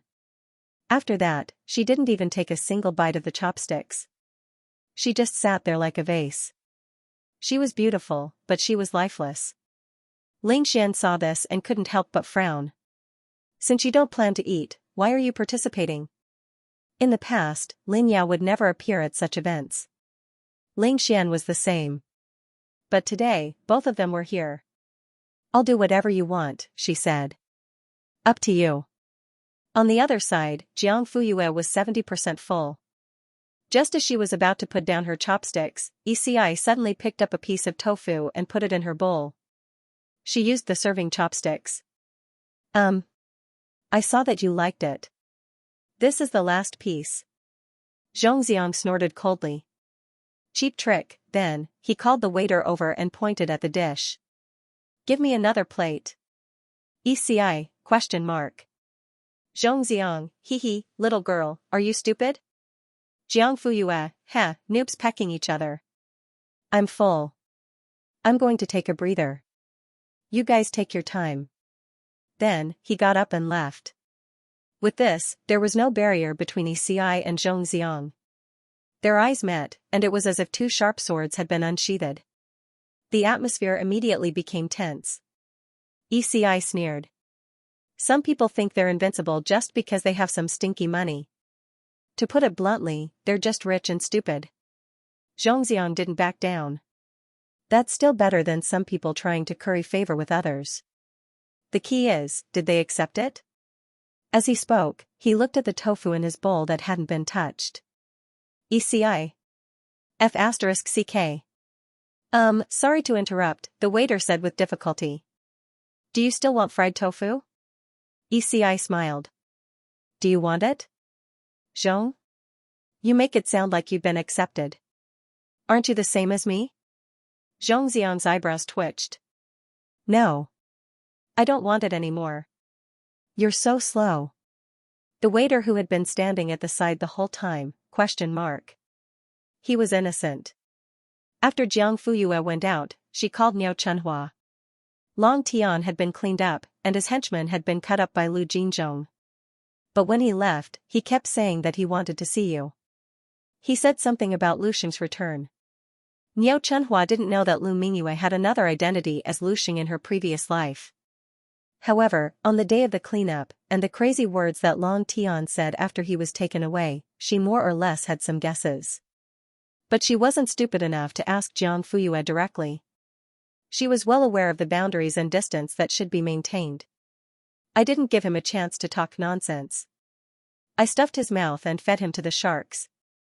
Isn't his nickname Dragon King? He's really going to be the king of the sea. Jiangfuyue, then he should still be called the king of the sea. She was stunned for a moment, then laughed.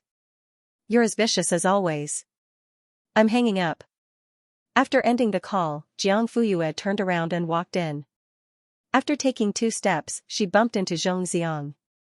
How did you go back yesterday? Did you manage to get a taxi? Yes. Jiangfuyue nodded. No. What are you talking about? I've said so much, and you only replied with 1 word? Aren't you being too perfunctory? I was worried about you for the whole night. Jiangfuyue looked at him strangely and subtly.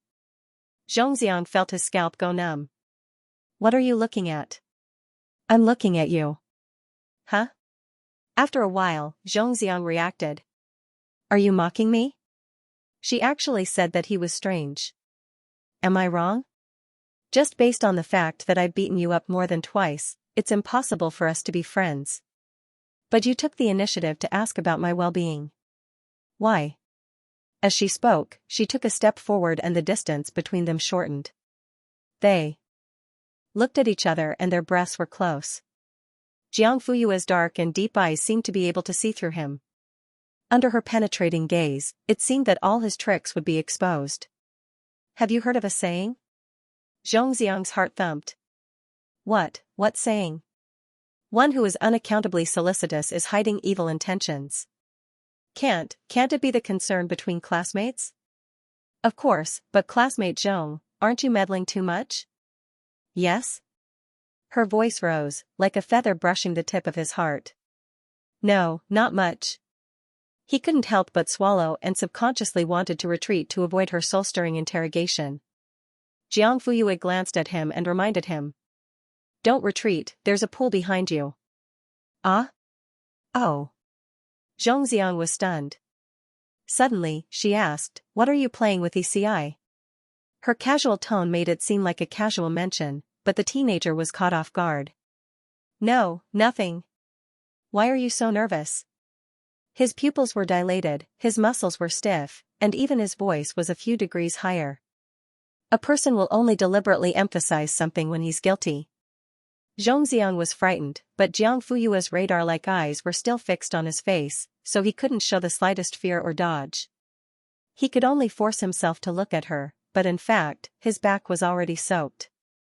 Finally, Jiang Fuyue retracted her gaze and took a step back to give him enough space to breathe. But, I don't believe you. One day, I'll find out the truth. I hope it's not some old trick like betting on who will be the first to catch me. Zhongxiang! Exclamation point. F***ck. He almost peed himself. After Jiang Fuyue finished speaking, she strode inside. Zhongxiang stood rooted to the ground, stunned. Suddenly, he chased after her. Wait a minute, the girl stopped and looked back with a smile. What's the matter? Decided to confess? Cough. I didn't do anything bad, what's there to confess? He said in a low voice. Jiang Fuyue raised an eyebrow. Then why did you call me?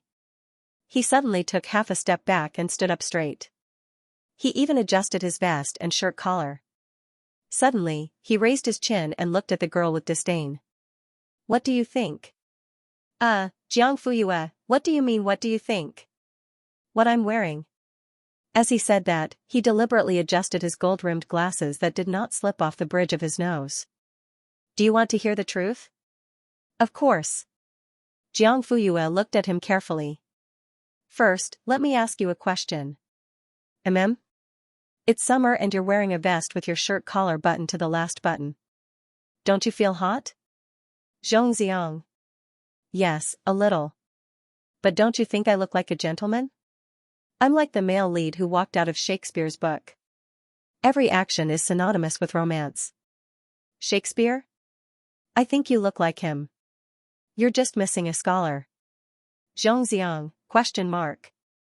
Shakespeare, missing a scholar, Shakespeare? Idiot, Jiang Fuyue spread her hands. You said it yourself. Don't blame me. Zhongxiang. F***ck. Oh, by the way, can you not lift your chin when you look at people? Why? His intuition told him that she would not say anything good. Like a fighting cock. Zhongxiang was about to cry. Nonsense. You're deliberately attacking me. Uncle usually dresses like this and lifts his chin higher than mine. But everywhere he goes, there are women throwing themselves at him. Uncle, Xie Dingyuan, Jiang Fuyue's eyes turned cold. Oh, maybe he's a fighter and a fighting cock. His chin can fly to the sky. Then, she strode away. How can he be a fighting cock? Is there a cock as handsome as me? Even if he's a cock, why am I not a fighter but my uncle is? I'm clearly better at fighting than him. Young Master Zhong was puzzled. Not long after Jiang Fuyue returned to the private room, everyone was almost done eating. Just as they were about to leave, Ho Siyuan suddenly stood up with a cup in his hand. Wait. I have something to say. Everyone was stunned and sat back down. Ho Siyuan took a deep breath and said bravely, I would like to propose a toast to someone. Originally, I was a burden in the competitive physics class. When the school did not pay attention to competitive physics, I was in the class and just muddled along. Later, the school suddenly adjusted the difficulty level and said that I'm going to compete this year. I remember that a lot of people left that day. In the end, there were only a dozen students left. To be honest, I wanted to quit, but I had diarrhea that day and ran to the toilet. I didn't have time to choose. In the end, I stayed because of a freak combination of factors. But my foundation was not good enough. I couldn't even keep up with the average progress of the class. Then, I was so anxious that I couldn't sleep at night. When I fell asleep, I was writing test papers in my dreams. You could say that those days were the darkest and scariest days of my high school life. Even now, I can't help but shiver and sweat when I think about it. Because of the pressure, I couldn't help but vomit in class. I vomited every time I went to class. Now, people call me Vomit Baby. Everyone burst into laughter. Recalling the joys and sorrows of their training, everyone had different degrees of emotions on their faces. Ho Siyuan took a deep breath and continued, she was the one who saved me from this pressure. And the way she saved me was, cough. She made me feel even more pressure.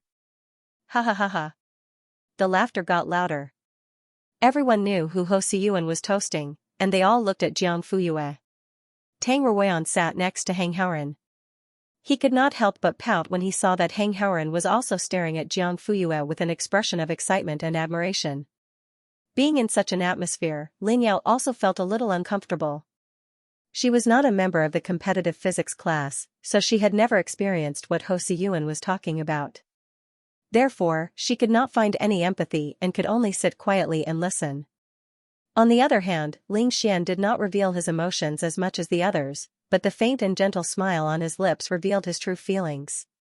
This was a shared experience between him and Jiang Fuyue. It formed a memory fragment of you are me, you are me. Lin Yao did not participate, so she did not even have the right to talk about it. This made her deeply jealous of Jiang Fuyue.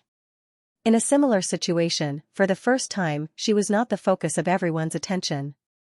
Instead, she was overshadowed by another girl who was not as good as her. Lin Yao pursed her lips.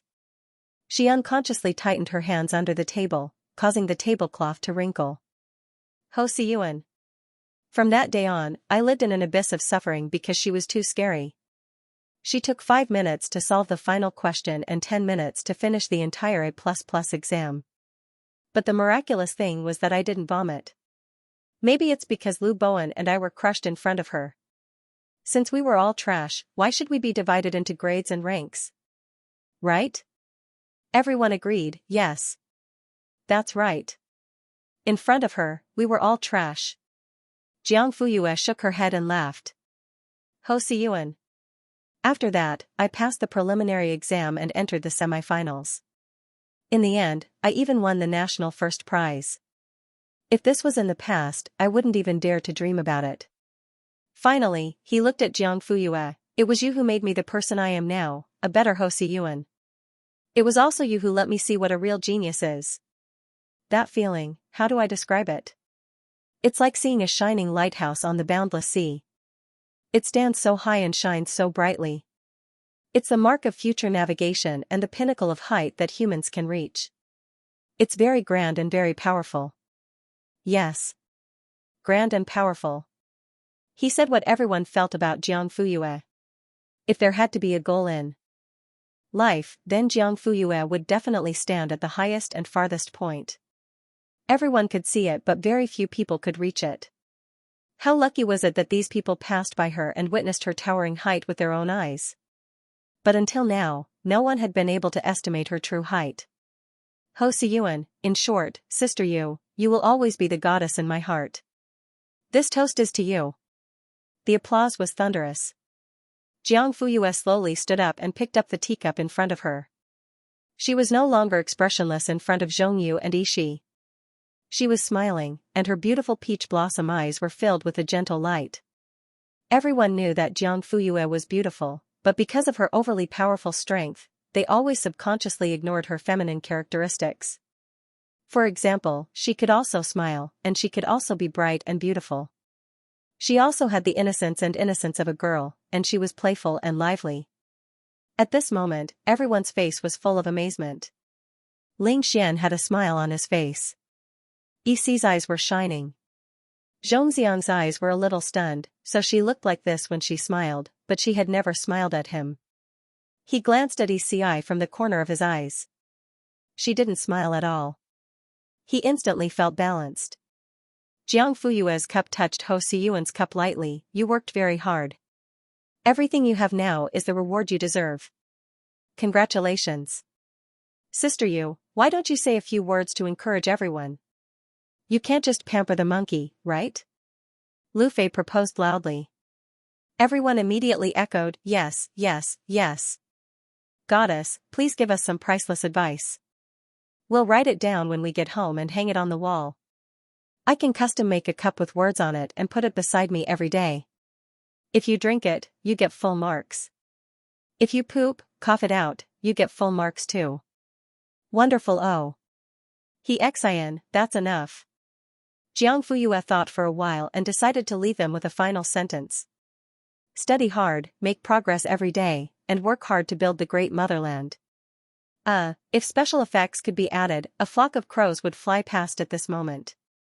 It was as if the pause button had been pressed. No one would react. 1 second, 2 seconds, after a full 5 seconds, a soft laugh suddenly rippled, with a girl's unique charm. Tang Ruoyan covered his mouth. What era is it now? Building the great motherland? Student Jiang, aren't you too old-fashioned? Digression, 8,000 words, 2 chapters together, Xiao Hua's hands shake, daily request for votes, prize quiz, how did Sister Yu react next? A. Immediately refuted, B. Did not say anything. What nonsense are you talking about? Hang Haoran was the first to react and scolded his girlfriend. Tang Ruoyan curled her lips. That's true, Lin Yao's eyes flashed with a smile. Building the motherland, it was indeed old-fashioned. The atmosphere was a little awkward. Everyone was waiting for Jiang Fuyue's reaction. But she didn't say anything. She only saluted Ho Siyuan from afar and drank the tea in her cup. Ho Siyuan also quickly finished her tea and said seriously, Sister Yu, I think you said it very well. Our ancestors have built the country for us. Even if our living conditions are better now, we shouldn't be greedy for pleasure. As she spoke, she glanced at Tang Ruoyan. Some people don't work hard and make progress. Instead, they laugh at those who work hard. Don't you think it's funny? Tang Ruoyan's face darkened. You. That's enough. Hang Haoran pulled her under the table. Are you done? You're blaming me? He's obviously scolding me indirectly. Tang Ruoyan was so angry that she bit her lip. Whose boyfriend are you? If you're so protective of Jiang Fuyue, why don't you pursue her? She's a goddess. Won't it be great if you pursue her? Why did you provoke me in the first place? Hang Haoran's face changed slightly. Shut up if you don't know how to talk. Tang Ruoyan was stunned. Since everyone is almost done eating, let's go. Lu Bowen jumped out to smooth things over. The atmosphere eased a little. A group of people left the private room and went to the hall. Jiang Fuyue was the last to leave. ECI suddenly came over. I can work with you to build the motherland. Do you want to consider it? Consider what? Be my girlfriend. I've said it so many times. Oh, thank you. I can do it alone. ECI, ? Idiot, still talking about building the motherland. A sneer was heard. Xianxia suddenly appeared from behind. Apparently, he had followed them all the way. Despicable person. Sneakily eavesdropping. You're the young master of a big family, do you have to be so wretched? If I didn't eavesdrop, how would I know that you're so stupid? He said righteously. ECI, I really want to smash his head. Zhongxiang felt the murderous aura, but he didn't care. You want to pursue her like this? His words were filled with disdain. Oh, so you've caught up? Zhongxiang, in any case, I won't be like you, building a motherland. What's wrong with building the motherland? Are you looking down on me? Do you have the guts to say that in front of Jiang Fuyue? Zhongxiang, the two of them quarreled as they walked, wishing they could trample each other under their feet. Little did they know that there was another person behind them who had heard their conversation clearly. Ling Xian narrowed his eyes. So these two really had that kind of feelings for her. Lin Yao was walking in front with Tang Ruoyan holding her arm. From time to time, she would turn back to look for Ling Xian. Yao Yao, don't you think he's too much? How could he not help me at such a critical moment? Lin Yao answered perfunctorily. Jiang Fuyue's words are old and I didn't say anything wrong. Didn't everyone have the same reaction? Why should he ask me to shut up? I think he's just guilty. Whenever I mention Jiang Fuyue, he gets angry. Those who don't know would think that she's the white moonlight in his heart. Tang Ruoyan felt more wronged as he spoke. She was clearly the real girlfriend, but Hang Haoran had never looked at her the way he looked at Jiang Fuyue. Yao Yao, do you think I'm worse than Jiang Fuyue? Yao Yao? Ah? Sorry, I was a little distracted. What did you say? Tang Ruoyan repeated himself. Lin Yao had mixed feelings after hearing this. Although Tang Ruoyan wasn't ugly, Jiang Fuyue was 100 times more beautiful. She really didn't know how she had the courage to ask this question. Everyone has their own unique points. Be confident. There's no need to compare yourself with others. Lin Yao cleverly avoided the question. Tang Ruoyan didn't feel anything. Instead, he was happy. You're right. I don't want to compare myself with her. Lin Yao, why do you keep looking behind you? Are you looking for something? Lin Yao, I don't think I see Ling Xian, he was behind us just now. Maybe he went to the bathroom. Lin Yao glanced at Jiang Fuyue. As long as he wasn't with her, it was fine. When they went downstairs, a group of people crowded in the lobby. Lu Bowen, shall we disband on the spot and go home, or find a place to continue the party? Hang Haoran, it's still early. Of course, we should continue the party. Xian nodded. Agreed. Everyone was talking at once. What about Brother Ci? Someone asked. Ci didn't say anything. She looked at Jiang Fuyue from the corner of her eyes to see what she would choose. There were also people asking Zhongxiang. Whether we go or not depends on everyone's opinion. Although he said that, his eyes were fixed on Jiang Fuyue. The so-called everyone was actually only one person. Tang Ruoyan saw this and was furious. If some people don't want to go, then don't go. If you want to go, can't you ask someone out? If someone doesn't go, then everyone can't go. Do you have to be so overbearing? Hang Haoran, that won't do. Today is the competitive physics class party. Everyone in the class has to be there. Otherwise, it'll be boring. Family members can go or not. It's up to them. Tang Ruoyan was embarrassed by her boyfriend. She was so angry that she almost cried. Hang Haoran didn't get her point at all.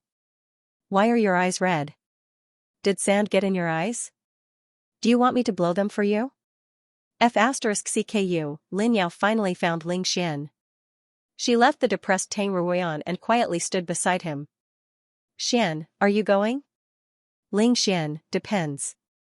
Lin Yao looked sideways. She was a little surprised. In the past, he would directly reject such events. This time, he didn't say anything. Lin Yao subconsciously looked at the slender and tall figure. Lu Bowen was talking to her. Jiang Fuyue was listening. Her fair face seemed to be covered in a layer of holy light under the sunlight. She was focused, serious, and unknowingly beautiful. Lu Bowen received a reply and immediately said, Sister, you said she's going too. Let's go to the KTV? Oh yeah, that's awesome. Brother Ci? Brother Ong? Are you guys going? The two looked at each other and said in unison, yes. Ling, the cutest guy in school? Ling Xian, since everyone's going, I'll join in the fun. Lin Yao's eyes widened in shock. Xian, I know you don't like that kind of event. That's why I called Uncle Lin and asked him to send a chauffeur to take you home. Lin Yao's eyes flashed with hurt. She quickly became stubborn. Who said I don't like it? I didn't have the chance before. Now that I'm here, of course I have to go. Otherwise, it'll be a disappointment. Up to you. Lin Yao's heart stopped. Lu Fei, where are we going? Xian, it's okay. It's not expensive. Zhongxiang heard this and curled his lips in disdain. King or queen, you can choose whichever one you like.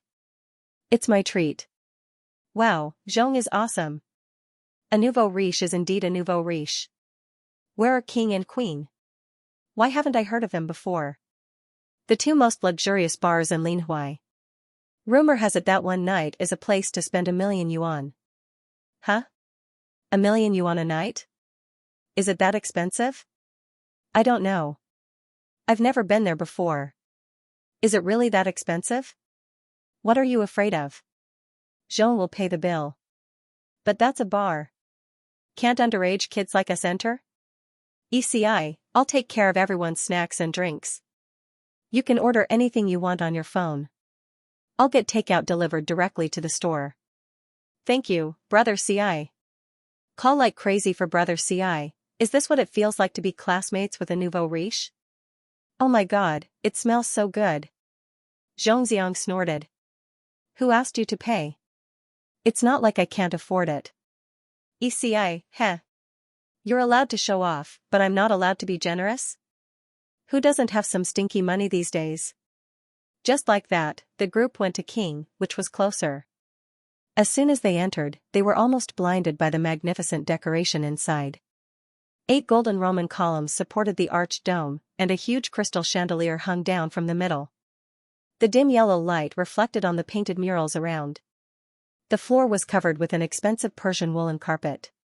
Stepping on it was soft and silent, as if they were walking on clouds. A young waitress came forward to receive them. She was tall and beautiful, and her voice was particularly pleasant. "Excuse me, please show your personal identification." The group of people looked at each other nervously. I knew they would ask for our identification. Isn't it because we look too young? That's why they asked for our identification. Oh no, we definitely can't enter, don't panic, calm down. Let's see what Zhong and brother Ci have to say. The two of them did not disappoint. They took out a black card from their pockets almost at the same time. Ici's card showed a young basketball player making a handsome layup. The one in Zhong Xiang's hand was much simpler. It had a pure black background, with silver patterns on it, and a golden border around it. When the waitress saw the card in Ici's hand, her expression became respectful. In the blink of an eye, her eyes fell on Zhong Xiang's card. She suddenly widened her eyes, and her shock and astonishment were undisguised. Even Jiang Fuyue couldn't help but raise her eyebrows. Ici's card was a VIP card in King. As long as you had money, you could get an annual card. Zhongxiang's card was a gold card that only Supreme members could get. Not only did it have requirements for spending, but it also had restrictions on the card holder's identity. They either had to be celebrities, politicians, businessmen, or people who had made great contributions to the scientific industry. The selection criteria for Supreme members were set by Jiang Fuyue herself. Since the establishment of the store, there had been less than 50 people with gold cards. The card in Zhong Xiang's hand was definitely not his. Sure enough, the waitress respectfully and even tremblingly registered the card's registration information. Zhong Xiang said, "It's my uncle's. Can't I use it?" The waitress quickly shook her head, "Of course you can. We just need to record the card holder's personal information." "Oh, then record it." After a series of procedures, the waitress asked, "What private room are you getting?" Zhongxiang waved his hand and said, "The best, of course." 5 minutes later, everyone was in a huge, luxurious private room. They looked at the exquisite and luxurious furnishings and the 360-degree panoramic glass around them. It was enough to see the entire dance floor in the hall. The sense of superiority from looking down at the bustling city suddenly came out. F*CK standing here, I feel like I'm above everyone else, right? No wonder everyone in the world runs for money. This treatment is too F*King awesome. If it were me, I would run for it too. Come on, you can't get in here just because you have money. Even Lin Yao couldn't help but marvel at what she saw in front of her.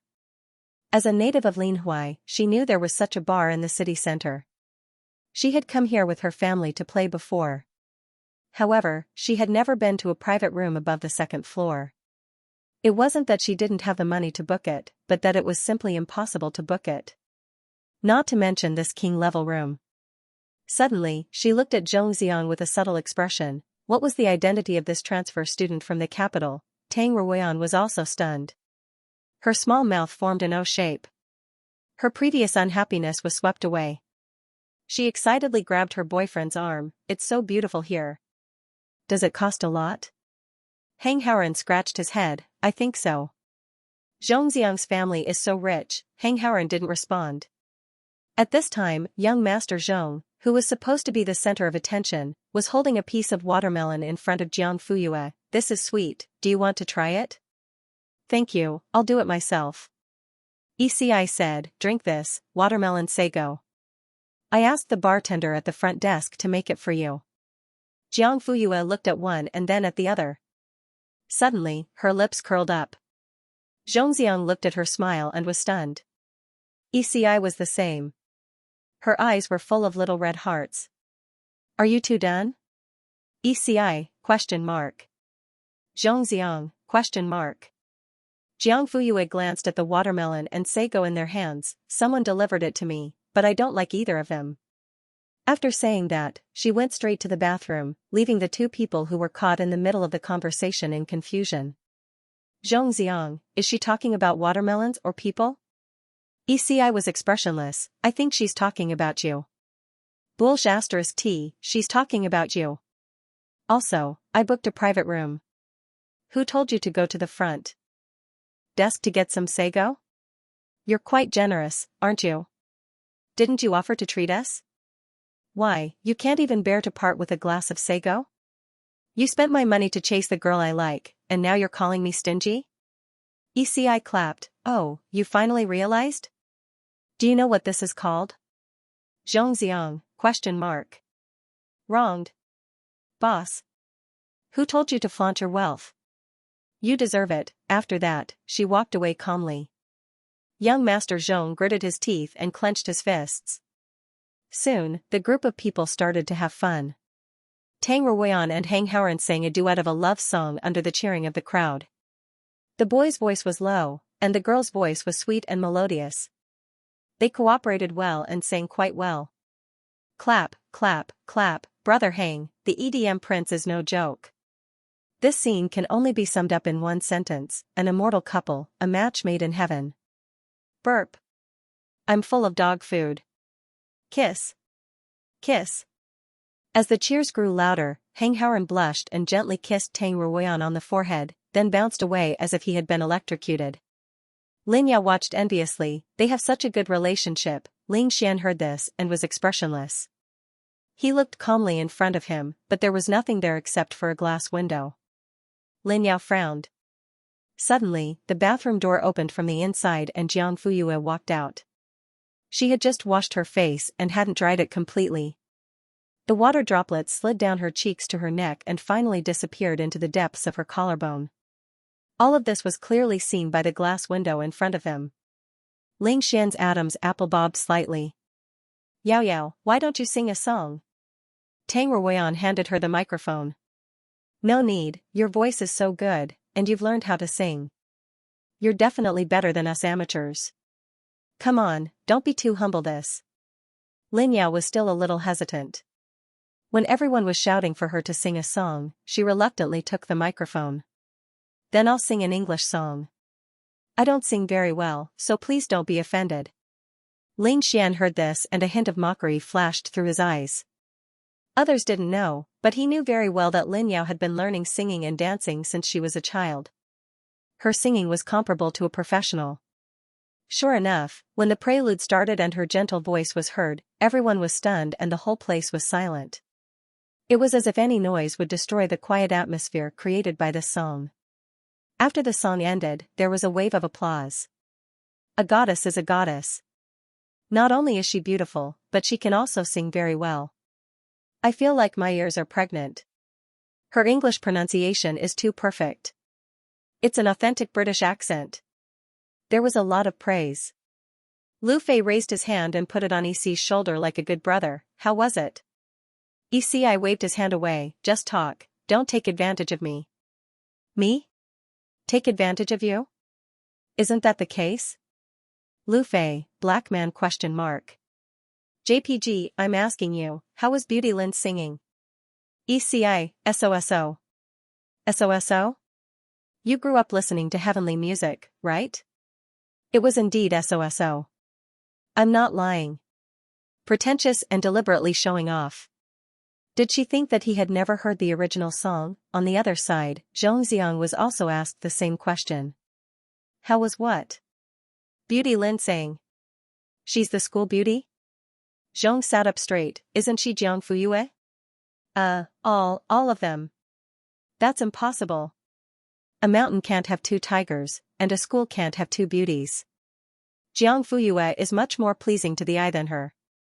No. The topic was a bit off.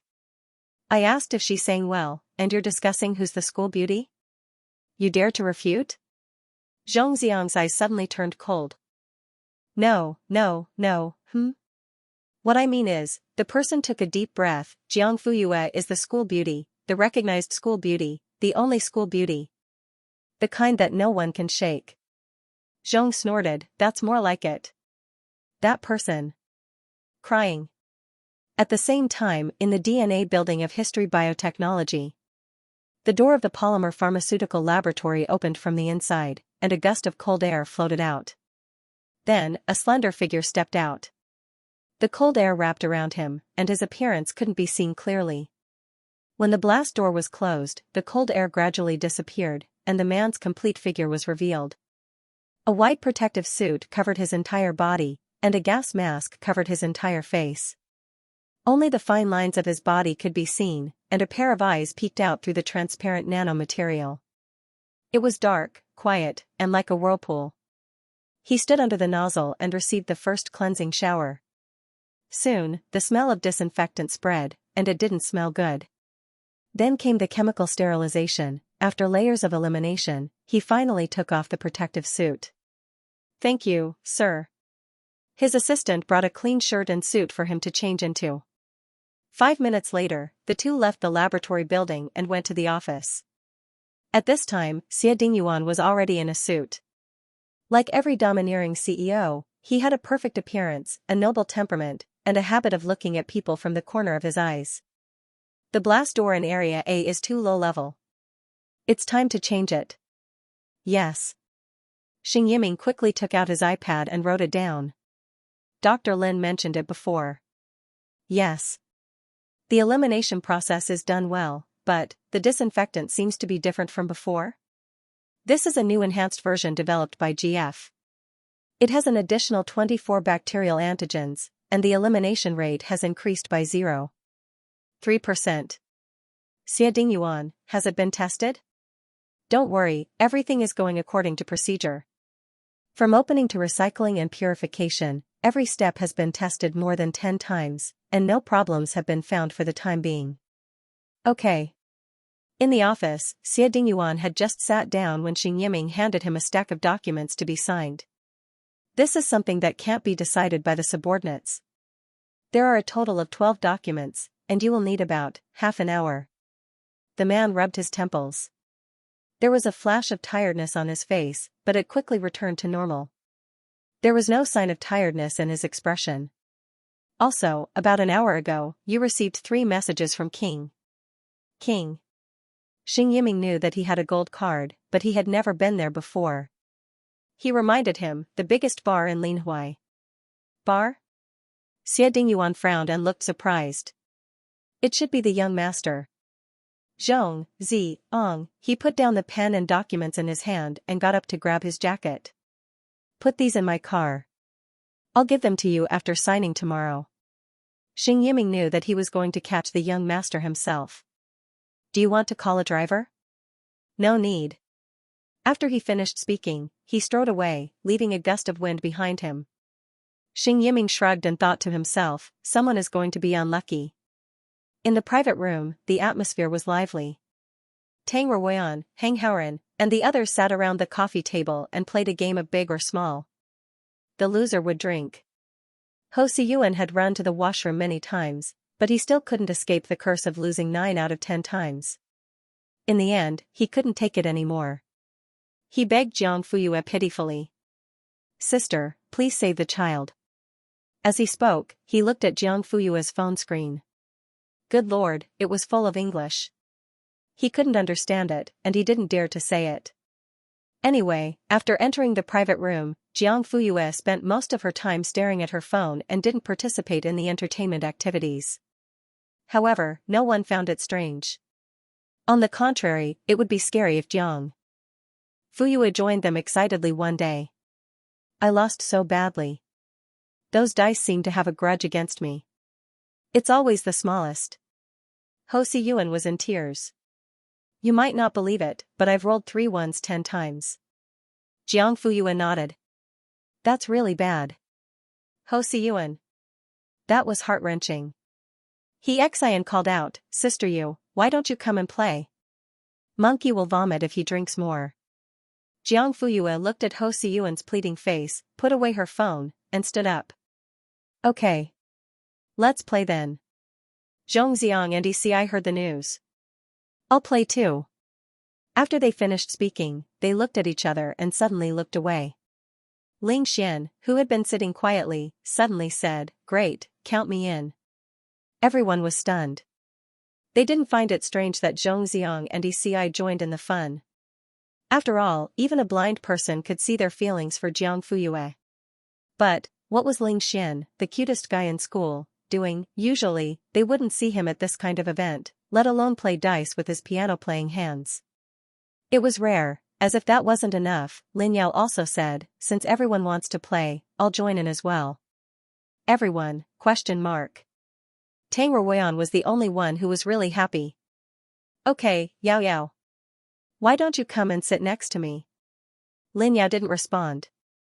She just looked at Ling Xian with her beautiful eyes. The latter didn't give her any response. He walked straight to Lu Bowen and sat down. Lin Yao's eyes flashed with embarrassment. It wasn't good to stick close to him in front of so many people, so she could only sit next to Tang Ruoyan. Jiang Fuyue naturally took over Ho Siyuan's seat. Eci and Zhongxiang squeezed out space on her left and right. Jiang Fuyue, everyone, Ling Xian looked down and restrained the haze in his eyes. When the game started, Tang Ruoyan suddenly had an idea and said, why don't we change the game? Change what? Let's see who's bigger. The loser doesn't drink and plays truth or dare. What do you think? Xian, I think it's okay. No problem, who's afraid of who? Tang Ruoyan smiled and looked at Jiang Fuyue. Do you dare? The smile on his face was innocent, but it couldn't hide the strong provocation in his eyes. Jiang Fuyue smiled. Okay. Then you have to keep your word. Don't be a sore loser. That'll be boring. Jiang Fuyue nodded slightly. Let's do it together. Tang Ruoyan, the first game started clockwise. Lu Bowen was the first. 4, 2, 5, a total of 11 points. Then Ling Xian started.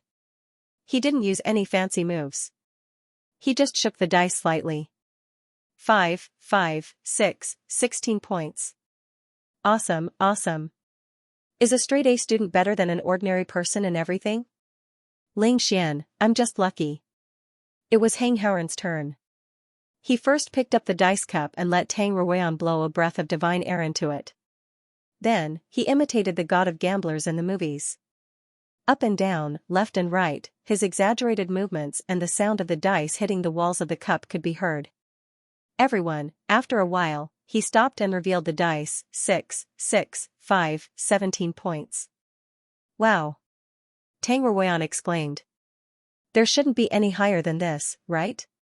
The person with the highest number of points can choose the content of truth or dare for the person with the lowest number of points. As he spoke, he looked at Jiang Fuyue proudly. But the latter didn't even look at him. Tang Ruoyan, it's your turn. Oh. Tang Ruoyan shook his head. Anyway, Hang Haoren was going to win. It didn't matter whether she had the highest number of points or not. In the end, 1, 1, 1, 3 points, the audience was silent. Tang Ruoyan couldn't believe it. He blinked and hoped that he had seen wrongly. Hang Haoren was stunned. His expression was indescribable. The first to break the silence was Ho Siyuan, who was watching from the side. Pfft. Ha ha ha ha ha. Tang Ruoyan, ? That. Ha ha ha ha. I'm sorry, I couldn't help it. Ha ha ha, he had always been possessed by the god of misfortune. Now, he had a successor. Once he started, he didn't have to hold back anymore. Ha ha ha ha. F***ck, damn. Ha ha ha. How can I be so lucky? After all, the probability of getting 3 points and 18 points is the same. Ha ha ha. I can't take it anymore. My stomach is cramping from laughing. Tang Ruoyan listened to the mockery around him. His cheeks turned red, then green, and then black, like an overturned color palette. He was so ashamed that he couldn't show his face. Hang Haoren spoke up at the right time, that's enough. Leave him some face. Okay, since Brother Hang has spoken, I won't laugh. Ha ha ha. I really won't laugh. Ha ha ha, Hang Haoren, ? Tang Ruoyan was embarrassed and embarrassed. He buried his face in Tang Ruoyan's shoulder and ignored him. Don't be angry. Although your luck is a little bad, you're still talking about it. Okay. I won't talk about it. I'll shut up. Hang Haoren spread his hands and shrugged to show his helplessness. Lin Yao thought for a moment and advised, although you have the least points, Hang Haoren has the most points. He has the final say on the punishment. He won't cheat you. What's there to be afraid of? That's right. Tang Ruoyan came back to life. He couldn't help but glare fiercely in Jiang Fuyue's direction. It's all her fault. When she wasn't around, my luck was good. But when she joined, bad luck came knocking on my door. Jiang Fuyue still ignored him. The game continued. Lin Yao, Zhong Xiang, and Eci played steadily. Although their points weren't as high as Hang Haoren's, a second 3 points didn't appear. Finally, it was Jiang Fuyue's turn. Tang Ruoyan personally pushed the dice cup in front of her. Classmate Jiang, you only have one chance. I wish you good luck. Jiang Fuyue thanked him and looked up leisurely. Don't worry. No matter how much I shake, I won't get any less than you. Tang Ruoyan. Knock. After saying that, she stretched out her index finger and lightly flicked it. Her fingernail hit the side of the cup and made a crisp sound. The cup shook slightly. Then, she was ready to reveal it. No. That's it? Lu Bowen was shocked. It can't be, right? It didn't even shake much. Ho Siyuan looked as if she had seen a ghost. Sister Yu, be careful. Don't really shake a 3. Even Ling Xian couldn't help but frown at her carelessness. Zhongxiang saw this and quickly grabbed the dice cup. No, this doesn't count. Let's start again. Yes. Anyway, it hasn't been revealed yet. Let's shake it again. Eci was afraid that Jiang Fuyue would be at a disadvantage. It was rare for her to be on the same side as Zhongxiang. Tang Ruoyan was like a fly that smelled feces. He immediately jumped out to refute, everyone only has one chance. I just reminded her that everyone has to follow the rules. Otherwise, how can we play? Zhongxiang was about to say, I am the rules. However, he was stopped by Jiang Fuyue's gaze. He subconsciously withdrew his hand and screamed in his heart. F***ck. Did she just look at me? She's so beautiful, I'm floating at this moment. Tang Ruoyan suddenly reached out and uncovered the dice cup. In the next second, everyone sucked in a cold breath. Digression, 8,000 words, 2 chapters at the same time. Turning in a circle, begging for monthly votes. Fish will work hard to update. Thank you, little sisters. I chose B for the previous chapter's prize-winning question and answer. Sisters, did you get it right? After thinking about it, the end of this chapter was so suspenseful. There had to be a prize-winning answer question. How many points did Sister Yu shake? A. 3 sixes, 18 points. B. 3 ones, 3 points. C. The dice broke, 0 points. 3 sixes, a full score of 18. F***ck. I believe that a straight A student is better than an ordinary person in everything. I've lived long enough to see. Could this be the correct way to open Leopard? 666. Once Sister Yu makes a move, everyone here is trash. Ho Siyuan, sister, why don't you roll another one for everyone to see? Jiang Fuyue, Tang Ruoyan was stunned. She stared at the 3 dice on the table as if she wanted to see a hole in them. How is that possible? She only rolled it once. Ling Xian, probability has nothing to do with the number of rolls. Jiang Fuyue smirked and met Tang Ruoyan's dumbfounded gaze. She revealed the truth mercilessly. You lost. Tang Ruoyan, exclamation point. She looked at Hang Haoren for help. The latter's heart softened and he was about to say something, but Zhongxiang beat him to it. Hey, a loss is a loss. Everyone has to follow the rules, right? Otherwise, how can we play? Tang Ruoyan's original words were returned to her word for word. Hang Haoren touched his nose and gave his girlfriend a look that said, you're on your own. Tang Ruoyan had no choice but to bite the bullet. I choose truth. Ask away. It was only 1 round. It didn't matter. She didn't believe that Jiang Fuyue could keep winning. There would be a time when she would get back at her, just wait and see. Under everyone's gaze, Jiang Fuyue suddenly glanced at Lin Yao, who was beside Tang Ruoyan, with a hint of mischief in her eyes. Then, if the school hunk confessed to you, would you accept him? Tang Ruoyan was stunned.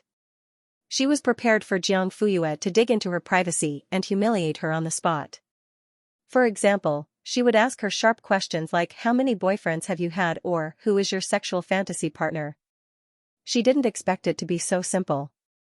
But when he thought about it carefully, he felt that something was amiss. Thinking about it again, he realized that it was a huge trap. First of all, Ling Xian, the school herb, was present. Secondly, Lin Yao's goddess-level admirer was also there. In the end, her real boyfriend was still eyeing her from the side. If she answered no, it would seem fake and no one would believe her. Secondly, she would offend Ling Xian. It wouldn't be long before rumors such as Tang Ruoyan doesn't even like Ling, the cutest guy in school, she's so arrogant that he even gave her face, and so on would spread throughout the school. By then, it would only be a matter of time before she became the public enemy of all the girls in her grade. She couldn't, and she didn't dare. But, if she said accept, not only would it be difficult to explain to Hang Haoran, Lin Yao might even hate her. No matter what he chose, it would be wrong. No matter how he walked, he would step on landmines. She would rather Jiang Fuyue ask her, how many boyfriends have you had, or something even more serious. If she felt wronged and cried, not only would it make Jiang Fuyue become a bad person on the spot, but it would also make Hang Haoran feel sorry for her. It would be best if he directly fell out with Jiang Fuyue and went their separate ways. Unfortunately, Jiang Fuyue was too treacherous. She actually deliberately dug a hole for her. Now, she even put on a look at how simple my question is, I'm a good person, I'm the most innocent look. It was simply infuriating. The key point was that everyone was tricked and didn't think that she went overboard at all. Even Hang Haoran felt the same way. Thank you, Sister Yu. TSK, the goddess is so merciful. If it were me, I would ask what the color of your underwear is, ha ha ha, get lost. Hang Haoran pretended to hit him. Yeah, Sister Yu was really merciful this time. Oh. Goddess who has tender feelings for the fairer sex, kill me 10,000 times. Jiang Fuyue listened to the praises from the people around her and maintained a polite smile. She saw that Tang Ruoyan's cheeks were red and her eyes were rolling around. It was obvious that she was racking her brains but still couldn't say a word. Therefore, she considerately asked, is it too difficult? Why don't I change the question? Tang Ruoyan immediately looked defensive. She was afraid that there would be a bigger trap waiting for her. She quickly waved her hand and said, no, this question is quite good. Oh, okay then. Jiang Fuyue looked expectant. The others were also waiting to hear the answer. Only Ling Xian's originally gentle face gradually darkened. He looked at Jiang Fuyue with an undercurrent in his eyes. It was as if he was trying hard to endure something. Zhongxiang said, if you want to answer, hurry up. Do you still want to play the next round? ECI slammed the table. She was in a bad mood and said, hurry up. Tang Ruoyan was forced to look at Ling Xian in panic. Then, she guiltily glanced at Lin Yao. Honestly speaking, he was the school hunk. Just based on this point alone, no girl could resist him. Tang Ruoyan was no exception. But she couldn't say that. As time passed, Hang Haoran's expression began to change. Tang Ruoyan made up her mind and said, I definitely can't accept it. Oh? Was this for real? That's the school hunk. Ling Xian is like that. Sure enough, some people didn't believe her and began to jeer. Wait, Ho Siyuan suddenly reacted and said, you said can't accept it, not can't accept it. It means that you still want to accept it. If you say one more word or one less word, the meaning will be different. Here comes another person digging a hole. Lin Yao subconsciously frowned. Her eyes flashed with a hint of contemplation. Tang Ruoyan spared no effort to create opportunities for her and Ling Xian. Did he have ulterior motives, including today's call to invite her to the so-called party, and all kinds of overt and covert attempts to matchmake? After all, these days, it wasn't uncommon for a girl's best friend to help her chase after a man. Tang Ruoyan finally panicked. Her palms were sweating and she couldn't defend herself. At this time, Hang Haoran, who already had a very bad expression, suddenly jumped out to explain, Ling, the cutest guy in school. Probably 99% of the girls like him. Everyone has a love for beauty. It's not strange.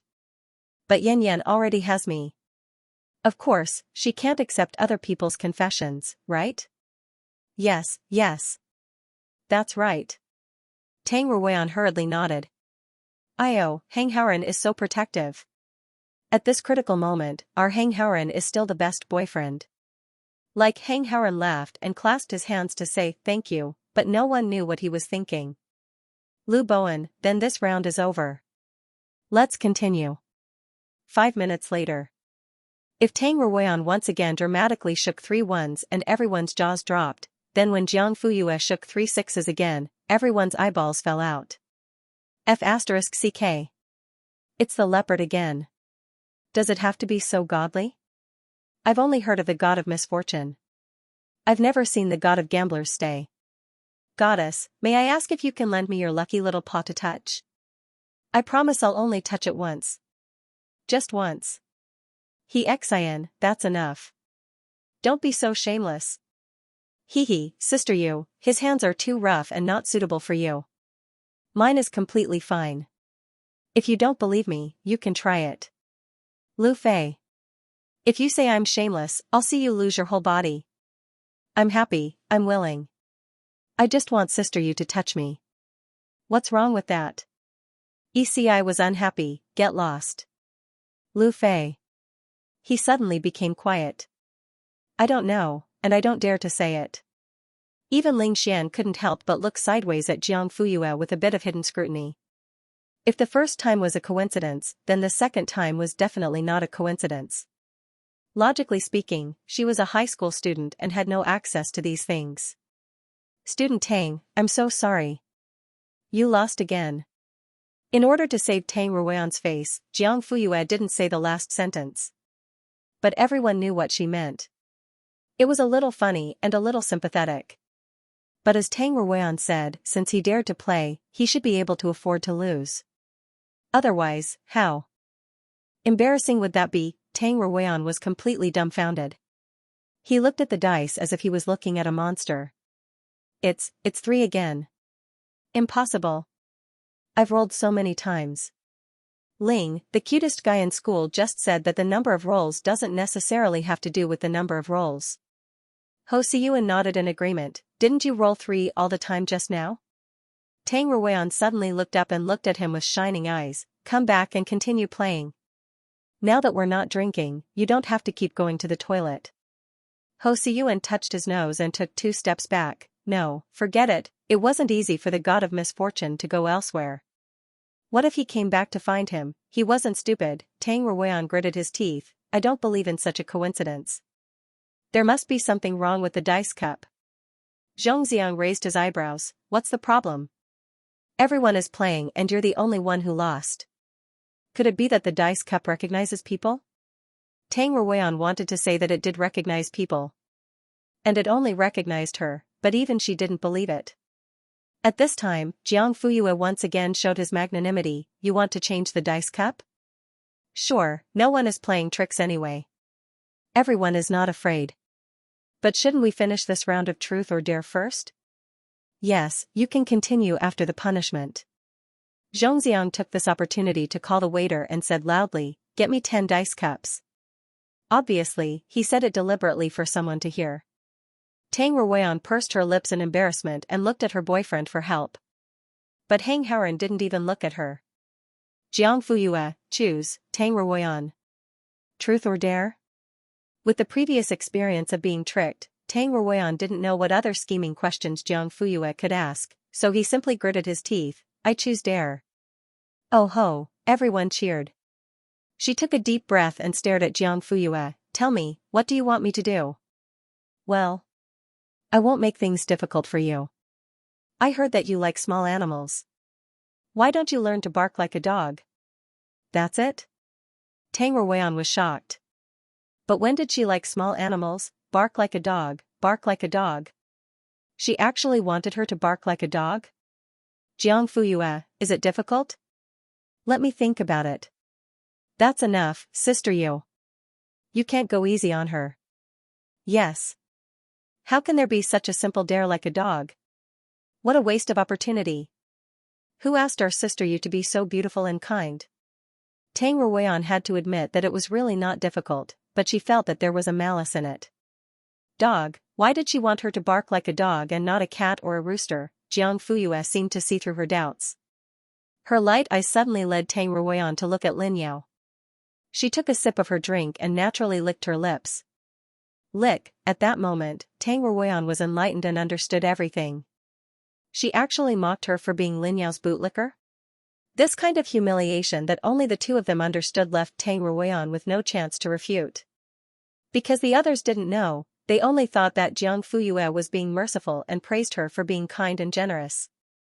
They kept calling her goddess and sister Yu. What made her even angrier was that Hang Haoran didn't care about her anymore, and Lin Yao, who thought of herself as a good sister, didn't say a word for her since the game started. Tang Ruoyan suddenly felt what despair was, and the resentment and hatred she had for Jiang Fuyue deepened. This hatred forced her to grit her teeth and endure.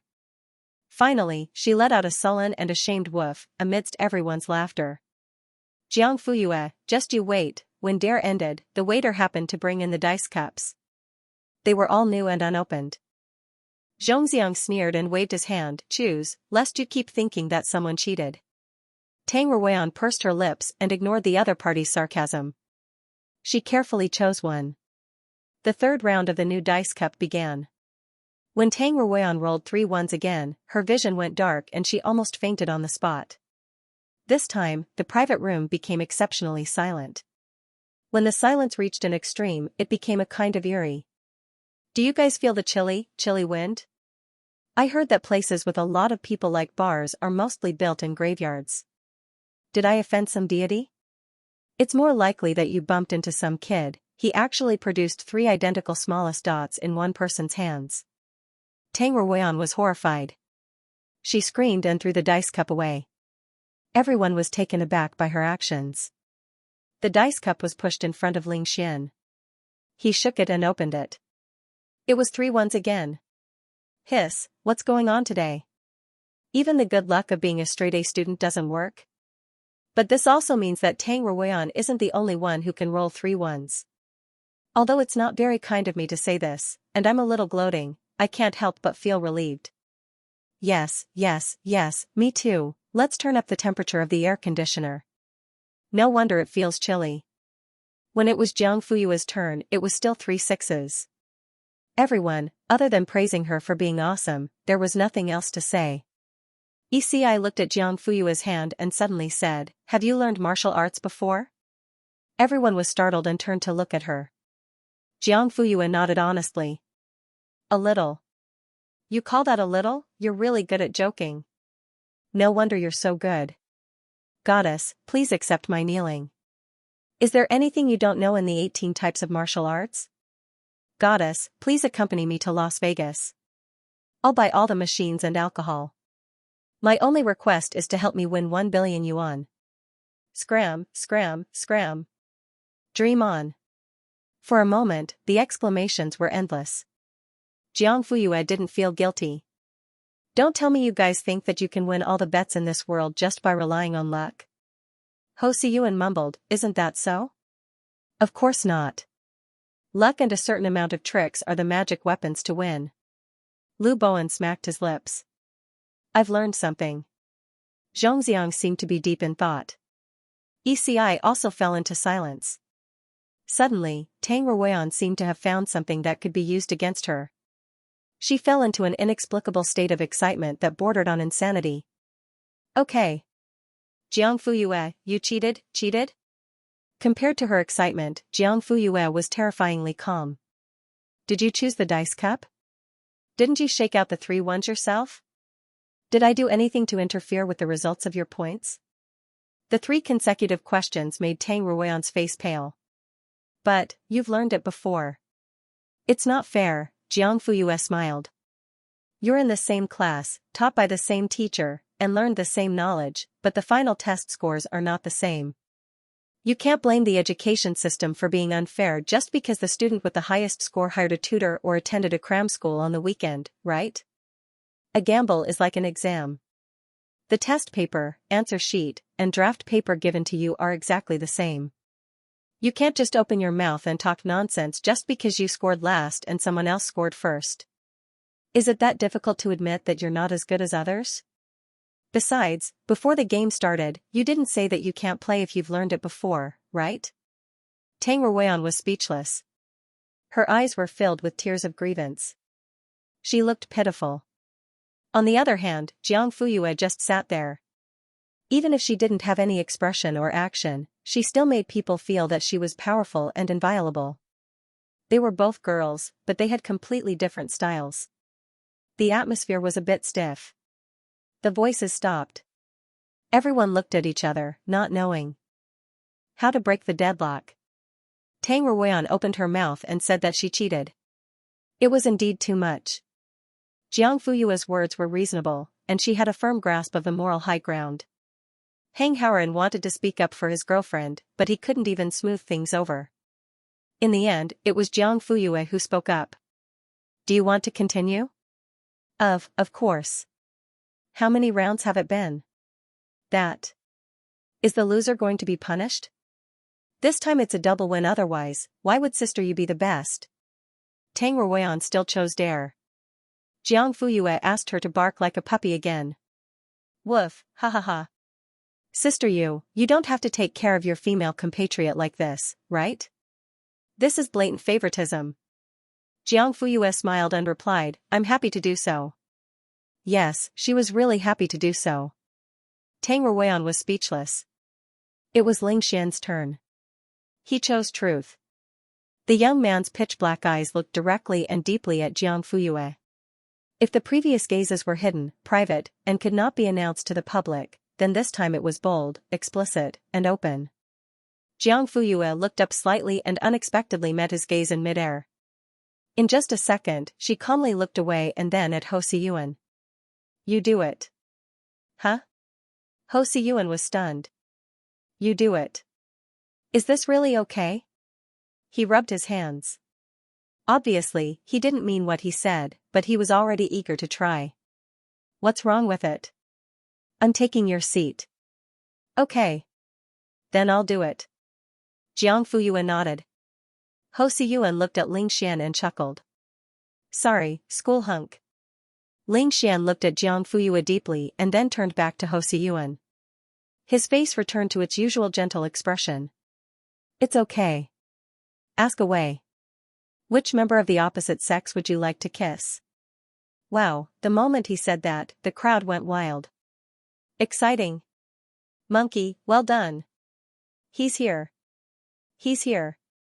He's driving a train here. Sob sob sob, dirty dirty dirty, that's right. You should ask such questions. Otherwise, what fun would there be? Ling, the cutest guy in school, think carefully before you answer. Hee, monkey, do you think you did it on purpose? Ho Siyuan refused to admit it. What nonsense. I'm just asking. Just asking, why are you smiling so slyly? Who's slyly? This is called being pure, understand? Old man, I don't believe you. There were only 3 girls present, Jiang Fuyue, Lin Yao, and Tang Ruoyan. Ling Xian calmly glanced at them. His gaze didn't linger on Tang Ruoyan, then went straight to the shy Lin Yao, and finally landed on Jiang Fuyue, who looked like it had nothing to do with her. Then, he pointed at her. I choose her. Everyone looked over and saw that Jiang Fuyue wasn't shy or evasive at all. She calmly faced Ling Xian's name and everyone's attention. At times like this, the more embarrassed the person involved was, the more excited everyone was. Unfortunately, whether it was Ling Xian or Jiang Fuyue, each was calmer than the other. The crowd didn't want to kick up a fuss. Who would dare? It wasn't like they hadn't seen Sister Yu's face when she was angry. Ho Siyuan immediately rolled his eyes and asked Ling Xian with bad intentions, do you have a reason? The youth's gentle face was expressionless. I'm just curious. He was curious about what it felt like to kiss Jiang Fuyue, so he chose her. Aren't you curious about classmate Lin and classmate Tang? Ho Siyuan's words sounded like he was deliberately trying to stir up trouble. Normally, when people were asked such a question, they would more or less hesitate to leave some face for the other 2 girls. But Ling Xian didn't even think about it. I'm not curious. Ho Siyuan. How am I supposed to answer that? Everyone, Tang Ruoyan was fine. Ling Xian wouldn't like someone like her. She knew that. but Lin Yao couldn't accept it. Or rather, she couldn't accept it at all. From the moment Ling Xian decisively chose Jiang Fuyue to the moment he casually said, "I'm not curious," her world was collapsing at a speed visible to the naked eye. In the end, not a single tile was left. How could he say something like that in front of everyone? Where did he place her sincerity towards him? Many people present knew who Lin Yao was here for. Now that they heard Ling Xian's words. Did he mean to reject her on the spot? At that moment, Lin Yao felt as if she had been stripped naked and paraded on the streets. Embarrassment, shame, grief, and all kinds of emotions surged up. Tang Ruoyan also looked over in surprise, as if asking, "Aren't you and Ling, the cutest guy in school, a couple? Why did he choose someone else?" Lin Yao had always been high and mighty in front of her. But now, she didn't even have the courage to look back at him. Since the reactions of the two people involved were too dull, there wasn't even a spark, let alone sparks. Thus, the crowd gave up. Perhaps this was the only thing that could comfort Lin Yao. Jiang Fuyue didn't respond to Ling Xian, right? Lu Bowen raised his wrist to look at the time. It's getting late. This is the last round. Let's finish it up. Okay. Let Monkey join in too. Okay. Ho Siyuan was about to squeeze into an empty seat next to Jiang Fuyue, but Zhongxiang glared at him so hard that he didn't dare to sit. In the end, he could only move to the opposite side, feeling wronged. Young master is amazing? He only knows how to bully people. Zhongxiang, young master is indeed amazing. Awesome, everyone couldn't help but be on high alert for the last round. Tang Ruoyan clasped his hands together. Please don't get 3 ones again. Please don't. After that, he shook the dice cup again and again. After placing it on the table, he quickly opened it, as if the numbers inside would change if he was a second slower. While he was opening the dice cup, he turned his head away, not daring to look at the results immediately. The audience was dead silent again. It was so quiet that only the sound of breathing could be heard. Tang Ruoyan's heart sank. This reaction, it couldn't be a 3 again, right? She turned her head in despair and saw that the 3 dice on the table showed the same number, but it wasn't a 1, but a 6. Aha! I got a leopard? She grabbed Hang Haoren. She was so excited that her voice almost broke. Look! I'm finally not a 3. I'm definitely going to win this time. Yes, yes, yes. You're the biggest. We all saw it. Hang Haoren's face was distorted by her grip. Yan Yan, can you let go of my hand first? My flesh hurts. Oh. Tang Ruoyan quickly let go. Does it still hurt? Let me take a look. Don't, it's fine now. I'm sorry, I didn't do it on purpose. I was just too excited, Zhongxiang snorted. What's the big deal? It's not certain who will win in the end. Next was Ling Xian's turn. He still didn't seem to care. He shook the dice gently in his hand and revealed it. It was still 3 sixes. It was a leopard again. What the? Can it be so strange? It's okay to get 3 ones in a row. Is he going to get 3 sixes in a row? It's not good, it's bad. It's really extreme. Next were Lu Fei, Ho Siyuan, and a few others. They played normally, so it wasn't strange for them to get the same number. It was Zhongxiang and EC's turn. Who's first? Zhongxiang took the dice cup and rolled his eyes at him. That's right, young master is so arrogant, ECI. Idiot. As soon as she finished cursing, she saw Zhongxiang roll 3 sixes. ECI, question mark. What the hell? Oh. It's a leopard again. Zhong is awesome. ECI felt uncomfortable. When it was her turn, she shook the dice cup a few times indifferently. As soon as she opened it, damn. Why did you get a leopard too? There's something wrong with tonight's result, right? Who asked us to change the dice cup? Tang Ruoyan. He didn't dare to say anything. Ho Siyuan and a few others who didn't get a leopard began to tremble. It was no surprise that Jiang Fuyue also knew how to get a leopard, so the one to be punished could only be one of them. He and Lu Fei had the least number of points, only 10. It was over, In the end, only Jiang Fuyue was left. Everyone was no longer curious about the result of her roll. Just like her exam results, it was either full points or full marks. Everyone began to discuss how to make things difficult for Ho Siyuan and Lu Fei. At this moment, Jiang Fuyue, who had already picked up the dice cup, suddenly slipped her hand and 2 dice fell out. Sorry, the cup lid slipped. Tang Ruoyan immediately stood up. If your hand touches it, it's the start. You can't redo it. Lu Fei, then how do we calculate the result? Tang Ruoyan snorted. Of course it's how much the result is. Anyway, she rolled it herself. The 2 dice that fell out, one showed 1 and the other showed 2.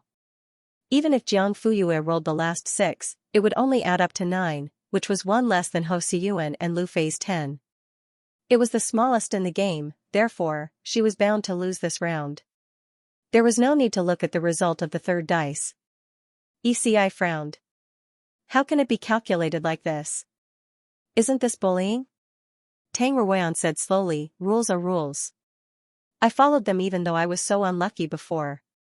Now, Jiang Fuyue can be special? You're twisting words and forcing logic. Anyone with a discerning eye can see that there's something wrong with the dice cup. Zhongxiang, why are you pretending to be dead? Hurry up and say something.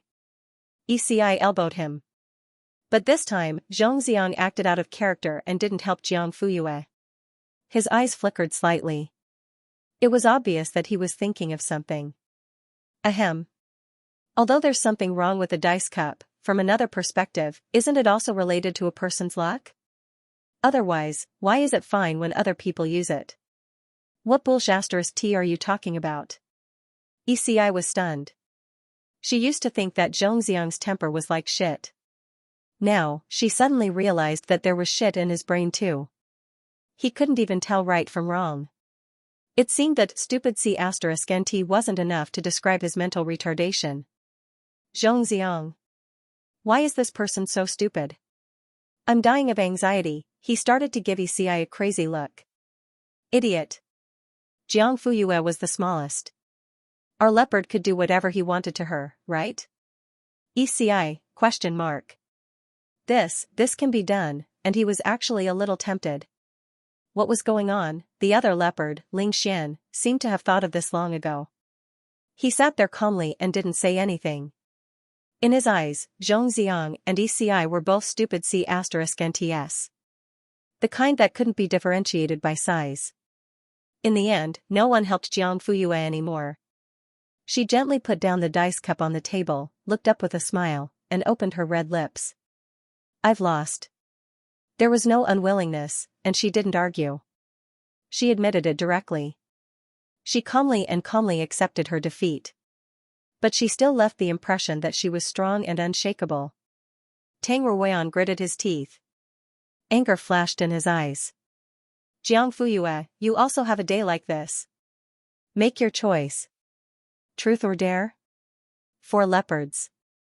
In other words, Jiang Fuyue had to complete 4 challenges set by different people. Digression, 8,000 words, 2 chapters published together. The correct answer to the first chapter's question is A. Did everyone get it right? What kind of difficult questions would the 4 of them give Sister Yu? What difficult things would they ask her to do? See you tomorrow. Who's first? She asked. Tang Ruoyan, does it matter? Of course. Jiang Fuyue raised her eyebrows. I have different choices for different people. Lu Bowen thought for a while and suggested, why don't we choose the order in which the leopards are shaken out? Jiang Fuyue had no objection. Okay. Tang Ruoyan smiled, but his smile didn't reach his eyes. Then I won't be polite. Classmate Jiang, you choose. Truth or dare? Dare. Are you sure? You can't change your choice. Do you want to think about it again? To be honest, Tang Ruoyan was shocked when he heard that she was going to choose dare. Wasn't truth the safest choice in the face of someone who had bad intentions and wanted to make a fool of herself? Although the question was sensitive and difficult, it was better than doing it in real life. What if she asked Jiang Fuyue to French kiss someone on the spot for 5 minutes? Or perhaps, she could ask Jiang Fuyue to have a grand wedding toast with someone. Was she not afraid? Or, did she have a backup plan? Or was it all a smokescreen, and she had already dug a hole for him to jump into? Thinking of this, Tang Ruoyan felt a chill on the back of his neck. Especially since Jiang Fuyue chose so quickly, there must be something fishy, but this was an opportunity that he had won with great difficulty. Was he going to waste it just like that? Besides, all the questions she had prepared before were truth questions. Now that she was suddenly asked to dare, Tang Ruoyan didn't know what to ask Jiang Fuyue to do. She was a little anxious. She tried to stall for time with her mouth, but her brain was working quickly. What should she do? Was it really a French kiss?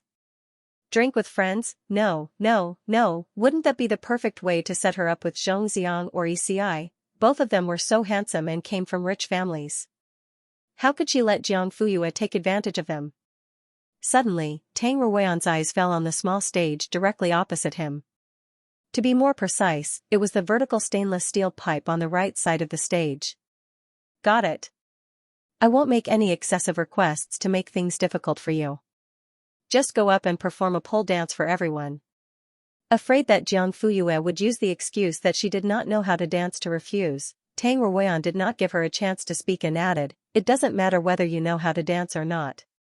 It doesn't matter whether you can dance well or not. The key is to have the feeling of pole dancing, understand? What does pole dancing feel like? To put it nicely, it was sexy. To put it bluntly, it was coquettish. Didn't these people treat Jiang Fuyue as a goddess? Calling her sister Yu was more respectful than addressing her as a teacher. Then, she would let these people see what kind of person Jiang was. Was she a goddess or a piece of trash? As soon as he said this, everyone sucked in a cold breath. Isn't this going a little too far? Pole dancing? Will this work? Tang Ruoyan crossed his arms and chuckled. Sister Yu is well versed in all kinds of martial arts. What's so special about pole dancing? Maybe she can even dance a non-tribal dance. But, won't pole dancing be inappropriate for children? Tang Ruoyan, are you a child? Besides, you have to appreciate this kind of dance from a proper perspective. Who told you to pay attention to those explicit things? Cough. Cough cough. It would have been better if she did not say anything. She kept saying this kind of dance and explicit things. It seemed like she was speaking up for Jiang Fuyue, but in fact, she was deliberately leading everyone to think in an unhealthy way. The people who were originally a little shy gradually showed anticipation.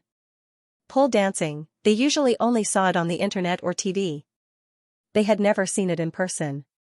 Although they were very embarrassed, they were very curious. It was not that they were lustful.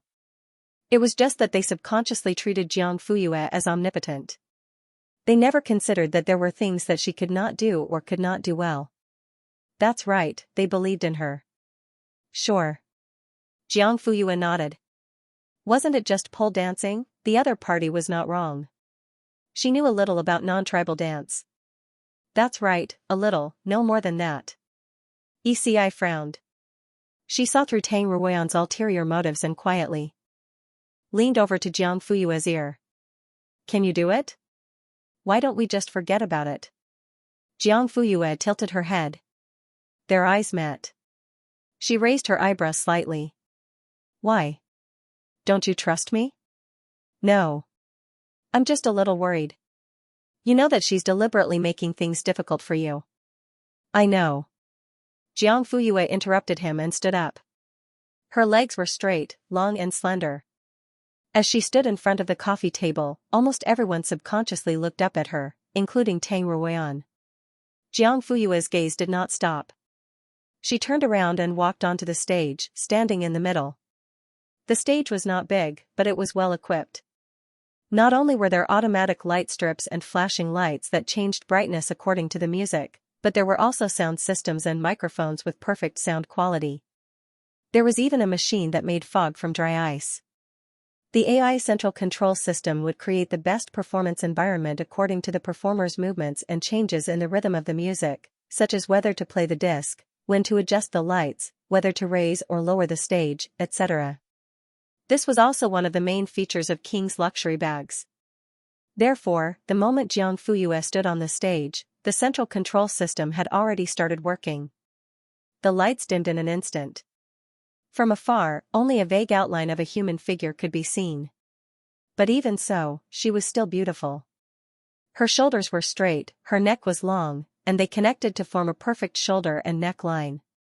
Her waist was slender, and her legs were well proportioned. There was no excess in her calves, and they were flat and tight. Lin Yao subconsciously turned to look at Ling Xian. She saw the young man staring at the stage with a focused gaze.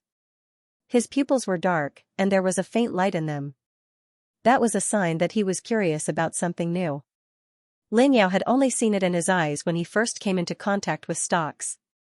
Now, she saw it again, but it was towards another girl. Was she really that beautiful? Lin Yao could not help but look at her with a harsh gaze.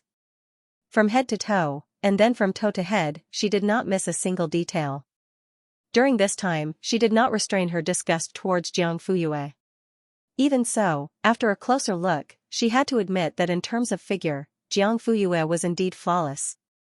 This made Lin Yao suddenly feel dejected, as if she didn't know where to start. It was as if this person was really that perfect. It was not a matter of flattery, but a fact. What other advantages did she have? She fell into a momentary daze. But soon, this negative feeling was dispelled. Lin Yao lowered her head and tidied up the slightly messy hem of her skirt. Because of the bend of her leg, there were already wrinkles. But with a gentle stroke, the wrinkles became lighter, and with another stroke, the wrinkles disappeared. The reason was very simple. This skirt was made of a special material that was hard to find. Perhaps the style was not as good as the ones sold by roadside stalls. Only by wearing it would one know who was more comfortable. Just like Jiang Fuyue and her, one had a humble background, cheap, the other came from a rich family and was worth a lot of money. The former could bring a man's interest for a while, but the latter was the final destination. So, she was not in a hurry. No matter how good Jiang Fuyue was, she had already lost from birth.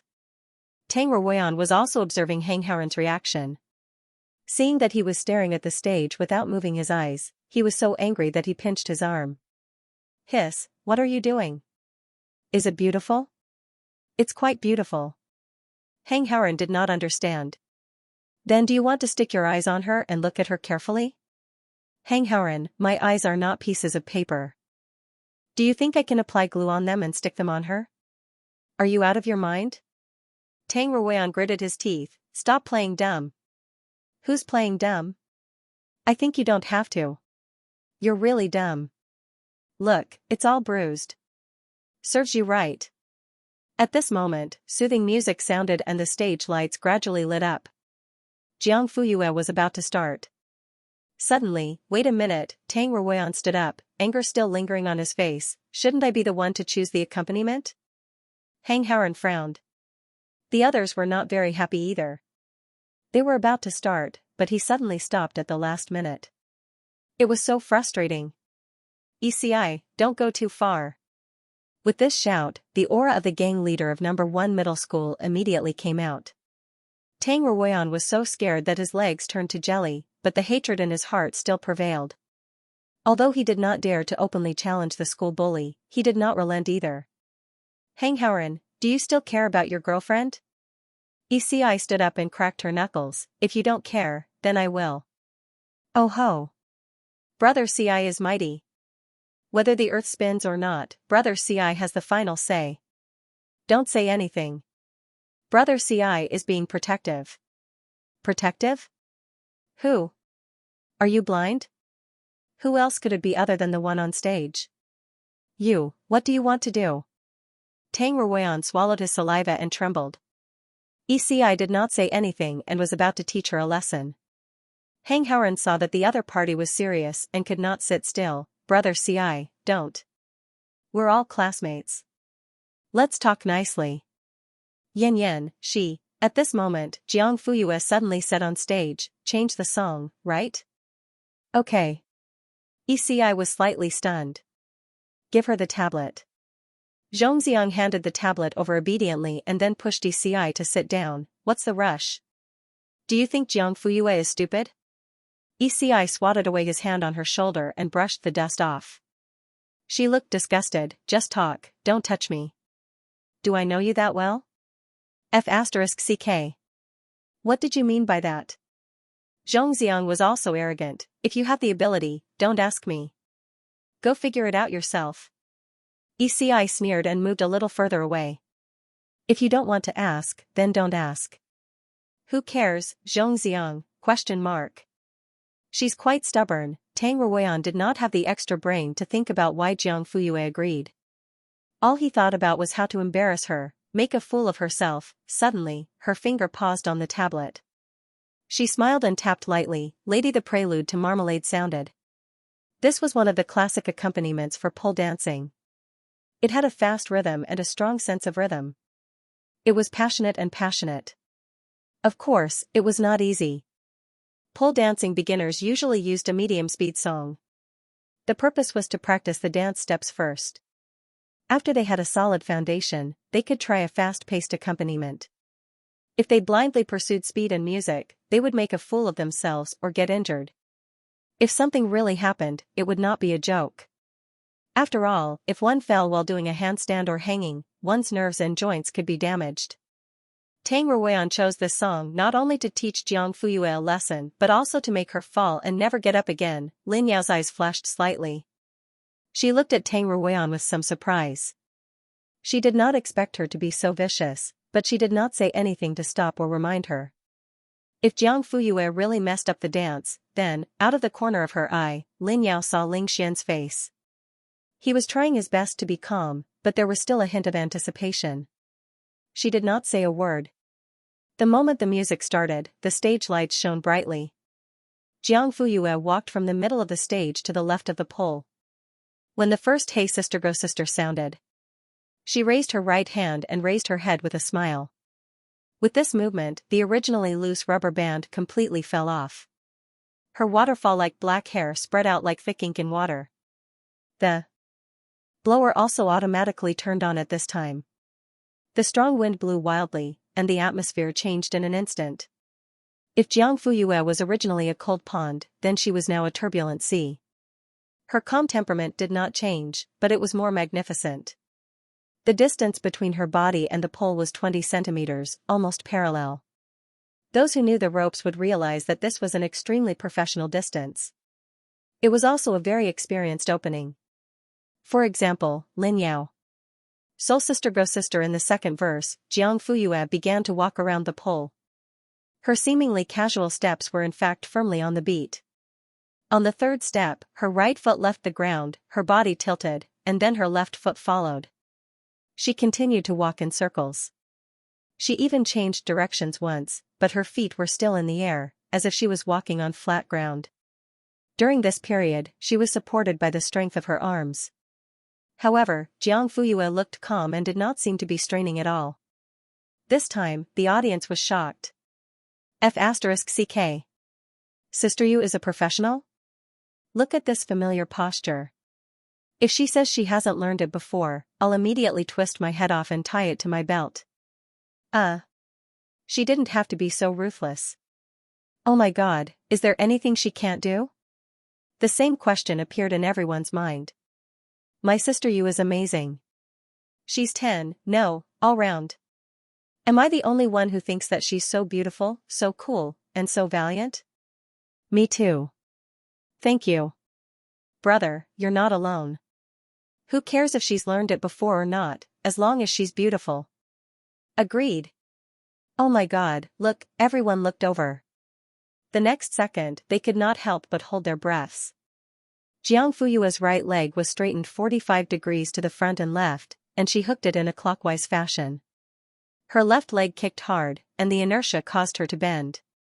Her toes were brought together, and her knees were opened. Her waist bent backward in a triangular shape, and she rotated 3 times clockwise. A perfect proper was completed. Music, Hemet Marmalade down in Old New Orleans. Then, the tip of her front right leg touched the ground. Her left leg straightened 90 degrees to the left, and she swung it to her right leg. Her toes were together and she landed steadily. Pole dancing consisted of 5 steps in a circle. After completing a series of forward turns, reverse turns, left hook turns, knee turns, and straight leg turns, everyone's voices were already hoarse from shouting.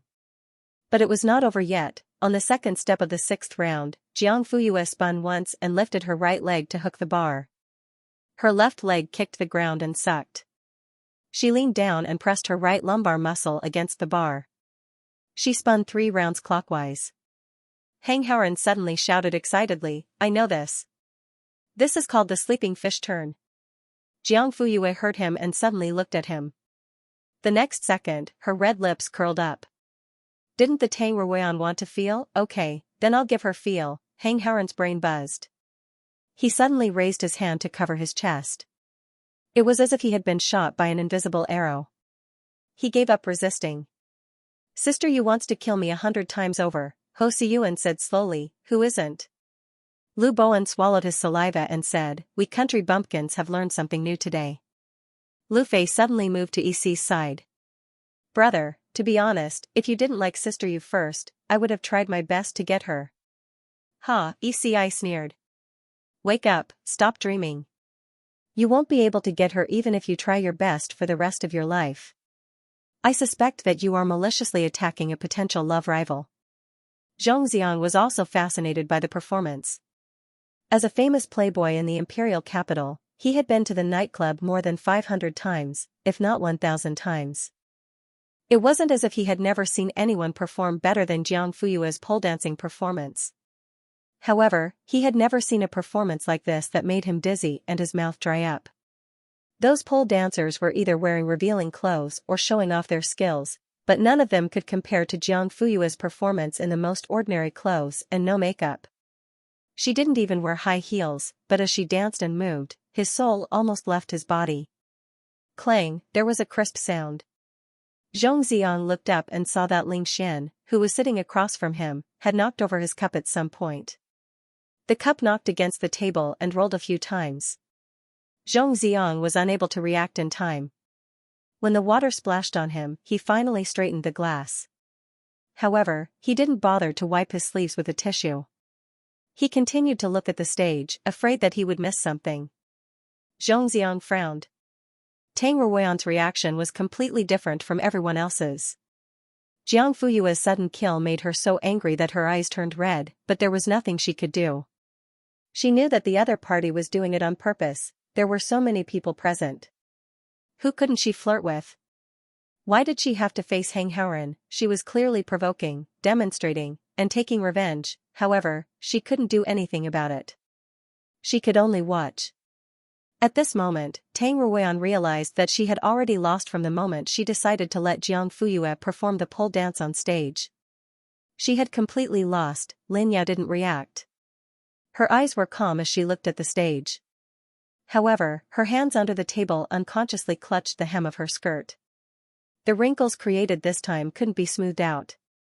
It was just like her heart that was twisted by jealousy. No matter how she soothed it, it couldn't be peaceful. The music continued. Voulez-vous coucher avec moi ce soir? Voulez-vous coucher avec moi? In the last lap, Jiang Fuyue raised her left foot 45 degrees to the right and stomped on the ground with her right foot. Her arms formed a triangle with the pole. At this moment, her body had to move away from the pole. She followed the inertia and closed her toes, opened her legs, and rotated 3 times clockwise. At the last maca, chocolatea, the light suddenly dimmed and flashed. Accompanied by the smoke created by the dry ice machine and messy hair blown by the blower, Jiang Fuyue landed on the ground and perfectly ended the dance. At that moment, the whole place was dead silent. You could hear a pin drop. 5 seconds later, thunderous applause broke out. Everyone seemed to wake up from a dream. Because the applause didn't come from inside the private room.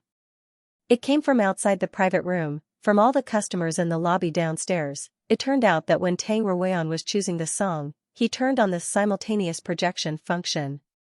Once this function was turned on, the 4D screen in the lobby downstairs would synchronize the scene of the stage in the private room and achieve a high-quality image. In other words, all the customers downstairs could see this soul-stirring pole dance performance. Because of the 4D screen, they could even see it more clearly than the people in the private room. He was able to observe even more in minute detail. For example, Jiang Fuyue's arm strength was as steady as an old dog when she was on the pole, her amazing flexibility when she rotated the pole, and the standard and professional level of each movement. Especially when the blower blew, she stood on the pole with her black hair flying. She was simply beautiful like a god descending. She was the combination of an angel and a devil, the perfect combination of simplicity and beauty. Oh my God. She's so beautiful. Is she a professional pole dancer? She can actually complete 5 different turns in a row, and the degree of completion of each turn is so high. You can't do that without 7 or 8 years of practice. But she looks very young. Just a little girl, the biggest private room. I guess she's a playful little girl who sneaked out behind her parents' back. Because she looks so clean. Can I say that I envy her swan arms? Pole dancing has high requirements for arm strength. It's easy to grow muscles after practicing for a long time. It's useless even if I use botulism. But look at her, her arms are slender and long, and her biceps aren't prominent at all. It's another day where I can't extricate myself from the beauty of this little sister. Ah. I thought that when I arrived at the nightclub, in a group of dancing demons, I would be the most beautiful white lotus in a white dress. But now. Sorry to disturb, I don't deserve it. She's already more white lotus than a white lotus without wearing a white dress. White lotus isn't appropriate. Huh? I think she's like the moonlight, clear and cold. I know I can't hold it, but I can't help but want to hold it. Yes, white moonlight. The above discussion was heard by Xianxia, who had rushed over but was forced to stop to watch the entire process because he happened to see the giant screen projection. The man stood under the wall where the lights couldn't reach. His handsome face was hidden in the shadows. His black suit was out of place with the surrounding lights and revelry. But no one paid attention to him, or even gave him a second glance, because all the attention in the hall was on the girl who was pole dancing on the screen. Some people shouted encore, some people whistled crazily, and some people kept clapping until their hands were numb. Some even picked up the microphone and shouted at the top of their lungs, "Pretty sister, show your face." Then the microphone was snatched away by another person, "Little sister, take care of me. I also pole dance, but I'm not as good as you. You're really, really, really beautiful." Then the next person, "Goddess. I'll dance again with my blood. Do you think I still have a chance?" Damn. The nightclub version of Xianxia? Xianxia couldn't help but frown when he heard these cries and howls. What are they doing? There was no mockery or sarcasm. The man's eyes were really blank. At this time, a male waiter passed by with a tray in his hand. He saw Xianxia standing alone in the corner, completely shrouded in shadows. He didn't take the initiative to talk to the people around him. It felt like he was in the same place, but he was separated from the others. One side was quiet, and the other side was noisy. He was in the mountains, and the others were in the downtown area. It was very strange. In the spirit of customer service, the waiter kindly went forward and asked, "Sir, do you need me to take you to the booth?" The man suddenly looked up at him. When he got closer, the waiter could see the man's outstanding appearance and couldn't help but be surprised. What was even more strange was that he was actually wearing a full suit. The shirt inside was buttoned to the end, and above it was a slightly protruding Adam's apple. He looked like an elite who had just finished a business meeting and was about to attend a dinner party, but appeared in a bar. Did you go to the wrong place? The Hilton Hotel is next door. Xianxia had the good habit of asking questions when he didn't understand, so he asked, "Why do you think I went to the wrong place?" The waiter scratched his head and looked at him from head to toe. "You don't look like someone who would appear in our restaurant." "Then what should I wear?" The waiter turned to look at the dance floor and suddenly pointed in a direction. "Look, like him." Xianxia followed the direction and saw a young man. For the time being, he was called a young man because his hair was dyed yellow. His age wasn't particularly obvious, but from the aging of his skin and the growth/shrinkage of his bones, he could roughly judge that he was between 30 and 35 years old. He was wearing a long silver necklace that was as thick as a pinky finger, and in the middle of it was a pendant in the shape of a human skull. Actually, it was a skull. That's right, Ninth Master Xia, really didn't understand fashion. He was wearing black shorts, but the back of his crotch looked like it would fall to his heels at any moment. Xianxia looked at the waiter's eyes, ? "You actually lied to me. Is this something a human would wear?" The waiter, ? It's too difficult for me to face a fashion insulator. In the end, under Xie Dingyuan's death stare that said, "You have to explain to me clearly today," the waiter searched for a long time and finally locked onto the position of the bar counter. "Look at that person. His style is actually a bit similar to yours." Ninth Master Xia, who had never been to a nightclub and was in urgent need of tutoring, decided to believe him again. The man beside the bar counter was wearing a pair of suit pants, a white shirt, and a pair of gold-rimmed glasses. But, Xie Dingyuan's gaze fell on his open and slightly messy collar and his messy purple hair. He couldn't help but frown, and a trace of disdain flashed in his eyes. The next second, he couldn't stand it anymore and looked away. If he continued to look, he was afraid that he wouldn't be able to resist ordering him to button it up properly. "How is it?" the waiter asked. "I didn't say anything wrong, right? Both of your styles are indeed quite similar." Xie Dingyuan was suddenly curious. What kind of style? Refined scum. This was the second person after Xianxia who said these words in front of him. Was he really that refined? Scum? Ninth Master Xia, who had tried to understand the contemporary young people's fashion but failed in the end, was not prepared to waste his precious time. He went straight to the point. "Take me to the luxury room upstairs." Huh? The waiter's expression was strange. "Is there a problem?" "Of course there's a problem. Do you think you can go to the luxury room just because you want to?" Xie Dingyuan, ? The waiter sighed and advised earnestly, "I know you're the same as them. You all want to go upstairs to find the little fairy who's dancing on the pole. But look at how they're shouting so loudly. Did anyone really go upstairs?" Xie Dingyuan was here to catch Xianxia, and Xianxia was with Jiang Fuyue's group. It didn't seem wrong to say that he was here to find Jiang Fuyue. "I'm indeed looking for her." The man's face was serious. The waiter had a I knew it look, as if he had seen through everything. "Brother, I'm not trying to pour cold water on you, but what's the most important thing for us to do as a person?" Xie Dingyuan pondered for a moment. "Cultivate the body, manage the family, govern the country, and pacify the world." The waiter, ? This person didn't go to the wrong bar, but to the wrong set, right? Xie Dingyuan, what do you think? The most important thing to do as a person is to have self-awareness. Ordinary people like us shouldn't dream of eating swan meat. Heavens, swan meat? That's right. If you go to the luxury room to find her, she has to like you first. Although you are indeed a little prettier than me, other than your face, do you have anything else that you can take out? Money? Power? Car? Room? The waiter spread out his hands and asked in his soul, "Do you have any?" Xie Dingyuan, "I have, you have my ass. That kind of beauty, let's not think about it, huh? She's probably already taken." Beauty? The man's expression was strange. What kind of tone is that? Isn't she beautiful? Xie Dingyuan couldn't help but think of an elegant spinning figure in front of him. Her long hair was like a waterfall, her skin was like snow, and her 5 fingers were gripping the cold stainless steel pipe, which made her look even colder. She turned around, raised her head, raised her shoulders, raised her eyebrows, and curled her lips. Every movement seemed to have a small hook, and it was as if the air was lit up by her gaze. Was this considered beautiful? Xie Dingyuan shook his head, not dignified. Huh? The waiter was shocked. "You're from the Qing dynasty, right?" "What do you mean?" "She's not revealing anything, and she's dressed properly." How is she not dignified? How is she not dignified?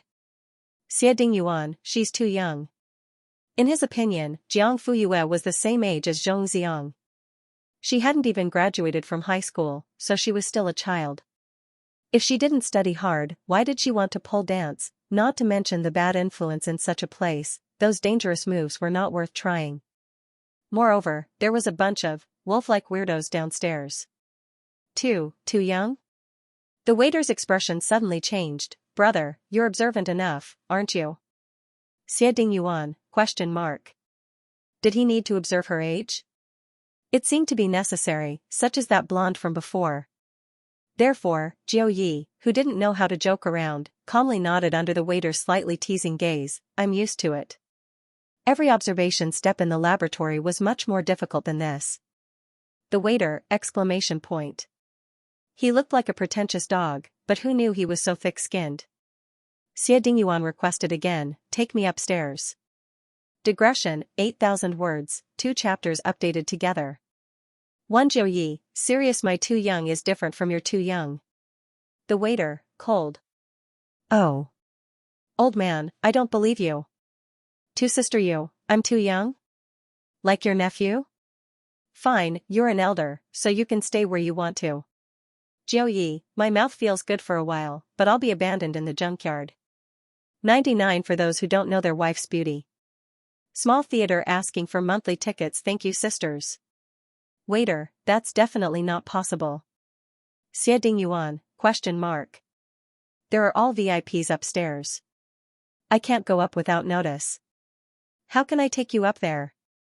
I have a VIP card here, he said, enunciating each word with a serious expression. The waiter almost believed him. Is that so? Can you show it to me? It was taken away by my nephew. Tisk, then I can't do anything about it. This person didn't even know how to come up with a decent excuse. At this moment, the manager hurried over. His chubby face was full of fear.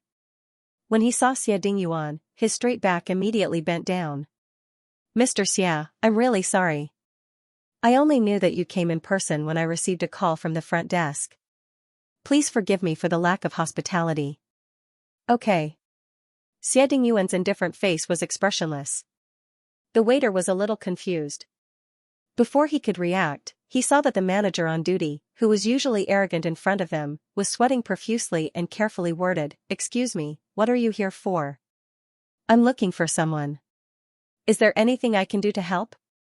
His tone was extremely humble. "Take me upstairs." The manager bowed. "This way, please." The two of them left. The waiter stood there. ? So, what did I say just now? On the other side, in a luxurious room on the second floor. When Xianxia saw the situation in the hall, he immediately grabbed the tablet from Tang Ruoyan and turned off the synchronized presentation function. But it was still too late. There was already a commotion downstairs. The shouting was getting louder and louder. It was as if they wouldn't stop until Jiang Fuyue appeared. F***CK. Xianxia was angry. He pointed at Tang Ruoyan mercilessly. Are you F***king stupid? Why did you turn on this synchronized presentation function? Tang Ruoyan was shocked by his sudden accusation. I don't know, you don't know? Xianxia sneered. Who are you trying to fool? Hang Howren was about to stand up for his girlfriend, but he was nailed to the ground by a warning look from the other party. Tang Ruoyan was completely flustered. I didn't do it on purpose.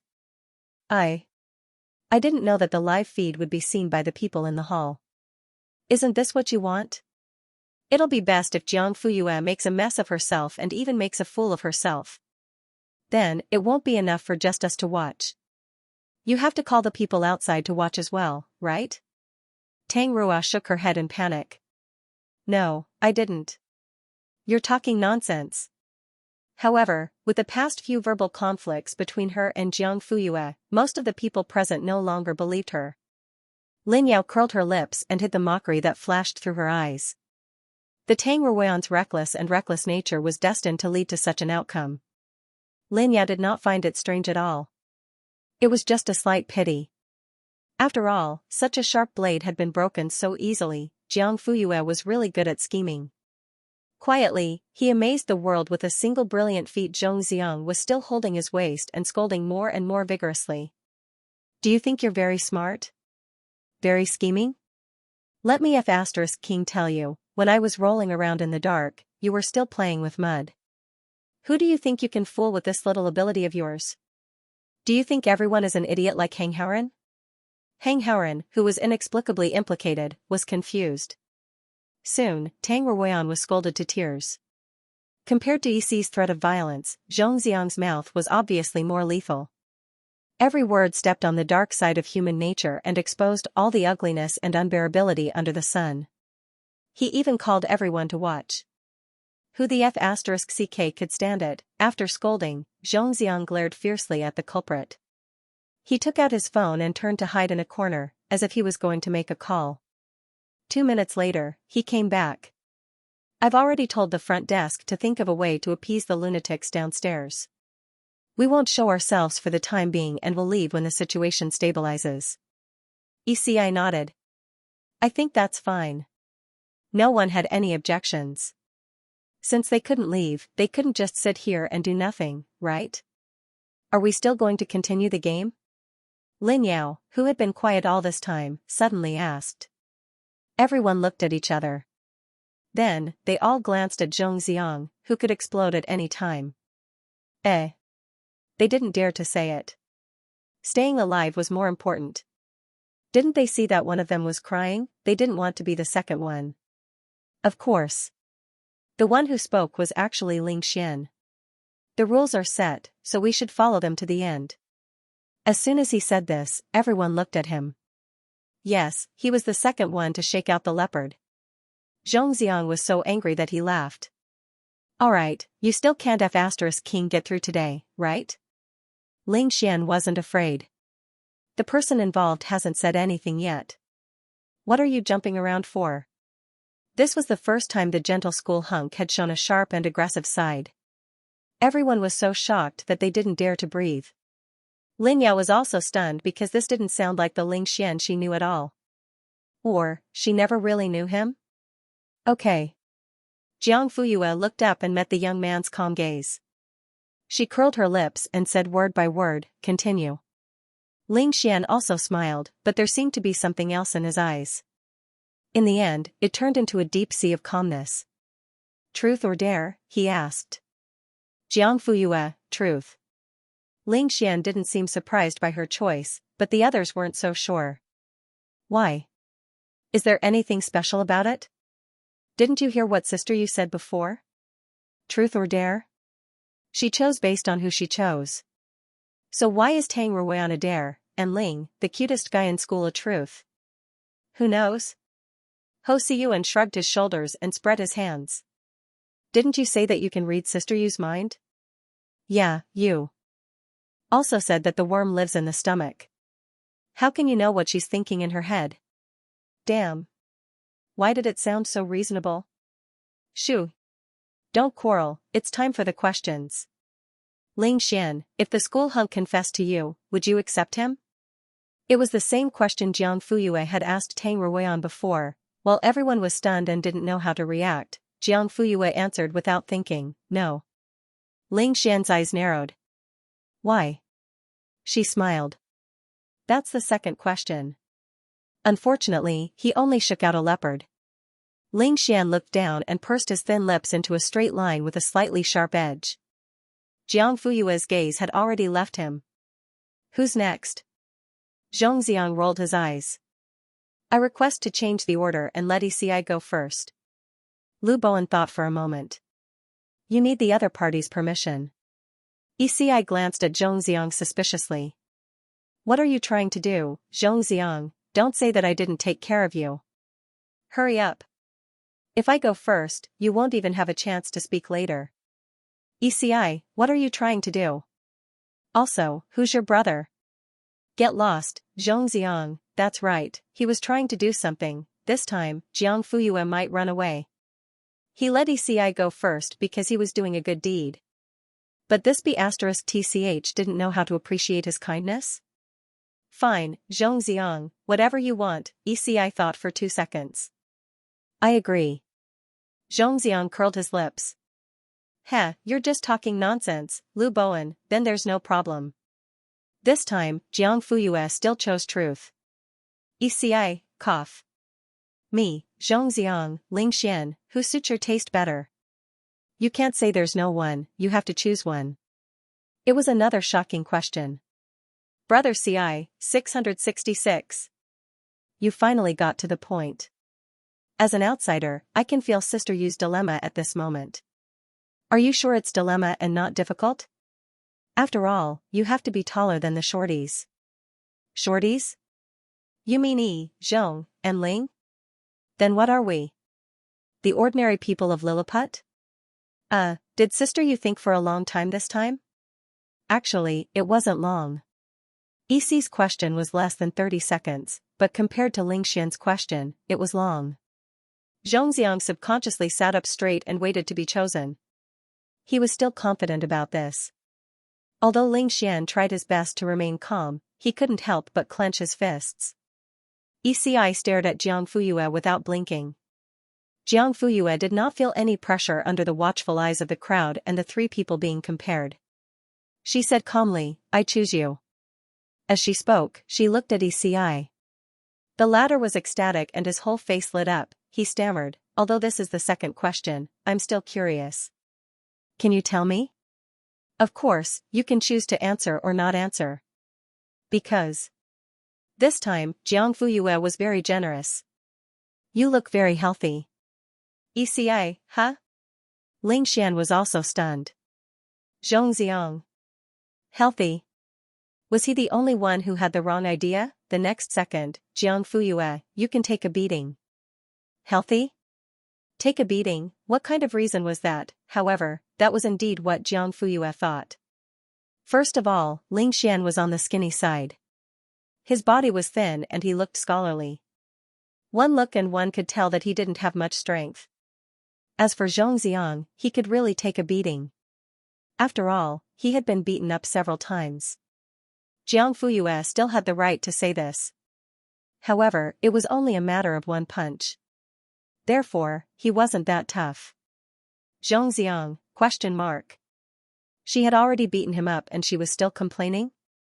F*ck, however, Xi was different. She had been the leader of the school for so many years. The fact that she was able to maintain her position in the underworld meant that she had some real skills. After hearing this, everyone fell silent. Xi? She didn't want to be handsome or rich. She just wanted to be the leader of the school? Jiang Fuyue nodded. Is there a problem? Everyone responded, no. As long as you're happy. Zhongxiang reluctantly accepted this reason. In his mind, he was already secretly planning how to remove Xi from her position as the leader of No. 1 middle school. Ling Xian, on the other hand, looked down. No one could tell what he was thinking. Lu Bowen, next. Hee. Zhongxiang rubbed his hands together. It's my turn to ask. He was obviously prepared. Jiang Fuyue glanced at him. I choose dare. Zhongxiang, ? Why did this person always play by the rules? Brother Ong. What are you waiting for? This is a rare opportunity. Hurry up and say it. Zhongxiang seemed to have woken up from a dream. That's right. Wasn't his goal to do whatever he wanted to Jiang Fuyue? Dare was much more exciting than truth. Ahem, he pretended to clear his throat and looked at Jiang Fuyue. Actually, it's not really a risk. It's just a matter of saying one sentence. It's very simple. Either you agree to be my girlfriend, or you kiss me on the spot. Choose. Hiss, he really dares to say it. Oh no, Sister Yu's face is black. Really? Let me see. Oh, it's really black. As expected of Zhong. Not only is he richer than us, but he's also more thick-skinned. Shower, please sit down. You broke the rules. Does this mean that you're taking advantage of me openly? Why didn't I get 3 6s? You've exposed your heart of a tiger and wolf just by saying that. Lin Yao quietly glanced at Ling Xian. She knew that she shouldn't look at him. If she didn't look, she could continue to deceive herself. However, she couldn't help it. No matter how bad it was, it couldn't be worse than now, right? As it turned out, there was no worst, only worse. The usually gentle young man's eyes were sharp, and the flickering flames in his eyes exposed his anger. Did he care that much? Lin Yao laughed at herself. Clang, Xi slammed the table and stood up. Zhongxiang, what's wrong with you? How can you make such a request? What's wrong with me? You don't dare to do it yourself, and you're blaming others for going overboard. Do you live by the sea? You're meddling too much. Xi sneered. I was wondering why you suddenly found your conscience and let me go first. Are you afraid that I'll follow your example? Zhongxiang's eyes flickered. Ahem. Fine, he admitted it. There was only one Jiang Fuyue. If he made the request first and ECI followed suit, what could he do? In any case, he was definitely going to be Jiang Fuyue's boyfriend. He was also going to be the winner of the bet with ECI. That's right, I'm that outstanding now. It was up to Jiang Fuyue to respond. Treat her as his girlfriend or give her a kiss, hee. Xianxia looked at her expectantly. Are you sure you want to make these two requests? You're not changing them? I'm not changing them, he vowed. Okay. Jiang Fuyue walked toward him. Xianxia's heart thumped. He stood up immediately and adjusted his clothes. Whether it was his first kiss or first love, he had to be presentable. Everyone watched without blinking, afraid that they would miss the key moment. Lin Yao quietly took out her cell phone. Compared to Xianxia's nervousness, Jiang Fuyue was unusually calm. She clenched and unclenched her fists by her sides, as if she was warming up and preparing for her next move. She was even thinking about whether she should punch his cheekbone or his nose first. Xianxia didn't notice. At this moment, his eyes were filled with the joy of hugging a beauty. Be my girlfriend, okay? The young man's eyes were sincere and his tone was soft. Compared to a short kiss, he actually wanted a status more. A status that would allow him to stand beside Jiang Fuyue openly and hold her hand. As the distance between them shortened, the atmosphere in the room became more and more tense. Everyone held their breaths. At this moment, outside the door, the manager's uniform shirt was already soaked in cold sweat. Sparkling sweat slid down his oily face, but he didn't even have the courage to reach out and wipe it off. Out of the corner of his eye, he quietly glanced at Xie Dingyuan who was standing in front of the door. He was looking into the room through the crack in the door. What happened in the room that made him maintain this posture for 15 minutes? Yes, the manager stood outside with him for 15 minutes and didn't seem to have any intention of going in. Wasn't he looking for someone? The manager was still muttering to himself when he saw the person who hadn't moved all this time suddenly reach out and push open the door. He was shocked and immediately followed. At this moment, Xianxia and Jiang Fuyue were already very close to each other. They were face to face, their gazes intertwined, and their breaths were very close. It was as if they would kiss in the next second. Xianxia, what are you doing? A cold voice suddenly shouted. Everyone looked towards the door and saw a tall man in a formal suit. His legs were long and straight, and his facial features couldn't be seen clearly because he was against the light. Xianxia's body stiffened. He suddenly turned around and stared at the person as if he had seen a ghost. Jiang Fuyue raised her eyebrows and silently loosened her clenched fists. She took half a step back and stood still. When the person came closer, everyone finally saw the other person's face clearly. Then, they were even more shocked, when Wenzi, Ho Siyuan pulled Lu Bowen's sleeve. I didn't see wrongly, right? Lu Bowen turned his head blankly. I also wanted to ask you, did I see wrongly? The two of them looked at each other for 5 seconds and said at the same time, Lu Bowen, you didn't see wrongly. Ho Siyuan, you didn't see wrongly either.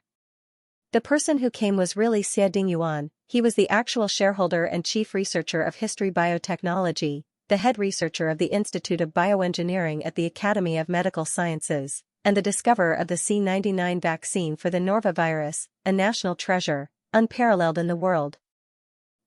Obviously, everyone present who had attended the physics competition award ceremony recognized him. On that day, Xie Dingyuan went on stage and personally presented the awards to Jiang Fuyue and Ling Xian. Oh my god, why is he here? Wait. I think I called someone's name just now. Zhongxiang? Hee. Why are you here? The person who was called walked up with a smile and even used honorifics. Xie Dingyuan looked at him expressionlessly. If I didn't come, what did you want to do? The young man touched his nose and his eyes flashed. It seems that you didn't listen to a single word I said. The man's eyes were cold and dark. Zhongxiang's ears flashed with the words a relationship without marriage is a hooligan. He felt that his uncle was too conservative, as if he was living in the 50s or 60s of the last century. However, he didn't dare to refute and just lowered his head listlessly. Xie Dingyuan said, I'll give you 10 minutes to finish here and come home with me.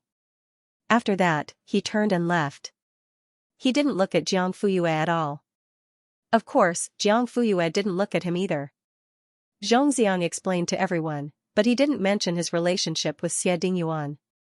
Then, he waved his hand and said, "Let's go." Everyone went back to their own homes. Lin Yao gently tugged at Ling Xian's sleeve and said with an aggrieved expression, "Ah Xian, it's so late. You won't let me go back alone, right? I'll send you back." Lin Yao immediately smiled, "Okay." Hang Haoran and Tang Ruoyan were arguing about something as they walked out of the room. The others left in groups of 2 or 3 or took a taxi alone. Soon, the room was empty. Jiang Fuyue also wanted to leave, but Zhongxiang forcibly stopped her and pulled her into a corner. "Let go." He was stunned. "Don't make me say it again." The young man pursed his lips and glanced around. He didn't see anyone else. Fine, he wasn't afraid of losing face. He immediately let go. Cough. "You're going to be my girlfriend. Why are you still so fierce? Can't you be a little gentler to me?" The last word came out of his mouth. It was soft and pitiful, with a hint of coquettishness. Jiang Fuyue stared at him as if he was an idiot. "Who's going to be your girlfriend? Say it clearly." "You." Zhongxiang said confidently. "Since you didn't kiss me just now, I'll take the other option as a default." Jiang Fuyue smiled. "Actually, there's only one option." "What option?" Zhongxiang's eyes lit up. "Is it to be my girlfriend?" "I knew you'd be interested in me." Before he could finish his sentence, he saw Jiang Fuyue cracking her knuckles. A familiar feeling hit him in the face. He swallowed hard. What are you doing?" "I'm telling you the option." "That's, Zhongxiang, I suddenly have a bad feeling. I'm going to beat you up." "What? You're playing dirty?" Jiang Fuyue didn't want to talk nonsense with him. She directly raised her fist. Zhongxiang shouted as he ran, "You dare? My uncle is outside. If he's angry, even the gods will be afraid." "Is that so? But why do I feel that he's happy to see you get beaten up?" What kind of truth was that? Zhongxiang wasn't slow. He used to practice long-distance running in the capital. Unfortunately, he was still caught. Jiang Fuyue pushed him hard against the wall. Then, she leaned forward and pressed her hand against the wall. Zhong was shocked. Was this the strength of a normal person? More importantly, she only used one hand, F*ck. What are you trying to do?" "Jiang Fuyue, say it again. Who's your girlfriend?" No one." Jiang Fuyue was satisfied with this answer. But she wasn't done yet. "Do you still want to talk about this in the future?" Zhongxiang shook his head. "Say something." "No, I won't talk about it." "Can you do it?" He nodded hurriedly. "Definitely." Jiang Fuyue stopped and stood up straight. She took 2 steps back and was ready to let him go. Zhongxiang was about to slip away when he suddenly froze. He looked behind Jiang Fuyue. At first, he was shocked. Then, his face darkened and he looked a little embarrassed. Jiang Fuyue turned around and saw Xie Dingyuan standing at the corner behind her. He was leaning against the wall with his arms crossed. She didn't know how long he had been there and how much he had seen. However, Jiang Fuyue didn't care about all these. She finished what she had to do and planned to leave. She walked past the man and looked straight ahead. When she passed by him, she didn't pay any attention to him. She didn't even look at him from the corner of her eyes. Then, she gradually walked away until her figure disappeared. Xie Dingyuan looked up, stood up straight, and walked to Zhongxiang. The latter was dejected and looked like a punctured ball. He was shriveled and wrinkled and ugly. "Now you know how to embarrass yourself?" Zhongxiang didn't say anything. It was nothing to be slammed against the wall by Jiang Fuyue. As a man, he should give in to a woman. What he couldn't accept was that Xie Dingyuan happened to see the scene. He guessed that Xie Dingyuan had secretly watched the whole thing. He was Zhong, a man with a reputation. How could he be threatened by a woman? More importantly, he admitted defeat. Zhongxiang didn't dare to think about his performance just now. When he thought of Xie Dingyuan watching silently from the side, he was so embarrassed that he scratched his toes. Damn, half of his life of wisdom was ruined in one day. "Why? Are you going to be a coward and refuse to talk to me?" Xianxia retorted faintly. If I'm a coward, then you're an old bastard. Anyway, we're family. Xie Dingyuan laughed angrily. I wasn't pushed against the wall by a woman. Zhongxiang said, don't worry. You'll be when you meet Jiang Fuyue. The man frowned. Obviously, he thought of a bad experience and didn't refute immediately. Zhongxiang. Xie Dingyuan called his name seriously. Then, he wasn't joking. Since the girl doesn't have any feelings for you, don't pester her anymore. He paused for a moment and added, you're not gentlemanly and decent. Zhongxiang said, how do you know that she's not interested in me? What if she's interested in me? Huh. The man sneered, if she's interested in you, would she push you against the wall and deal with you like a chicken? Chicken? Zhongxiang's expression was strange. Why? Did I say something wrong? Zhongxiang shook his head, she said that too. Who? Jiang Fuyue. But she said that I'm like a fighting chicken. There's a difference between chicken and fighting chicken, right? Which one do you think suits me better? Xie Dingyuan, ? What kind of confusing speech was that? How about fighting God? Doesn't it sound very fierce? Xie Dingyuan? Oh, right. Zhongxiang said casually, she also said that you're a chicken. Xie Dingyuan, ! Her original words were, the kind of chicken fighter whose chin can fly into the sky. Xie Dingyuan's eyebrows twitched, and he subconsciously raised his chin. But halfway through, he strangely paused, and then calmly lowered his chin again. Was it really that high? Wasn't it a little too exaggerated to say that it could fly into the sky? Uncle. Zhongxiang said faintly. Yes? How could she say that you're a fighter? Zhongxiang complained angrily.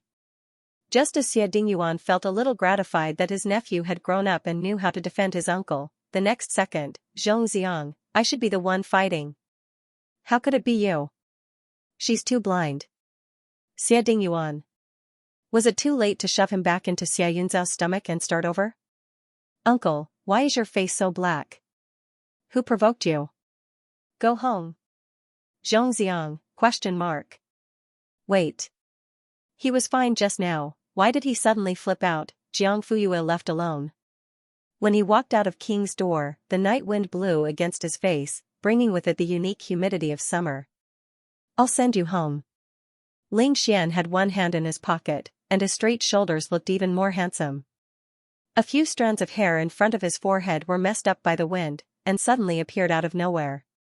He was like the kind of young man who would read famous books under the shade of a tree. He wore a white shirt and had the world's most handsome side profile. The sun shone through the layers of scattered leaves, and his whole person was enveloped in a halo of light. Either he lowered his eyes and smiled, or shook his head with a smile, he could capture the hearts of a large number of girls, causing them to scream exaggeratedly. The title of school hunk was not given for nothing, and Ling Xian was indeed worthy of it. Unfortunately, no matter what hunk he was, it was completely useless to a certain person. No, thank you. Jiang Fuyue looked away, and his tone was calm. What if I insist? He asked. Jiang Fuyue was amused. Why, do you think everyone is Lin Yao? The young man's eyes lit up. Are you unhappy that I'm sending her home? Fine. Here comes another person who has the same illness as Zhongxiang. I didn't send her home, I just called her family to send a car to pick her up, Jiang Fuyue interrupted him. Whether you send her home, who you send her home, and how you send her home have nothing to do with me, so you don't have to explain. The young man was stunned and looked down. After a while, he looked up again. About the love letter, you still haven't forgiven me? Huh. Ling, the cutest guy in school, don't you think before you speak? If you don't apologize, how can I forgive you? Okay, the young man said seriously. I apologize. I'm sorry that I wasted your good intentions. Jiang Fuyue looked at him seriously for the first time that night. Ling Xian met her gaze and didn't avoid it. His gentle eyes were full of sincerity. This was the boy that the original owner had a crush on and finally mustered up the courage to confess. But he was also the last straw that broke her back. Ling Xian, Jiang Fuyue called him by his full name. If I remember correctly, you should hate me. What do you mean by saying these things today? I want to reconcile. We didn't interfere with each other's business. Ling Xian shook his head. She's a stranger. What else do you want? Jiang Fuyue raised her eyebrows. At least we should be friends. It could be something else in the future. I'm not interested in being friends with someone who humiliated me. I apologize. He choked and looked aggrieved. Did I accept it? She smiled. The wind blew silently and the two confronted each other. The harmless look on Ling Xian's face gradually faded and finally became cold and indifferent. Jiang Fuyue, you're playing with me like a monkey. He used a declarative sentence and obviously had a conclusion in his heart. What? Only you're allowed to play pranks and I'm not allowed to joke. So, what happened just now was a joke. He said word by word and there was a hint of anger in his tone. But he was trying his best to restrain himself and hide it carefully. After all, the loser was the one who got angry first. Jiang Fuyue said softly, this is the real you. Why are you pretending to be gentle? Young man, be more sincere and less scheming. After saying that, she turned around and left. Wait. Ling Xian pursed his lips into a straight line. Why? Jiang Fuyue stopped but didn't turn around. Why what? That question, if the school hunk confessed to you, would you accept it? Ling Xian opened his mouth with difficulty. Why not? Because you won't. After saying that, Jiang Fuyue walked away with big strides. Ling Xian looked at her back as she walked away, his eyes filled with worry. Not far away, Xie Dingyuan and Zhongxiang happened to witness the whole process. If it were me, I wouldn't accept it either. Zhongxiang curled his lips in disdain. He originally thought that Xie Dingyuan would be too lazy to talk about such a boring topic, but he unexpectedly opened his mouth for the first time. Digression, 8,000 words, 2 chapters at the same time. The male lead finally came. Is Jiang Fuyue that popular? Zhongxiang was stunned and looked at him. What? It was not that he did not understand, but he was surprised that Xie Dingyuan would be interested in such a question. It was simply unbelievable. Do you need me to repeat myself? No, no. Zhongxiang shook his head and asked, shouldn't she be popular? The man did not comment, and his dark eyes were calm. The teenager was already counting with his fingers. First of all, she's pretty, right? Especially her eyes, they're black and bright. Although she looks at people coldly, there's always a kind of magic that makes people feel like they're on fire. As he spoke, the teenager's eyes shone brightly, as if they would really burn in the next second. Burn? Xie Dingyuan snorted. You don't believe me, but when she looks at you like that, when she only looks at you. Zhongxiang seemed to be immersed in a certain memory, and the corners of his mouth unconsciously widened into a smile. Then, he gasped. This was the first time Xie Dingyuan saw so many expressions on his face at the same time. He raised his eyebrows subconsciously. Secondly, she has a good figure. Anyway, she's much better than those so-called rich young ladies in the capital. Just looking at her makes me envious. As he spoke, he rubbed his hands together. Xie Dingyuan immediately hit him. Little brat, be serious. How am I not serious? Zhongxiang held his head, and his handsome face was distorted from the pain. You sneak attacked me. Are you still hungry? Zhongxiang, the man raised his hand. Not anymore, not anymore. Admitting defeat would save his own safety. Last but not least, she's outstanding. Zhongxiang's eyes were filled with hearts, and he looked like a love-struck man. Outstanding? Xie Dingyuan was still thinking about this word when he suddenly became interested. How outstanding? Tell me. She's a genius, the kind who can get full marks even when she sleeps in the examination room. Yes, Xie Dingyuan nodded. Her studies are good. Otherwise, he wouldn't have been able to enter the summer camp for 2 subject competitions at the same time. He even heard that he got full marks for both subjects. You like girls who are good at studying? Zhongxiang scratched his head. Not necessarily. If Jiang Fuyue doesn't do well in her studies one day, I don't think it's a big deal. It's not necessary. Xie Dingyuan looked pensive. After half a day, he said, but she hit you before. Not just once. 2 strikes. Besides, she's so outstanding. Do you think you're worthy of her? Xianxia? Jiang Fuyue was ready to go home directly. Just as she crossed the road, she heard a scream from the side alley. It was a common occurrence outside a nightclub, but King had a rule that no one was allowed to cause trouble or fight within a 500-meter radius. Otherwise, the bodyguards in the club would teach you a lesson. However, this small alley, it just so happened that they had left the reserve. It was said that it was a holy land for people to be taught a lesson. There were often screams coming from inside. The passers-by didn't want to care, nor did they dare to care. Who knew what kind of vicious people they would provoke? It was better to avoid trouble. Jiang Fuyue didn't intend to care. Every world had its own set of rules. She wasn't a swordsman, nor was she a saint. She didn't have that much sympathy. But this voice, why did it sound so familiar? The dim moonlight couldn't shine into the dark alley. It was a market during the day, but it was hell at night. A slender figure was pushed to the ground. She struggled to get up. But the next second, a man's leather shoe stepped on her right shoulder and ground hard. Footprints were left on her snow-white skin, and eventually, there were bloodstains. But the girl pursed her lips tightly. She didn't cry for help, nor did she beg for mercy. She just kept silent. Only her taut back and trembling muscles were a silent indication of the pain and fear she was feeling at this moment. However, the man was not satisfied with this. He laughed and increased the strength of his foot. Scream. Why aren't you screaming? Didn't you scream just now? Lu Cece stared at him with reddened eyes. If you want to fight, then fight. You talk too much. Huh, hit you? The man retracted his foot and squatted down. His fingers were yellowed from years of smoking. He stroked the girl's delicate face. His cloudy eyes were infatuated. What if you break it? My heart will ache. Bah, Lu Cece spat on the man's face. Disgusting. The man's expression changed drastically. The last trace of pity in his eyes was completely replaced by anger. Slap, he raised his hand and slapped her. Stupid bitch, I gave you face, but you don't want it. After scolding her, he slapped her again. The crisp sound echoed in the alley. Lu Cece's vision turned black. Her ears were buzzing, and blood was flowing from her mouth and nostrils.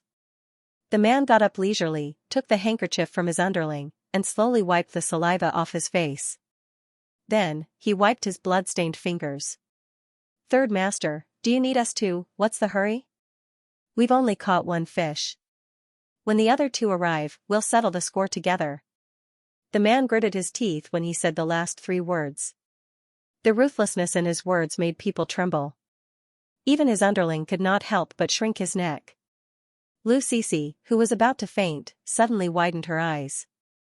What do you want to do? The man chuckled. What do you mean by 2 fish left and settle the score? I don't understand a single word. Really? Since you don't understand, then why are you so nervous? The man laughed even more happily. Why, are you afraid that I'll teach your 2 little sisters a lesson? Lu Cece was shocked and angry. You dare? The man seemed to have heard a joke and laughed until he was convulsing. Ha ha ha. Listen to what she said? I dare?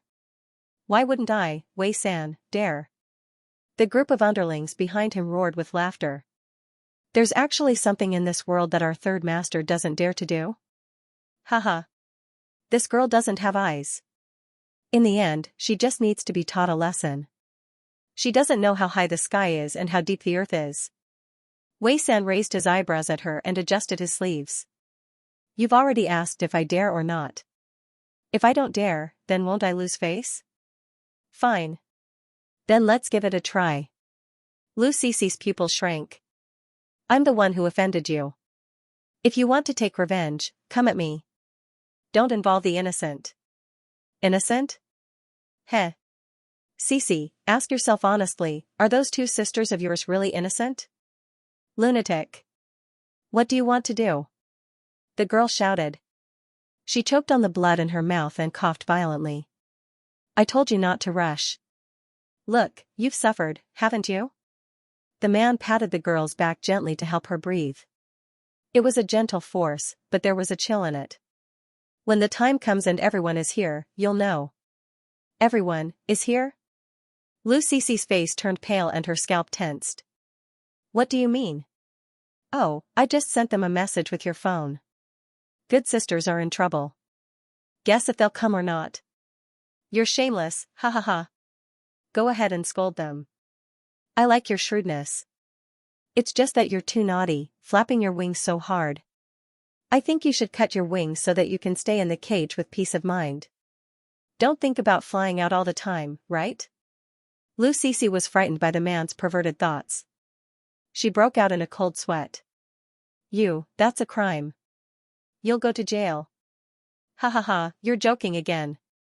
Which prison in Linhui can accommodate me, Wei San? Go ask around. Lu Cici's eyes flashed with desperation. She could no longer escape. She was destined to fall into the mud pit and rot. However, she could not implicate Jiang Han and Gameng. Thinking of this, she calmed down. It's useless. We've already fallen out. We don't even greet each other when we meet. We treat each other as strangers, so, Lu Cici took a deep breath. Even if you send them a message, they won't come. Fell out? The man raised his eyebrows and pretended to be surprised. Then your two little sisters are really not bad. They put a sack on me for a friend who fell out with me. My chin is still bruised. How loyal, huh? You're thinking too much. They're still high school students. How could they do such a thing? Lu Cici tried to sound calm. Yes, I'm also curious. Where did two high school students get the courage to do this to me? I'll have to ask them later. At this time, the man who stayed at the alley to keep watch said, Master San, they're here. Wei San leaned over and patted Lu Cici's face with a smile. See, didn't the remaining two fish take the bait obediently? The latter's body stiffened. The man stood up straight. His smile disappeared completely, leaving only a trace of coldness. What are you waiting for? Go and invite the two children outside in. Soon, Jiang Han and Gameng were escorted to Wei San. The man's critical gaze fell on their faces. When it swept over Jiang Han, disgust flashed in his eyes. He only glanced at Gameng before looking away. One was too fat, like a pig, the other was too skinny, like firewood. They were both ugly beyond belief. Faced with these two people, the charming thoughts in Wei San's mind completely disappeared. He thought that Lu Cici's friend would be at least on par with her, but who knew, even his subordinates wouldn't take a liking to this kind of trash. Not bad, little classmate. Did you think of the consequences when you learned to put a sack on someone after watching a few movies? Who are you? Do we know you? Jiang Han raised his chin and vowed to play dumb until the end. Yo, you're quite methodical. No wonder you dared to do it. Since you don't know her, brothers, let's teach her. As he spoke, he took 2 steps back to make room. The group of subordinates began to roll up their sleeves and approach. Wei San's teacher was to beat her up first. Gameng grabbed Jiang Han's sleeve in fear. The latter was also panicking, but when she glanced at Lu Cici, who was lying on the ground with blood all over her face, she felt that she couldn't be so cowardly. Wait. Wei San raised his hand and the subordinates stopped. Why, do you remember now? Jiang Han said, it seems that I have a rough impression of her. Gameng, Wei San, everyone, since you have a rough impression of her, shouldn't we settle this score properly? Jiang Han nodded. Okay, let's do it. Heh, you're quite responsible. Don't be so scared that you pee in your pants. Wei San turned around and raised his chin at the nearest subordinate. First, remove one of her hands. Yes. Jiang Han was shocked and dumbfounded. Gameng burst into tears. Sister Han, what should we do? They're for real. Lu Cici, who was lying on the ground, tried to get up, but before she could stand firm, she fell back heavily. Her palm was pressed against the glass shards, and her hand was covered in blood. Master San, I beg you, don't do this. I beg you, her tears fell like rain. All of her backbone and pride were crushed into pieces at this moment, disappearing into thin air. Lu Sisi crawled over and clutched the man's trousers tightly. "I'll agree to anything you want, as long as you let them go. You should have been so obedient earlier." The man raised his hand to signal for them to stop. The subordinate put away the watermelon knife that was placed horizontally on Jiang Han's arm and turned around. Wei San squatted down and wiped away the tears on the girl's face. He also wiped the blood from the corner of her mouth with his thumb. "So ugly." Lu Sisi trembled and didn't dare to cry again, for fear that he would go back on his words. This lunatic wasn't joking. He would really kill Jiang Han and Gameng. "Didn't you say that you had a falling out?" Wei San sneered. "They risked their lives to save you, and you sacrificed yourself to beg me to let them go." "What a touching sisterly love," the man said and began to clap. The sound of clapping echoed in the depths of the dark alley. There was an indescribable strangeness and absurdity to it. "Fine, since you're willing to use yourself in exchange, I'll be merciful and let them go." "Lu Sisi, don't agree with him," Jiang Han shouted. Wei San gave a look, and the subordinate next to him stepped forward and slapped her. "Slap," Gameng was shocked. "You, how can you hit, slap?" Her head was also slapped to the side. Unexpectedly, Jiang Han turned back with a tube of blood hanging from his right nostril. He continued to shout without care, "Lu Sisi, I don't want you to save me. I don't need you to sacrifice yourself. You idiot." Slap, another slap. Her other nostril was also bleeding, but she didn't seem to feel the pain. "Isn't it just an arm? I'm not afraid. Even if I die here tonight, I won't be afraid. Anyway, I've already called the police before I came here and left a clue and a will. If I lose my life, someone will have to pay me back. Also, I have insurance. If I die, I'll pay a few 100 million yuan. I can leave it for my dad to retire, and I don't have to do anything. Do you have insurance? Can I get a few 100 million yuan if I die?" Trash. The subordinate was stunned and even forgot to continue slapping her. He couldn't help but think about Jiang Han's question. Yes, did they have insurance? Wei San didn't seem to have bought it. Gameng cried and hiccuped. Sister Han, what should I do if I don't have insurance?" "Don't worry, I've already helped you. I asked for your ID card last time and even asked you to sign it. Although it's not as much as a few 100 million yuan, it's still tens of millions." Really? Of course. You can lose your life at any time if you follow me. How can I let you not have insurance?" Thank you." Wei San's eyelids twitched, and the veins on his forehead bulged. "Seal her mouth. Since she's not afraid of death, then do it with both hands." The subordinate was still in a daze and couldn't react for a while. At this moment, Lu Sisi, who was lying on the ground, suddenly stood up, grabbed a glass shard on the ground, and pressed it against Wei San's throat. She gripped it so hard that the shard cut her finger. Blood dripped down drop by drop. The ruthlessness in her eyes was frightening. "Let them go, or we'll die here together. Choose." There was no hysteria or madness. The girl's voice seemed to come from the bottom of the cliff. It was hollow and cold, oozing with the aura of death. "Third Master, let go of her, or don't think about walking out of this alley alive." His lackeys began to talk at once. Some of them threatened him with harsh words, while others tried to persuade him to give in. To a certain extent, the situation was starting to become chaotic. Wei San couldn't believe that Lu Sisi still had the strength to resist. It was because of this disbelief that led to his carelessness, and now he was being held hostage by a woman in public. "Sisi, I always thought you were a smart girl, but what you did, shut up." The shard pierced her flesh, and blood was oozing out of the small wound. Wei San frowned, and a murderous look flashed across his eyes. He thought it was a lovable parrot, but it turned out to be a biting myna. "Then there was no need to keep it alive," Lu Sisi said. "I'll say it again. Let them go, or we'll all die together. You've already forced me into a corner. Since I'm going to die either way, I'll do my best to drag someone down with me." After that, the shard went in another 2 inches. "Hiss," Wei San gasped, and his calm expression cracked at a speed visible to the naked eye. "Let's talk nicely. Isn't it just letting them go? Shut up. Let them go. At the order, Jiang Han and Gameng were freed and quickly retreated behind Lu Sisi.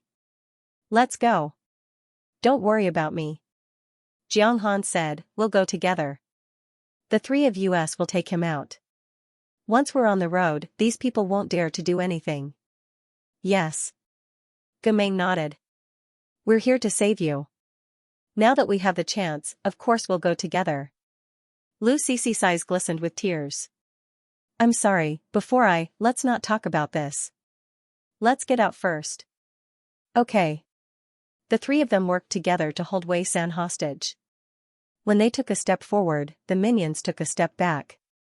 Just as they were about to leave the alley, a stray cat suddenly jumped out.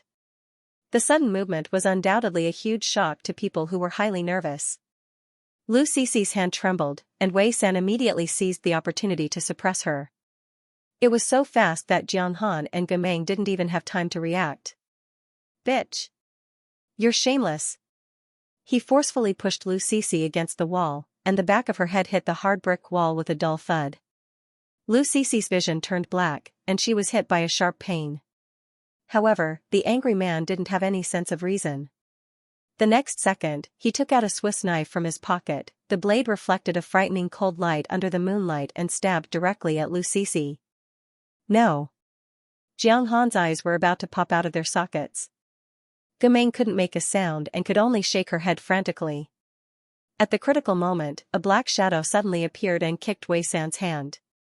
The tip of the knife was stuck in a crack in the brick, and he couldn't pull it out. One could imagine how ruthless the attack was. Wei San was furious. After 2 futile attempts, he gave up on pulling the knife out and quickly turned around to look at the newcomer warily. The black shadow was wearing a long shirt and trousers, and a cap almost covered his entire face. He wasn't considered burly for a man and was even a little thin, but the strength of that kick was not to be underestimated. The web between his thumb and index finger was numb. Wei San couldn't help but show fear. Who are you? Jiang Fuyue didn't even look at him and walked straight to Lu Sisi. The girl had already slid down the wall and sat on the ground. Her face was covered in blood, and her original appearance couldn't be seen clearly. Her clothes had been torn in the struggle, and her collar was wide open, revealing half of her shoulder. It was stained with blood and dust, and the red and black mixed together. She was in a sorry state. However, her eyes were very bright, and their sharpness was reflected in the moonlight. She was like a lone wolf in a Colonel. Lu Sisi looked at the approaching man. The moonlight was too dim to illuminate his face, and she could only see a rough outline of his body. She was a little wary, even though the other party had just saved her from Wei San. Therefore, she quietly touched the shard, then quietly held it in her palm and closed it. At this moment, the man suddenly squatted down. She smelled a faint fragrance, but before she could identify what it was, the man had already grabbed her hand. With a gentle force, her 5 fingers uncontrollably opened, and the shard fell to the ground. In the next second, Lu Sisi felt a warmth on her shoulder. The man took off his coat and draped it over her body, covering her embarrassing and unbearable state. At that moment, Lu Sisi saw the moon hanging high behind the man. The dim light around him seemed to have shrouded the man in a halo. It was like a god had descended. She finally had something worth remembering in the first half of her moldy and smelly life. Heh, brother, are you trying to be a hero and save the damsel in distress? Wei San wiped the blood from his neck and said arrogantly, I'm afraid you've come to the wrong place. Jiang Fuyue gestured for Jiang Han and Gameng to come over and take care of Lu Sisi. She slowly got up and faced Wei San. What if I have to save her? She lowered her voice, which sounded hoarse and magnetic. Then let's see if you have the ability. After saying that, he gestured for all his underlings to prepare for battle. Jiang Fuyue smiled. Her face under the shadow was still blurry, revealing a sense of mystery. Do you think you're the only one with underlings? As soon as she finished speaking, a group of well-trained men in black rushed into the alley and surrounded Wei San and his underlings. Footsteps came from afar, and the encirclement automatically left a gap. Hu Ben's tall figure stepped on the moon, and his black suit made him look even more inviolable. However, such a person walked straight to Jiang Fuyue and lowered his eyes. Boss, everyone's here. Boss? Wei San was shocked. Not long ago, he had left King, and today, as a regular, he met the new boss of this bar, Brother Hu. Wei San knew that this bar could stand tall in Linhuai, and this Brother who suddenly appeared out of nowhere was someone he couldn't afford to offend. Therefore, he couldn't help but flatter him, and they chatted happily. He didn't expect that in just a few hours, he would personally witness Brother Hu calling another person boss. These men in black were obviously bodyguards hired by King at a high price. Not only were they good at fighting, but they were also famous for their loyalty. Otherwise, how could King be so calm? No one in the surrounding area dared to cause trouble. These people deserved at least 60% of the credit. Wei San knew clearly what level his underlings were at. If they really fought, he wouldn't have an easy time. Brother Hu, what do you mean? I didn't cause trouble in King's protected area. Hu Ben was expressionless, as if he didn't know him at all. You touched King's people. Lu Sisi worked part-time as a waitress at King, and Wei San's attack on her was a provocation to King. That's not right. When it comes to relationships, it's consensual. How can I touch her? Hu Ben, King never listens to sophistry when it comes to dealing with problems. With that, he raised his hand slightly. One of the bodyguards stepped forward and punched Wei San in the stomach, then kicked him in the knee. With just 2 moves, he was able to make his opponent kneel on the ground on one knee. He covered his abdomen and curled up like a shrimp, letting out muffled groans of pain one after another. The underlings looked at each other. Their opponent was so simple and violent that they didn't dare to act rashly. Wei San jerked his head up and stared at Hu Ben with bloodshot eyes from the pain. He gritted his teeth. Don't go too far. You still dare to talk tough? Hu Ben sneered and glanced at the bodyguard. The latter stepped forward and punched and kicked him again. Wei San spat out a mouthful of blood. Don't think that you're the only one with a backer. I have one too. If you dare to touch me today, you'll be dealt with tomorrow. Jiang Fuyue, noisy. Hu Ben, go, shut him up. Soon, the annoying beeping sound disappeared, leaving only the groans of punches on flesh. Jiang Fuyue was in a good mood. Jiang Han and Gameng were cheering wildly. Beat him. Beat this scumbag to death. On the other hand, Lu Sisi leaned against the wall and stared at the figure. 5 minutes later, Wei San was lying on the ground like a dead dog. Seeing that the situation was not good, the group of lackeys had already run away. They weren't stupid and knew that Wei San had kicked an iron plate this time. If he didn't want to be used as cannon fodder, he could only run away. Sob, sob, sob, come back. Come back, all of you, a bunch of good-for-nothings. Jiang Fuyue stepped forward and Hu Ben followed closely behind. The bodyguard stopped and retreated to the side. Now you know whether I have the ability or not? She smiled condescendingly. The man's pupils shrank. Hu Ben pulled the food out of his mouth so that he could speak. You're King's boss? Jiang Fuyue didn't comment. Wei San said, I don't think I've offended you. So, why did he have to make a fuss? That's right. In Wei San's opinion, King's boss didn't just want to save Lu Sisi and her 2 friends. There must be other reasons. I thought you were someone important, but you're just SOSO. Jiang Fuyue completely lost her patience and turned to leave. She left the rest to Hu Ben. Suddenly, she saw Jiang Han and seemed to have thought of something.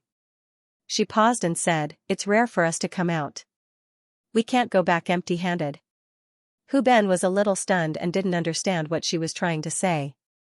Then, he heard a light sentence. Then leave something as a souvenir. Hu Ben trembled and broke out in cold sweat. Yes. What should she leave? Jiang Fuyue looked at the corner and met 3 pairs of black eyes. What are you waiting for? Come with me. Oh. Let's go. Let's go now. Jiang Han immediately responded and helped Lu Sisi up. Yes, yes. Gameng nodded and supported her on the other side. Lu Sisi looked at him and frowned slightly. Your voice. Jiang Fuyue turned around and strode out. Oh no. He used his real voice just now. King, 2nd floor. Lu Sisi sat on the sofa and a private doctor was treating her wounds. The corner of her mouth was broken, the capillaries in her nasal cavity were damaged, and there were glass shards all over her hand. There was also a head injury that might have caused a slight concussion. Not to mention the large and small scratches on her body. Jiang Han said, "That bastard Wei. He's really inhumane. If I had known, I would have punched him a few more times that day." Meng said, "You can hit him with a stick." Jiang Han said, "I think a brick will do too." Meng said, "But a brick isn't as good as a stick." Jiang Han said, "Okay, then a stick will do." Jiang Fuyue, who had his back to them, was speechless. Lu Sisi, who was enduring the pain, was speechless. The doctor, who was carefully treating her wounds, was speechless. "Hello." Jiang Han suddenly walked behind Jiang Fuyue and saw that he was staring at the painting on the wall. Perhaps the big shots liked to stand with their back to the door and hands behind their back, so he didn't get too close for fear of offending him. "Thank you for suddenly appearing and saving us today. Otherwise, the three of us would have been dead. Although I don't know why you saved us and are so nice to us by bringing us here to treat our wounds, I still want to thank you. I don't have anything to give you. We have quite a lot of houses at home. How about I give you 5 houses?"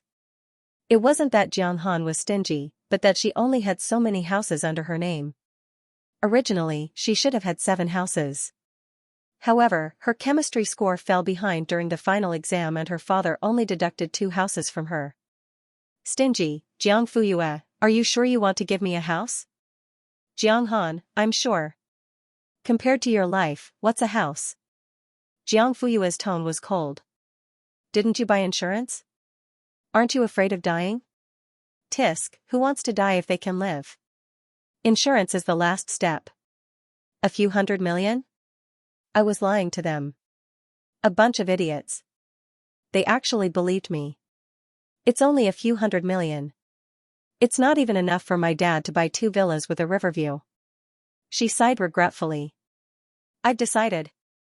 This time when I go back, I'll increase the insurance amount and try to lose a few $100 million. Jiang Fuyue's mouth twitched. "Then you'll call the police in advance?" Who knew it would be so dangerous? "I haven't had time to call the police yet." "Wait, boss, why do I feel that your voice sounds a little familiar?" At this moment, Lu Sisi, who had been lowering her head and cooperating with the doctor, suddenly looked up with a shocked expression. "You, digression, 8,000 words, 2 chapters published together. Today's Sister You was the one who made the little girl's heart burst with joy." Lu Sisi, "I'm in love with loneliness." Jiang Fuyue turned around slowly. The room was brightly lit. Even though she was still wearing a hat, her face could be seen clearly. "Jiang Han? Am I seeing things, Gameng? Why does this big boss look exactly like Sister You?" Lu Sisi's eyes were filled with complex emotions. She couldn't tell if it was more from shock or disappointment. Both of them were stunned and didn't move for a long time. "Sister You?" Jiang Han called out tentatively. Jiang Fuyue smiled. "You've learned how to put a gunny sack on people? Do you want me to praise you for being awesome?" "No, no need. Have you finished your summer homework?" Jiang Han and Gameng shuddered. The fear of being forced to do homework by the big devil came back. Even Lu Sisi couldn't help but sit up straight. Her scalp tightened. The doctor glanced at her. "Don't be nervous. Relax your muscles." "Oh. I'll make you relax." "I'm relaxed." "Relax a little more, Lu Sisi." "I'll try my best."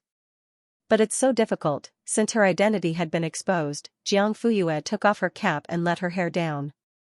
Jiang Han had already begun to look around, touching here and there. She was completely different from her previous distant and courteous attitude. "Sister You, is this made of mahogany?" She knocked on the office table. "It's not mahogany. It's red sandalwood." "Oh. Then this painting." She pointed at the wall.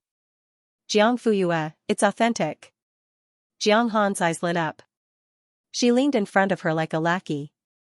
"Hee hee. Are you the boss of this bar?" Before Jiang Fuyue could answer, there was a knock on the door. She stood up straight. "Come in." Hu Ben pushed the door open and walked straight to Jiang Fuyue. Seeing that she had taken off her cap, he greeted her respectfully. Mississippi, is everything settled? Yes. What did you leave behind? Hu Ben, hand. Jiang Fuyue nodded and said in her usual tone, well done. The man lowered his head even more, and his posture became even more humble. Go and find out who's behind Wei San. Keep your hands and feet clean. Don't let anyone catch you. Yes. Hu Ben came and left in a hurry.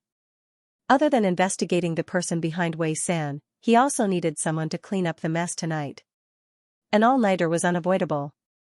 When the door was closed again, Jiang Han's pretense of seriousness collapsed instantly. He pestered Jiang Fuyue like a little puppy.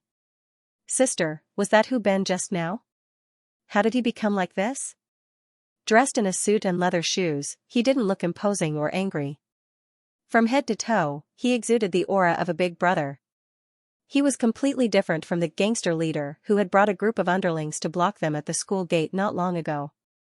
Could it be that he has a twin brother? That shouldn't be the case. My brother is doing so well, but I'm just a hooligan. The difference is too big. Or did he do it on purpose? After he had enough of being a big brother, he went to be a gangster to experience life? None of them? Don't tell me that he was being hunted down by his enemies, so he disguised himself as a man and hid in Linhui. Is he actually a sister? Jiang Fuyue was speechless. It's a pity that you don't write. She didn't even want to support the wall. She was amazed by Jiang Han's imagination. Gemei was stunned. She nodded when Jiang Han was talking. One dared to brag, and the other dared to praise. Amazing, Lu Sisi listened quietly and didn't say anything. Of course, the doctor was still treating the wound and wouldn't let her speak casually. In the end, Jiang Han couldn't dwell on Hu Ben for too long. He seemed to have forgotten the question of whether Jiang Fuyue was his boss. Don't let the wound get wet. I left some anti-inflammatory and painkillers. If you have a fever, you must go to the doctor immediately. Once the wound gets infected, it's easy to leave a scar. Be careful. After he finished speaking, he packed up his things, nodded slightly at Jiang Fuyue, and turned to leave. Suddenly, there were only 3 people left in the huge office. It was a little too quiet. Tell me, what's going on? Jiang Fuyue leaned against the edge of the table, legs together, and arms crossed. She looked indescribably cool, but also faintly oppressive. Jiang Han swallowed his saliva and rolled his eyes, but he didn't dare to speak. Gemei was even more terrified. After all, she had always followed Jiang Han's lead. Even the big fish was trembling.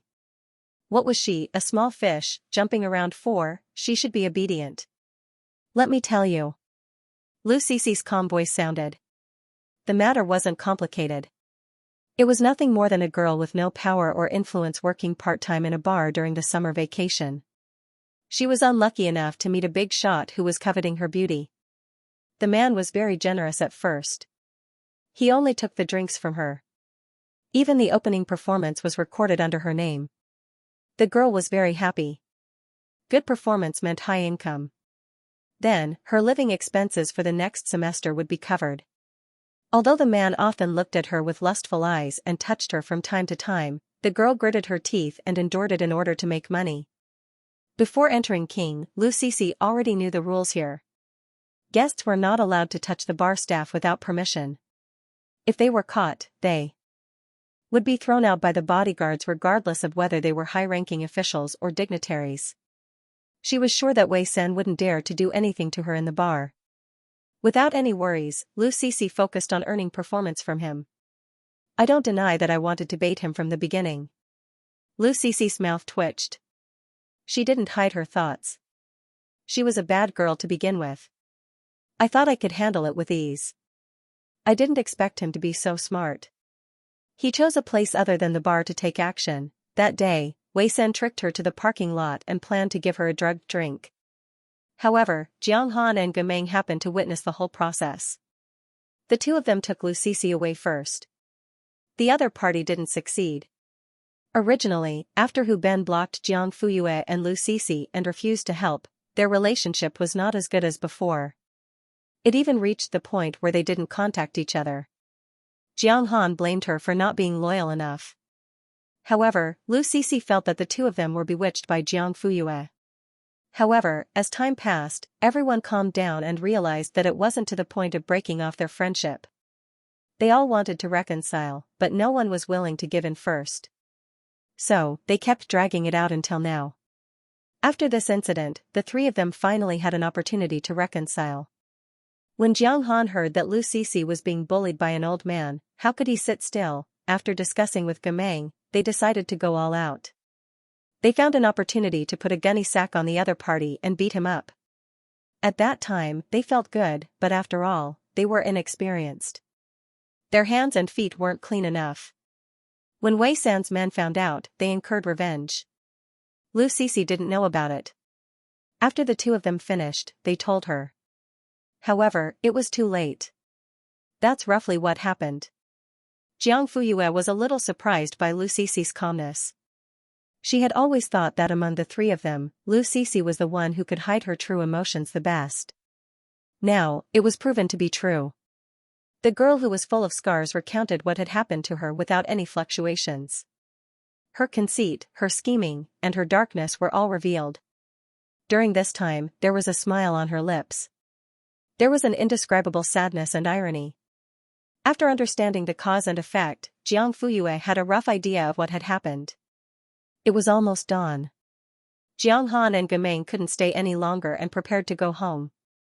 Sisi, what about you? You guys go first. I'll take a taxi back later. Jiang Han was a little worried. Can you do it? She was mainly afraid that Wei San would take revenge on Lu Sisi when she was alone. Don't worry. I have King's protection now. Okay. Keep your phone connected. Contact us if you need anything. Okay. She accepted the advice readily. After Jiang Han and Gamang left, Lu Sisi didn't have any intention of leaving. Jiang Fuyue didn't rush her either. She waited quietly for her to speak. I'm sorry. This was the first sentence Lu Sisi said. Why are you apologizing? Last time when Hu Ben blocked you, Jiang Han and Gamang went to help. I was with them at that time, but I didn't go. She was very honest. I don't think I did anything wrong because I didn't know you well at that time. You may think that I'm timid and selfish. It's okay. Anyway, it's the truth. I accept it all. Lu Sisi was a cautious and vigilant person. She had worked so hard and suffered so much to live until now. She couldn't risk her life for a stranger. She admitted that she wasn't as straightforward and loyal as Jiang Han, nor was she as simple-minded as Gamang. She was used to weighing the pros and cons before making a decision. Therefore, she was destined to live a careful and stingy life. But these weren't important. What was important was that she was alive. Some people lived for enjoyment, for their dreams, for their country, and for their home. But she was alive because she desperately wanted to live. She could breathe smoothly and freely. She could see the sunrise and sunset every day. When she was hungry, she could have a full meal. When she was thirsty, she could have a glass of water. Jiang Fuyue didn't show much emotion after hearing this. Since you don't think you did anything wrong, why are you apologizing? If it weren't for what happened today, I might never have said those 3 words. To you, I'm just a stranger. It's just like how you were to me. But you chose to help me, and I didn't do it back then. Jiang Fuyue, that's because in your eyes, Hu Ben was already in existence that could threaten your life. But in my eyes, dealing with Wei San was as easy as crushing an ant. The height you stand at determines the breadth of your vision and the range of your reach. If I were in your shoes, I might have made the same choice as you. Since I can't save him, why should I blindly get involved? It was like a person who fell into the water. A person who didn't know how to swim jumped in on impulse to save someone. In the end, both of them drowned. Most of the time, senseless impulsiveness couldn't solve the problem. It could even backfire and lead to more tragic consequences. You don't think I'm cold-blooded? Even Jiang Han and Gamang had scolded her like this. Jiang Fuyue, if you come, it's friendship. If you don't, it's your duty. After all, we're not close. Ha ha ha. Lu Sisi laughed softly. Her whole body trembled slightly. Suddenly, she raised her hand to cover her eyes. Her hand was still wrapped in gauze and there was blood seeping out. Soon, something sparkling and translucent slid from the corner of her eyes to her temples and finally disappeared into her hair. Thank you. Jiang Fuyue heard her say, I didn't in the past, but I will in the future. What would she do? In the past, she didn't care about Jiang Fuyue. In the future, she would do whatever she wanted. Can I understand it as repaying kindness? Lu Sisi put her hand down. Her eyes were red, but she didn't cry anymore. She said, it's not repaying kindness. Jiang Fuyue raised her eyebrows. It's because we're familiar with each other. What kind of familiar? Lu Sisi, friends. Friends like Jiang Han and Gameng. Friends who were worth her using her last bit of strength, even if she had to disregard her own safety and kidnap Wei San, so that they could walk out of the dark alley alive. Jiang Fuyue didn't doubt it. Because she had seen Lu Sisi kidnap Wei San with her own eyes. This girl cherished her life, but she was also willing to risk it. The key was whether you were worth it for her to do so. On the day Hu Ben blocked me, the police station in the district received 2 calls to the police.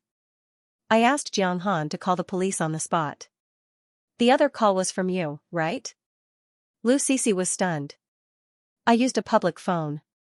How did she know? But on second thought, even King was under Jiang Fuyue's command. Wouldn't it be easy for her to find out what she wanted? You're very rational. This was the first time Lu Sisi had heard such an evaluation. It wasn't indifference or ruthlessness, but rationality. Thank you. She was a little helpless and a little stunned. Her pair of big and round almond-shaped eyes were full of flattery. Can I still work part-time here? She asked carefully. Jiang Fuyue nodded. Yes. Then Third Master Wei, don't worry. From now on, he won't appear again. Lu Sisi thought she was talking about the bar area. She pursed her lips. He knows where I live. When I said won't appear, I meant that Wei San won't appear anywhere. Do you understand? Lu Sisi trembled. She looked up suddenly and happened to meet Jiang Fuyue's meaningful gaze. She seemed to understand something. Her first reaction wasn't fear, but an opportunity, right at this moment. Sister Yu. Lu Sisi took a deep breath and called out in the same way as Jiang Han and Gameng. Can I stay? Didn't I just say that? Sure. King had always recruited good-looking students to work part-time. I'm not staying at the bar, she said. I want to follow you. Jiang Fuyue smiled. Follow me? Yes. Lu Sisi didn't smile. On the contrary, her scarred face was serious. Jiang Fuyue gradually became serious. What do you want to do with me? Study? Take exams? Research? Write essays? As a bad student, Lu Sisi instinctively shook her head and looked frightened. Then tell me, what can you do? Lu Sisi was silent for 2 seconds. I can learn. Including research? Writing essays? In this aspect. I may not be talented enough, but I can still try. She braced herself. Hearing this answer, Jiang Fuyue didn't know whether to admire her courage or to affirm her charm. After all, it was incredible that a bad student like her could be so determined. Among the 3 of them, Lu Sisi had the worst foundation, the lowest comprehension, and the weakest learning ability. Her only advantage was that she was average. On average, she had no talent in every subject and never passed. Looking at Jiang Fuyue's constantly changing expressions, Lu Sisi couldn't help but feel nervous. She tried to find a few skills that Jiang Fuyue would be interested in from the few skills she had. Unfortunately, there were none. But she didn't want to give up. What do you need? I can learn from the beginning. Maybe I'm not that sensitive to subject knowledge, but I'm good at hands-on. Lu Sisi wanted to prove herself, but she had nothing else to say. She could only wait quietly for Jiang Fuyue's decision. At that moment, she heard her own nervous and hurried breathing, as well as the sound of her heart beating faster and faster. It was also at that moment that she clearly felt the future and saw a way out. After some time, she heard a sigh above her head. It was both helpless and gentle. Then stay, of course, whether she stayed or not didn't depend on Jiang Fuyue's words. If Lu Sisi wanted to stay, then there must be a meaning and value for her to stay. Tomorrow, go to the Yufeng Group's kitchen and find this person. He will arrange everything for you. Lu Cixi took the business card and glanced at it. She only saw Lu Jinzhong written on it and a string of phone numbers below. Apart from that, there was nothing else. Okay. It was night. Everything was quiet. After Lu Cixi left King, she stopped a taxi and said, "Please go to Sanlu Street." Hearing the name of the place, the driver couldn't help but glance at her through the rearview mirror. Lu Cixi was already used to this kind of gaze. She looked back expressionlessly, which gave the driver a fright. Sanlu Street was also jokingly called Third Street. It was a place where people from all walks of life gathered. The environment was harsh and the people were mixed in. When they arrived at the destination, the driver immediately turned around and left after receiving the money. It was so dark that even a man like him didn't dare to stay here for too long. However, Lu Cixi didn't seem to feel the darkness. She walked straight through the dark alley without street lights and walked towards an old apartment building. When she arrived at the door, she took out her key. Before she could insert the key into the keyhole, she heard the sound of something being smashed. It was accompanied by a man scolding and a woman screaming. It was especially ear-piercing in the quiet night. Sure enough, the lights of the neighboring apartments were quickly turned on. Heads popped out from the cracks of the doors. Why is it starting again? It's the middle of the night. Can't we sleep? Fine. Lu Laoji is drunk again. Xiaohua has a tough life. Why did she end up with him? Cixi, why are you outside? Don't you want to go in and talk to him? Hurry up. If your father continues to cause trouble, the whole building will wake up. Everyone still has to go to work tomorrow. We must be really unlucky to live in the same apartment building as this kind of person. Lu Cixi apologized to everyone. Then she took a deep breath and opened the door. When she went in, she heard someone saying, "That's enough. Stop complaining. It's not easy for a child to have such a father. Let's be considerate of each other. If I'm considerate of her, who will be considerate of us? Sister Zhang, I'm not being mean. How many times has it been this month? If it's just once or twice, I can tolerate it. But he keeps causing trouble every few days. Who can stand it?" When the door was closed, the neighbors' complaints were cut off. However, the sound of cursing and crying in the room became clear. Lu Cixi changed into her slippers expressionlessly and walked to the living room. Lu Laoji's eyes lit up when he saw his daughter. He didn't have time to scold his wife. He pushed her to a corner and greeted her with the smell of alcohol. "Sweetheart, you're back? You must have made a lot of money today, right? I'm a little short on money recently. Can you?" "No." The man frowned. "What did you say?" "I didn't work part-time today, so I didn't make any money." Bull*T, look at you. How can you not make any money? Could it be that you slept with someone for nothing? Who is it? I'll go find him. Oh, it wasn't that he didn't see the injuries on her body. He just didn't care. All he cared about was money. Not to mention that I didn't make any money at all. Even if I did, I wouldn't give it to you. Lu Cixi sneered.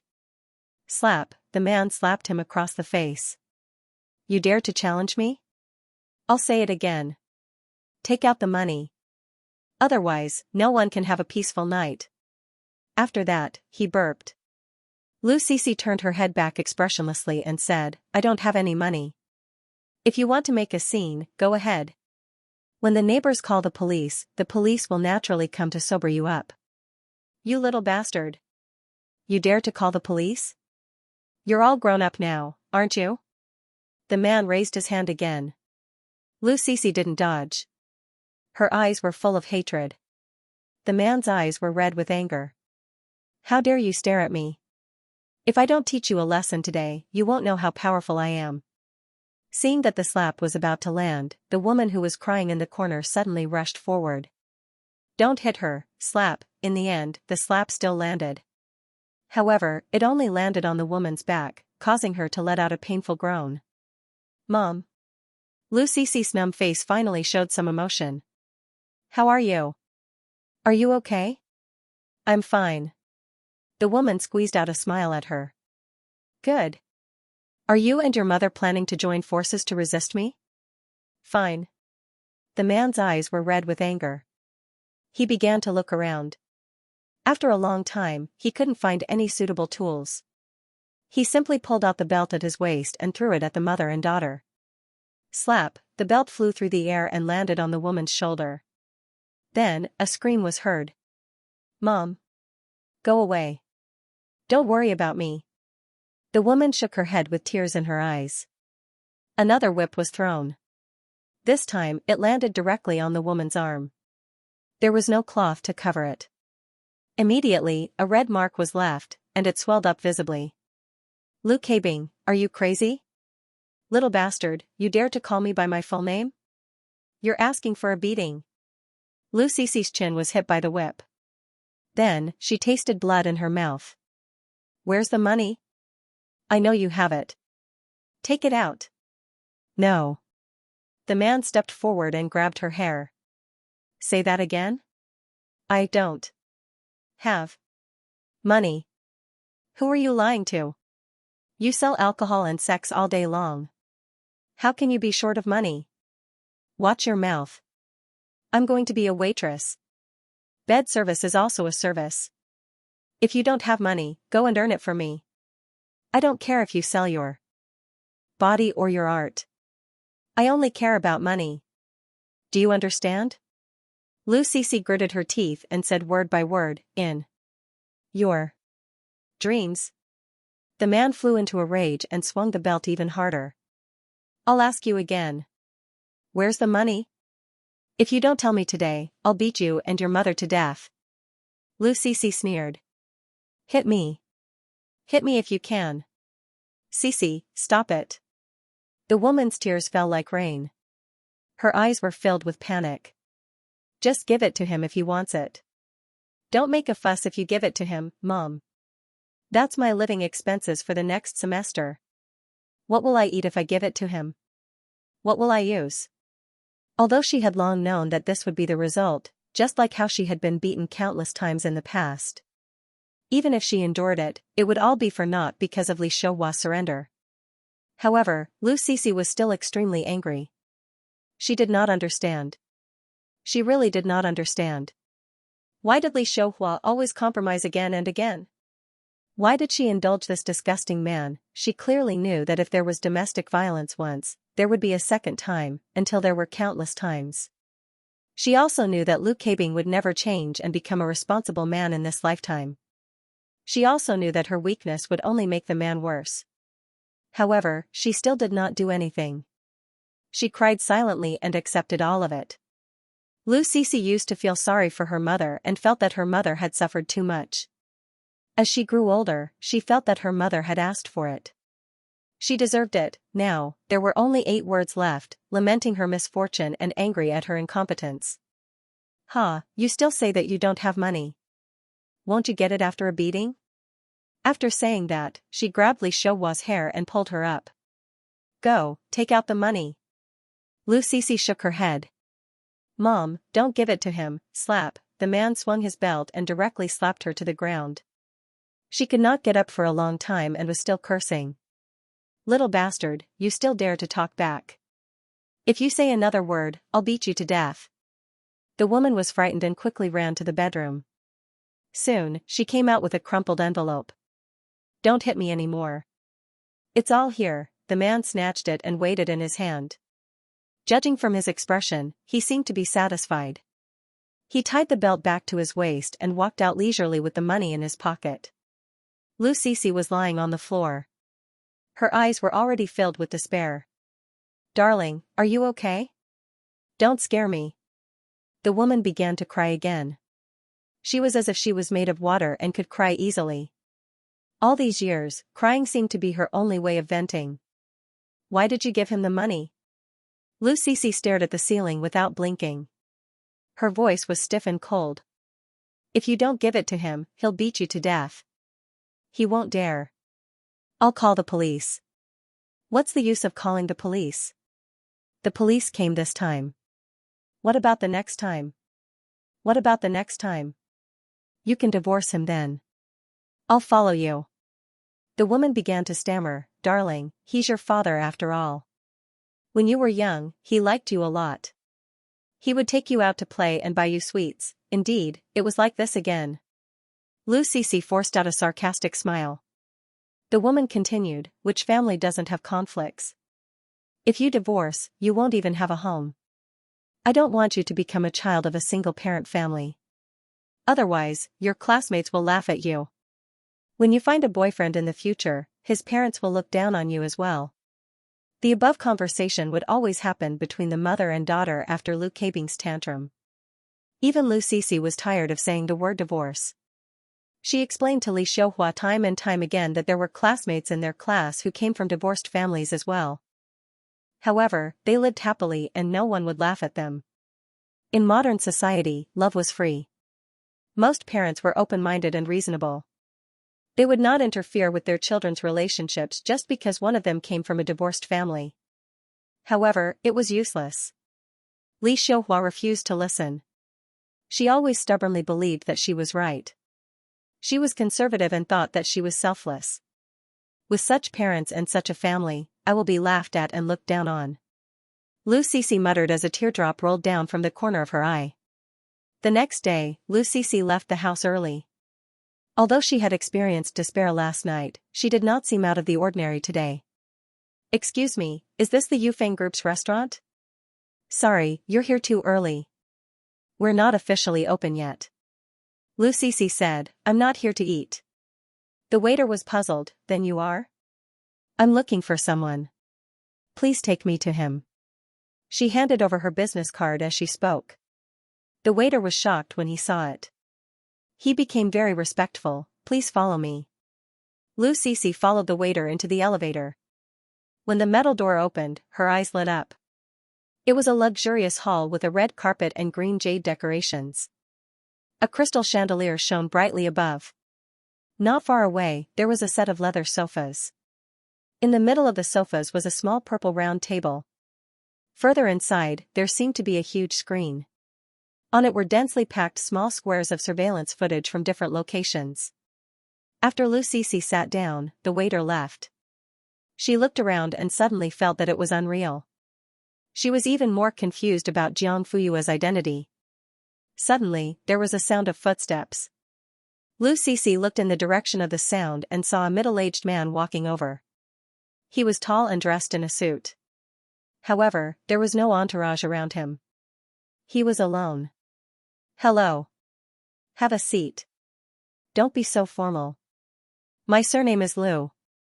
I'm the person on the business card. Mr. Lu, sister, you said, you can help me arrange it? Yes. He nodded and smiled like a spring breeze. It was easy for people to let down their guard. But first, you have to tell me what you want to do the most. Lu Cece did not let down her guard because of his friendly attitude. Instead, she became more cautious. Make money. Make a lot of money. No. Lu Jinzhong shook his head. You're not telling the truth. Lu Cece was not embarrassed at all when her lie was exposed. I'm afraid that the truth will scare you. Then I'll have to listen to it. I want a person to die. Does that count? Of course, and the goal is clear, Lu Jinzhong replied calmly. Lu Cece said, but I don't want to pay with my life. Is there any good way? Lu Jinzhong nodded. Yes, and there are many. Then I'll learn this. Little girl, think about it. After you finish learning, you have to be a knife. And you have to show off your skills. Otherwise, you won't be able to graduate. His words were sincere and meaningful. I've thought about it. This is also what she wants, isn't it? Lu Jinzhong was stunned. He immediately laughed in a low voice. Yes, she always has a charm that makes people willing to do things. At this moment, the charming person was awakened by a phone call. Hello? Is this student Jiang Fuyue? Yes. This is the office of the National Physics Competition Committee. I'm sorry to inform you that your summer camp qualification has been cancelled. Digression, 8,000 words, 2 chapters at the same time. It's coming again. Well. I'll ask for a monthly vote. If you don't vote, if she doesn't vote, when will Xiaoyu succeed? Why? Jiang Fuyue opened her eyes. The other party was surprised by her calmness, but he still put on a businesslike attitude. In principle, we do not accept the act of participating in two subject competitions at the same time. This time, the Physics Olympiad Summer Camp and the NOI Summer Camp are scheduled at the same time. We did not receive a reply from you. Explicitly choosing to participate in the Physics Olympiad Summer Camp, so we have given up by default. We have specially called to inform you. Jiang Fuyue, first of all, I did not receive your notification, so I did not know that I needed to reply. Second of all, you did not try to contact me again without receiving my reply. Don't tell me that the phone can't get through. Isn't it working now? Third of all, it has been more than half a month since the Physics Olympiad Summer Camp list was released, and it has been nearly 10 days since the NOI results were announced. However, you only called this so-called informing call the day before the camp started. Is that reasonable? In the face of Jiang Fuyue's continuous questioning, the other party choked. You just need to know that it is absolutely impossible to participate in two subject competitions at the same time. Why not? The training of the summer camp is intense. Students can't take it, and you still want to participate in two subjects? If you have the ability, why can't you try to do both? Huh. Student Jiang, what do you think the international competition is? You actually want to do both. The international competition and the domestic competition were only one word apart, but the difficulty was worlds apart. I know that you performed very well in the two domestic selections in physics and information science, and your results were among the best. However, do you know how difficult the international competition is? Do you know how high the requirements for the students' thinking are? Jiang Fuyue frowned. She did not like the other party's condescending and lecturing tone. However, the other party continued. New rules, new types of questions, and higher difficulty. These all need to be readjusted during the summer camp. How can you do both? I have been in the office of the competition committee for so many years. Every year, there are so-called geniuses and prodigies who appear. Which one of them is not arrogant and full of confidence? However, in the end, they met with failure in the international competition and disappeared without a trace. And you are not the first, and you will not be the last. Jiang Fuyue, what are you trying to say? The voice on the other end of the line softened slightly. Student Jiang, a person's energy is limited. We just hope that you can focus on one thing and do it well.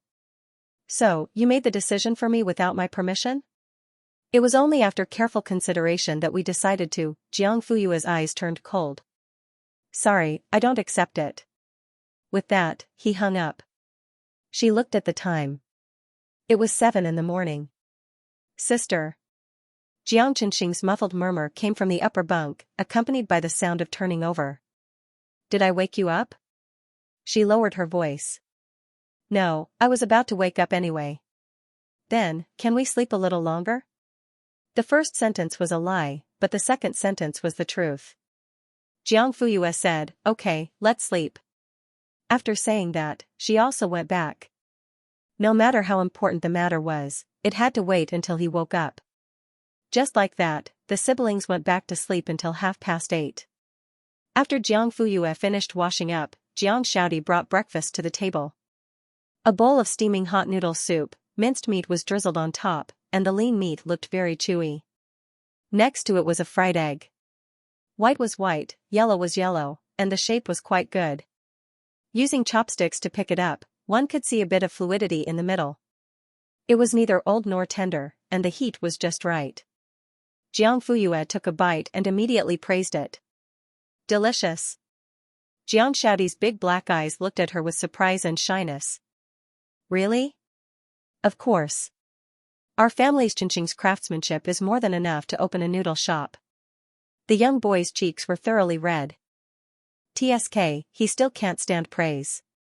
Jiang Fuyue suddenly sighed and deliberately teased him. Isn't this called being good in the hall and good in the kitchen? In the future, you can find a girlfriend. Sister.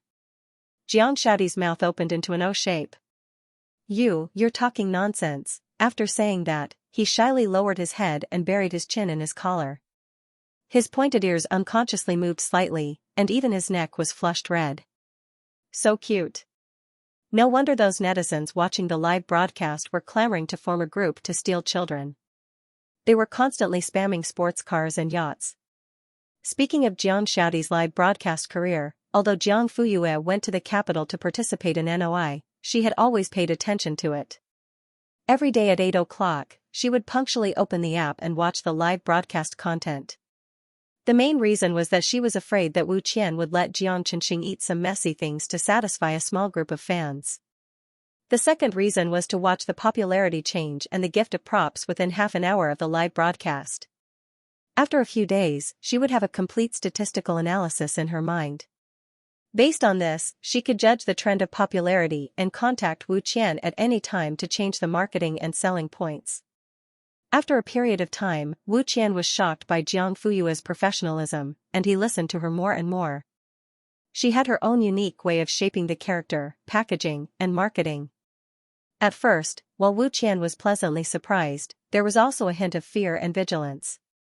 He was pleasantly surprised that Jiang Fuyue had a strong business mind and an unparalleled business vision. The most direct benefit was that his income had doubled.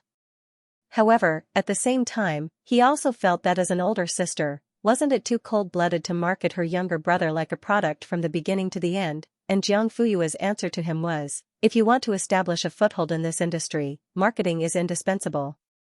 Do you admit that? I admit it. Since you have to use marketing methods, why not do it to the best of your ability? Assembly line production brings about increased efficiency, but it doesn't mean that the product has no value or lacks sincerity. Wu Qian was silent. In an established industry, I follow the established rules. I use my own way to pave the way for my family so that they can have a smoother life. Is there a problem? No. At this point, Wu Qian was convinced by her and had no more objections. And facts proved that Jiang Fuyue's method was indeed effective. First of all, the duration of the livestream. Every day, from 8 p.m. to 9:30 p.m., it was fixed for an hour and a half. No matter how popular it was, it would never be extended. Second, Jiang Qinxing's livestream style. Now, the entire internet was discussing the snack livestream of rice cooker-sponsored partnerships. Every time the 3 sizes of rice cookers appeared at the beginning of the video, everyone would know who it was. Finally, Xianxia himself was also a big attraction. Who didn't like cute kids? Moreover, he was a handsome guy who didn't talk much, was super shy, ate happily, and had timid eyes. This was obvious from the comments section. Brother, look at me. Over here, I want to steal an electric scooter to raise him. I, who earn 3,000 yuan a month, actually want to send all the delicacies in the world to him. I'll just watch him eat quietly from the side, drooling as I watch. There's an inside story. Of course, the comments section wasn't always harmonious. There were many fans and haters. However, these comments were all deleted and muted by Wu Qian in time. They were even blacklisted. Even if there were fish that escaped the net, they wouldn't let Jiang Qinxing see them. He did a good job of protecting the child's healthy growth. This was also why Jiang Fuyue chose him in the first place and continued to use him now. Obviously, Wu Qian himself knew this, so he was especially attentive to Xianxia. Sister, I've received my salary. The young boy's eyes were bright and sparkling. Congratulations. Jiang Fuyue was very respectful. This was the second payment. Jantar and his wife didn't want the income from the livestream, but Jiang Qinxing was too young after all. Firstly, it wasn't safe for him to have a huge sum of money. Secondly, they were afraid that he would misuse it. In the end, they decided to open a separate bank card for him and put the money in it. They only gave Xianxia 500 yuan a month as pocket money. Tuition and food expenses were calculated separately. In this regard, Xianxia expressed, full, 500 yuan was already a huge sum of money to him. Sister, can I treat you to a meal? Why are you suddenly treating me to a meal? I just want to treat you to a meal. Can't I? Just like every time you treat me to a meal, you don't need any reason. Of course. Jiang Fuyue smiled and nodded. Little brother still dotes on me, Xianxia blushed again. He swore in his heart, I'll treat my sister even better in the future and give her all the money I earn. Xianxia wanted to be the host, so the siblings went out to eat at noon. Jiang Fuyue picked a nearby restaurant that had a good reputation. The taste was good and the price was affordable. When they were ordering, Jiang Fuyue handed the menu to Xianxia. Little sugar daddy, you order. He blushed again. When all the dishes were served, Jiang Fuyue realized that most of them were her favorites. Sister, try it. How does it taste? Is it delicious? Delicious. Xianxia grinned happily and started eating. Yes, it was indeed delicious. When they were paying the bill, the waiter watched as the little boy took out 5 red notes from his trouser pocket. The total is 429 yuan. You have to give me 71 yuan. Little boy, are you sure you want to pay the bill? The waiter asked again. Of course. I have money, he said seriously. Okay. The waiter reluctantly took the money. When he left to get the change at the cashier, he couldn't help but look at Jiang Fuyue, who was sitting opposite him. She was already an adult, but she actually let the child pay for a meal. TSK, Xianxia seemed to sense the other party's hostility and explained, don't misunderstand. I'm treating my sister to a meal today. I see. You're a good boy. Xianxia pursed his lips shyly. He said, my sister is also very good. After the siblings finished eating, Wu Qian drove over to pick up Xianxia to pick a few dishes for the live broadcast. It was said that he had recently discovered a few new private restaurants. Not only were they hygienic, but they were also nutritious. It was perfect for minors like Xianxia who needed to grow up. Jiang Fuyue took a taxi to a tea house in Sanhuan.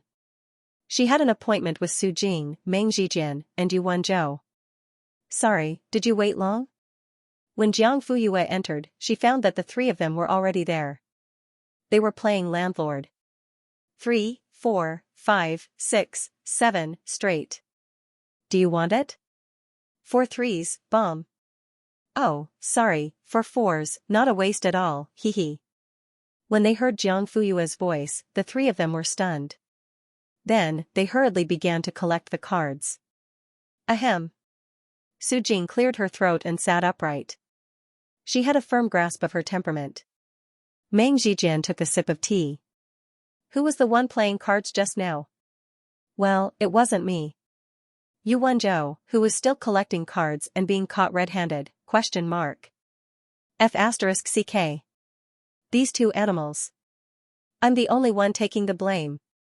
Classmate Jiang, listen to me, you've been disqualified from the physics competition summer camp. I really? Yuan Zhou was stunned. What did you say? Meng Zhijian shot up and almost overturned the coffee table. What was disqualified? Say it again? Su Jing also stared at her, as if there was something wrong with her ears. Jiang Fuyue glanced at the 3 of them. I received a call from the competition committee this morning. They told me that I'm not allowed to participate in 2 competitions at the same time. They helped me withdraw from the physics competition and chose NOI. Meng Zhijian and Yuan Zhou looked at each other in shock. Yuan Zhou, bullshit. I've already discussed it with the city. They'll mediate. They clearly agreed before, how could they change their mind the day before we leave? That's right, according to the original arrangement, Jiang Fuyue was supposed to fly to the capital tomorrow to participate in the opening ceremony of the physics competition. But now, it seemed that there was no need for that. Meng Zhijian was still calm. Which competition committee member called you? Imperial Capital. That doesn't make sense. Professor Su values you so much, and he's also the director of the competition committee. How could he directly disqualify you and push you to NOI? This was also what Jiang Fuyue was puzzled about. Even without her relationship with Su Kaiqing, based on her performance in the preliminary and semi-finals of the physics competition, the other party had no reason to push her out.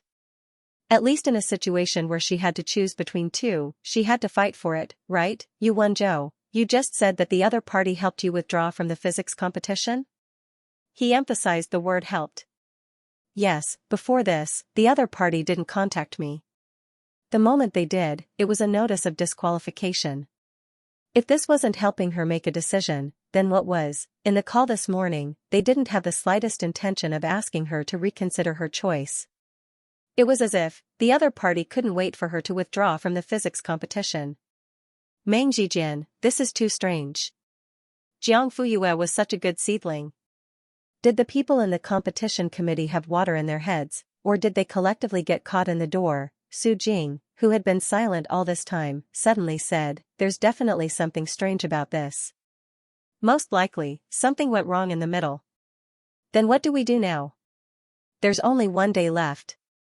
Su Jing pondered for a moment. "How about this, you contact the city's education bureau and find out the specific situation. See if Jiang Fuyue's application to participate in 2 subjects at the same time has been approved. Old you contact the competition committee and ask them to communicate with the imperial capital." Okay. The 2 of them immediately acted. Su Jing didn't stay idle either. He also began to make calls. Jiang Fuyue listened for a while.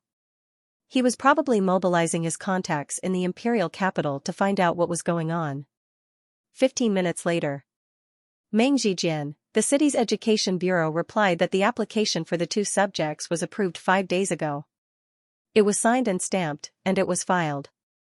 There can't be any mistakes. Yuan Zhou, the competition committee has already begun to contact the imperial capital. They haven't been able to contact them yet. Su Jing, I've asked my contacts in the imperial capital to investigate. We'll know the results by tomorrow afternoon at the latest. Tomorrow afternoon? That's too late. She's flying to the imperial capital tomorrow morning. Yuan Zhou rubbed his chin and suggested, then let's not fly for now? The 3 of them looked at Jiang Fuyue and asked her for her opinion. The latter's gaze was firm. It was obvious that she had already thought about it. No. Fly.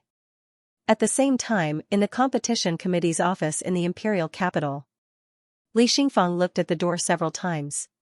When she didn't see anyone, she retracted her head and sat in her office chair, looking dispirited. Her colleague teased her, "It's so early in the morning.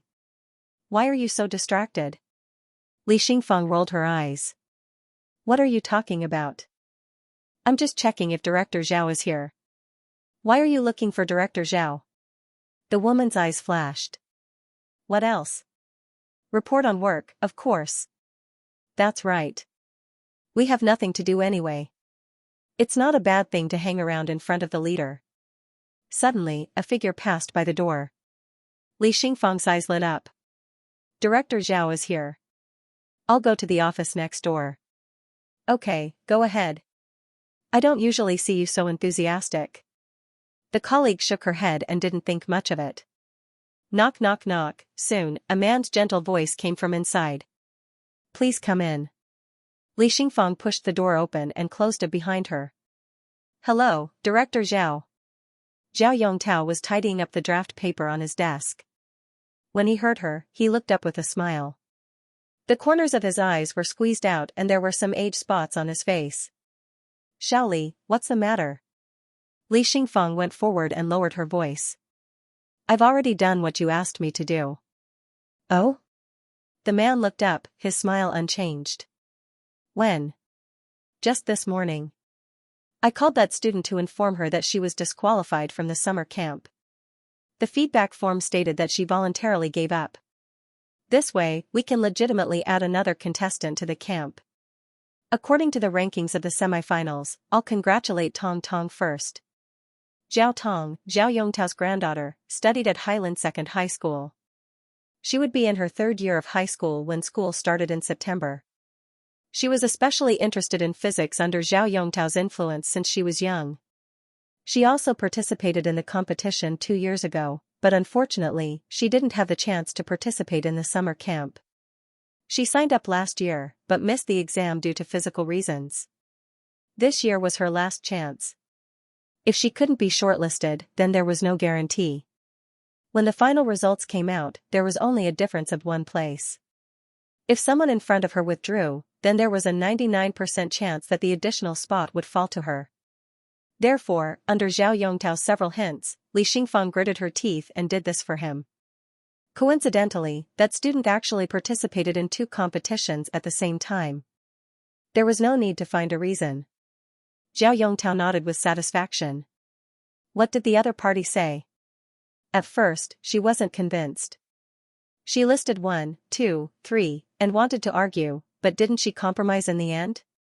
The woman said with a proud expression. She couldn't help it if she didn't compromise. Who asked her to participate in the information competition? Our terms clearly state that without special permission from the higher-ups, in principle, she is not allowed to participate in 2 competitions at the same time. Yes. Well done. Li Xingfang rubbed her hands. Then, the position of deputy director in the office, don't worry. As long as the follow-up progress goes smoothly, I'll give you what I promised. This was what the woman wanted, she immediately beamed. Thank you, Director Zhao. Thank you so much. If there's nothing else, you can leave first. Yes. Go on. Li Xingfang nodded and bowed as she left. She hummed a song as she returned to her office. You're finally back. The phone rang a few times just now. Do you want to call back? Li Xingfang looked at the number. It was not from the imperial capital. She waved her hand. Don't worry about it. It should be from the local government. The colleague said, oh. The 2 of them had different roles. She didn't know if Li Xingfang was doing the right thing. However, seeing her at ease, there shouldn't be a problem. At this moment, the phone rang again. Li Xingfang took a cup and was about to get some water. She stood up and thought that since it was a call from the public, it definitely wouldn't be from the leader. It didn't matter whether she answered it or not. She'd better drink some water first. Linhui, local competition committee office. The staff member put down the phone again. The director stared at him from the side. He suddenly felt a lot of pressure. The director asked, still no one answered? The staff member shook his head. This is the 7th. The director frowned. It's a working day, not a weekend. It shouldn't be like this, it shouldn't be like this. At this moment, another staff member ran in. Director, the Education Bureau just called. What did they say? Jiang Fuyue has completed all the approval procedures. They're sending the proof over. They want us to contact the Imperial Capital Competition Committee as soon as possible to restore Jiang Fuyue's summer camp qualification. Otherwise, the director's eyelids twitched. Otherwise what? They'll communicate with the Education Bureau directly. If it really came to that point, the competition committee would lose all face. The director gritted his teeth and ordered the staff member. Don't stop. Keep calling. And you, help. Make another call. I don't believe that I can't get through today. While everyone was in a mess, Jiang Fuyue was unusually calm. On the other hand, Su Jing and the other 2 were still worried when they left the tea house. Since she couldn't fly to the imperial capital tomorrow, she simply returned the plane ticket and withdrew 100,000 yuan from the bank. She wrapped it in a paper bag and brought it home. In the evening, Jantar and Han Yunru thought that their daughter would be going to the imperial capital tomorrow, so they closed the shop early and came back to have dinner with her. Mom, here's 100,000 yuan. Take it. Han Yunru was shocked. Where did you get so much money? Bonus. Then you should keep it for yourself. Why are you giving it to me? Han Yunru wasn't biased. She didn't touch her son's money, and she wouldn't touch her daughter's either. Your dad and I haven't really cared about you since you were young. First, we were too busy. Second, you didn't let us care about you. Now, it's the same as before. We don't interfere too much with you because I know that you know what you can and can't do. It's the same with money. Where to spend it and how much to spend it is up to you. Jiang Fuyue's heart warmed. Mom, don't be anxious. Let me finish first. Okay, go ahead. This money is mainly for you to expand the store. Jantar, the current store is very good. The place is big enough and spacious. What's there to expand? Han Yunru wasn't in a hurry to express her opinion. She looked thoughtful. Jiang Fuyue knew that the mother and daughter were thinking the same thing. The expansion I'm talking about is not making the current one bigger, but making a second store. Han Yunru suddenly looked up. Jiang Fuyue met her gaze and winked with a smile. The woman could not help but laugh helplessly. What do you mean? Jantar was the only one who was still in a daze. Second store? Are you going to open a branch? Jiang Fuyue nodded. Jantar didn't believe his daughter and looked at his wife questioningly. The latter gave him an affirmative smile. But, we don't have enough manpower to run it. Jiang Fuyue, then hire people. What if those people aren't skilled enough and ruin the reputation? Han Yunru, the skills can be taught slowly. Jiang Fuyue said, it's not easy to open a branch. The preparatory work is very complicated. Dad, don't be anxious. It's enough to have this awareness first. We'll take the rest step by step, right, Mom? Han Yunru nodded. Our daughter has more plans than you. Jantar smiled and scratched his head. It's fine as long as you and our daughter are smart. There has to be a stupid one in the family.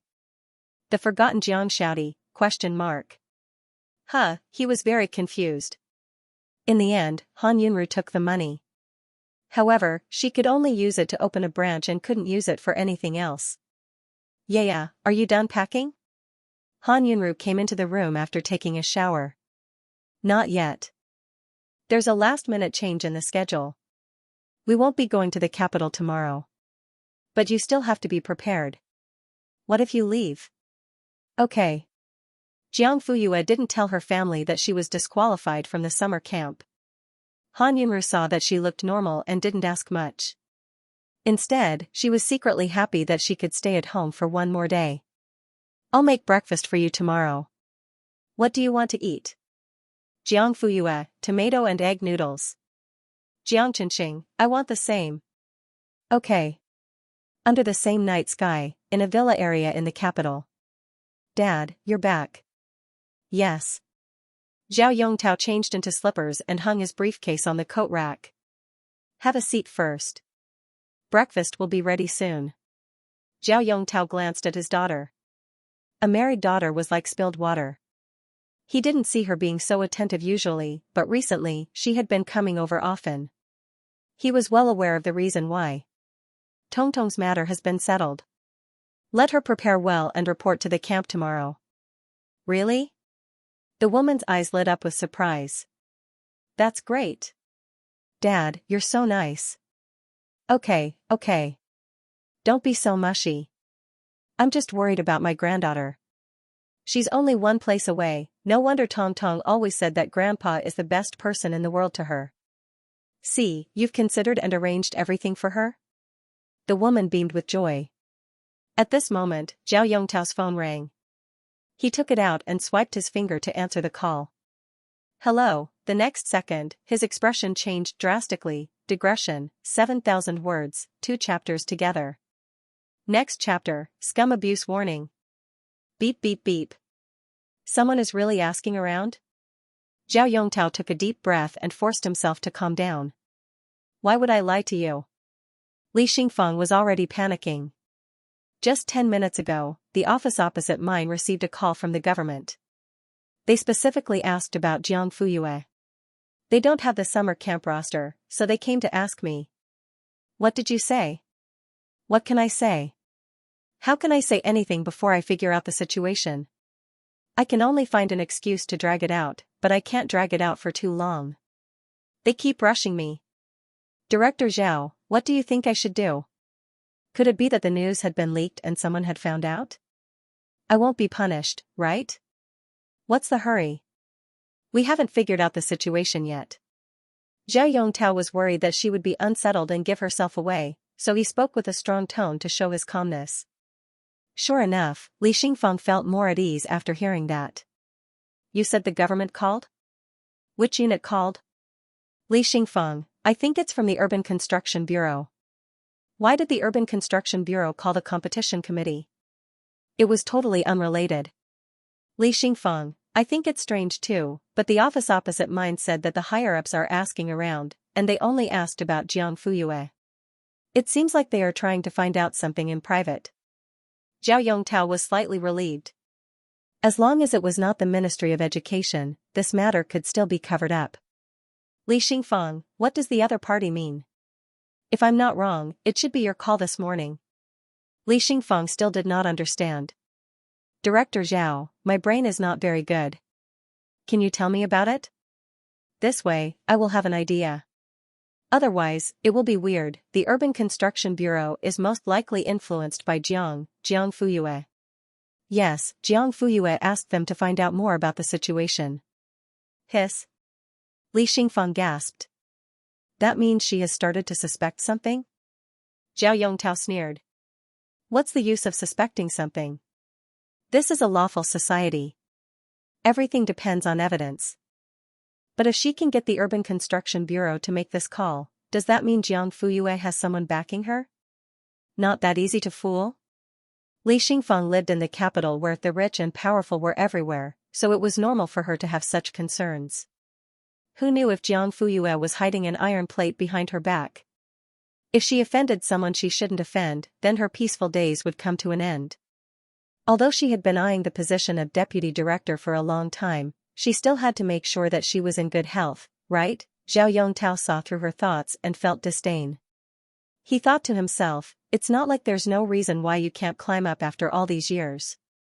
What can you do with this little bit of courage? But he comforted her, who doesn't have relatives these days? Maybe someone in the family works in the city construction, so they might as well make a phone call to inquire about the situation. Even then, they would have to be polite and wait for your reply, right? Li Xingfang felt that it made sense. Judging from the attitude of the people in the opposite office, it shouldn't be anyone important. Otherwise, why would they let her drag her feet? Didn't he go crazy long ago? If Jiang Fuyue really has a backer, then this call wouldn't be from Qingjian, do you understand? Zhao Yongtao said in a mysterious tone. Hey! You're so considerate. I couldn't keep my cool. Then, how do you think I should reply to them? Do you need me to teach you that? You're doing things according to procedure. First, you're not breaking the law. Second, you're not breaking the rules.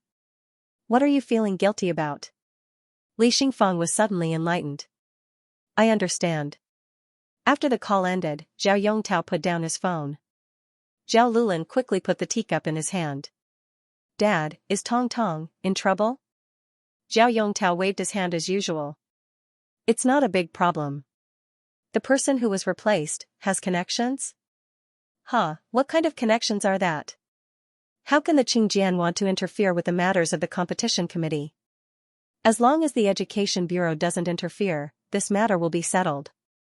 It wasn't that he was blindly arrogant, but before Zhao Yongtao locked on to Jiang Fuyue, he had someone check her family background. His parents were both self-employed and had small businesses. Very few of his relatives worked in the government. To put it bluntly, she was just a commoner with good grades. How could she have connections? Zhao Lulin breathed a sigh of relief. That's good. This kind of thing isn't rare. It's not like we're the only family doing this. As long as we hide it well. But I'm afraid that something might go wrong. If it gets out, it'll be hard to deal with the internet and public opinion in this society. Zhao Yongtao nodded. It's good that you understand. Remember to tell Tong Tong to keep a low profile after she enters the camp. She should know what to say and what not to say. Don't worry, I've already instructed her to take care of everything. Nothing will go wrong.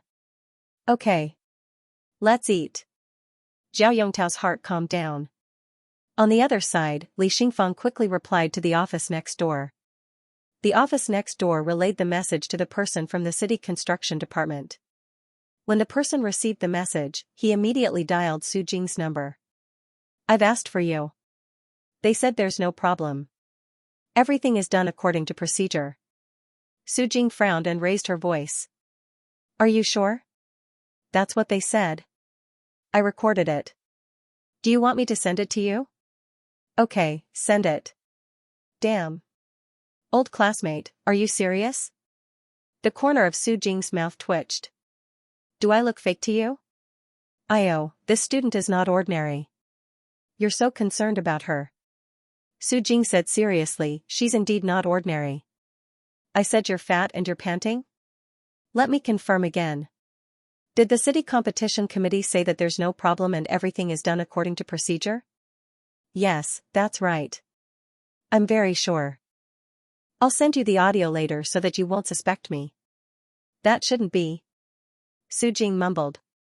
What shouldn't be? The other party called to say that the double subject competition is not allowed. But we have all the procedures. If everything is done according to procedure, then the summer camp shouldn't be cancelled. Now that they're contradicting themselves, it's obvious that they're doing it half-heartedly. I was only suspicious before, but now I'm sure that the city competition committee is up to no good. Then what are you going to do? I can call the city construction department to ask, but I can't interfere with the internal decisions of the city competition committee. So, sorry, old classmate. Don't say that. We've already troubled you enough. It looks like the only way is to contact the education department. Will that work? Just for a student? Su Jing emphasized again. This is not an ordinary student. Okay, then I'll wait and see how extraordinary she is. After Su Jing hung up, she immediately contacted Meng Zhijian and Yu Wenzhou and told them what she had just heard. Meng Zhijian, I knew it was the Imperial City's COC. They actually dared to play dumb. Yu Wenzhou, what do you think they're doing? It's not something that's open and aboveboard. Then what do we do next? We can't just sit here and do nothing. I'm worried that if Jiang Fuyue doesn't show up for the camp opening ceremony tomorrow, then we'll be in the wrong. Meng Zhijian completely agreed. Before the ceremony starts, we have to do this unilaterally. Only then can we deal with any changes that might occur. Otherwise, we'll be too passive. Su Jing, you guys can contact the education department directly. Meng Zhijian and Yu Wenzhou were shocked. Once we take this step, there's really no turning back. I'm worried that it'll be hard to explain to the city competition committee. Su Jing laughed. Okay, if you guys want to watch Jiang Fuyue withdraw from the summer camp and miss the international competition, then you can continue to hesitate. I think that kid is very calm. It doesn't matter if she participates or not. Even if there's no physics Olympiad, there's still NOI. The math Olympiad preliminaries are starting in mid-October. Meng Zhijian heard this. What could he do? Why is NOI okay with your math Olympiad, but not my physics Olympiad? You want to contact the education department, right? Okay, I'll call right now. Yu Wenzhou nodded frantically. Yes, yes, yes. If Jiang Fuyue misses this summer camp, I'll. Su Jing, you'll what? I'll go post about it and cry for the whole country to see. How promising. Meng Zhijian had already dialed the number, but no one picked up. What the hell? Su Jing reminded him. She's already off work at this time. What should we do? Let's call tomorrow. We're not in a hurry. The three of them discussed for a while and could only agree. On the other hand, Jiang Fuyue, who was supposed to be in the eye of the storm, ate and drank as usual at home no matter how chaotic it was outside. She slept soundly until she woke up naturally and even ate Han Yunru's homemade egg noodles. She was so carefree. 10 am, Linhui Airport. Ling Xian looked at his watch for the nth time and looked at the entrance for the nth time. Unfortunately, that person still didn't appear. He couldn't help but frown. There was still half an hour before check-in. Jiang Fuyue was on the same flight as him, but there wasn't even a shadow of her. Ling Xian wondered if she had overslept.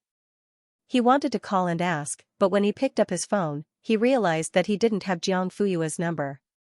He couldn't help but smile bitterly. Another 10 minutes passed in a blink of an eye. Another boy arrived, but Jiang Fuyue still didn't come. Was she delayed on the way? The boy suddenly spoke. His name was Xianxia, a student of number 3 high school. He ranked second in the province in the semifinals. His total score was 5 points higher than Ling Xian and only below Jiang Fuyue. This time, he occupied one of the 3 summer camp spots in Linhui. When they bought tickets together, the Education Bureau booked a flight for the 3 of them, and even their seats were next to each other. Ling Xian, I don't know. She didn't reply to my message. Xianxia, call her directly. Ling Xian, Don't tell me you don't have her phone number. Aren't you classmates? Do classmates have to have a phone number? Xianxia touched her nose. Not necessarily. Actually, you can call the teacher and ask the teacher to contact her. Ling Xian was taken aback and silently took out his phone. Yes, why didn't he think of it? At that time, Meng Zhijian was explaining the situation to the leaders of the Education Bureau. When Ling Xian's phone call came in, he said with righteous indignation, "This is clearly framing, discrimination, and not following the rules. I have good reason to suspect that the Beijing Competition Committee is operating under the table. I don't know the specific purpose, but my student has been treated unfairly because of this. I hope the leader can give an explanation." Naturally, he didn't receive Ling Xian's call. Turning his head, Ling Xian continued to call Yuan Zhou, and this time it finally connected. Ling Xian? What's the matter? He was busy arguing with the city competition committee at the moment and had no time to deal with the little kid for the time being.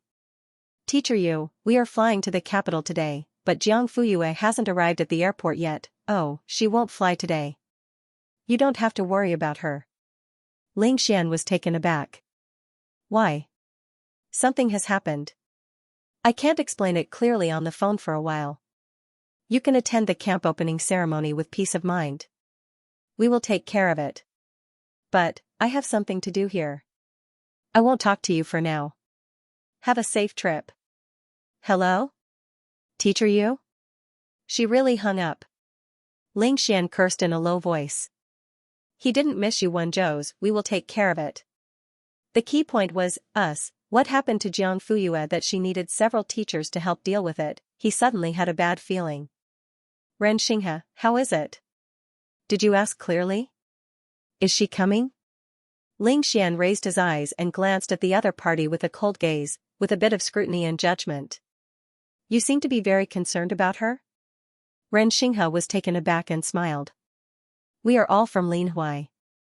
When we arrive at the capital, we must take care of each other. Isn't it normal for me to be concerned? But I think you seem to be more concerned? Ling Xian's eyes sharpened. Xianxia had already looked away, as if the last sentence was just said casually. At 1:00 in the afternoon, the two arrived at the capital. At 2:00, they checked in. At 2:30, they were notified that all members would gather in the lecture hall. The camp opening ceremony would be held at 3:00 on time. Have you heard? Professor Su will also attend the camp opening ceremony this time. Professor Su? Who is it? Su Kaiqing. A national treasure level physicist. Why are you still attending the summer camp when you don't even know this? It is said that in previous years, he used videos recorded in advance as a speech. He didn't come in person. I didn't expect him to come this year. It's so strange. Digression, 4,000 words. First update. My eyes were itchy and I only wrote one update yesterday. 3:00 in the afternoon. End of chapter 130. Don't forget to subscribe, like, and share the video to support the channel.